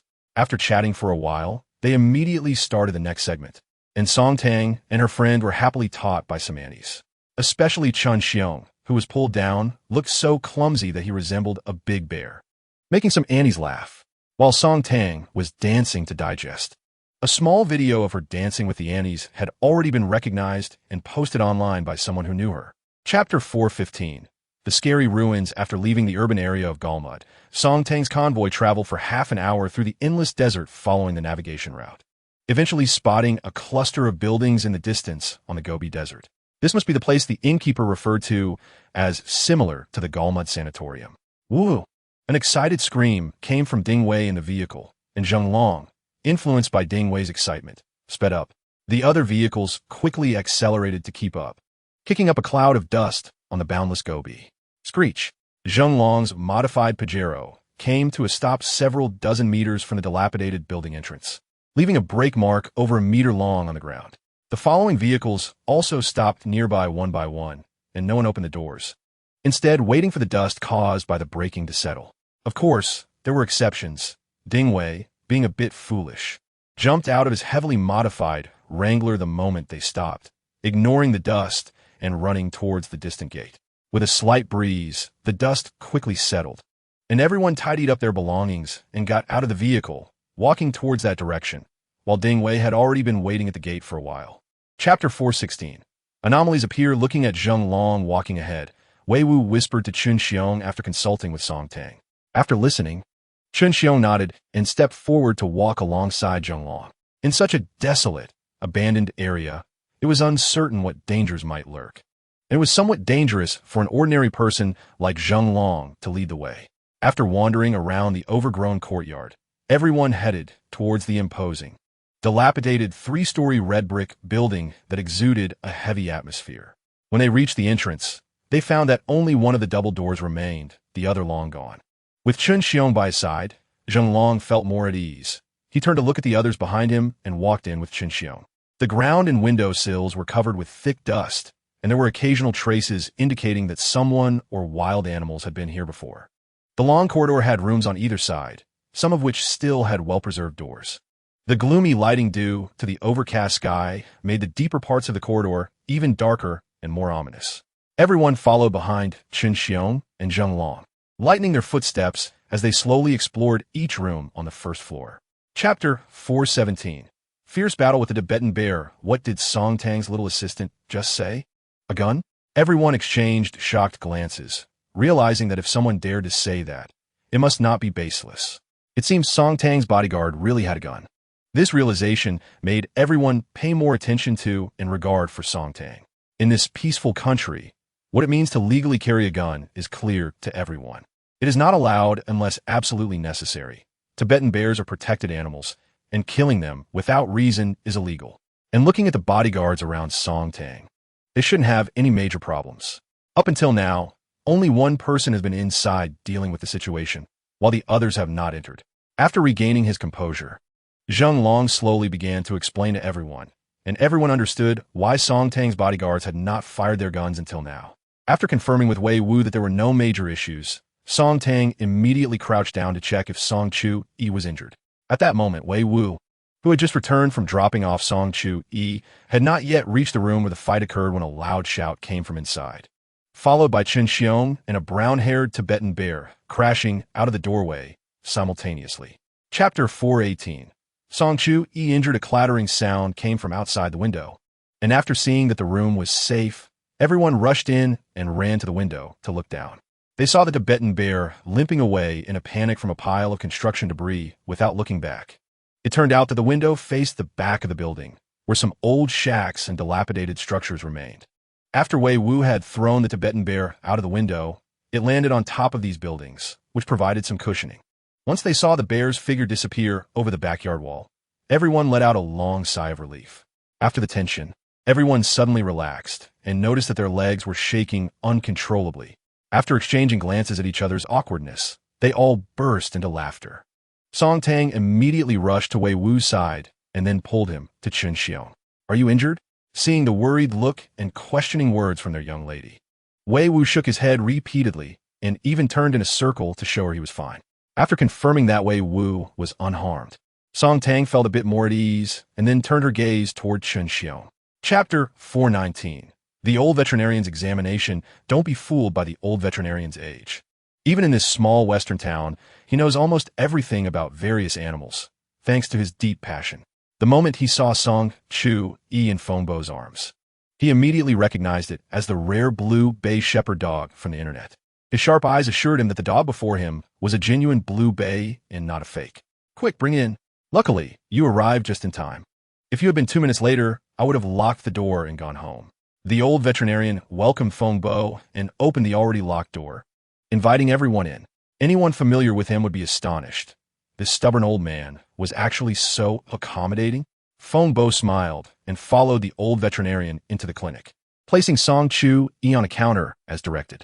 Song Chu Yi obediently laid down on the counter, feeling reassured once he saw his owner come in. The old veterinarian put on his coat and gloves, approached Song Chu Yi, and carefully examined the dog while asking, "How did it get hurt? Where's it hurt?" Chapter 420. Ready to depart again after settling the injured Song Chu Yi, everyone sat down to rest in the small courtyard. At this time, the innkeeper, no longer eating, sat beside Ding Wei and curiously began to ask questions. He knew that among these people, Ding Wei was the most talkative. "If you let me eat a few bites of your food, I'll tell you the story of what happened today. You have no idea how thrilling it was." Ding Wei, ever the opportunist, had long been eyeing the innkeeper's meal. Seeing that the other party wanted to hear a story, he casually proposed his terms. Not only did he put forth his request, but he also animatedly piqued the innkeeper's curiosity, making him itch with intrigue. The others laughed as they watched Ding Wei entertain the innkeeper. The events of the day were not secrets. They made for good stories and conversation. After hearing Ding Wei's request, the innkeeper waved his hand generously. Take it, take it. It's just a bit of food. If your story is good, I can make you dinner tonight as well." Ha ha. Everyone in the courtyard laughed. Ding Wei was a lively character, and the innkeeper was quite amusing too. Chapter 421. Tangula Mountain Pass. As the convoy passed through the sacred Kekexili, the fortunate Song Tang and her group indeed caught a glimpse of the plateau spirit, the Tibetan antelope running in the wilderness. Such a rare sight drew gasps from everyone, with Zhao Rui's camera never stopping its capture, and Ding Wei skillfully maneuvering a drone into the air to get the full panorama. The small group of Tibetan antelopes in the distance paused curiously to observe Song Tang and her group after they stopped to take pictures. Then, led by what seemed to be the leader of the antelopes, they dashed deeper into the wilderness until they completely disappeared. The group resumed their journey, enthusiastically discussing their good fortune and lamenting why some people would hunt these plateau spirits for momentary profit. All poachers deserve to die. As they continued, they noticed many vehicles parked along the roadside, and Zheng Long reminded everyone in the vehicle, "It seems the famous Kekexili viral wolves are up ahead. Everyone be cautious. If you plan to stop up ahead, make sure not to get out of the car. They may seem tame, but they are still wolves and very dangerous." Everyone, curious, acknowledged Zheng Long's advice, knowing that when out for fun, it's essential to heed the words of an experienced guide. Otherwise, if trouble arose, they would have nowhere to cry. Chapter 422. High-altitude accommodation. As night fell, Song Tang and her convoy finally arrived at their destination, Ondwa County. Following behind their convoy was the SUV that had previously provided rescue. Since they were on the same route, they felt much more at ease following Song Tang's convoy. Ondwa County, with an average altitude of around 5,000 meters and an oxygen content of only 135, is one of the highest county towns in the world. Zhou Jing had already booked accommodations in the county, securing an oxygenated small hotel, which she had booked entirely. When they arrived at the hotel, the staff recognized the numerous luxury off-road vehicles parked outside and knew a large group had taken over the hotel. The SUV that had been following Song Tang's convoy continued on, having its own prior arrangements. However, as it passed by Song Tang's convoy, the SUV honked its horn to thank them, and Zheng Long responded with a honk of his own. After parking in front of the hotel, Zheng Long urged everyone to quickly get out of the car. They were welcomed by the hotel staff and entered the small lobby, which was essentially just a reception desk with some sofas and coffee tables. Chapter 423. Touring the Potala Palace in a guesthouse courtyard filled with ethnic charm and sashi. The two-story building had just enough rooms to accommodate Song Tang and her group. The fleet arrived just as darkness was falling, and the innkeeper was a gentle woman named Droma, much like the Gesang they had encountered earlier. After enduring the harshness at an altitude of over 5,000 meters, the group's condition improved significantly upon reaching the city of Shaji at over 3,600 meters, at least when they parked and checked into their rooms. Everyone still had some strength left to unpack their luggage. According to the arrangements previously discussed by Zheng Long, the team would stay in Shaji for 3 to 5 days. And with ample time, everyone felt much more relaxed. "Droma, is dinner ready?" Song Tang asked curiously as she walked to the kitchen from the small courtyard after tidying up her room with Zhou Jing and the others. Droma, who was brewing butter tea in the kitchen, turned around and smiled at Song Tang, who looked like a little greedy cat, saying, "Almost don't worry. Besides the butter tea she was brewing, she had prepared everything else early in the morning." When Droma received Zhou Jing's order for the inn online, she thought someone was joking with her. Chapter 424. Heiress Base Camp after spending the morning visiting the Potala Palace. What interested Song Tang and her friends the most was not the grand architecture of the Potala Palace, nor the countless treasures and mysteries inside, but the so-called highest toilet in the world. The two adjoining rectangular pits were surrounded by wooden fences and protected by transparent glass. Standing nearby and looking through the glass at the pits made one dizzy due to the height. There was nothing below the pits. They connected directly to the cliff outside. The height of over 100 meters made everyone wonder what it would feel like to squat there. At that moment, Ding Wei jokingly said, "I don't know what it feels like to poop here, but if you fall, you're done for." Under Droma's guidance, everyone also took a trip to the nearby Yawang Mountain viewing platform, where they could take photos of the same scene as the back of a 50 yuan bill, which was quite novel. After taking photos at the Yawang Mountain viewing platform, everyone planned to find a place for lunch.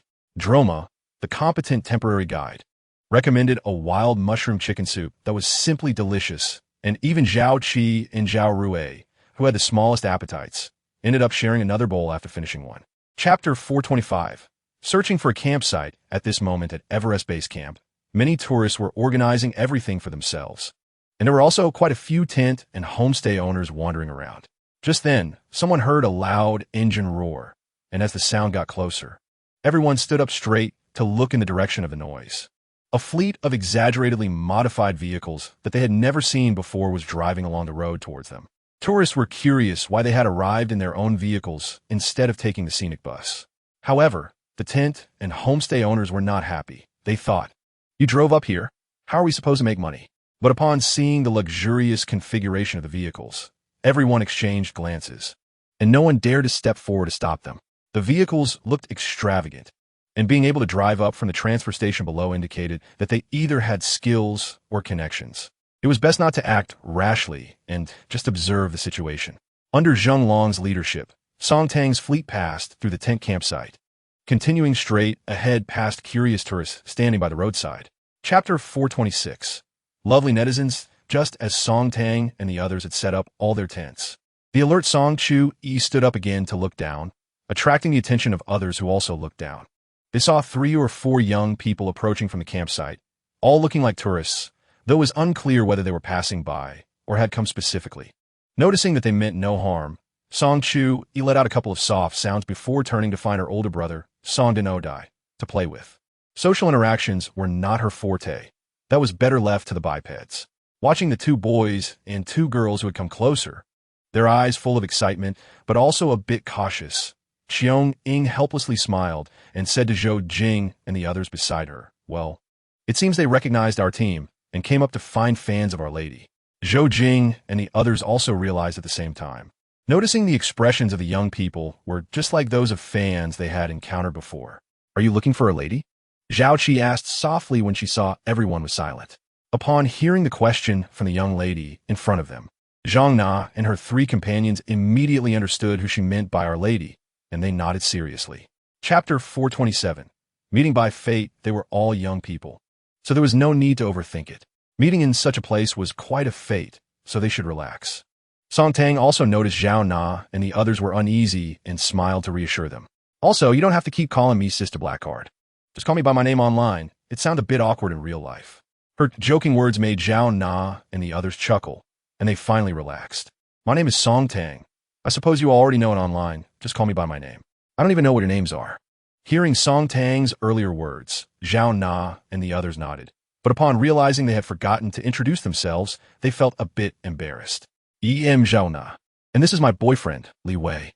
Zhao Na quickly introduced herself to Song Tang while holding her boyfriend Li Wei's hand. "Zhao Na, Li Wei, nice to meet you." Song Tang smiled and nodded, then looked at the other pair. "I'm Gao Huan. Nice to meet you, Song Tang." The other girl shyly smiled.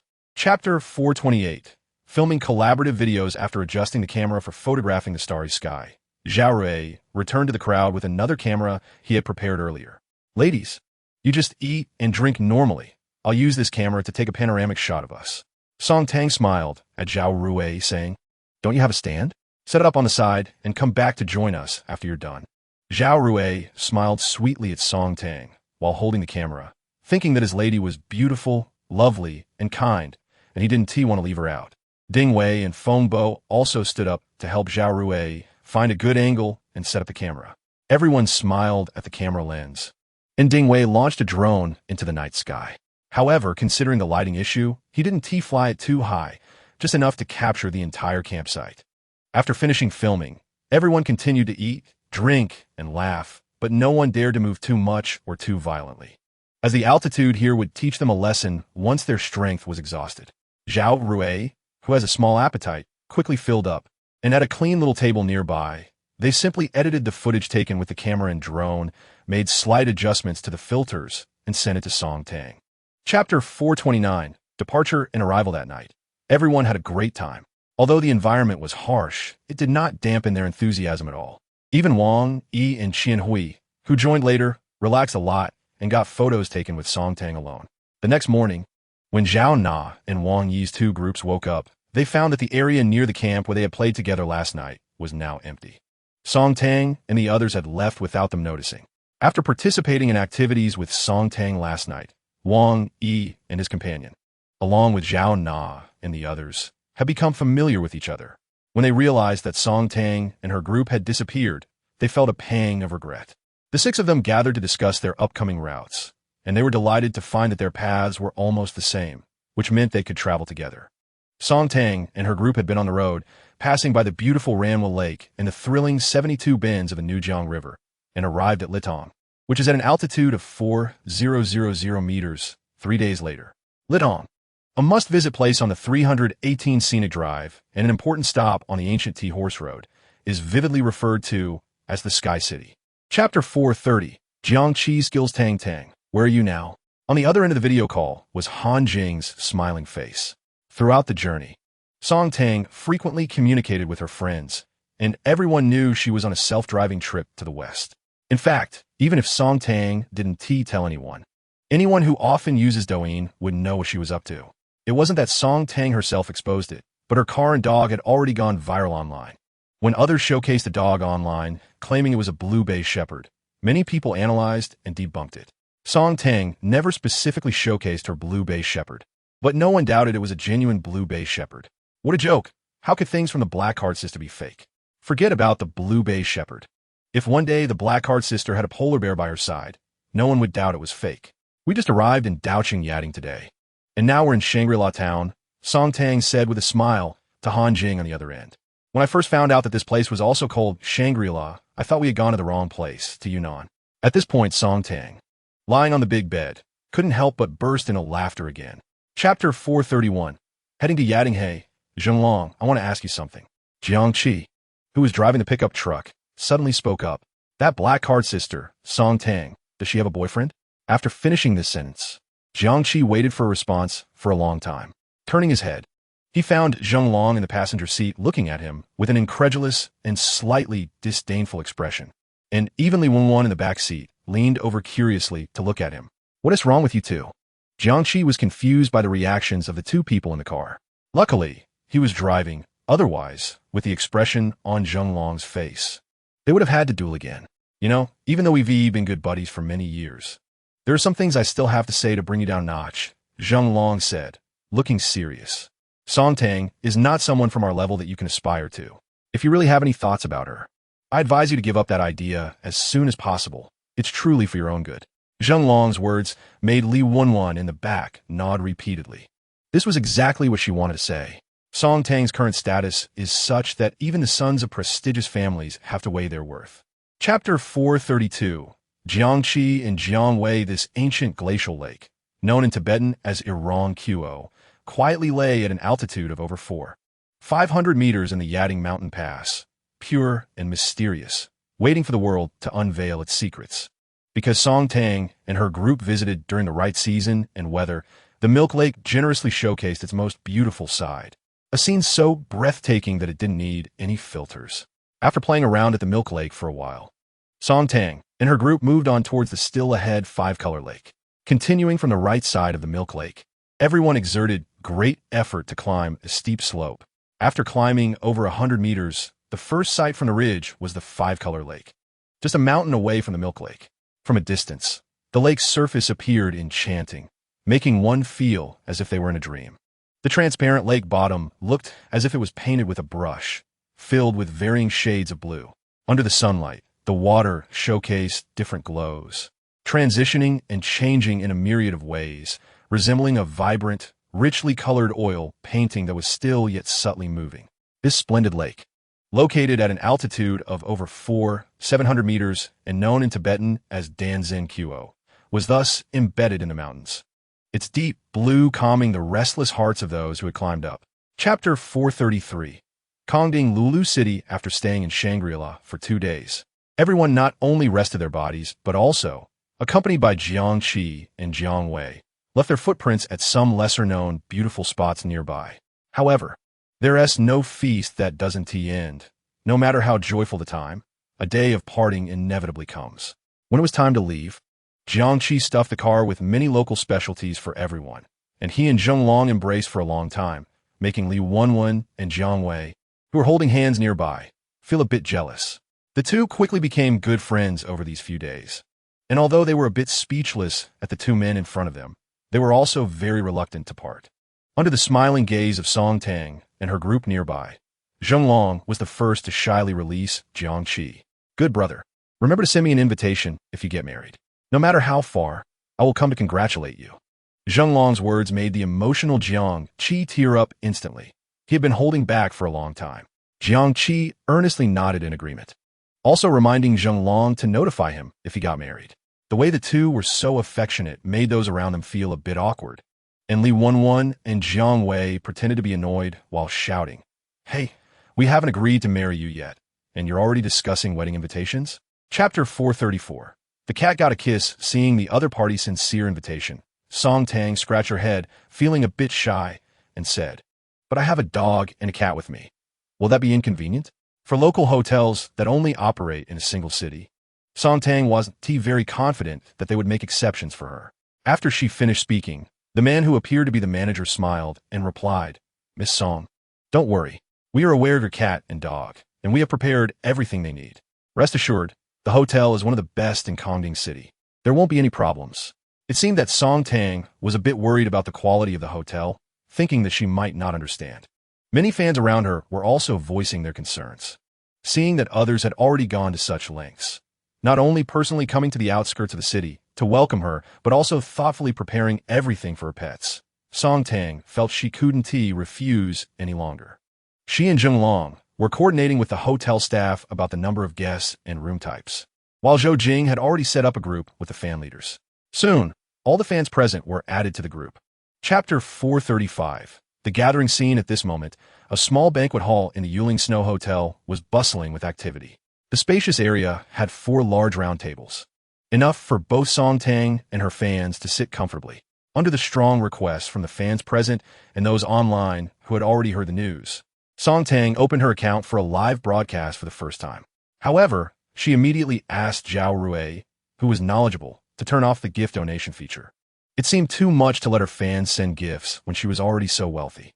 This action made all the fans see her in a new light. Thinking about it, it made sense. Miss Blackcard was famous for her extravagant scenes and wealth, so her actions were reasonable.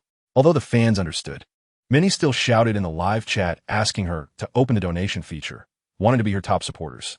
These comments made Song Tang and those around her both amused and exasperated. Song Tang's first live broadcast was indeed significant news, creating a huge stir online. In a short time, nearly 1 million people squeezed in, and the density of the comments made Song Tang's eyes dizzy. Chapter 436. Happy fans thus. In the beautiful town of Kongding, Song Tang and her fans kicked off her very first live broadcast. Of course, it was also very likely to be the only time she would host a live broadcast in her life. The fans on site were enjoying themselves, and those in the online live room felt very engaged. There were large lucky bags to claim continuously, and whatever Song Tang saw on site that fans wanted, she would fulfill their requests. Even when a fan who liked off-road vehicles asked to see her extravagant cars, Song Tang agreed. Initially, she planned to go down herself, but the task was taken over by the professional Ding Wei. Everyone on site watched Ding Wei introduce and interact with the fans in the live room in front of Song Tang's cars on the big screen in the banquet hall. Especially when he talked about the 2 modified cars he had made, Ding Wei showcased his professional skills, impressing even the fans who had some initial reservations about him. Chapter 437. Arriving at Han Jing's home, the group drove from Kongding to Rongqing in just about 3 hours. They arrived in Rongqing right at lunchtime, casually finding a restaurant to eat before heading to the hotel they had booked earlier. As for trying hot pot or local specialties, they decided to do that after checking in and resting a bit. Everyone was somewhat tired and needed rest. Around 2 in the afternoon, after her nap, Song Tang started her Brabus 66 to find Han Jing. She waved goodbye to Zheng Long and the others, telling them to enjoy themselves without waiting for her. The companions understood that this was something Song Tang had planned before the road trip, so they reassured her to go find Han Jing without worry. Following the address Han Jing sent her, it was about half an hour's drive from Rongqing to a small town, which wasn't too far.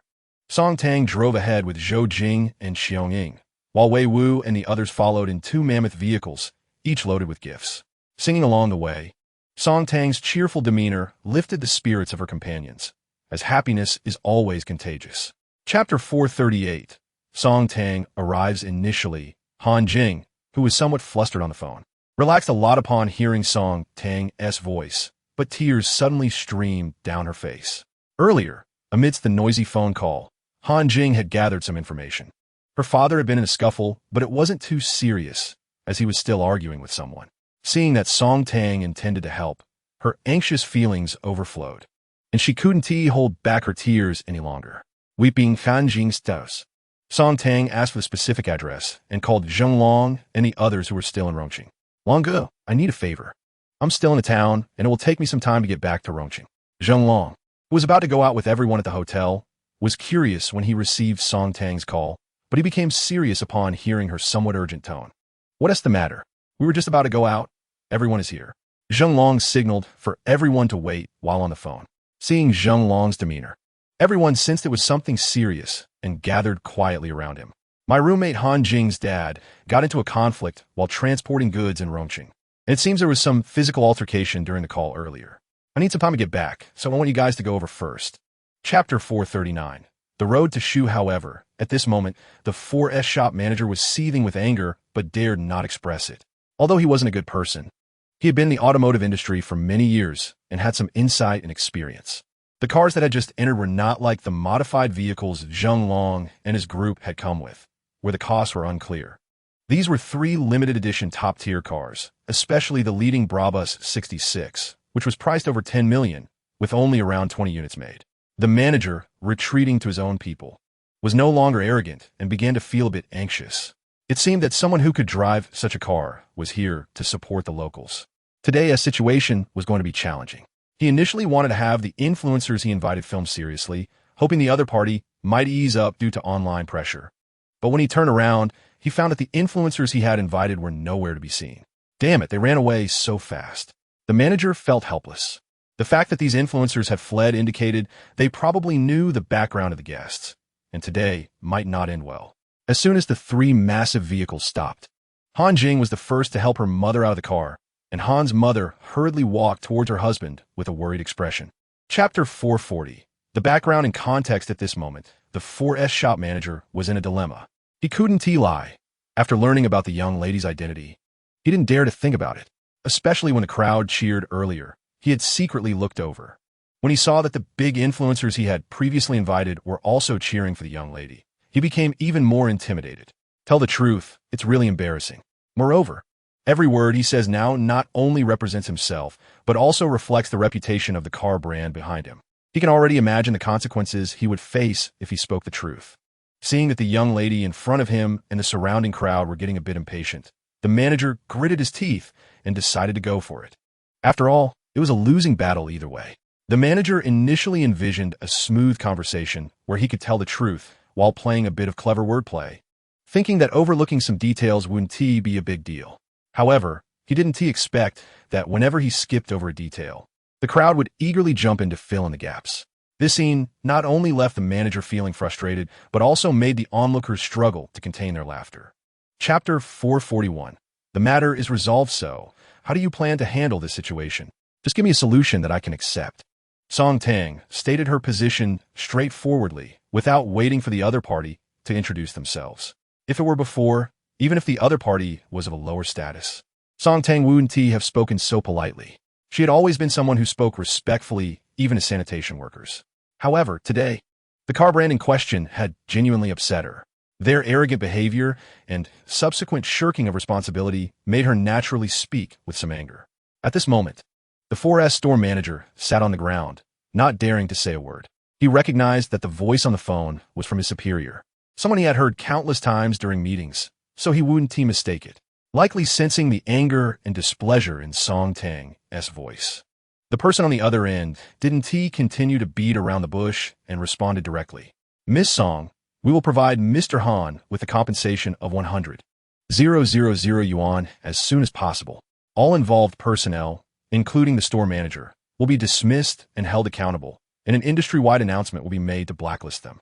Chapter 442. Night talks between husband and wife, by the way. I will cancel the hotel room here in Rongqing today and stay at Han Jing's place for the next few days. Song Tang's words surprised everyone, but it also seemed quite natural. After all, it was understandable for roommates to live together. Moreover, Song Chuyi and Song Daneo would definitely be more comfortable staying at home than in a hotel. Initially, Song Tang planned to stay at Han Jing's for just today and return to the hotel afterward, as staying at Han Jing's for too long would be too much of a burden.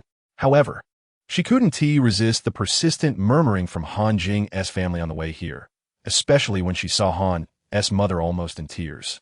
Song Tang had no choice but to agree to stay at their home while she was here. She didn't see that after she turned her head, Han's mother, who was in the back seat, no longer looked teary-eyed. She wiped away the non-existent tears and shared a sly smile with her daughter and son-in-law. Not to mention that Song Tang was her daughter's close roommate and had helped her daughter a lot during school. Thanks to Song Tang's assistance, her family was able to resolve the issue with the 4S store smoothly and even received a compensation of 100,000 yuan. Chapter 443. Strolling on Chunchi Road early the next morning, while Song Tang was still blissfully asleep, Han Jing had already gotten up early. Han's father basically worked every day driving for deliveries, while Han's mother, who was in poor health, usually stayed home to do some small handicrafts. Therefore, whenever Han Jing was home, she would generally get up early to do housework or help her mother with some crafts. However, some details had changed since she entered college. When she returned home, she still did normal housework, but instead of helping her mother with crafts, she focused on writing her drafts. So far, her income from novel writing was quite good, and her parents were very supportive after learning about it. Dad, you're not going out to work today? Han Ying, who had just finished washing up and was about to make breakfast, turned around to see her father returning from outside. She was quite happy because her father usually left early. Even if there were no orders from the delivery platform, he would still drive his small truck to the labor market to see if there were employers needing a vehicle. It wasn't unheard of to see her father in the morning, but that had been a long time ago. Yes, I'm taking a day off today to stay home and keep you company. Seeing his daughter's happy expression, Han's father was naturally pleased. No matter how old they got, children were still his heart's treasure. Chapter 444. Strolling in the International Finance Square, no matter how much attention the Millennium Doll in Song Tang's hands attracted among the young people on Chunchi Road, she and Han Jing strolled carefree to the square in front of the IFS International Finance Square. Looking at the impressive International Finance Building, Song Tang held her iced milk tea and pulled Han Jing inside. Let us hurry up and go in to enjoy the air conditioning. The weather here is getting too hot too fast. With Song Tang leading the way, Han Jing followed with a smile. If it weren't for Song Tang being there, Han Jing wouldn't have entered a high-end mall like the IFS International Finance Square by herself. She felt she couldn't afford anything, and some sales assistants judged people based on appearances, so she didn't want to go in and feel uncomfortable. But with Song Tang around, it was different. Not to mention just going in a look without buying anything. Even sitting in the store to enjoy the air conditioning wouldn't be a problem. Han Jing and the other dorm mates had witnessed Song Tang's demeanor while shopping in high-end malls and brand stores. Even the daughters of mall owners wouldn't be as impressive as Song Tang. Inside the mall, it was indeed cool. As soon as they entered, both Song Tang and Han Jing felt a wave of refreshment. Chapter 445. Arriving at Chanel, these young people were indeed quite lucky. Just after Song Tang and the others entered the store manager had asked Song Tang if she wanted to close the store, but she politely declined. This time, she mainly came here to hang out with Han Jing, and buying things was secondary. It wouldn't make sense to close the store for the few items they were going to buy. Moreover, those young people outside also seemed eager to come in and take a look. If the store closed, they would have to wait a long time. While Song Tang was being personally accompanied by the store manager, enjoying some of the new Hermes collections, she heard some commotion at the entrance. When she curiously looked over, she saw those young people had entered the store, and the leading guy was being awkwardly stopped by Feng Bo, with fear written all over the faces of the others behind him. It looks like they came for me. Otherwise, Feng Bo wouldn't casually stop customers. What's going on? Since it was her people who had stopped them, Song Tang naturally wanted to ask what was happening. Miss, they said they wanted to find you. Feng Bo turned to Song Tang with a smile. At the same time, the few young people looked at Song Tang with hopeful expressions, nodding vigorously after hearing Feng Bo's words. Chapter 446. Shopping spree at Chanel. Many young people, upon hearing someone shout Miss Song near the Chanel store, turned to look at Song Tang, who was walking ahead of a group while holding a Hermes pony doll. At this moment, they recognized her. Combining various factors, they could easily guess that she was the black card lady. After all, this young lady was personally received by the president of Chanel and the head of the brand at the Chanel headquarters in France. Many people had watched that grand show via live stream, so it was normal for her to have such treatment in the store now. However, very few people who recognized Song Tang dared to approach her. Even ordinary wealthy individuals felt intimidated by the scene at the Chanel store entrance. Your eyesight is really impressive. From so far away, I cover myself like this, and you could still recognize me? As Song Tang walked closer, she took off her sunglasses with a smile on her face. After she spoke, the Chanel store manager looked at the sales associate who had been greeting everyone from the beginning. Upon hearing Song Tang's words and seeing her manager looking at her, the sales associate shyly replied, "We regularly conduct training sessions." Chapter 447. Run, Manager Miss Song, please sit and rest for a moment. I'll go attend to some customers. The manager apologized to Song Tang, and after she nodded, he walked straight towards an arrogant female customer who had already entered the store and was looking around. I thought you were gone. I've been in here for a while and haven't seen you. Before the manager could say anything upon reaching her, he was met with a rude remark. Faced with such a customer, the manager could only smile awkwardly. Miss Duan, you're joking. I was just attending to other guests. I'm really sorry for the delay. At this moment, other customers in the store looked at the newly arrived group with disbelief. Even Song Tang, who had been quite composed, stood up curiously to look over.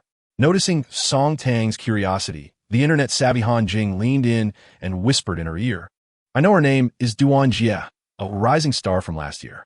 She has a hit drama this year. People online have said she tends to throw her weight around, and it seems to be true. After hearing Han Jing's words, Song Tang and those nearby finally understood.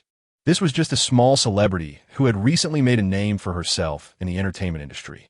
Chapter 448. Slap Your Mouth. The manager of the Guijin Center Mall was personally leading a group of security guards in a frantic run through the mall, creating a unique scene. Many could tell that something serious had happened. Otherwise, the manager wouldn't be running so hard that he was nearly out of breath. It seemed there would be a big story to follow, and many onlookers and customers decided to join in, eager for some excitement. The atmosphere became even more entertaining. When had such a scenario ever occurred in the upscale Guijin Center? The manager led the charge, followed by a group of security guards, and then a mix of curious onlookers and customers, all running forward as if in a race. When the manager and his entourage finally arrived at the already crowded Chanel store entrance, they didn't even have time to catch their breath before the crowd outside erupted in gasps. All the newcomers, including the manager and the security guards, were startled. Suddenly, two figures flew out from the store and landed heavily on the ground, rolling in a tangle. Before the manager and the onlookers could react, A woman's piercing scream came from inside the store. Chapter 449. Duan Jie was stunned at this moment. Duan Jie was completely stunned. Even her previously whimpering cries had ceased. She had already imagined her fate if the news from the Chanel store manager reached her company. She knew very well how she had made her mark in the entertainment industry, and that as long as her boss was willing, there could be new talents ready to replace her at any time. The crowd of onlookers had mostly heard what the Chanel store manager said, and they all turned to look at Duan Jie, realizing that this small star's career was likely over. "Aren't you going to call for help?" Song Tang suddenly asked, showing no sympathy for Duan Jie, who was sitting helplessly on the ground. After all, Duan Jie's previous actions were intolerable to anyone, let alone her attempts to drive Song Tang out of the store. Upon hearing Song Tang's words, Duan Jie looked up and felt a chill run through her body. At that moment, she finally realized who she had offended and understood why Chanel had taken such drastic measures against a small star like her. Chapter 450. The clever Wang Zhongqing, the manager of the Guijin Center Mall, was now much more relaxed, directing his security team to maintain order and prevent any stampedes. Although there were many important figures present, as long as nothing happened to Miss Song Tang, the other managers could afford to take a breather. Moreover, it seemed that Wang Zhongqing and Song Tang were together. The only one facing trouble was the small star Duan Jie. In the past, he might have been more polite, but now that it was clear the small star was facing a downfall, who would still be concerned about her? Just then, the phone in Duan Jie's manager's hand rang, and the sudden ringtone drew everyone's attention. The manager, seeing the incoming call, looked conflicted and glanced at Duan Jie. Duan Jie recognized the expression on her manager's face and knew who was calling. It seemed the news had already reached the company, and this call might very well be her death knell. Regardless of how miserable Duan Jie looked or how unwilling her manager was, she had to answer the call. Otherwise, the consequences could be even worse. Chapter 451. You've been found out. Noticing that Song Tang's eyes were sparkling with thoughts, Wang Zhongqing hurriedly interrupted her daydreaming with a wry smile. Hey, Song Tang, wake up. He waved a hand in front of her, causing those around to burst into laughter. Seeing that even after being pulled from her fantasy, Song Tang remained excitedly focused on him, Wang Zhongqing could only continue with a bemused expression. You need to understand what adoption means. It's not the same as foster care or sponsorship. It's adoption. Even if you pay for it, you can't take it home or out with you. So stop daydreaming. After adopting a giant panda, you get the naming rights, allowing you to name the panda you adopt. You'll also receive a permanent adoption plaque and can use the VIP passage to visit the panda at any time. Plus, you can have close interactions with the panda. But when I say close interactions, I don't mean petting it. It's more like being a caretaker, cleaning its room, or moving bamboo for it. Wang Zhongqing's every word made Song Tang's expression dim a little, and by the time Wang Zhongqing finished speaking, Song Tang's small face had completely collapsed. Chapter 452. Adopting a giant panda. The next day, early in the morning, Song Tang and her friends appeared at the Chengdu Giant Panda Breeding Research Base, and of course, the first thing they did was to admire the super internet celebrity giant panda, Huahua. After everyone finished touring the entire panda base and watching the giant panda Huahua, Song Tang and her friends approached the staff to express their desire to adopt a giant panda. The older staff member was not surprised at all, especially when he saw that Song Tang and her friends were all dressed elegantly. Since the policy allowing the adoption of giant pandas was introduced, many wealthy individuals and brand companies have adopted numerous pandas. Even the internet celebrity giant panda Huahua they just saw had already been adopted by a stainless steel company, which is why Huahua has a nickname as the Stainless Steel Princess. However, it was different when a young girl among the staff recognized Song Tang. She first gasped in surprise and then looked at Song Tang with a face full of excitement, leaving the other staff members puzzled. "Miss Blackheart, please wait a moment. I will go find the director," the young girl happily said to Song Tang. After seeing Song Tang smile and thank her, she excitedly ran off to find the director. Chapter 453. Who sent the brocade letter? The names that Song Tang gave to these two furry little ones were quite unexpected, yet somehow anticipated. What surprised everyone was that they never expected Song Tang to quickly name the two cubs. What was anticipated were the names themselves, Tang Tang and Wei Wei. Anyone who knew Song Tang's past would find it quite natural. Tang Tang and Wei Wei. After all, are Song Tang and Song Wei, right? If one day naming wild boars were allowed, perhaps Song Tang would name one after her scummy father. They stayed at the panda breeding base until their stomachs were rumbling, and only then did Song Tang belatedly realize that a lot of time had passed. After reluctantly saying goodbye to the two cubs, Tang Tang and Wei Wei, she was personally escorted out by the director along with the staff. Sitting in the car and watching the panda base grow farther away, Song Tang still wore a reluctant expression. The people beside her knew in their hearts that she had something to care about in Chengdu, and from now on, they would likely accompany her here often. Sigh, why can't I take them with me? Song Tang mumbled reluctantly, causing Zhou Jing and Han Jing beside her to smile knowingly. This young lady really dared to think. Chapter 454. Ming Jin and Ming Xiao'o. The boss lady Yin Jin, who was pouring tea for Song Tang, looked curiously at the one who just spoke. To her surprise, Miss Blackcard, Song Tang, actually knew this line of poetry. The first time people heard my name before teased me, saying that I, who played shoe embroidery, actually had a name of a fabric, Yin Jin. The boss lady tilted the teacup towards Song Tang. While Song Tang was amused by the boss lady, she also felt a bit curious. Sister Yun, do you know who I am? Yin Jin, while allowing Zhou Jing and her friends to help themselves, comfortably leaned against the rattan chair's back and smiled, saying, with that face, I recognized you at first sight. You're so famous online, and I'm not an old fossil who doesn't touch the internet at this age. Hearing this, Song Tang smiled shyly. Such matters were beyond her control. After all, in an era of freedom of speech, as long as no one spread rumors or slandered her, she couldn't possibly control everything happening online. With Zhou Jing starting the conversation, the atmosphere in the shop soon became harmonious, and the initial sense of strangeness mostly disappeared. Tang Tang, when do you plan to leave Chengdu? Yun Jin had already sat down beside Song Tang, holding some of her more proud works to introduce to her.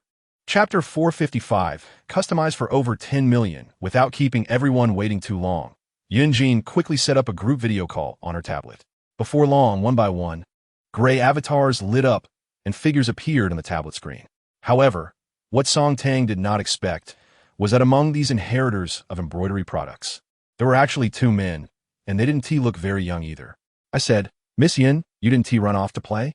It looks like you're actually being good and keeping the shop. After everyone connected to the video call, a woman on the other end teased Yin Jin with a smile. Sitting beside Yin Jin, Song Tang smiled slightly upon hearing this, which made Yin Jin quite embarrassed. She had pretended to be a gentle and refined young lady in front of Song Tang, only to have her friend expose her with one sentence. Shut up. Yin Jin secretly rolled her eyes at the tablet. I was just trying out. I didn't expect everyone to be here today. Perfect. I'll introduce you to a young lady. Pay attention. Yun Jin's words piqued the curiosity of the 7 people on the other side, wondering what kind of guest this quirky Yin Jin would introduce to them. However, before they could even think about it, the stunning face that appeared beside Yin Jin made everyone scream in unison, including those 2 men. Chapter 456. Visitors from the beautiful country 2 days later. Song Tang and her friends boarded the plane back to Kyoto, while the several Mercedes-Benz G-Class vehicles they drove there had already been loaded onto a tow truck. It was somewhat troublesome, as the flatbed truck initially refused to transport the Brabus 66 because the owner happened to know the vehicle and was too afraid to tow it. It was only after Song Tang and her friends offered extra money and insurance that the truck owner relented. After all, if anything went wrong with this thing, the entire vehicle fleet would be a huge loss. In the end, to be safe, the owner of the Brabus 66 decided to personally oversee the operation, bringing along a very experienced tow truck driver to ensure everything went smoothly. Originally, Song Tang planned to call Han Jing to return with her, but when Han Jing saw that there were still a few days until school started, she declined. She felt there was no need to trouble Song Tang's family, since she had nothing to do after arriving early in Kyoto. Moreover, staying home a bit longer would allow her to help her parents more, even if it was just with chores. As soon as Song Tang landed at Kyoto Airport, she was picked up and the red flag state gift vehicle stood out prominently among the luxury cars. Many young people who saw the state gift and its special license plate knew that Miss Blackcard had returned to Beijing. Chapter 457. Hidden Dragon and Rising Dragon SS Small Miss Ming Ming. Zhao Rui was so startled that he stuttered and couldn't speak, unable to even confirm with his own miss. Zhao Qi, standing beside him, was almost driven crazy by Zhao Rui after regaining her composure. Miss, were you just talking about Menglong Group? The incredibly amazing Menglong Group? Zhao Qi directly interrupted the stuttering Zhao Rui. If Zhao Rui continued to stutter, everyone in the living room would go mad. This is not a formal occasion. And seeing Evan, a foreigner, casually discussing this matter like a chat. Everyone felt bold enough to ask Song Tang for confirmation. If it were a formal meeting, no one would dare to speak up. Amused by Zhao Rui's stuttering and the inquisitive looks from others, Song Tang nodded at everyone and said, "Yes, if nothing unexpected happens. It is indeed the Menglong group you think of, and I am indeed the heir of the Menglong group." Evan, sitting beside Song Tang with a smile, had all these people within their observation range. Overall, these people have been quite good so far, especially Miss Song's butler, Zhou Jing. Upon hearing their young lady confirm this shocking fact herself, everyone present wore complex expressions, filled with shock, surprise, and disbelief. Chapter 458. 13 companies. Just the scale of what Evan mentioned is already frightening enough. However, the exaggerated Tenglong Entertainment Media is nearly unranked among the many subsidiaries of the Menglong Group. This can already be considered a dominant force in the global cultural industry circle. But according to Evan, it is not worth mentioning. Not only was Song Tang particularly surprised, but the people around her were also dumbfounded. It turns out that the famous super capital Qianlong Investment is actually a subsidiary of the Menglong Group. Moreover, the dominant Tenglong Entertainment in the cultural circle, which they thought was significant, is also part of the Menglong Group and is almost unranked. Whether it is Qianlong Investment or Tenglong Entertainment, either one would already be a world-class super company on its own. Yet in Evan's mouth, it was just a small matter. One could hardly imagine how terrifying the true scale of the Menglong Group's strength really is. It did not take long for Song Tang to finish reading the materials on Tenglong Entertainment. After throwing the documents on a coffee table, she continued to look at the materials that Evan still held. Chapter 459. The young lady arrives in this world. How could there be a wall that doesn't let the wind through, especially in a significant place like the capital of Long Country? When Evan and his group entered the country, the upper echelons had already guessed the general purpose of their visit. Thus, when Song Tang took over a small part of the Menglong Group's assets today, the news had already reached the top echelons. The upper echelons are now clearly aware that after today, this young girl, Song Tang, will officially step into the public eye. She will no longer be seen as the black card lady who is just messing around, but as the young lady of the Menglong Super Consortium. The entire global business circle is about to experience a massive earthquake, and countless forces and big players who have been quietly observing since Song Yaowu's passing will begin to weigh Song Tang's significance. Song Tang's safety is something that Long Country must guarantee. As long as Song Tang is in the Menglong Group, if anything happens to her, the Menglong Group will also cease to exist, which is something the upper echelons of Long Country will never allow.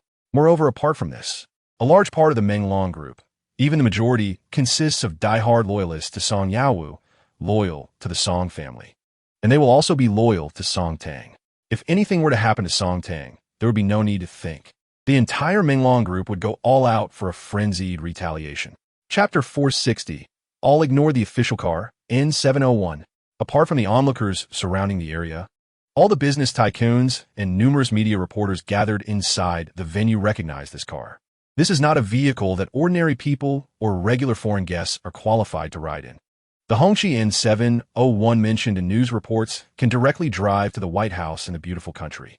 And now, this car, which people could only see in news reports, is actually appearing before everyone's eyes, and it is driving over with a powerful aura. Following the Hongqi N701 is a long line of extravagant vehicles, each carrying newly arrived bodyguards, former comrades of Wei Wu and his 3 companions. Just the day before yesterday, these fierce individuals had reported to Song Tang. Usually, it was just Wei Wu and his 3 companions who kept their auras restrained, so Song Tang did not feel much. However, when these 20 fierce individuals stood before her, Song Tang finally understood what people meant by aura. It was only when Wei Wu stood in front of these people that their imposing presence slightly subsided. The upper echelons had also assigned these individuals. Each of Wei Wu's 4 companions would have 5 people each. Chapter 461. The young lady's pressure at the top floor of Jingmao Building. An entire floor belongs solely to Song Tang's office, spacious enough. At this moment, over 100 people are gathered in the 3000 square meter office, yet it is eerily silent. The young secretary, who had been guarding here alone, nervously served tea to Song Tang, who was sitting in the boss's chair, then cautiously hid to the side. She had no qualification to interfere here, and the numerous expressionless tycoons before her like little chicks waiting to be slaughtered, made her not even dare to breathe, only daring to quietly observe from an inconspicuous corner. Song Tang sat in the boss's chair, her left-hand fingers lightly tapping on the huge desk, the faint but crisp sound echoing like a giant hammer in the hearts of everyone present. This pressure-filled scene lasted nearly 5 minutes, with everyone quietly standing and enduring it. Zhou Jing and the others standing aside were relatively relaxed, as they were all Song Tang's trusted aides, understanding that their young lady's display was not aimed at them. However, the more than 100 business elites obediently standing opposite Song Tang were now in a state of panic, with a few even sweating on their foreheads, but not daring to wipe it away. Chapter 462, It's Just Too Scary with a Thud. Song Tang lightly slammed a thick stack of documents on the table, causing all the tycoons to jump in fright. Meanwhile, Zhou Jing, Gao Yuliang, and even Zhao Qi and Zhao Rui behind her were secretly laughing. These business tycoons, who often appear in high-end occasions or news reports, no longer had their previous spirited demeanor. Even Song Chui, the dog, had a stronger presence than them. However, the aura and pressure from their young lady today were indeed intimidating. If they were placed on the opposing side, they probably wouldn't fare much better than those big shots. I've read the materials. You all have been working under the Menglong Group for many years, and some of you have been working there longer than I've been alive. Song Tang's words eased the tension in many hearts a bit, wondering if the young lady would go easier on them because of this. However, this does not give you a reason to ignore me. After all, the Menglong Group is still under the Song surname, right? As she spoke humorously, Song Tang propped her elbows on the table, intertwining her fingers to support her chin. Chapter 463. All become honest once everyone had obediently bowed their heads and admitted their mistakes to Song Tang. This phase finally came to an end. Watching his colleagues being thoroughly managed by the young lady, Huang Jun and a few others who had reported to Song Tang in advance felt a wave of relief. Fortunately, they hadn't listened to those bastards back then. Otherwise, they too would be bowing in front of their desks today. Seeing Lu Wen and the others still secretly massaging their lower backs, they felt a twinge of soreness. Goodness, at their age, maintaining a 90-degree bow for so long without moving was enough to make anyone feel like dying. Well then, let us consider what just happened as past. I hope you all understand. Some things can be done, but if you do them, you must bear the consequences. During our first meeting, I gave you some face, hoping you would take it seriously. If such things happen again next time, don't blame me for being ungrateful. These people were all old employees of Song Yaowu. So Song Tang had to give them some face. Her cold words made everyone hurriedly nod in agreement. Who would dare to have another chance, unless they were crazy? They could tell from Song Tang's expression that their ability to escape this time was merely due to the deceased Mr. Song's influence. Chapter 464. The Demon Young Lady, I believe you all understand why you were able to easily brush past this matter in front of me this time. However, such things cannot happen again. Song Tang's casual demeanor made everyone present feel a chill. They all understood the young lady's words. This meant that if she were to take over a new venture again, and such a situation arose, then one and all would have to go home and farm. Therefore, the young lady intended to convey a message through them to others. Don't think too highly of yourselves. Your greatness is built on the Song family's Dream Dragon Group. When the Song family, or the young lady herself, does not acknowledge you, you are nothing at all. All the big shots present nodded seriously at Song Tang, who was seated at the head of the table. The young lady had given them both face and substance. Whether they wanted to continue was up to them. Song Tang's fingers continued to lightly tap on the table. Such a serious demeanor was not her intention. However, when a group of people who depended on her family for their livelihood tried to take away her credit, it was necessary to use a spatula to knock some sense into them. Seeing that everyone below had grasped her meaning, Song Tang smiled and nodded. Chapter 465. Comparing money with me? Just as some were still harboring ulterior motives, the demon young lady seated at the head spoke again. I know some of you are thinking of certain tactics right now, but I think you'd better reconsider. Even if I don't understand the tactics of business, I can guess that it's all about money, money, money. Some of you might be thinking of bribing someone from my team. That might actually be a decent approach. But have you ever thought about one question? Song Tang's words made all the big shots look at her in unison. Are you trying to compare money with me? After saying this, Song Tang laughed outright, giving no face to the big shots in front of her. Her simple 5-word statement, along with her subsequent laughter, felt like a heavy blow to everyone. The words were simple, and the laughter was enough to mock, but that was the truth. Everyone looked at the happy young lady at the head of the table, feeling as if they had eaten something unpleasant, but dared not show it. After her laughter, Song Tang gently tapped the table and said, "Let's put it this way, I don't believe any one of you can give them more than I can." Chapter 466. The custom model has arrived, facing the young lady at the head of the table, who was even younger than their own children. All the big shots began their flattery journey under the lead of a few clever ones. There was no choice, after all.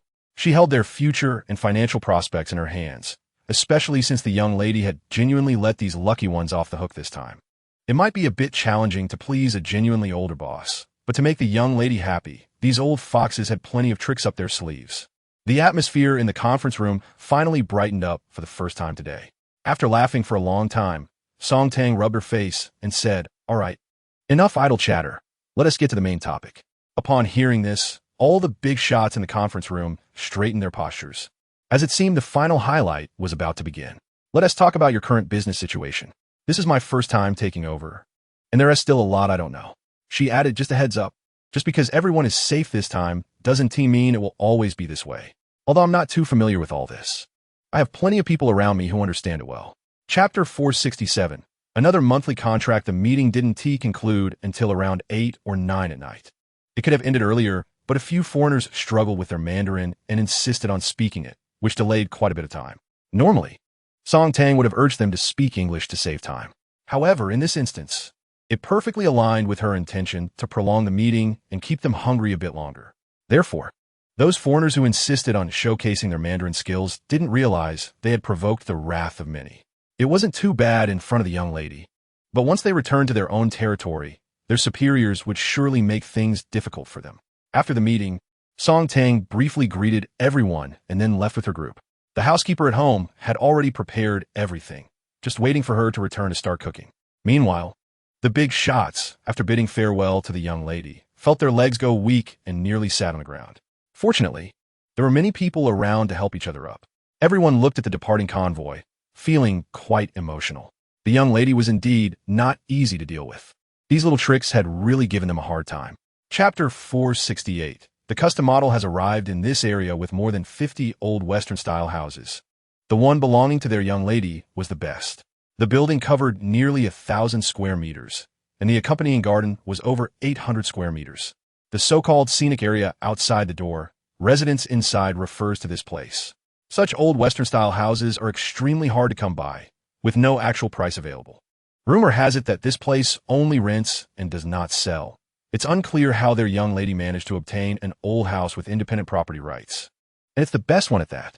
In addition to the old Western-style house in Magic City, there is also a super luxury villa located at the top of Victoria Peak in Hong Kong, with a garden of over 2,200 square meters and an overall building area of several thousand square meters, overlooking the entire Hong Kong from the peak.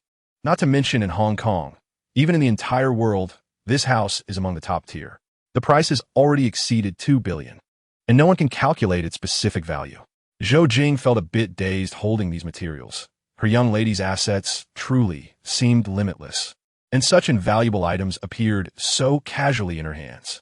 However, upon reflection, her young lady is the sole heir of the super consortium Menglong. So what she has in hand is really nothing in comparison. Chapter 469. The new semester is here in early September, when Song Tang started school. This year's freshmen had already begun their military training. The entire campus was bustling with energy, and the youthful hormones were bursting in the air. Song Tang and her 3 dorm mates had also been promoted to second-year seniors. They held hands as they strolled around the campus, amusingly watching the tender freshmen who were secretly grimacing and complaining under the watchful eyes of their instructors. Time flies so quickly. At this time last year, we were just like them, and now we have become the bystanders. Yi Genie sighed beside Song Tang. The other 3 nodded in agreement. Indeed, it was like that. They wondered if Instructor Wu and the others were still in charge of the military training this year. They had just taken a long stroll, and they all wore the same military uniforms, making it impossible to tell. Zhao Zihong draped her arm over Han Jing's shoulder, swaggering forward like a big man. "Hey, Lao Zhao, did you gain weight over the summer?" Han Jing questioned, looking at Zhao Zihong quizzically as she removed her arm. Usually, people gain weight during the winter break. So how did Zhao Zihong end up feeling heavier after the summer? Chapter 470. Everyone's future, by the way. Han Jing, the other day during the video call. You said the novel you wrote before is finished? Song Tang suddenly poked Han Jing's waist with her finger, causing Han Jing to almost jump up. For someone who is ticklish, this method is truly brutal. Han Jing rubbed her waist while eyeing Song Tang warily, prepared for another sudden attack. Yes, I just finished it recently. I've been preparing for the next one these days, and the outline is almost done. She pushed Zhao Zihong to sit beside Song Tang and took her seat again, thinking if anyone should be poked, it should be Zhao Zihong, who not only isn't ticklish, but also has muscles that one would want to poke just to show off. Actually, the editor in charge of my novel told me yesterday that a publisher is interested in buying the physical rights to publish it. Wow. Han Jing's words made Song Tang and the other three exclaim in surprise, all looking at the composed Han Jing in astonishment. This girl, keeping such big news to herself, really knows how to keep her cool. So, how's the negotiation going? Yi Jin curiously asked, with such impressive peers around her. She felt she was surrounded by super rich girls or fierce fighters, and now there was another one with a novel ready for publication. Chapter 471. Yi Jin's family. Yi Jin is the most well-behaved and obedient in the dormitory, and her dazed expression made the other three a bit anxious, fearing she might fall into self-doubt. Yi Jin, what are you thinking? Speak up, and we can help you figure out, Zhao Zihong said, patting Yi Jin's shoulder. Yi Jin could sense the concern from her friends and the worry in their emotions. She smiled at Zhao Zihong and shook her head. I don't know. I have no thoughts right now, just a blank mind. I love music, I love the piano, and I love many instruments. Music makes me happy and helps me forget all my worries. But my mom and dad let me learn these things, yet they don't support me pursuing a career in this field. Hearing this, the others understood why Yi Jin felt this way. She grew up in a wealthy family where she lacked nothing, so it was normal for her to learn some specialties. But her timid personality, combined with her obedience to her parents since childhood, meant she still couldn't or didn't dare to express her own thoughts or objections. Chapter 472. Zhao Zihong's recklessness. Oh dear, it's not that the seniors let you drink. It's your instructors who let you go. Zhao Zihong, with her carefree attitude, couldn't read the room. She watched the new students standing at attention almost ready to explode while she was still pretending to be a lady. Song Tang and the others were sitting not far away, laughing heartily at Zhao Zihong's antics, while the newcomers were fuming with anger. Only she thought she had tempted them. Just when she felt it was about time to leave, she suddenly felt a chill at the back of her neck. At the same time, before she could react, a stern voice called out from not far behind. Everyone, dismissed for a break. Immediately, a chorus of cheers erupted from the military-trained freshmen, who had been suppressed for so long. What? Dismissed? Which instructor is this casual? Without even turning her head, Zhao Zihong guessed what was coming and decided to take off running. The newly dismissed students saw the fierce woman who had just annoyed them trying to escape, so there was no way they would let her get away. Chapter 473. The university sports meet, while Song Tang and her friends were interacting with the younger students. A male student stared at Zhao Zihong, who was hidden behind Song Tang and the others, and suddenly burst out laughing after a long gaze. I knew it. She is the roommate of the black-haired girl, but her earlier shy and pretentious demeanor really threw me off. His words instantly sparked laughter among the crowd, and Zhao Zihong stepped out from behind Song Tang with a face full of confusion. At this point, the younger students didn't even care about getting revenge. It was pointless for her to hide. As for being laughed at, so what? Could Zhao Zihong be afraid of that? Instructor Wu, it's you. I thought that dismissal sounded familiar. You made me look so ridiculous while being chased. As Zhao Zihong looked up, she happened to see Instructor Wu walking not far from them. Seeing the smiling Instructor Wu, Song Tang and the others were also very happy. It was rare to see their military training instructor again. Chapter 474. The art piece Chong Sam today. Song Tang had her hair styled up and wore a gorgeous and eye-catching fitted Chong Sam, gracefully holding a sign with the college's name as she walked at the front. Over this period, Song Tang had grown quite a bit taller, and her figure had become more graceful and elegant. Today, wearing high heels and a custom qipao, she looked just like a fairy. Not only were the students in the audience going wild and shouting, but even the leaders on the stage were smiling and gently applauding. Principal, this must be the little girl named Song Tang that you've been talking about, right? Sitting next to Principal Sun was an elderly lady with silver hair and a scholarly demeanor, who seemed to be a retired professor or something similar. Principal Sun nodded with a smile. Yes, that's her. No wonder someone suggested finding her to shoot a promotional video for the school. With her looks and stature, it would be a bit of an injustice to have her just shoot a promo. The elderly lady beamed, garnering nods of agreement from many leaders. Many of the school leaders present were seeing Song Tang's appearance for the first time, and quite a few were taken aback by her beauty. Just as Song Tang and her team walked to the stage amidst the enthusiastic cheers of the crowd, the silver-haired lady suddenly fixed her gaze on the cheapao Song Tang was wearing, her expression serious. Chapter 475. Song Tang's competition. Such unreasonable requests would certainly not be supported by the school. What nonsense is this? Just because someone cheered for you, you got all defensive? However, this comical scene quickly spread throughout the sports event, and even the leaders on the stage were aware of it. All the students were laughing heartily while secretly murmuring that the beauty of the school's flower, Song Tang, was indeed impressive. Which male contestant wouldn't want a stunning beauty like Song Tang cheering for them by jumping and calling out their name? The leaders on the stage smiled slightly, appreciating the youthful spirit. The exuberance of youth allows one to give their all just to have a beautiful girl cheer for them. The saying about a beautiful woman riding a red dust is not just a whim. The head of Song Tang's department, along with several class advisors, was laughing heartily from a high vantage point. If it weren't for Song Tang's status, he would have dared to have her sit by the track all day long. Throughout the day, every male contestant who had Song Tang cheering for them performed well, with many achieving results significantly better than usual. After all the events of the first day concluded, the school's physical education teachers and judges were left stunned as they looked at the compiled data. Chapter 476. Travel plans at this moment. Zhao Zihong had arrived at the finish line to pick up Song Tang. Song Tang didn't understand what the buff was that the other party mentioned, but Zhao Zihong and the others knew. Seeing Song Tang looking confused, Zhao Zihong laughed helplessly and took the phones handed over by other contestants, taking a group photo with the 8 female contestants, including Song Tang. Although the girls were all sweaty and red-faced, they were smiling and making silly peace signs, the moment captured perfectly on Zhao Zihong's phone. Watching Song Tang being supported away by Zhao Zihong and the others, the other female contestants exchanged smiles, knowing they had sent their school beauty off. However, while the outcome was reached, the process was quite thrilling and exhausting for everyone involved. Don't be fooled by Song Tang's delicate appearance. She was anything but weak when she ran. Aside from the top 2 who were athletic specialists, the rest, including Song Tang, were quite evenly matched, with only a position or 2 difference. If everyone hadn't really given it their all, Song Tang might have actually overtaken them. Zhao Zihong and her friends helped Song Tang back to the class resting area, where classmates and some from the department came to comfort her. Chapter 477.